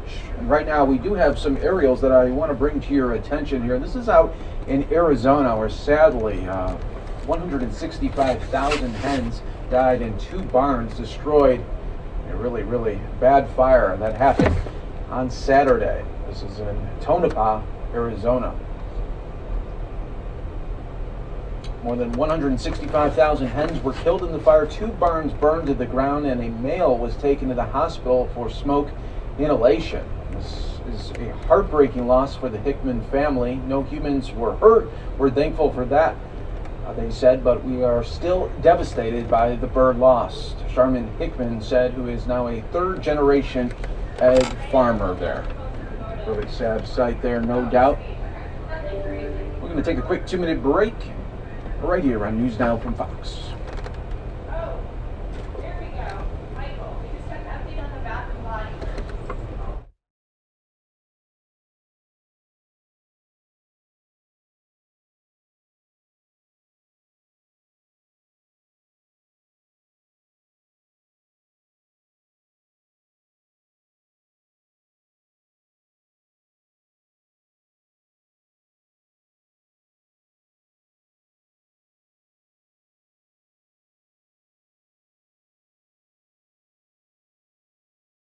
All right, next, folks, we are going out to Pennsylvania, where it's been 50 years ago today, the fight of the century between Joe Frazier knocking down Muhammad Ali.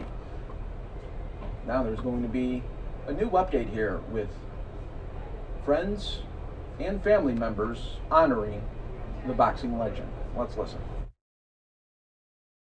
We hire hundreds of artists every year and do work that truly represents the city of Philadelphia. When people come here from all over the world, as they do, they're like, oh, the murals look like the people who live here. I'm like, of course they do. So thank all of you for driving our vision forward. And to President Darrell Clark, we thank you. We welcome you to come up and say a few words. Yo, what's up? Hey, what's going on? I'm here. You know what I mean? Mask it off. So, you know, back in the day, you know, and like Senator Street said, I'm not going to talk about how old I am either. But back in the day, one of the things that the young guys used to do in the schoolyard, we used to box. You know what I'm talking about? It was a thing. You would box, and every now and then you slip and sock somebody. Like, oh no, sorry. But there was no gunplay and all that stuff. It was just good, healthy exercise, so we used to call it. So we used to talk about who had the best right hand and who had the best jab. Nobody had a left hook like Joe Frazier. And if you don't believe it, you could have asked Muhammad Ali, because he put him down, right, with that left hook in that first fight. I think they had the anniversary the other night. Yeah, yesterday.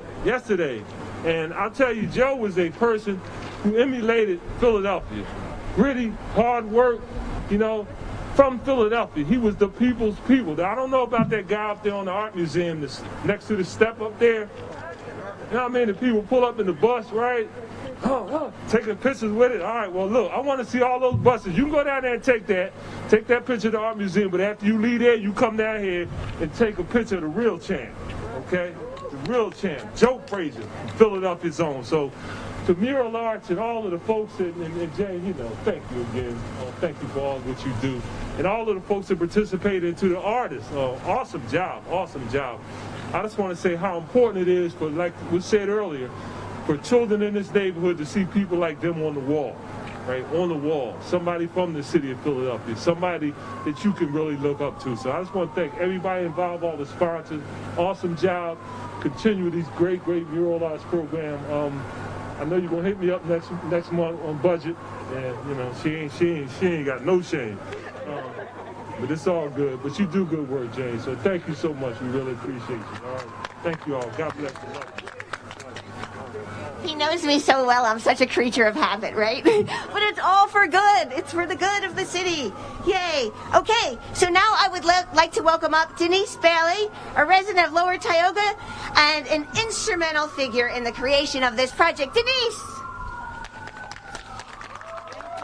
Thank you. Wow.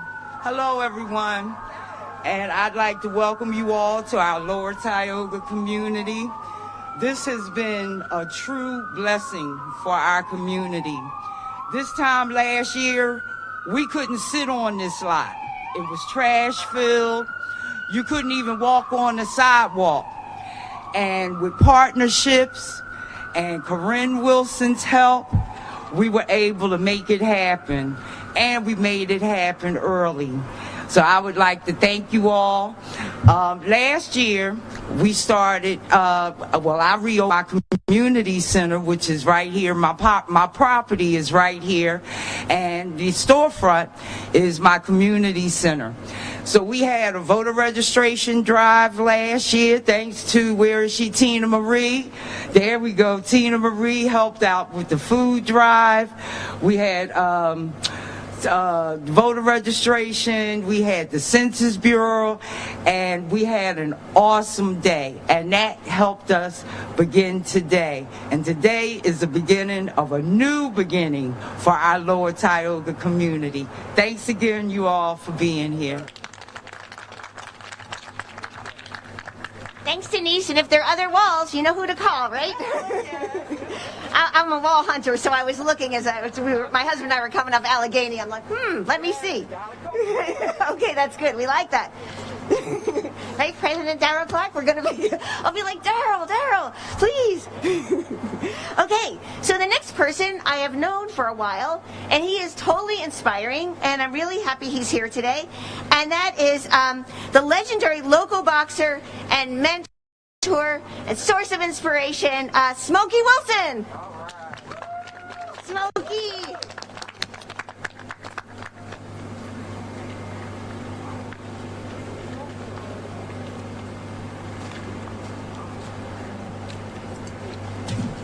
I want to first say hello, everybody. I'm glad everybody came out here today to celebrate Joe Frazier mural.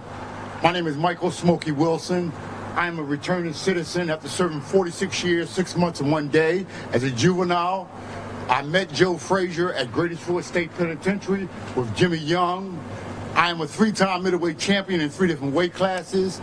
I am the trainer of the undisputed middleweight champion of the world, Bernard Hopkins. As the councilman said at one time, right, in Philadelphia, boxing was what we knew. As it has evolved, what I got out of it is now I came home and I started a program to work with children, like he was saying. And not only do I want to work with them in boxing, I want to be able to connect them to workshops, trauma-informed, thinking for a change, conflict resolutions. We need our young boys and girls to be connected to these things. And for Joe Frazier, who I love, and he is an inspiration, I asked some of the people, do y'all remember this picture? 1971. He was the underdog, but he beat Cassius Clay. And as a black man in America, I feel as though he is very disrespectful to the champ. But that's how it was. But he beat him. And we should always recognize that. And we should do something in the city to bring our children back into the recreational centers, connect them to other workshops within the city, because living out here, Joe was fortunate to go to the Olympics. And that was a good thing. 2 guys from the correctional system went to the Olympics. From out of the Department of Correction. There are 3 world champions that came out of the correctional system. Saad Muhammad, Steve Lightning Little, and the undisputed middleweight champion of the world, Bernard Hopkins, right? So those young boys went into a correctional system, learned how to box, came out here and became world champions and examples, that, as the man said, to be an inspiration. I'm here to be an inspiration to other young boys and girls out here that you can turn your life around. God been good to me. I'm 68 years old. I have no problem with age. I feel very young. And I hope to be able to take his name, my name is Smokey Wilson, here in Philadelphia, build one of the biggest gyms to be able to help the young boys and girls here in the city of Philadelphia. And they may use that as a springboard to go to something else. And I think Joe would have liked that. Like I said, I have a picture of me, him, and Jimmy Young, and a very good friend of mine. And being a Philadelphian, hey, even the people who are homeless know how to throw a jab over a hook. It's just something you know in Philadelphia. So I'm here, you know, to support the mural arts, and I thank you, Jane. And hey, send your little boys and girls to me. You know. Thank you, Smokey. So Smokey was such an inspiration. We met out of Graterford because we've ran programs there for 20 years, and we did a mural of Bernard Hopkins, and that's when we connected with Smokey. And I want to say he inspired all the people in that mural class, and he inspires people across the city now. Smokey, thank you. And now, talk about inspiration. There's someone else who's totally inspiring, who I've known for a long time, and she is amazing. She is so energetic and just always on a mission to do her part for Strawberry Mansion and the entire city. Please welcome Tanetta Graham from the Strawberry Mansion CDC. Thank you so much, Jane. Hello, everyone. How is everyone today? Hey, Frazier family. It just seemed like we just were together, like what? It's Smith Playground, right? Well, what's a nice day to be out here celebrating this mural. And you may wonder, well, what is she doing here? She's from Strawberry Mansion. Why is she up in here talking? Well, this mural would have been housed in Strawberry Mansion. The Strawberry Mansion community got together with Mural Arts. We had several discussions about how we can honor Joe Frazier in our community. If you're not familiar with Strawberry Mansion, we have Fairmount Park as our backyard, and that houses the Boxers Trail, which is a trail that not only Joe Frazier, but lots of boxers use. I don't know, Smokey, did you use that trail too? The Boxers Trail? Okay, I ran it, and it's tough. You guys got to come out, it's tough. So we were trying to honor him in the place where we know that he used, and as with a lot of places in Philadelphia, Strawberry Mansion is undergoing revitalization. So we were able to use the lot for the mural. But thank you for Mural Arts for their process, because we got together with the artists. Where's Arnell? Oh my God, we love this guy here. I'm telling you, he is the man. Talking about community engagement, we had several meetings where we talked about how this mural, along with the family, where's Juanetta? Along with the family, how we can just make sure it exemplifies what Joe Frazier represents, not only in Philadelphia, but for people around the world. So if we had to lose the mural to any community, we're okay to lose. We're okay, and we know you guys, it looks amazing. We know you guys are going to take care of it and love it, as well as take care of this lot. And just want to thank the Frazier family for your patience, because it finally happened, yay! Thank you all for continuing to honor his legacy and to share his legacy with Philadelphia, and everybody just enjoy it and continue to support mural arts. Thank you. Thank you, Jane. And right now, Tanetta is working with us because they're building in front of the John Coltrane mural, and we are going to replace John Coltrane in Strawberry Mansion. If it takes us for 10 years, we're going to find a good wall. Anyway, now I would like to welcome Tina Marie Russell from the Northeast CDC, who has been an excellent partner. Hello, everyone. So we're here today to honor Smoking Joe Frazier and his legacy, his family. We're here to not just honor him, but to honor him not from his past, but also for his future. One of the things I know from I met him once, well, really twice, was that he was a sensitive individual who was very much in tune to making sure that the black community in North Philadelphia stays in North Philadelphia. So with that being said, I want to make sure that we understand that we want to protect our murals. We want to buy the land in front of our murals so that we don't have to worry about our murals disappearing. Because one of the things about Joe Frazier is that he was about legacy. And part of that is that why we have to make sure that the legacy stays intact. It's about owning the land and owning the buildings where these murals are. So we don't want to just say, well, here's the mural and it's here for a moment and then we got to chase the next wall. We want to make sure that we own the wall so we don't have to keep chasing it. Because this is the legacy. This is how our arts, if you look through history, how do we know there was pyramids? How do we know about the past and antiquity? Because of their murals, right? If we lose these murals, we are losing our history. If you go to Borden, I think that's Master, where the Freedom Theater is, there was a mural up there with Joe Frazier and Muhammad Ali, right or wrong? But what's hiding it now? It's hidden, right? We have to stop letting our history be dismissed and removed. Own the land that it's on, own the land that's in front of it and around it. We are asking that our people stop just existing and actually begin to follow the attributes of our legacy. Joe Frazier says more than one of the things he owned his property, right? He didn't rent it, he owned it. And because he owned it, he could make a statement as to what happened in that particular building. We have to start realizing that this is something that we are also obligated to do. So I want us to pay tribute, but I also want us to follow the course, right? So if he made a statement, we need to make the same statement.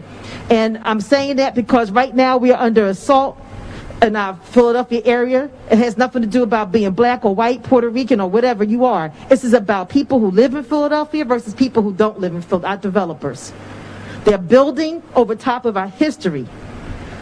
We have to stand up and make a decision because Joe Frazier stood up and made a decision.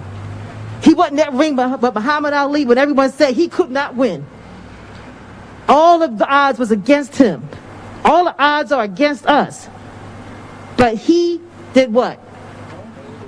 He made it happen. So I'm going to close right now by saying that we're asking people to keep spreading this word, that we want to make it happen. We want to make sure that we protect our murals, protect our land, own your home, own your home, own your home. That's all I got to say. Peace out.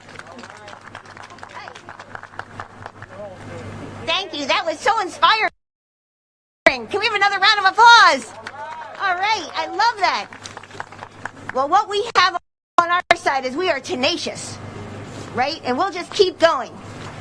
We were at a community meeting in South Philly, and a woman stood up and said to the developer, when these murals go away, we feel like our lives are being erased. And guess what we did? We replaced that mural. So they can go, we'll be back. That's a good thing. We're like pests. But right for the greater good. I look at all the people who know I'm a pest. All right. I'm guilty as charged. And now I want to give a huge welcome to Joe Frazier Jr., the wonderful son of Smokin' Joe Frazier.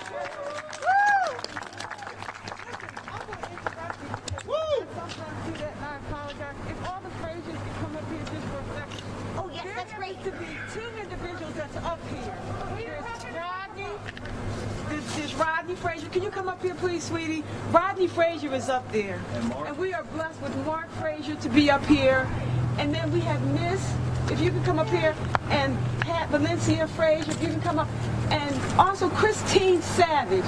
Christine Savage, if you can come up here, please, we would be blessed if you come up here. Christine Savage just happens to be the block captain of this era. And we don't want you to necessarily say anything because I caught you off guard, but I want to be able to give you these. I want to say something. You do want to say something? Yes. I want to give you these flowers. Yes. Okay? And we can't be too long, but I just wanted to show the love because it's not always about Joe Frazier. Joe Frazier was a giving man. He was an individual that would have given you the shirt off of his back. We are running an auction. I told my brother he was going to mention it, but please be the guy. We're running an auction to help out the kids in the community, the at-risk children that are between the ages of 13 and 19 years of age. And we used to just do it for Buckchester, Delaware, Montgomery, and Philadelphia County. But as of today, because of 50 years, we are doing it for the whole United States. But we're going to need all the individuals that are out there to please help us to give back by going to the auction, donating, and giving some love on the strength of Joe Frazier. And that's my take. And I'm sticking with it. Amen. Thank you, Willa. Good afternoon, everyone. I'm the block captain at 3100 block of North 13th Street. I've been living in this block for 53 years. I raised a beautiful daughter. And I just want to say, this had just been such a beautiful thing because I'm going to show you this letter right here. And we all in the 3100 block of North 13th Street asked for this a long time ago. 15 years. I don't throw away nothing. 15 years. We asked. We cleaned this lot. Miss Clara, Mr. Doug, Mr. Scott, Miss Rodin, we cleaned this lot. Every time it get grass up here. Down clock, you came to our block party. We had beautiful block parties. You shook our hands when you was running. We put you in. We helped put you in office. We want you to help do something for 13th Street.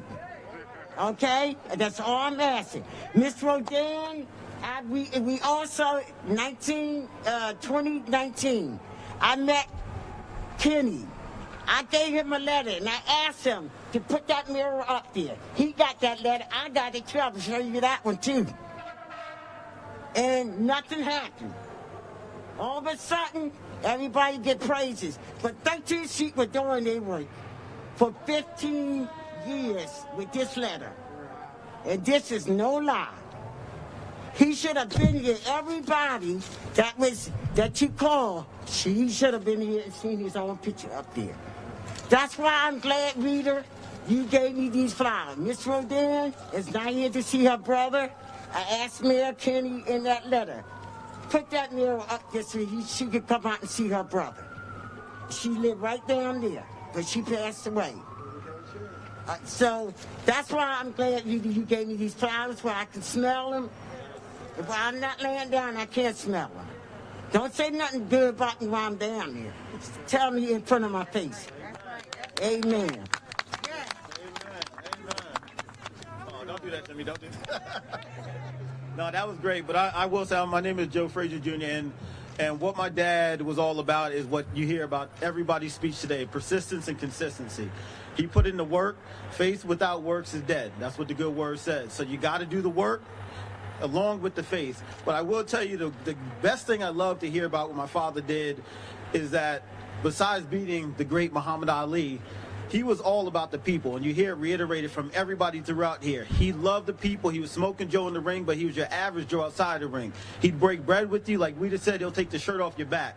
And that's what it's really all about. It doesn't take much to be kind. It doesn't take much to be nice. And all you have to do is the little things, and that's what he did. But it starts at a young age, and what I've heard from all the great speakers today is they talked about the youth and about moving forward with the youth. And that's what it's all about, because when they're young, that's when you can mold them properly. It's all about the mindset. Okay, and as we have to take the land and build the land, we also have to build the mind and keep it strong, because they can't take that away from you. So we got to teach them young, and that's what Joe Frazier would have wanted. He loves the mural, that's great, but if he was here, he'd say put all that money back into the kids. Give it all back to the kids. So however you have to do it, let's get that done today. Or now, this is awesome, man. This is awesome. Everybody, I appreciate you guys coming from the Frazier family. Like you said, Rodney and Mark, right up there in the corner there. And you can go to the website, see the legend, see how it's going to work. You know, and even with the fire trucks, that doesn't stop, because Joe Frazier wouldn't have stopped either. So you just keep going and keep going. You don't stop. You don't give up. But you got to do the work, not when people are looking, but when they're not looking. And we have true champions here to attest to that. And that's what my father was about. He was a legend in the ring. But again, outside the ring, he was just as strong. And I've always heard great statements and great words about my father and our father, even outside the ring. And that's what the legacy is about. It's about he was a great humanitarian. And I encourage all of you guys to do that and instill that into your children too. Thank you guys. And I'd be remiss if I didn't shout out my new wife, Miss Downing Frazier. Here, so I gotta, y'all not getting me in trouble. This is my queen. Congratulations, thank you. Yeah, thank you so much. And now, everybody, this is like the most exciting part of it, the dedication, when we introduce the artist. So what I want to say about Ernell Martinez is that I met Ernell a long time ago, and it's been such a pleasure and a privilege to see him go from a student to being internationally known with his work. He's not only a great muralist and an artist, he's a great teacher and a wonderful human being. It gives me great pleasure to introduce Ernell Martinez. Thank you, Jane, for the kind words. First, let me thank the family, of course, for representing so proudly today. Such a wonderful man. And it's such an honor to be involved with a project like this. You know, at the moment, I'm getting the shout out and the shine, but projects like this is really about all the people that were behind the scenes to make something like this happen, right? Obviously, it's the family.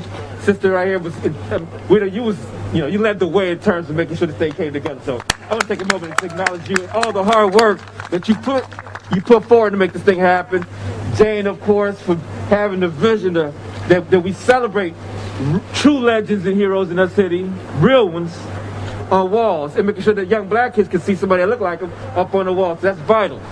And of course, the community leaders. Ms. Denise, you've been wonderful this whole experience for me. You know, when you go in these neighborhoods, she opened this door and made me feel like I was welcome here. So I was really honored and pleasure to be a part of this. And before, Ms.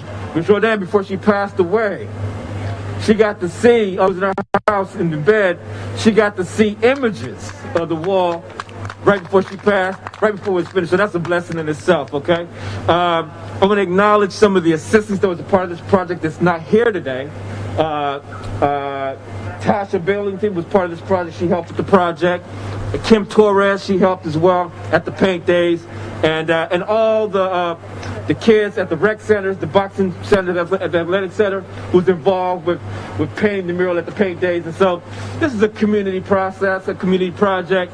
And when you have all that energy, all that dedication, like Joe represented, wonderful projects like this happen. Thank you, guys. Get vaccinated.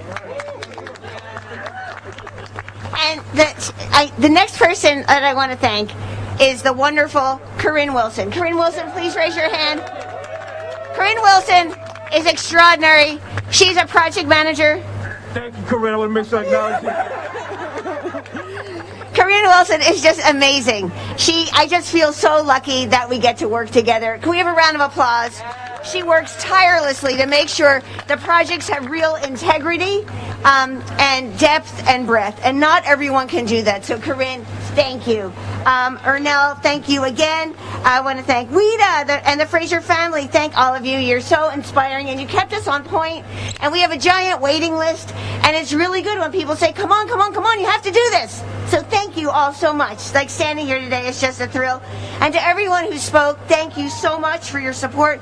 And to the city of Philadelphia, You know, Mural Arts is a program that is both public and private, but I want to be really clear. We could not do our work without the support from the City of Philadelphia.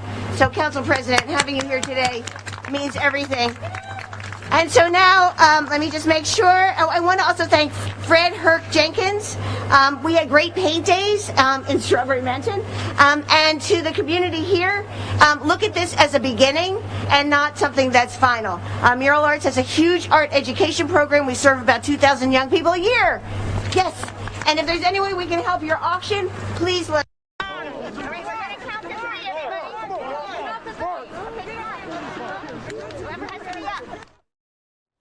There is the mural there for Smokin' Joe, honoring Joe Frazier there, boxing legend, cutting the ribbon. Mural there in Philly, complete.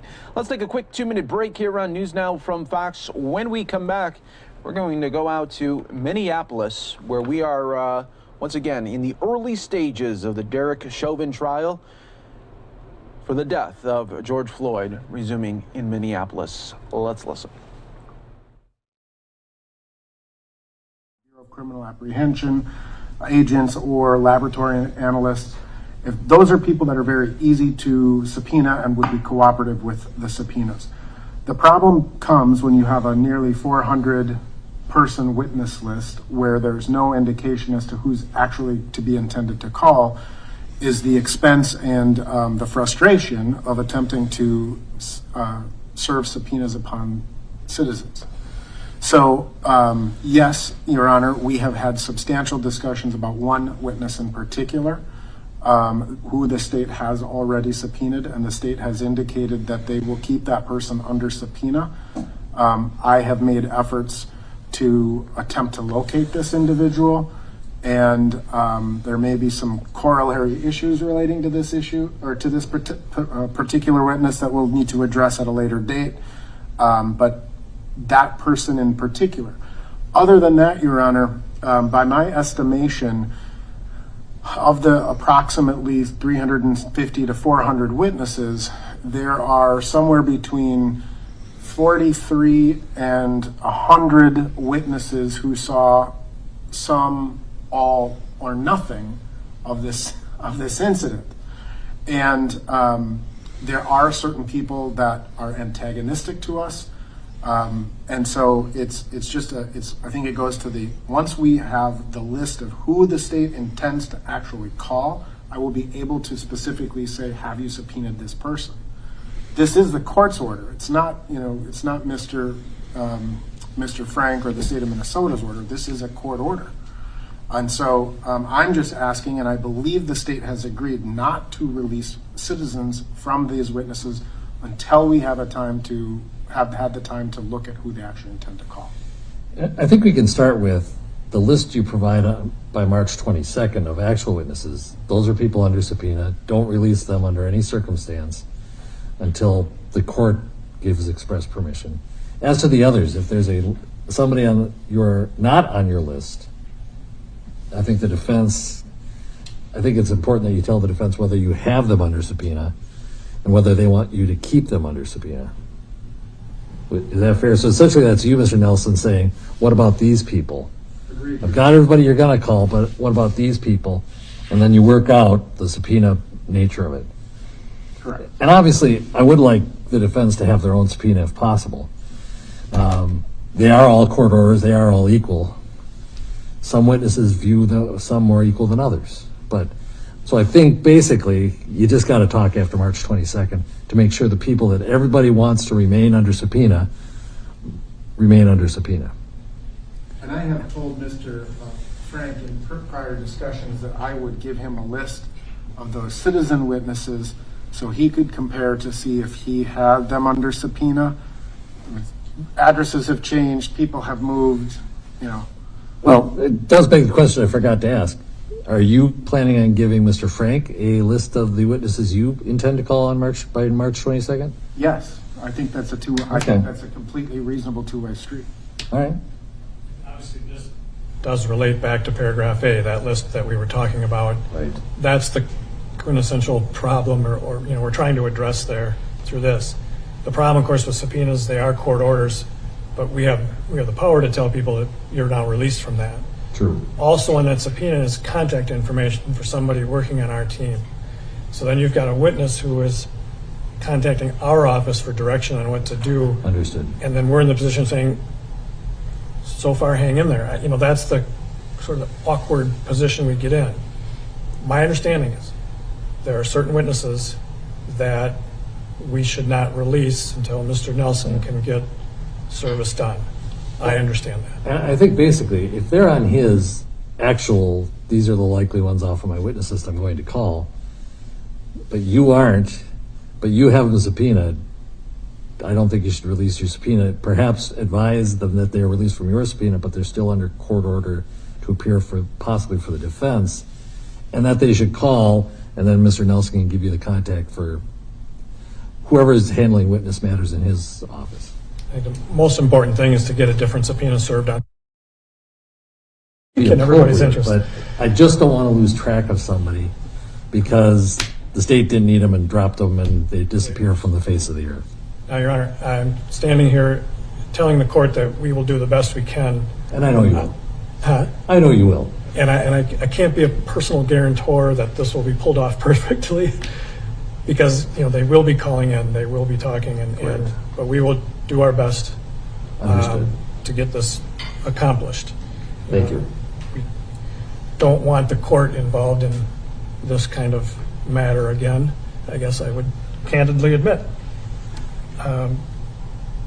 Paragraph D, Your Honor, I think is really related to motion 24, which we have already addressed and asked the court to reserve. We'll deal with that. I'll reserve. And same thing with regard to paragraph E.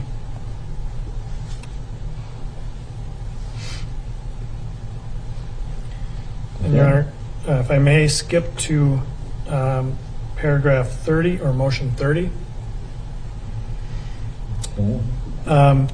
Your Honor, we would agree that specifically as worded, the court could grant this with respect to the, shall we say, parties identified specifically in that motion. I have to ask, how did this even become a motion? How did this become a possible answer at trial?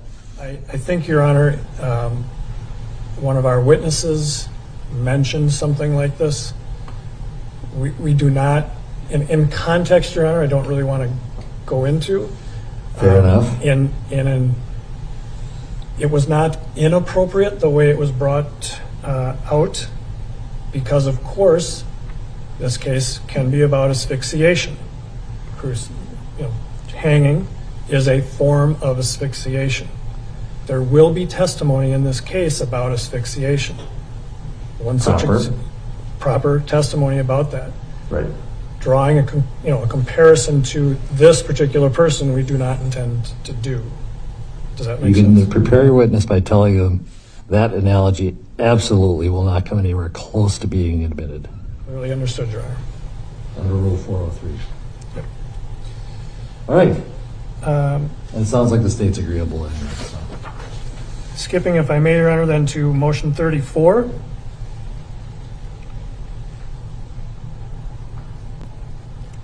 Your Honor, I probably should actually let Mr. Nelson speak to this. I think this Spriegel incident was brought before the court before the court made a ruling. I think there has been some additional discovery since then that the defense would like to bring to the court's attention through an offer of proof. I think I'd probably be best if I let Mr. Nelson speak for himself on this one. Why don't you swap places just for a little bit?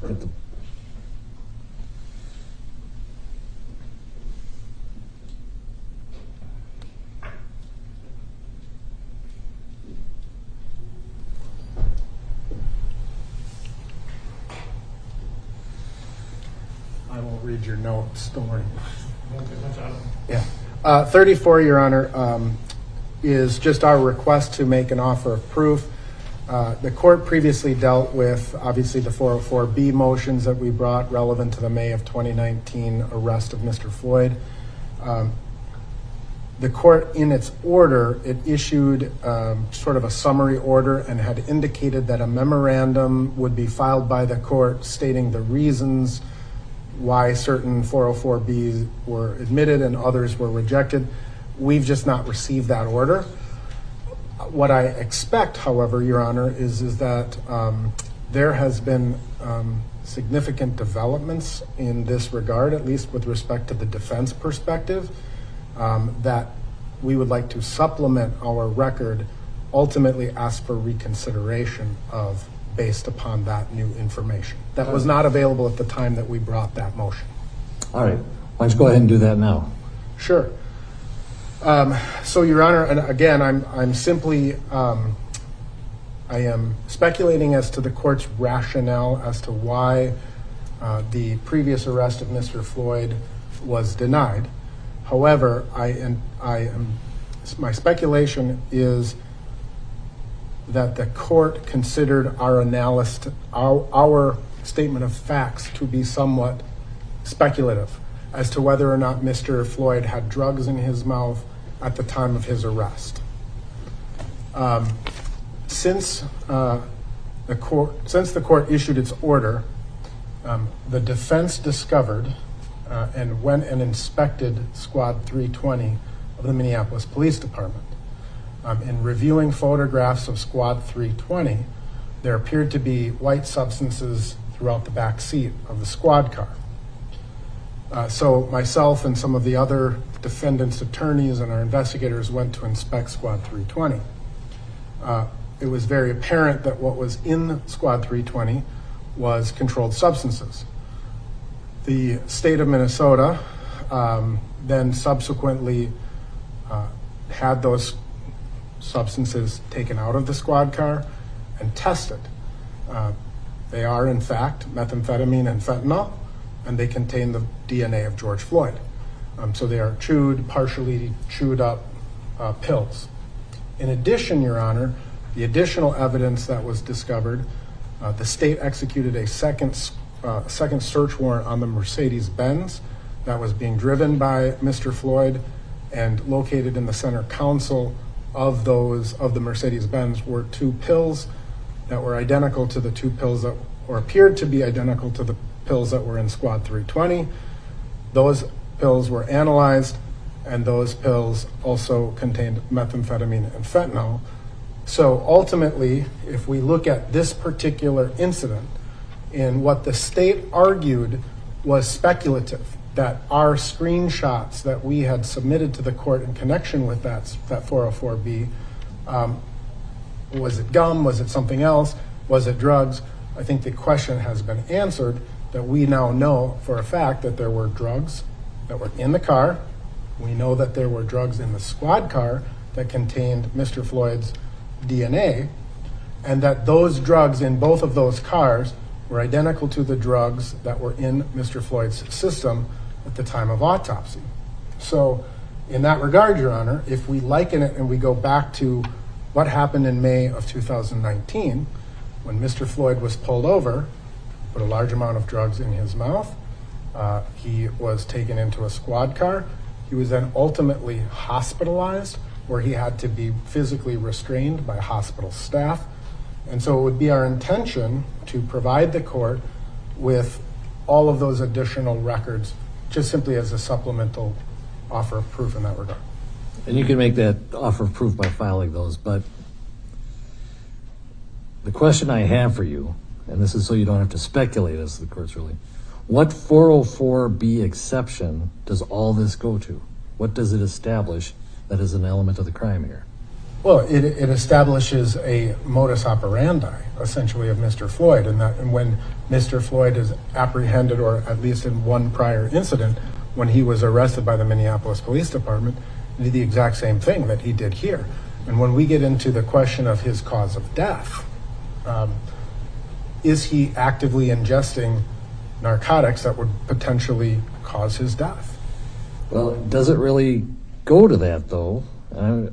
And I'm asking this, you know the file better.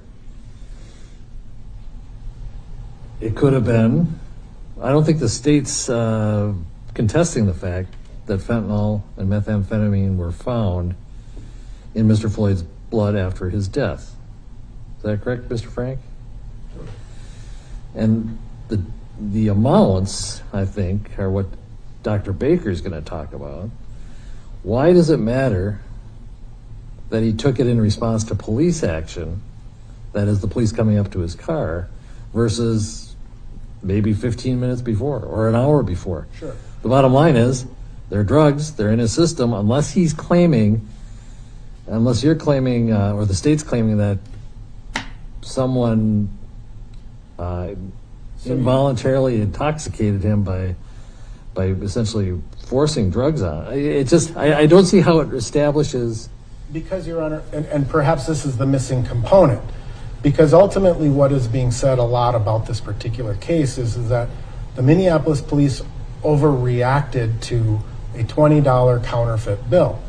But what people in our line of work, whether it be the court, the defense, police, the state, we understand that these are fluid situations that often evolve.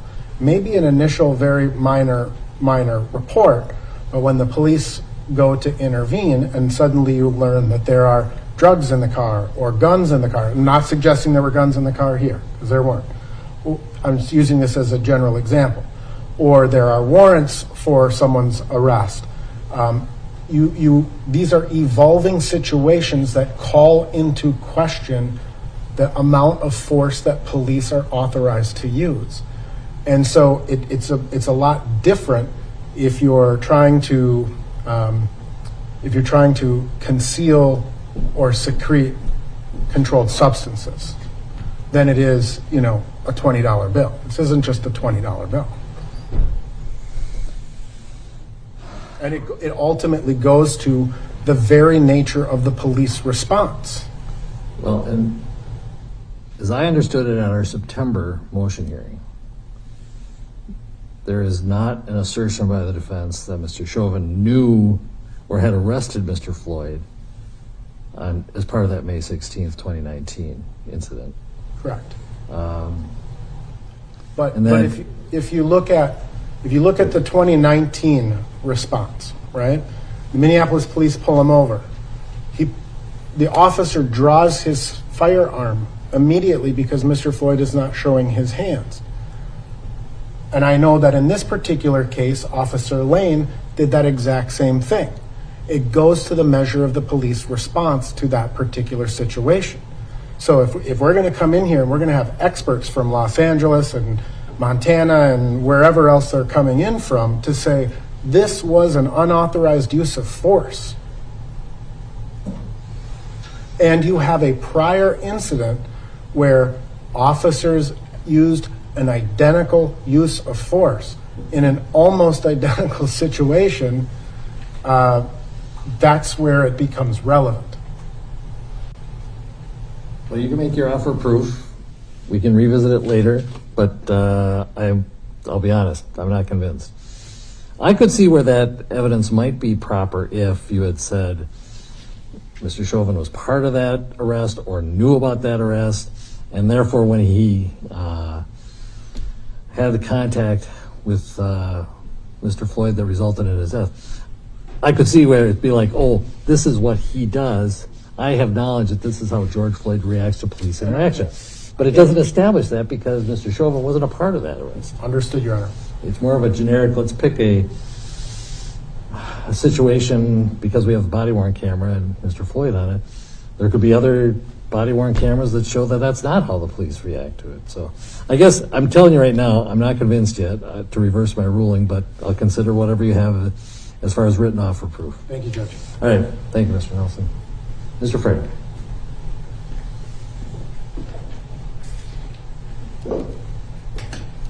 All right. We'll only briefly address that. I want to correct a couple of just factual errors if I can.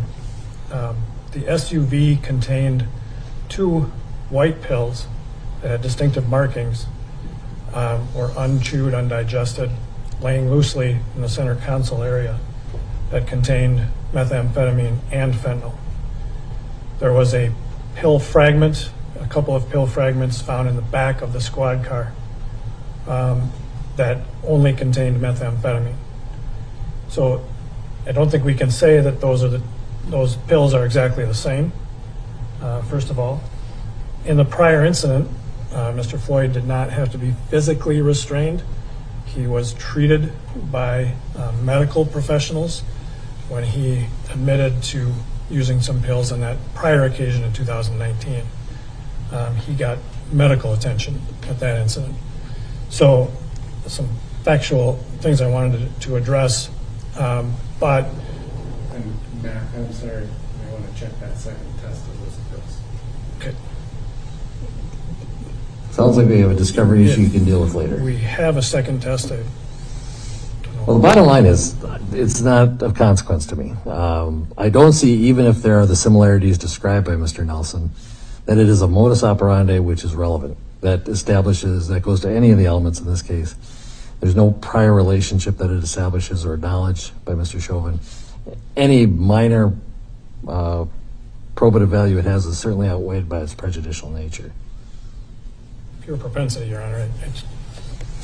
I guess. Which is why I suppressed most of the states for the same reason, that it goes to propensity. Any case. Next, Mr. Frank.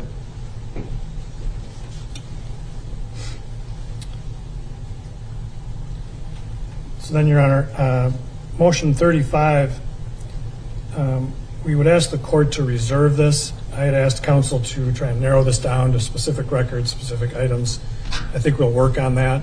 So I think we would simply ask the court to reserve motion 35. Okay. And then, Your Honor, motion 37. I don't know, I have no personal knowledge of what the National Prosecutors College is. I don't believe we have had any contact with them or sought any information from them. If it's, we have the rules of discovery that we have to disclose statements that relate to the case. And I think that, well, quite frankly, I think the court should just deny this.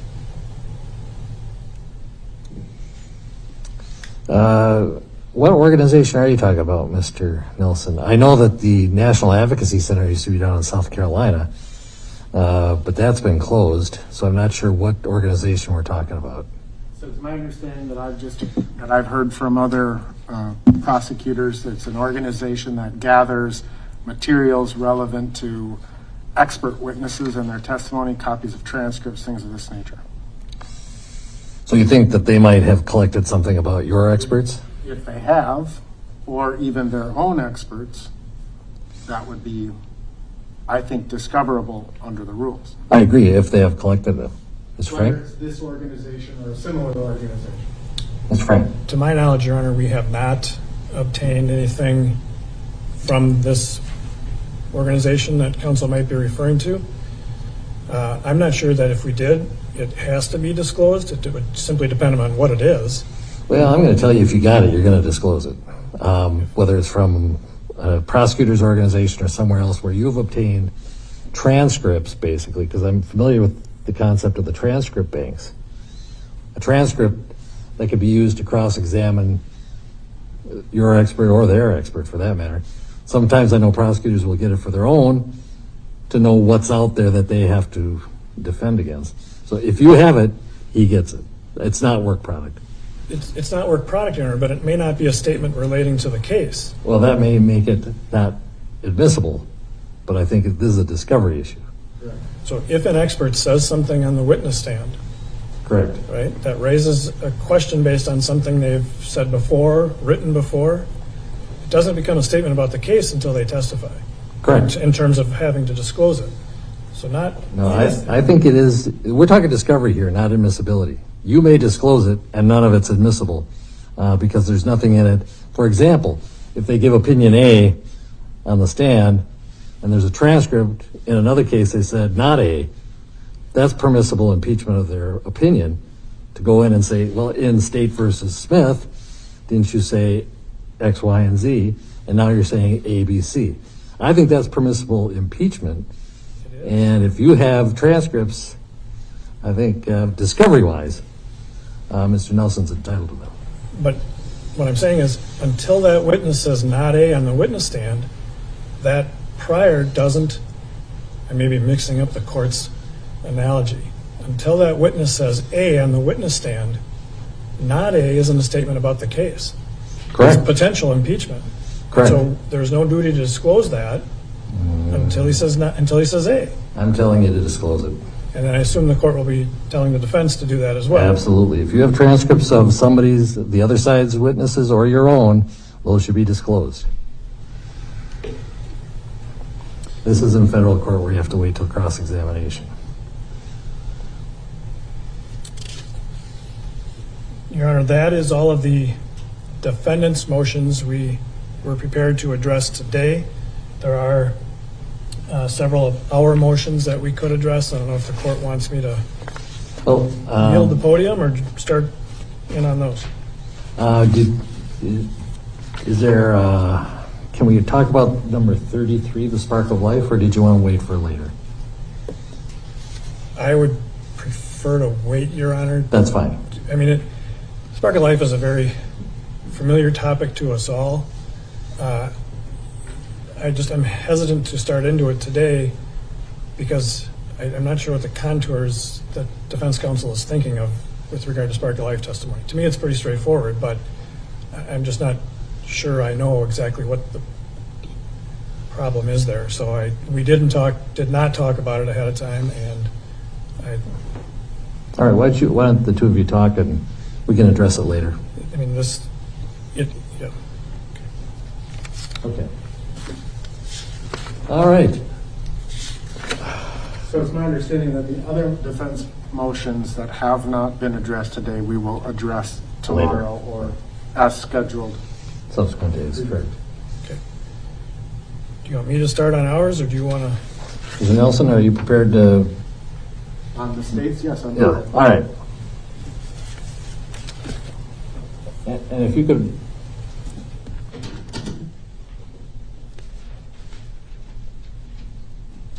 reference, I will assume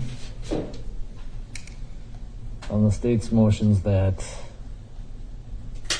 these are from the motions filed February 8th, 2021, unless you tell me otherwise. That's what I'm working from, Your Honor. All right, and these are also numbered, so if we can walk through the numbers, and let's start with things that are not contested that you've essentially agreed on. I actually think that the vast majority of these will not be contested, Your Honor. Okay. With respect to witness number one, or excuse me, motion number one, we have no objection as to the permissible grounds for impeachment. Would not use a FBI report or a BCA report to impeach a witness who didn't prepare that statement. Number two is one that is going to be contested. It also corresponds to a subsequent filing that I don't have pulled up right now. But number two will be contested. I think you're talking about the state's second amended. Correct. That were filed on March 4th. Is that correct, Mr. Frank? It is, Your Honor. It's amended motion 2. Understood. Thank you. Mr. Nelson. Thank you. Motion number three, Your Honor, I think is premature. I think that goes to the questions of jury instructions. Obviously would not make any reference to any rules of law that were not contained within jury instructions. But because we have not had a jury instruction conference yet, I think it's premature. Mr. Frank, would you agree with that? And I actually need a microphone by you.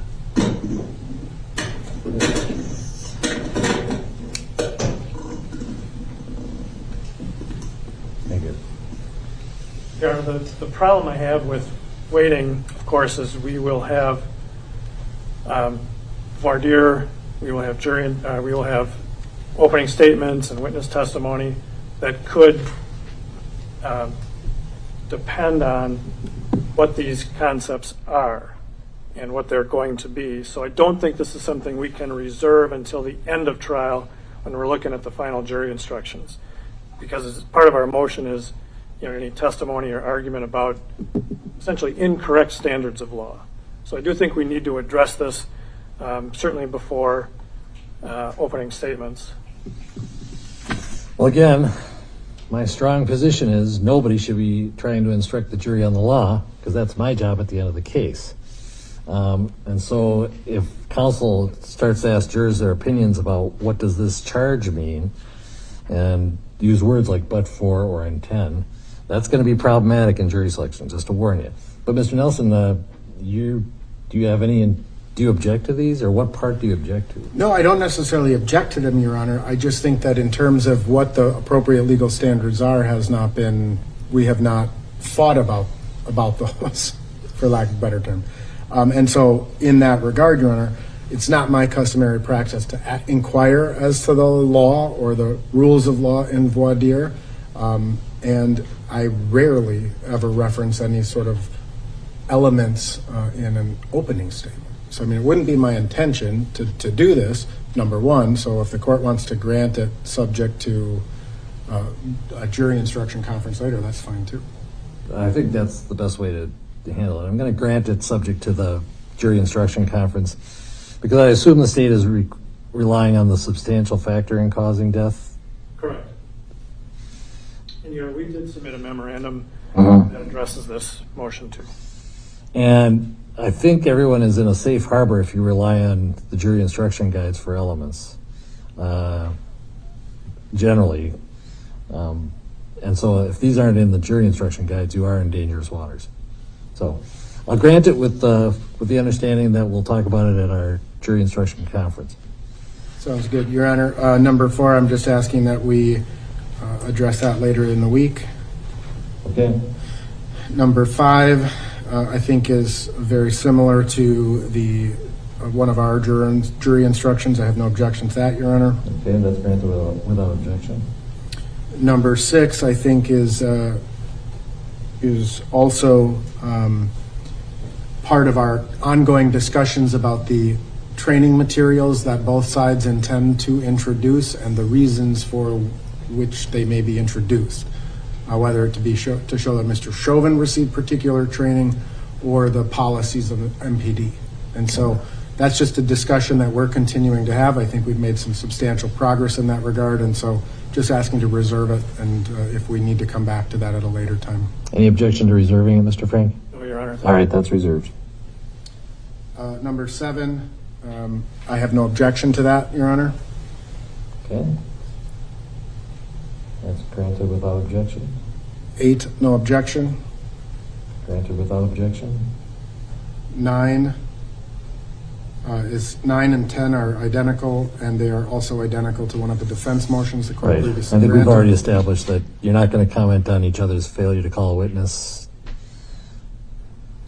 And if the answer to that was to call 400 witnesses, this would not be a 4-week trial. Go ahead. 11, again, in terms of, I believe that the court has already issued its ruling on all 404B stuff, so it would be no objection to that other than subject to re-arguing the May 16th. Yep. Number 12,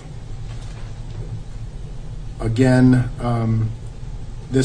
I have generally no objection to this. However, the state has agreed to provide me with the criminal convictions of witnesses, and if there is any intent to use any prior criminal convictions, we can cross that bridge should we learn of any. Thank you.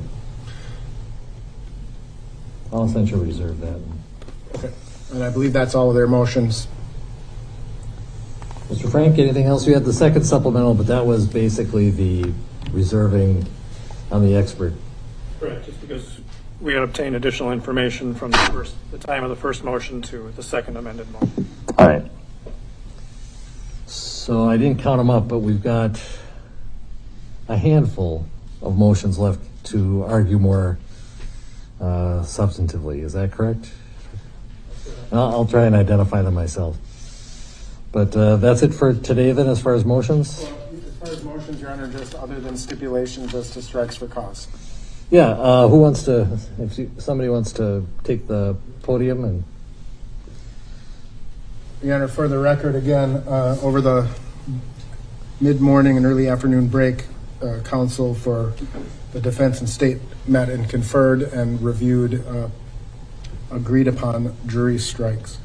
We are in agreement to strike juror numbers 5 for cause, juror number 11 for cause, 12, 13, 14, 15, 16, 18, 22, 24, 25, 32, 35, 45, 47, and 50. We only made it through the first 50, Your Honor. No, that's fine. That helps us a lot as far as who we call in. Let me make sure I've got it correctly.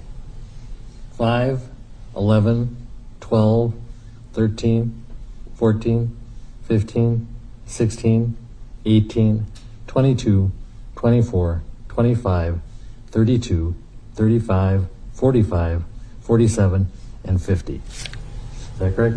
State agree? That's correct, Your Honor. All right. Based on the stipulation, we'll release those people for cause. Since I think the parties are obviously being very thoughtful about the proper use of our time in jury selection by identifying these ahead of time, I may reduce the number of jurors we bring in from 16 to possibly 12 or 14. The last trial we did in here in January, which was a murder in the first degree case, we were pretty good at keeping 6 per session, 6 in the morning, 6 in the afternoon, and getting to everybody. So I'm thinking this one we might be able to get, there might still be cause challenges that will be granted. So my thoughts are 7 and 7. But if you have any advice to the court on that, I'm happy to hear from anybody. So, but I think for now we'll go with 7 and 7. All right. Is there anything else for the record today?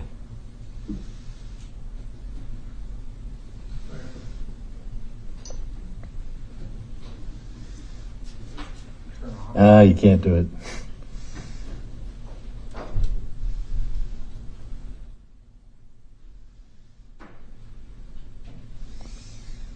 All right. Anything further, Mr. Nelson? No, Your Honor. All right. We are in recess. Tomorrow, the jury has been ordered to report at 8:30. And so we'll try and get started with jury selection by 9 if we have motions at 8. So we will come back at 8. The jury is expected to start with selection at 9. And I'll start that with the basic group discussion or instructions before we go one by one. As I've said to the state, unless the Court of Appeals tells me otherwise, we're going to keep moving. So with that, we're adjourned until 8 a.m. tomorrow. Okay, so the jury selection process will be starting up again tomorrow there. So they are done for the day here. This is what happened so far today. Prosecutors asked the Court of Appeals if the court can continue with jury selection and motions while a petition to the Minnesota Supreme Court on a third-degree murder charge in the case is pending. But the judge said that they may not get an answer from the court until tomorrow, so they are just going to proceed as usual tomorrow. Chauvin's attorney, Eric Nelson, told the court he intends to file a petition for the Minnesota Supreme Court to review the Court of Appeals opinion that came in late last week. So, of course, we will be following this jury selection process, expected to take about 2 to 3 weeks, and we will feature it for you right here on NewsNOW from Fox. Let's take a quick 2-minute break, everyone. For those of you hanging around here, we're going to go out now to California.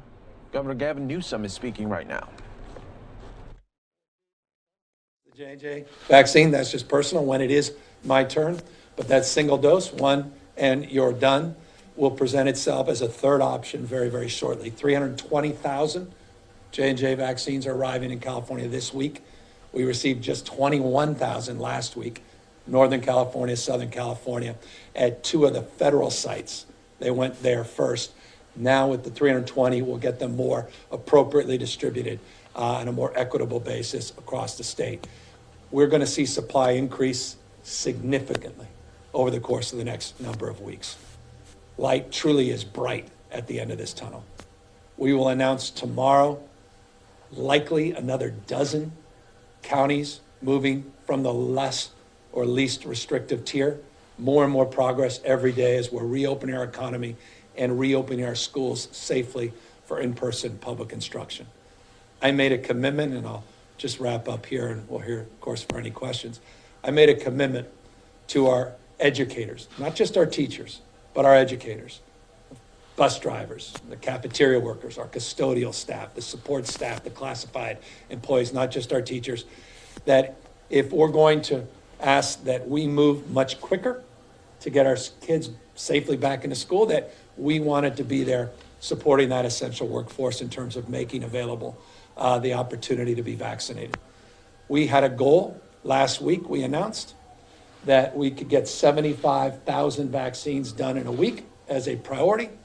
Today, 1 week later, after announcing that last Monday, we can announce today that over 210,000 educators have been a beneficiary and have received a vaccine. 210,224 to be exact. So we significantly outperformed our minimum benchmark, and that should be great news for parents like me, parents like you, and others that are encouraged and encouraging our teachers to safely get back into school, to get our kids back that in-person instruction they so desperately need, not just for the academic, but the social and emotional benefits that in-person instruction provides. So really encouraged by that, encouraged by the progress, down to 2.1% positivity now in California.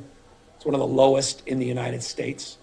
Our case rate's down to 3,200. I mean, it was 53,000 6+ weeks ago, down to 3,200. Again, bright light at the end of this tunnel, making progress, moving in the right direction.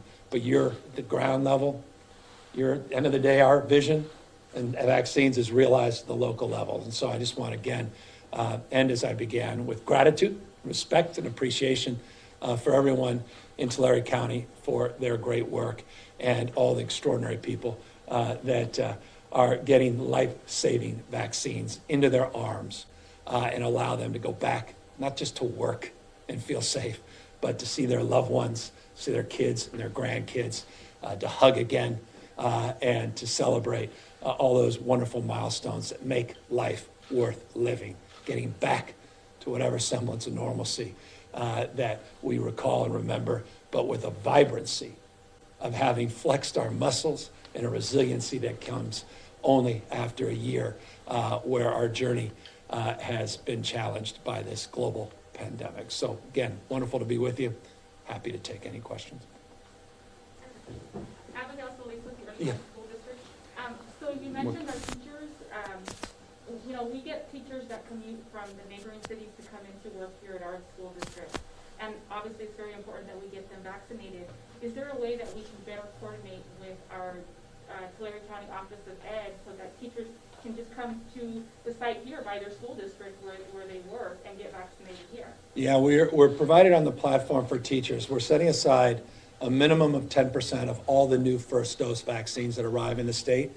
In addition to that, we did teacher days in Northern and Southern California on Thursday and Friday. Those were additional vaccines made available exclusively for educators. But all of our educators can go to the My Turn app, or they can call 833-422-4255 and learn more about how they can connect to the provider network that includes OptumServe, where we are today, but also includes all of those other 44 points of access just in Tulare County alone, and over 3,000 throughout the state of California. So we're making that available to educators through the entire network, not just exclusive education days at large-scale sites. It's really trying to create equity and access across the spectrum.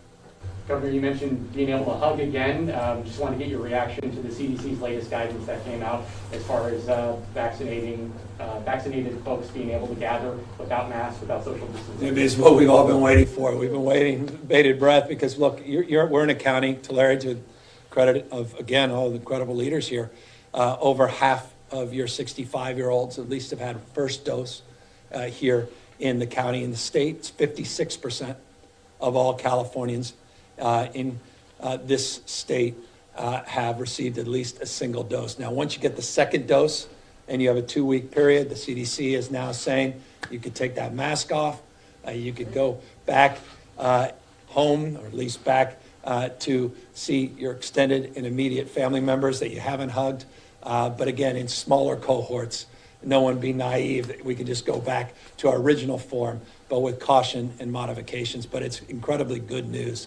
And it just shows the power and potency of these vaccines. Not only are they safe, not only are they effective, not only do they save lives, they change lives. Because the things that we've lost, that connection, all this loneliness, can be absolved and addressed very immediately by taking advantage, once your turn comes up, to say yes to taking these vaccines. Governor, I know we're in Tulare County today. We're just so close to Kern County, just 15 minutes north of Delano. When you and I spoke last week, you talked about your plan for the 400 zip codes in vulnerable areas. Can you touch on how that plan is going to get the vaccines to those areas? And here in Tulare, but also in Kern County, are you seeing results so far? Yeah, we were in Arvin in Kern County with you a week or so ago, or I guess it was 2 weeks ago now, and we announced our efforts in the Central Valley to significantly increase doses on a weekly basis, but also provided that 34,000 doses one time to acknowledge some of the equity gaps. We also announced we were going to create 11 OptumServe sites. This is one of them now throughout the region. And so we delivered on that. And now our commitment is to provide more with this 40% set aside to Kern County, to Tulare County, up and down the Central Valley to provide more coverage and overlay, because you're in what we call these hard-hit quartiles that we utilize data from zip codes. There's 1,650 zip codes that are part of this Healthy Place Index. And we really look granularly, and we look at communities based on 25 factors: socioeconomics, access to transportation, healthcare, cost of living, et cetera. And we provide an overlay, and that's this 40% overlay. And you are disproportionately a beneficiary in Kern County and Tulare County of that overlay. And that's why we have this subsequent increase, 114% last week in Tulare, and now another double-digit increase moving into the rest of the week. I know that Tulare County was hopeful to have that agri center be a regional vaccination site. Any thoughts about that? Any progress or any consideration on that side? Well, yeah, we're trying to work with local officials about what's right for you. We're not trying to do one size fits all. We talk about in language, cultural competency. We talk about community vaccinations. It's really bottom up, not top down. So we're not trying to prescribe anything. We want a single platform, and that's this My Turn. So we can all have transparency and we can all be accountable, and we can provide more payment incentives and drive distribution and administration, particularly when supplies start coming in abundance in the next few weeks. We have 2 large federally funded, federally sponsored vaccine sites. We were hoping to get one here in the Central Valley. We're still working hard with the Biden administration. Complete level setting truth. This is just the unvarnished truth. Other states, I'll be honest with you, we're a little upset that California was the first to get not 1, but 2 large-scale vaccination sites. And until the other states start to get more equitably their vaccination sites, we're struggling to get that 3rd site here in the Valley. And so that's why I keep coming back, making the point, that's just one of many strategies. We're doing all kinds of other things to substantially make up for that and do even more than what that vaccination site would have ever done in the first place. We're here in the fruit basket of the world. You talked a lot about vaccine equity today. What specifically is the state and the county, for that matter, doing to make sure these shots get in farm workers' arms? Is the state doing anything to track COVID and outbreaks among farm worker populations? Yeah, very specifically. 2 things we did in just the last week. We have now 337 community-based organizations that the state of California has contracted with. And these are all about trusted messengers. These are all about meeting people where they are. These are folks that are well respected within the communities where they have the ability to do things the state and the county cannot do. And so that's number one. So you have just in this direct area, 12 community-based organizations we have contracted with in Tulare and serving the surrounding region. Number two, we also announced additional efforts to supplement and to do more as it relates, and I just noted it a moment ago as it relates to the equity, but a program called Housing for Harvest. And this is really an important program. We provided $24 million of additional support for Housing for Harvest. You're one of 15 counties that have been using the program. And the program is really important because it provides financial assistance and support for farm workers specifically, for their families, isolation, quarantine support, hotel vouchers, transportation. And that's a direct result of our efforts to try to reach out to farm worker communities specifically. And Governor, I know it's here in the Valley today. Thank you for being here. Tomorrow, State of the State address. Yes. Can you give us any insights, any sneak peek as to what might be? You wanna, let's do it. Let's preview it. Here it is, right here. I am working on it a little bit. I was working on it, I confess, a little bit on the drive down. So tomorrow, look, it's interesting. My last year's State of the State, interestingly, the entire State of the State was on the issue of homelessness, issues related to housing, mental health. And it was the first State of the State that ever set aside that as a topic. And we haven't lost sight of that issue. And I'll be talking a little bit about our efforts on homelessness tomorrow. But to be candid with you, I've been back here many times in the last few weeks for a reason. And I want to highlight what you're doing tomorrow. I want to highlight what the Valley's doing. I want to highlight farm workers. I want to highlight women that have been disproportionately impacted by this pandemic. I want to highlight our children, our caregivers. I want to highlight this heroic work that's being done every single day with people that aren't getting attention, aren't being celebrated, but are the quiet heroes in this pandemic. And I also want to highlight this light that is really at the end of the tunnel, that we are very close to turning the proverbial page. So I want to talk a little bit where we've been and where we're going. This is not going to be a State of the State laden with lots of policy announcements. We've been announcing things in real time. I didn't wait for this date to then announce everything we've been announcing every time I've seen you over the course of the last few weeks. So it's a different kind of State of the State. It's also shorter, and we'll really be a little more sober because we're mindful of the lives that have been lost in this pandemic.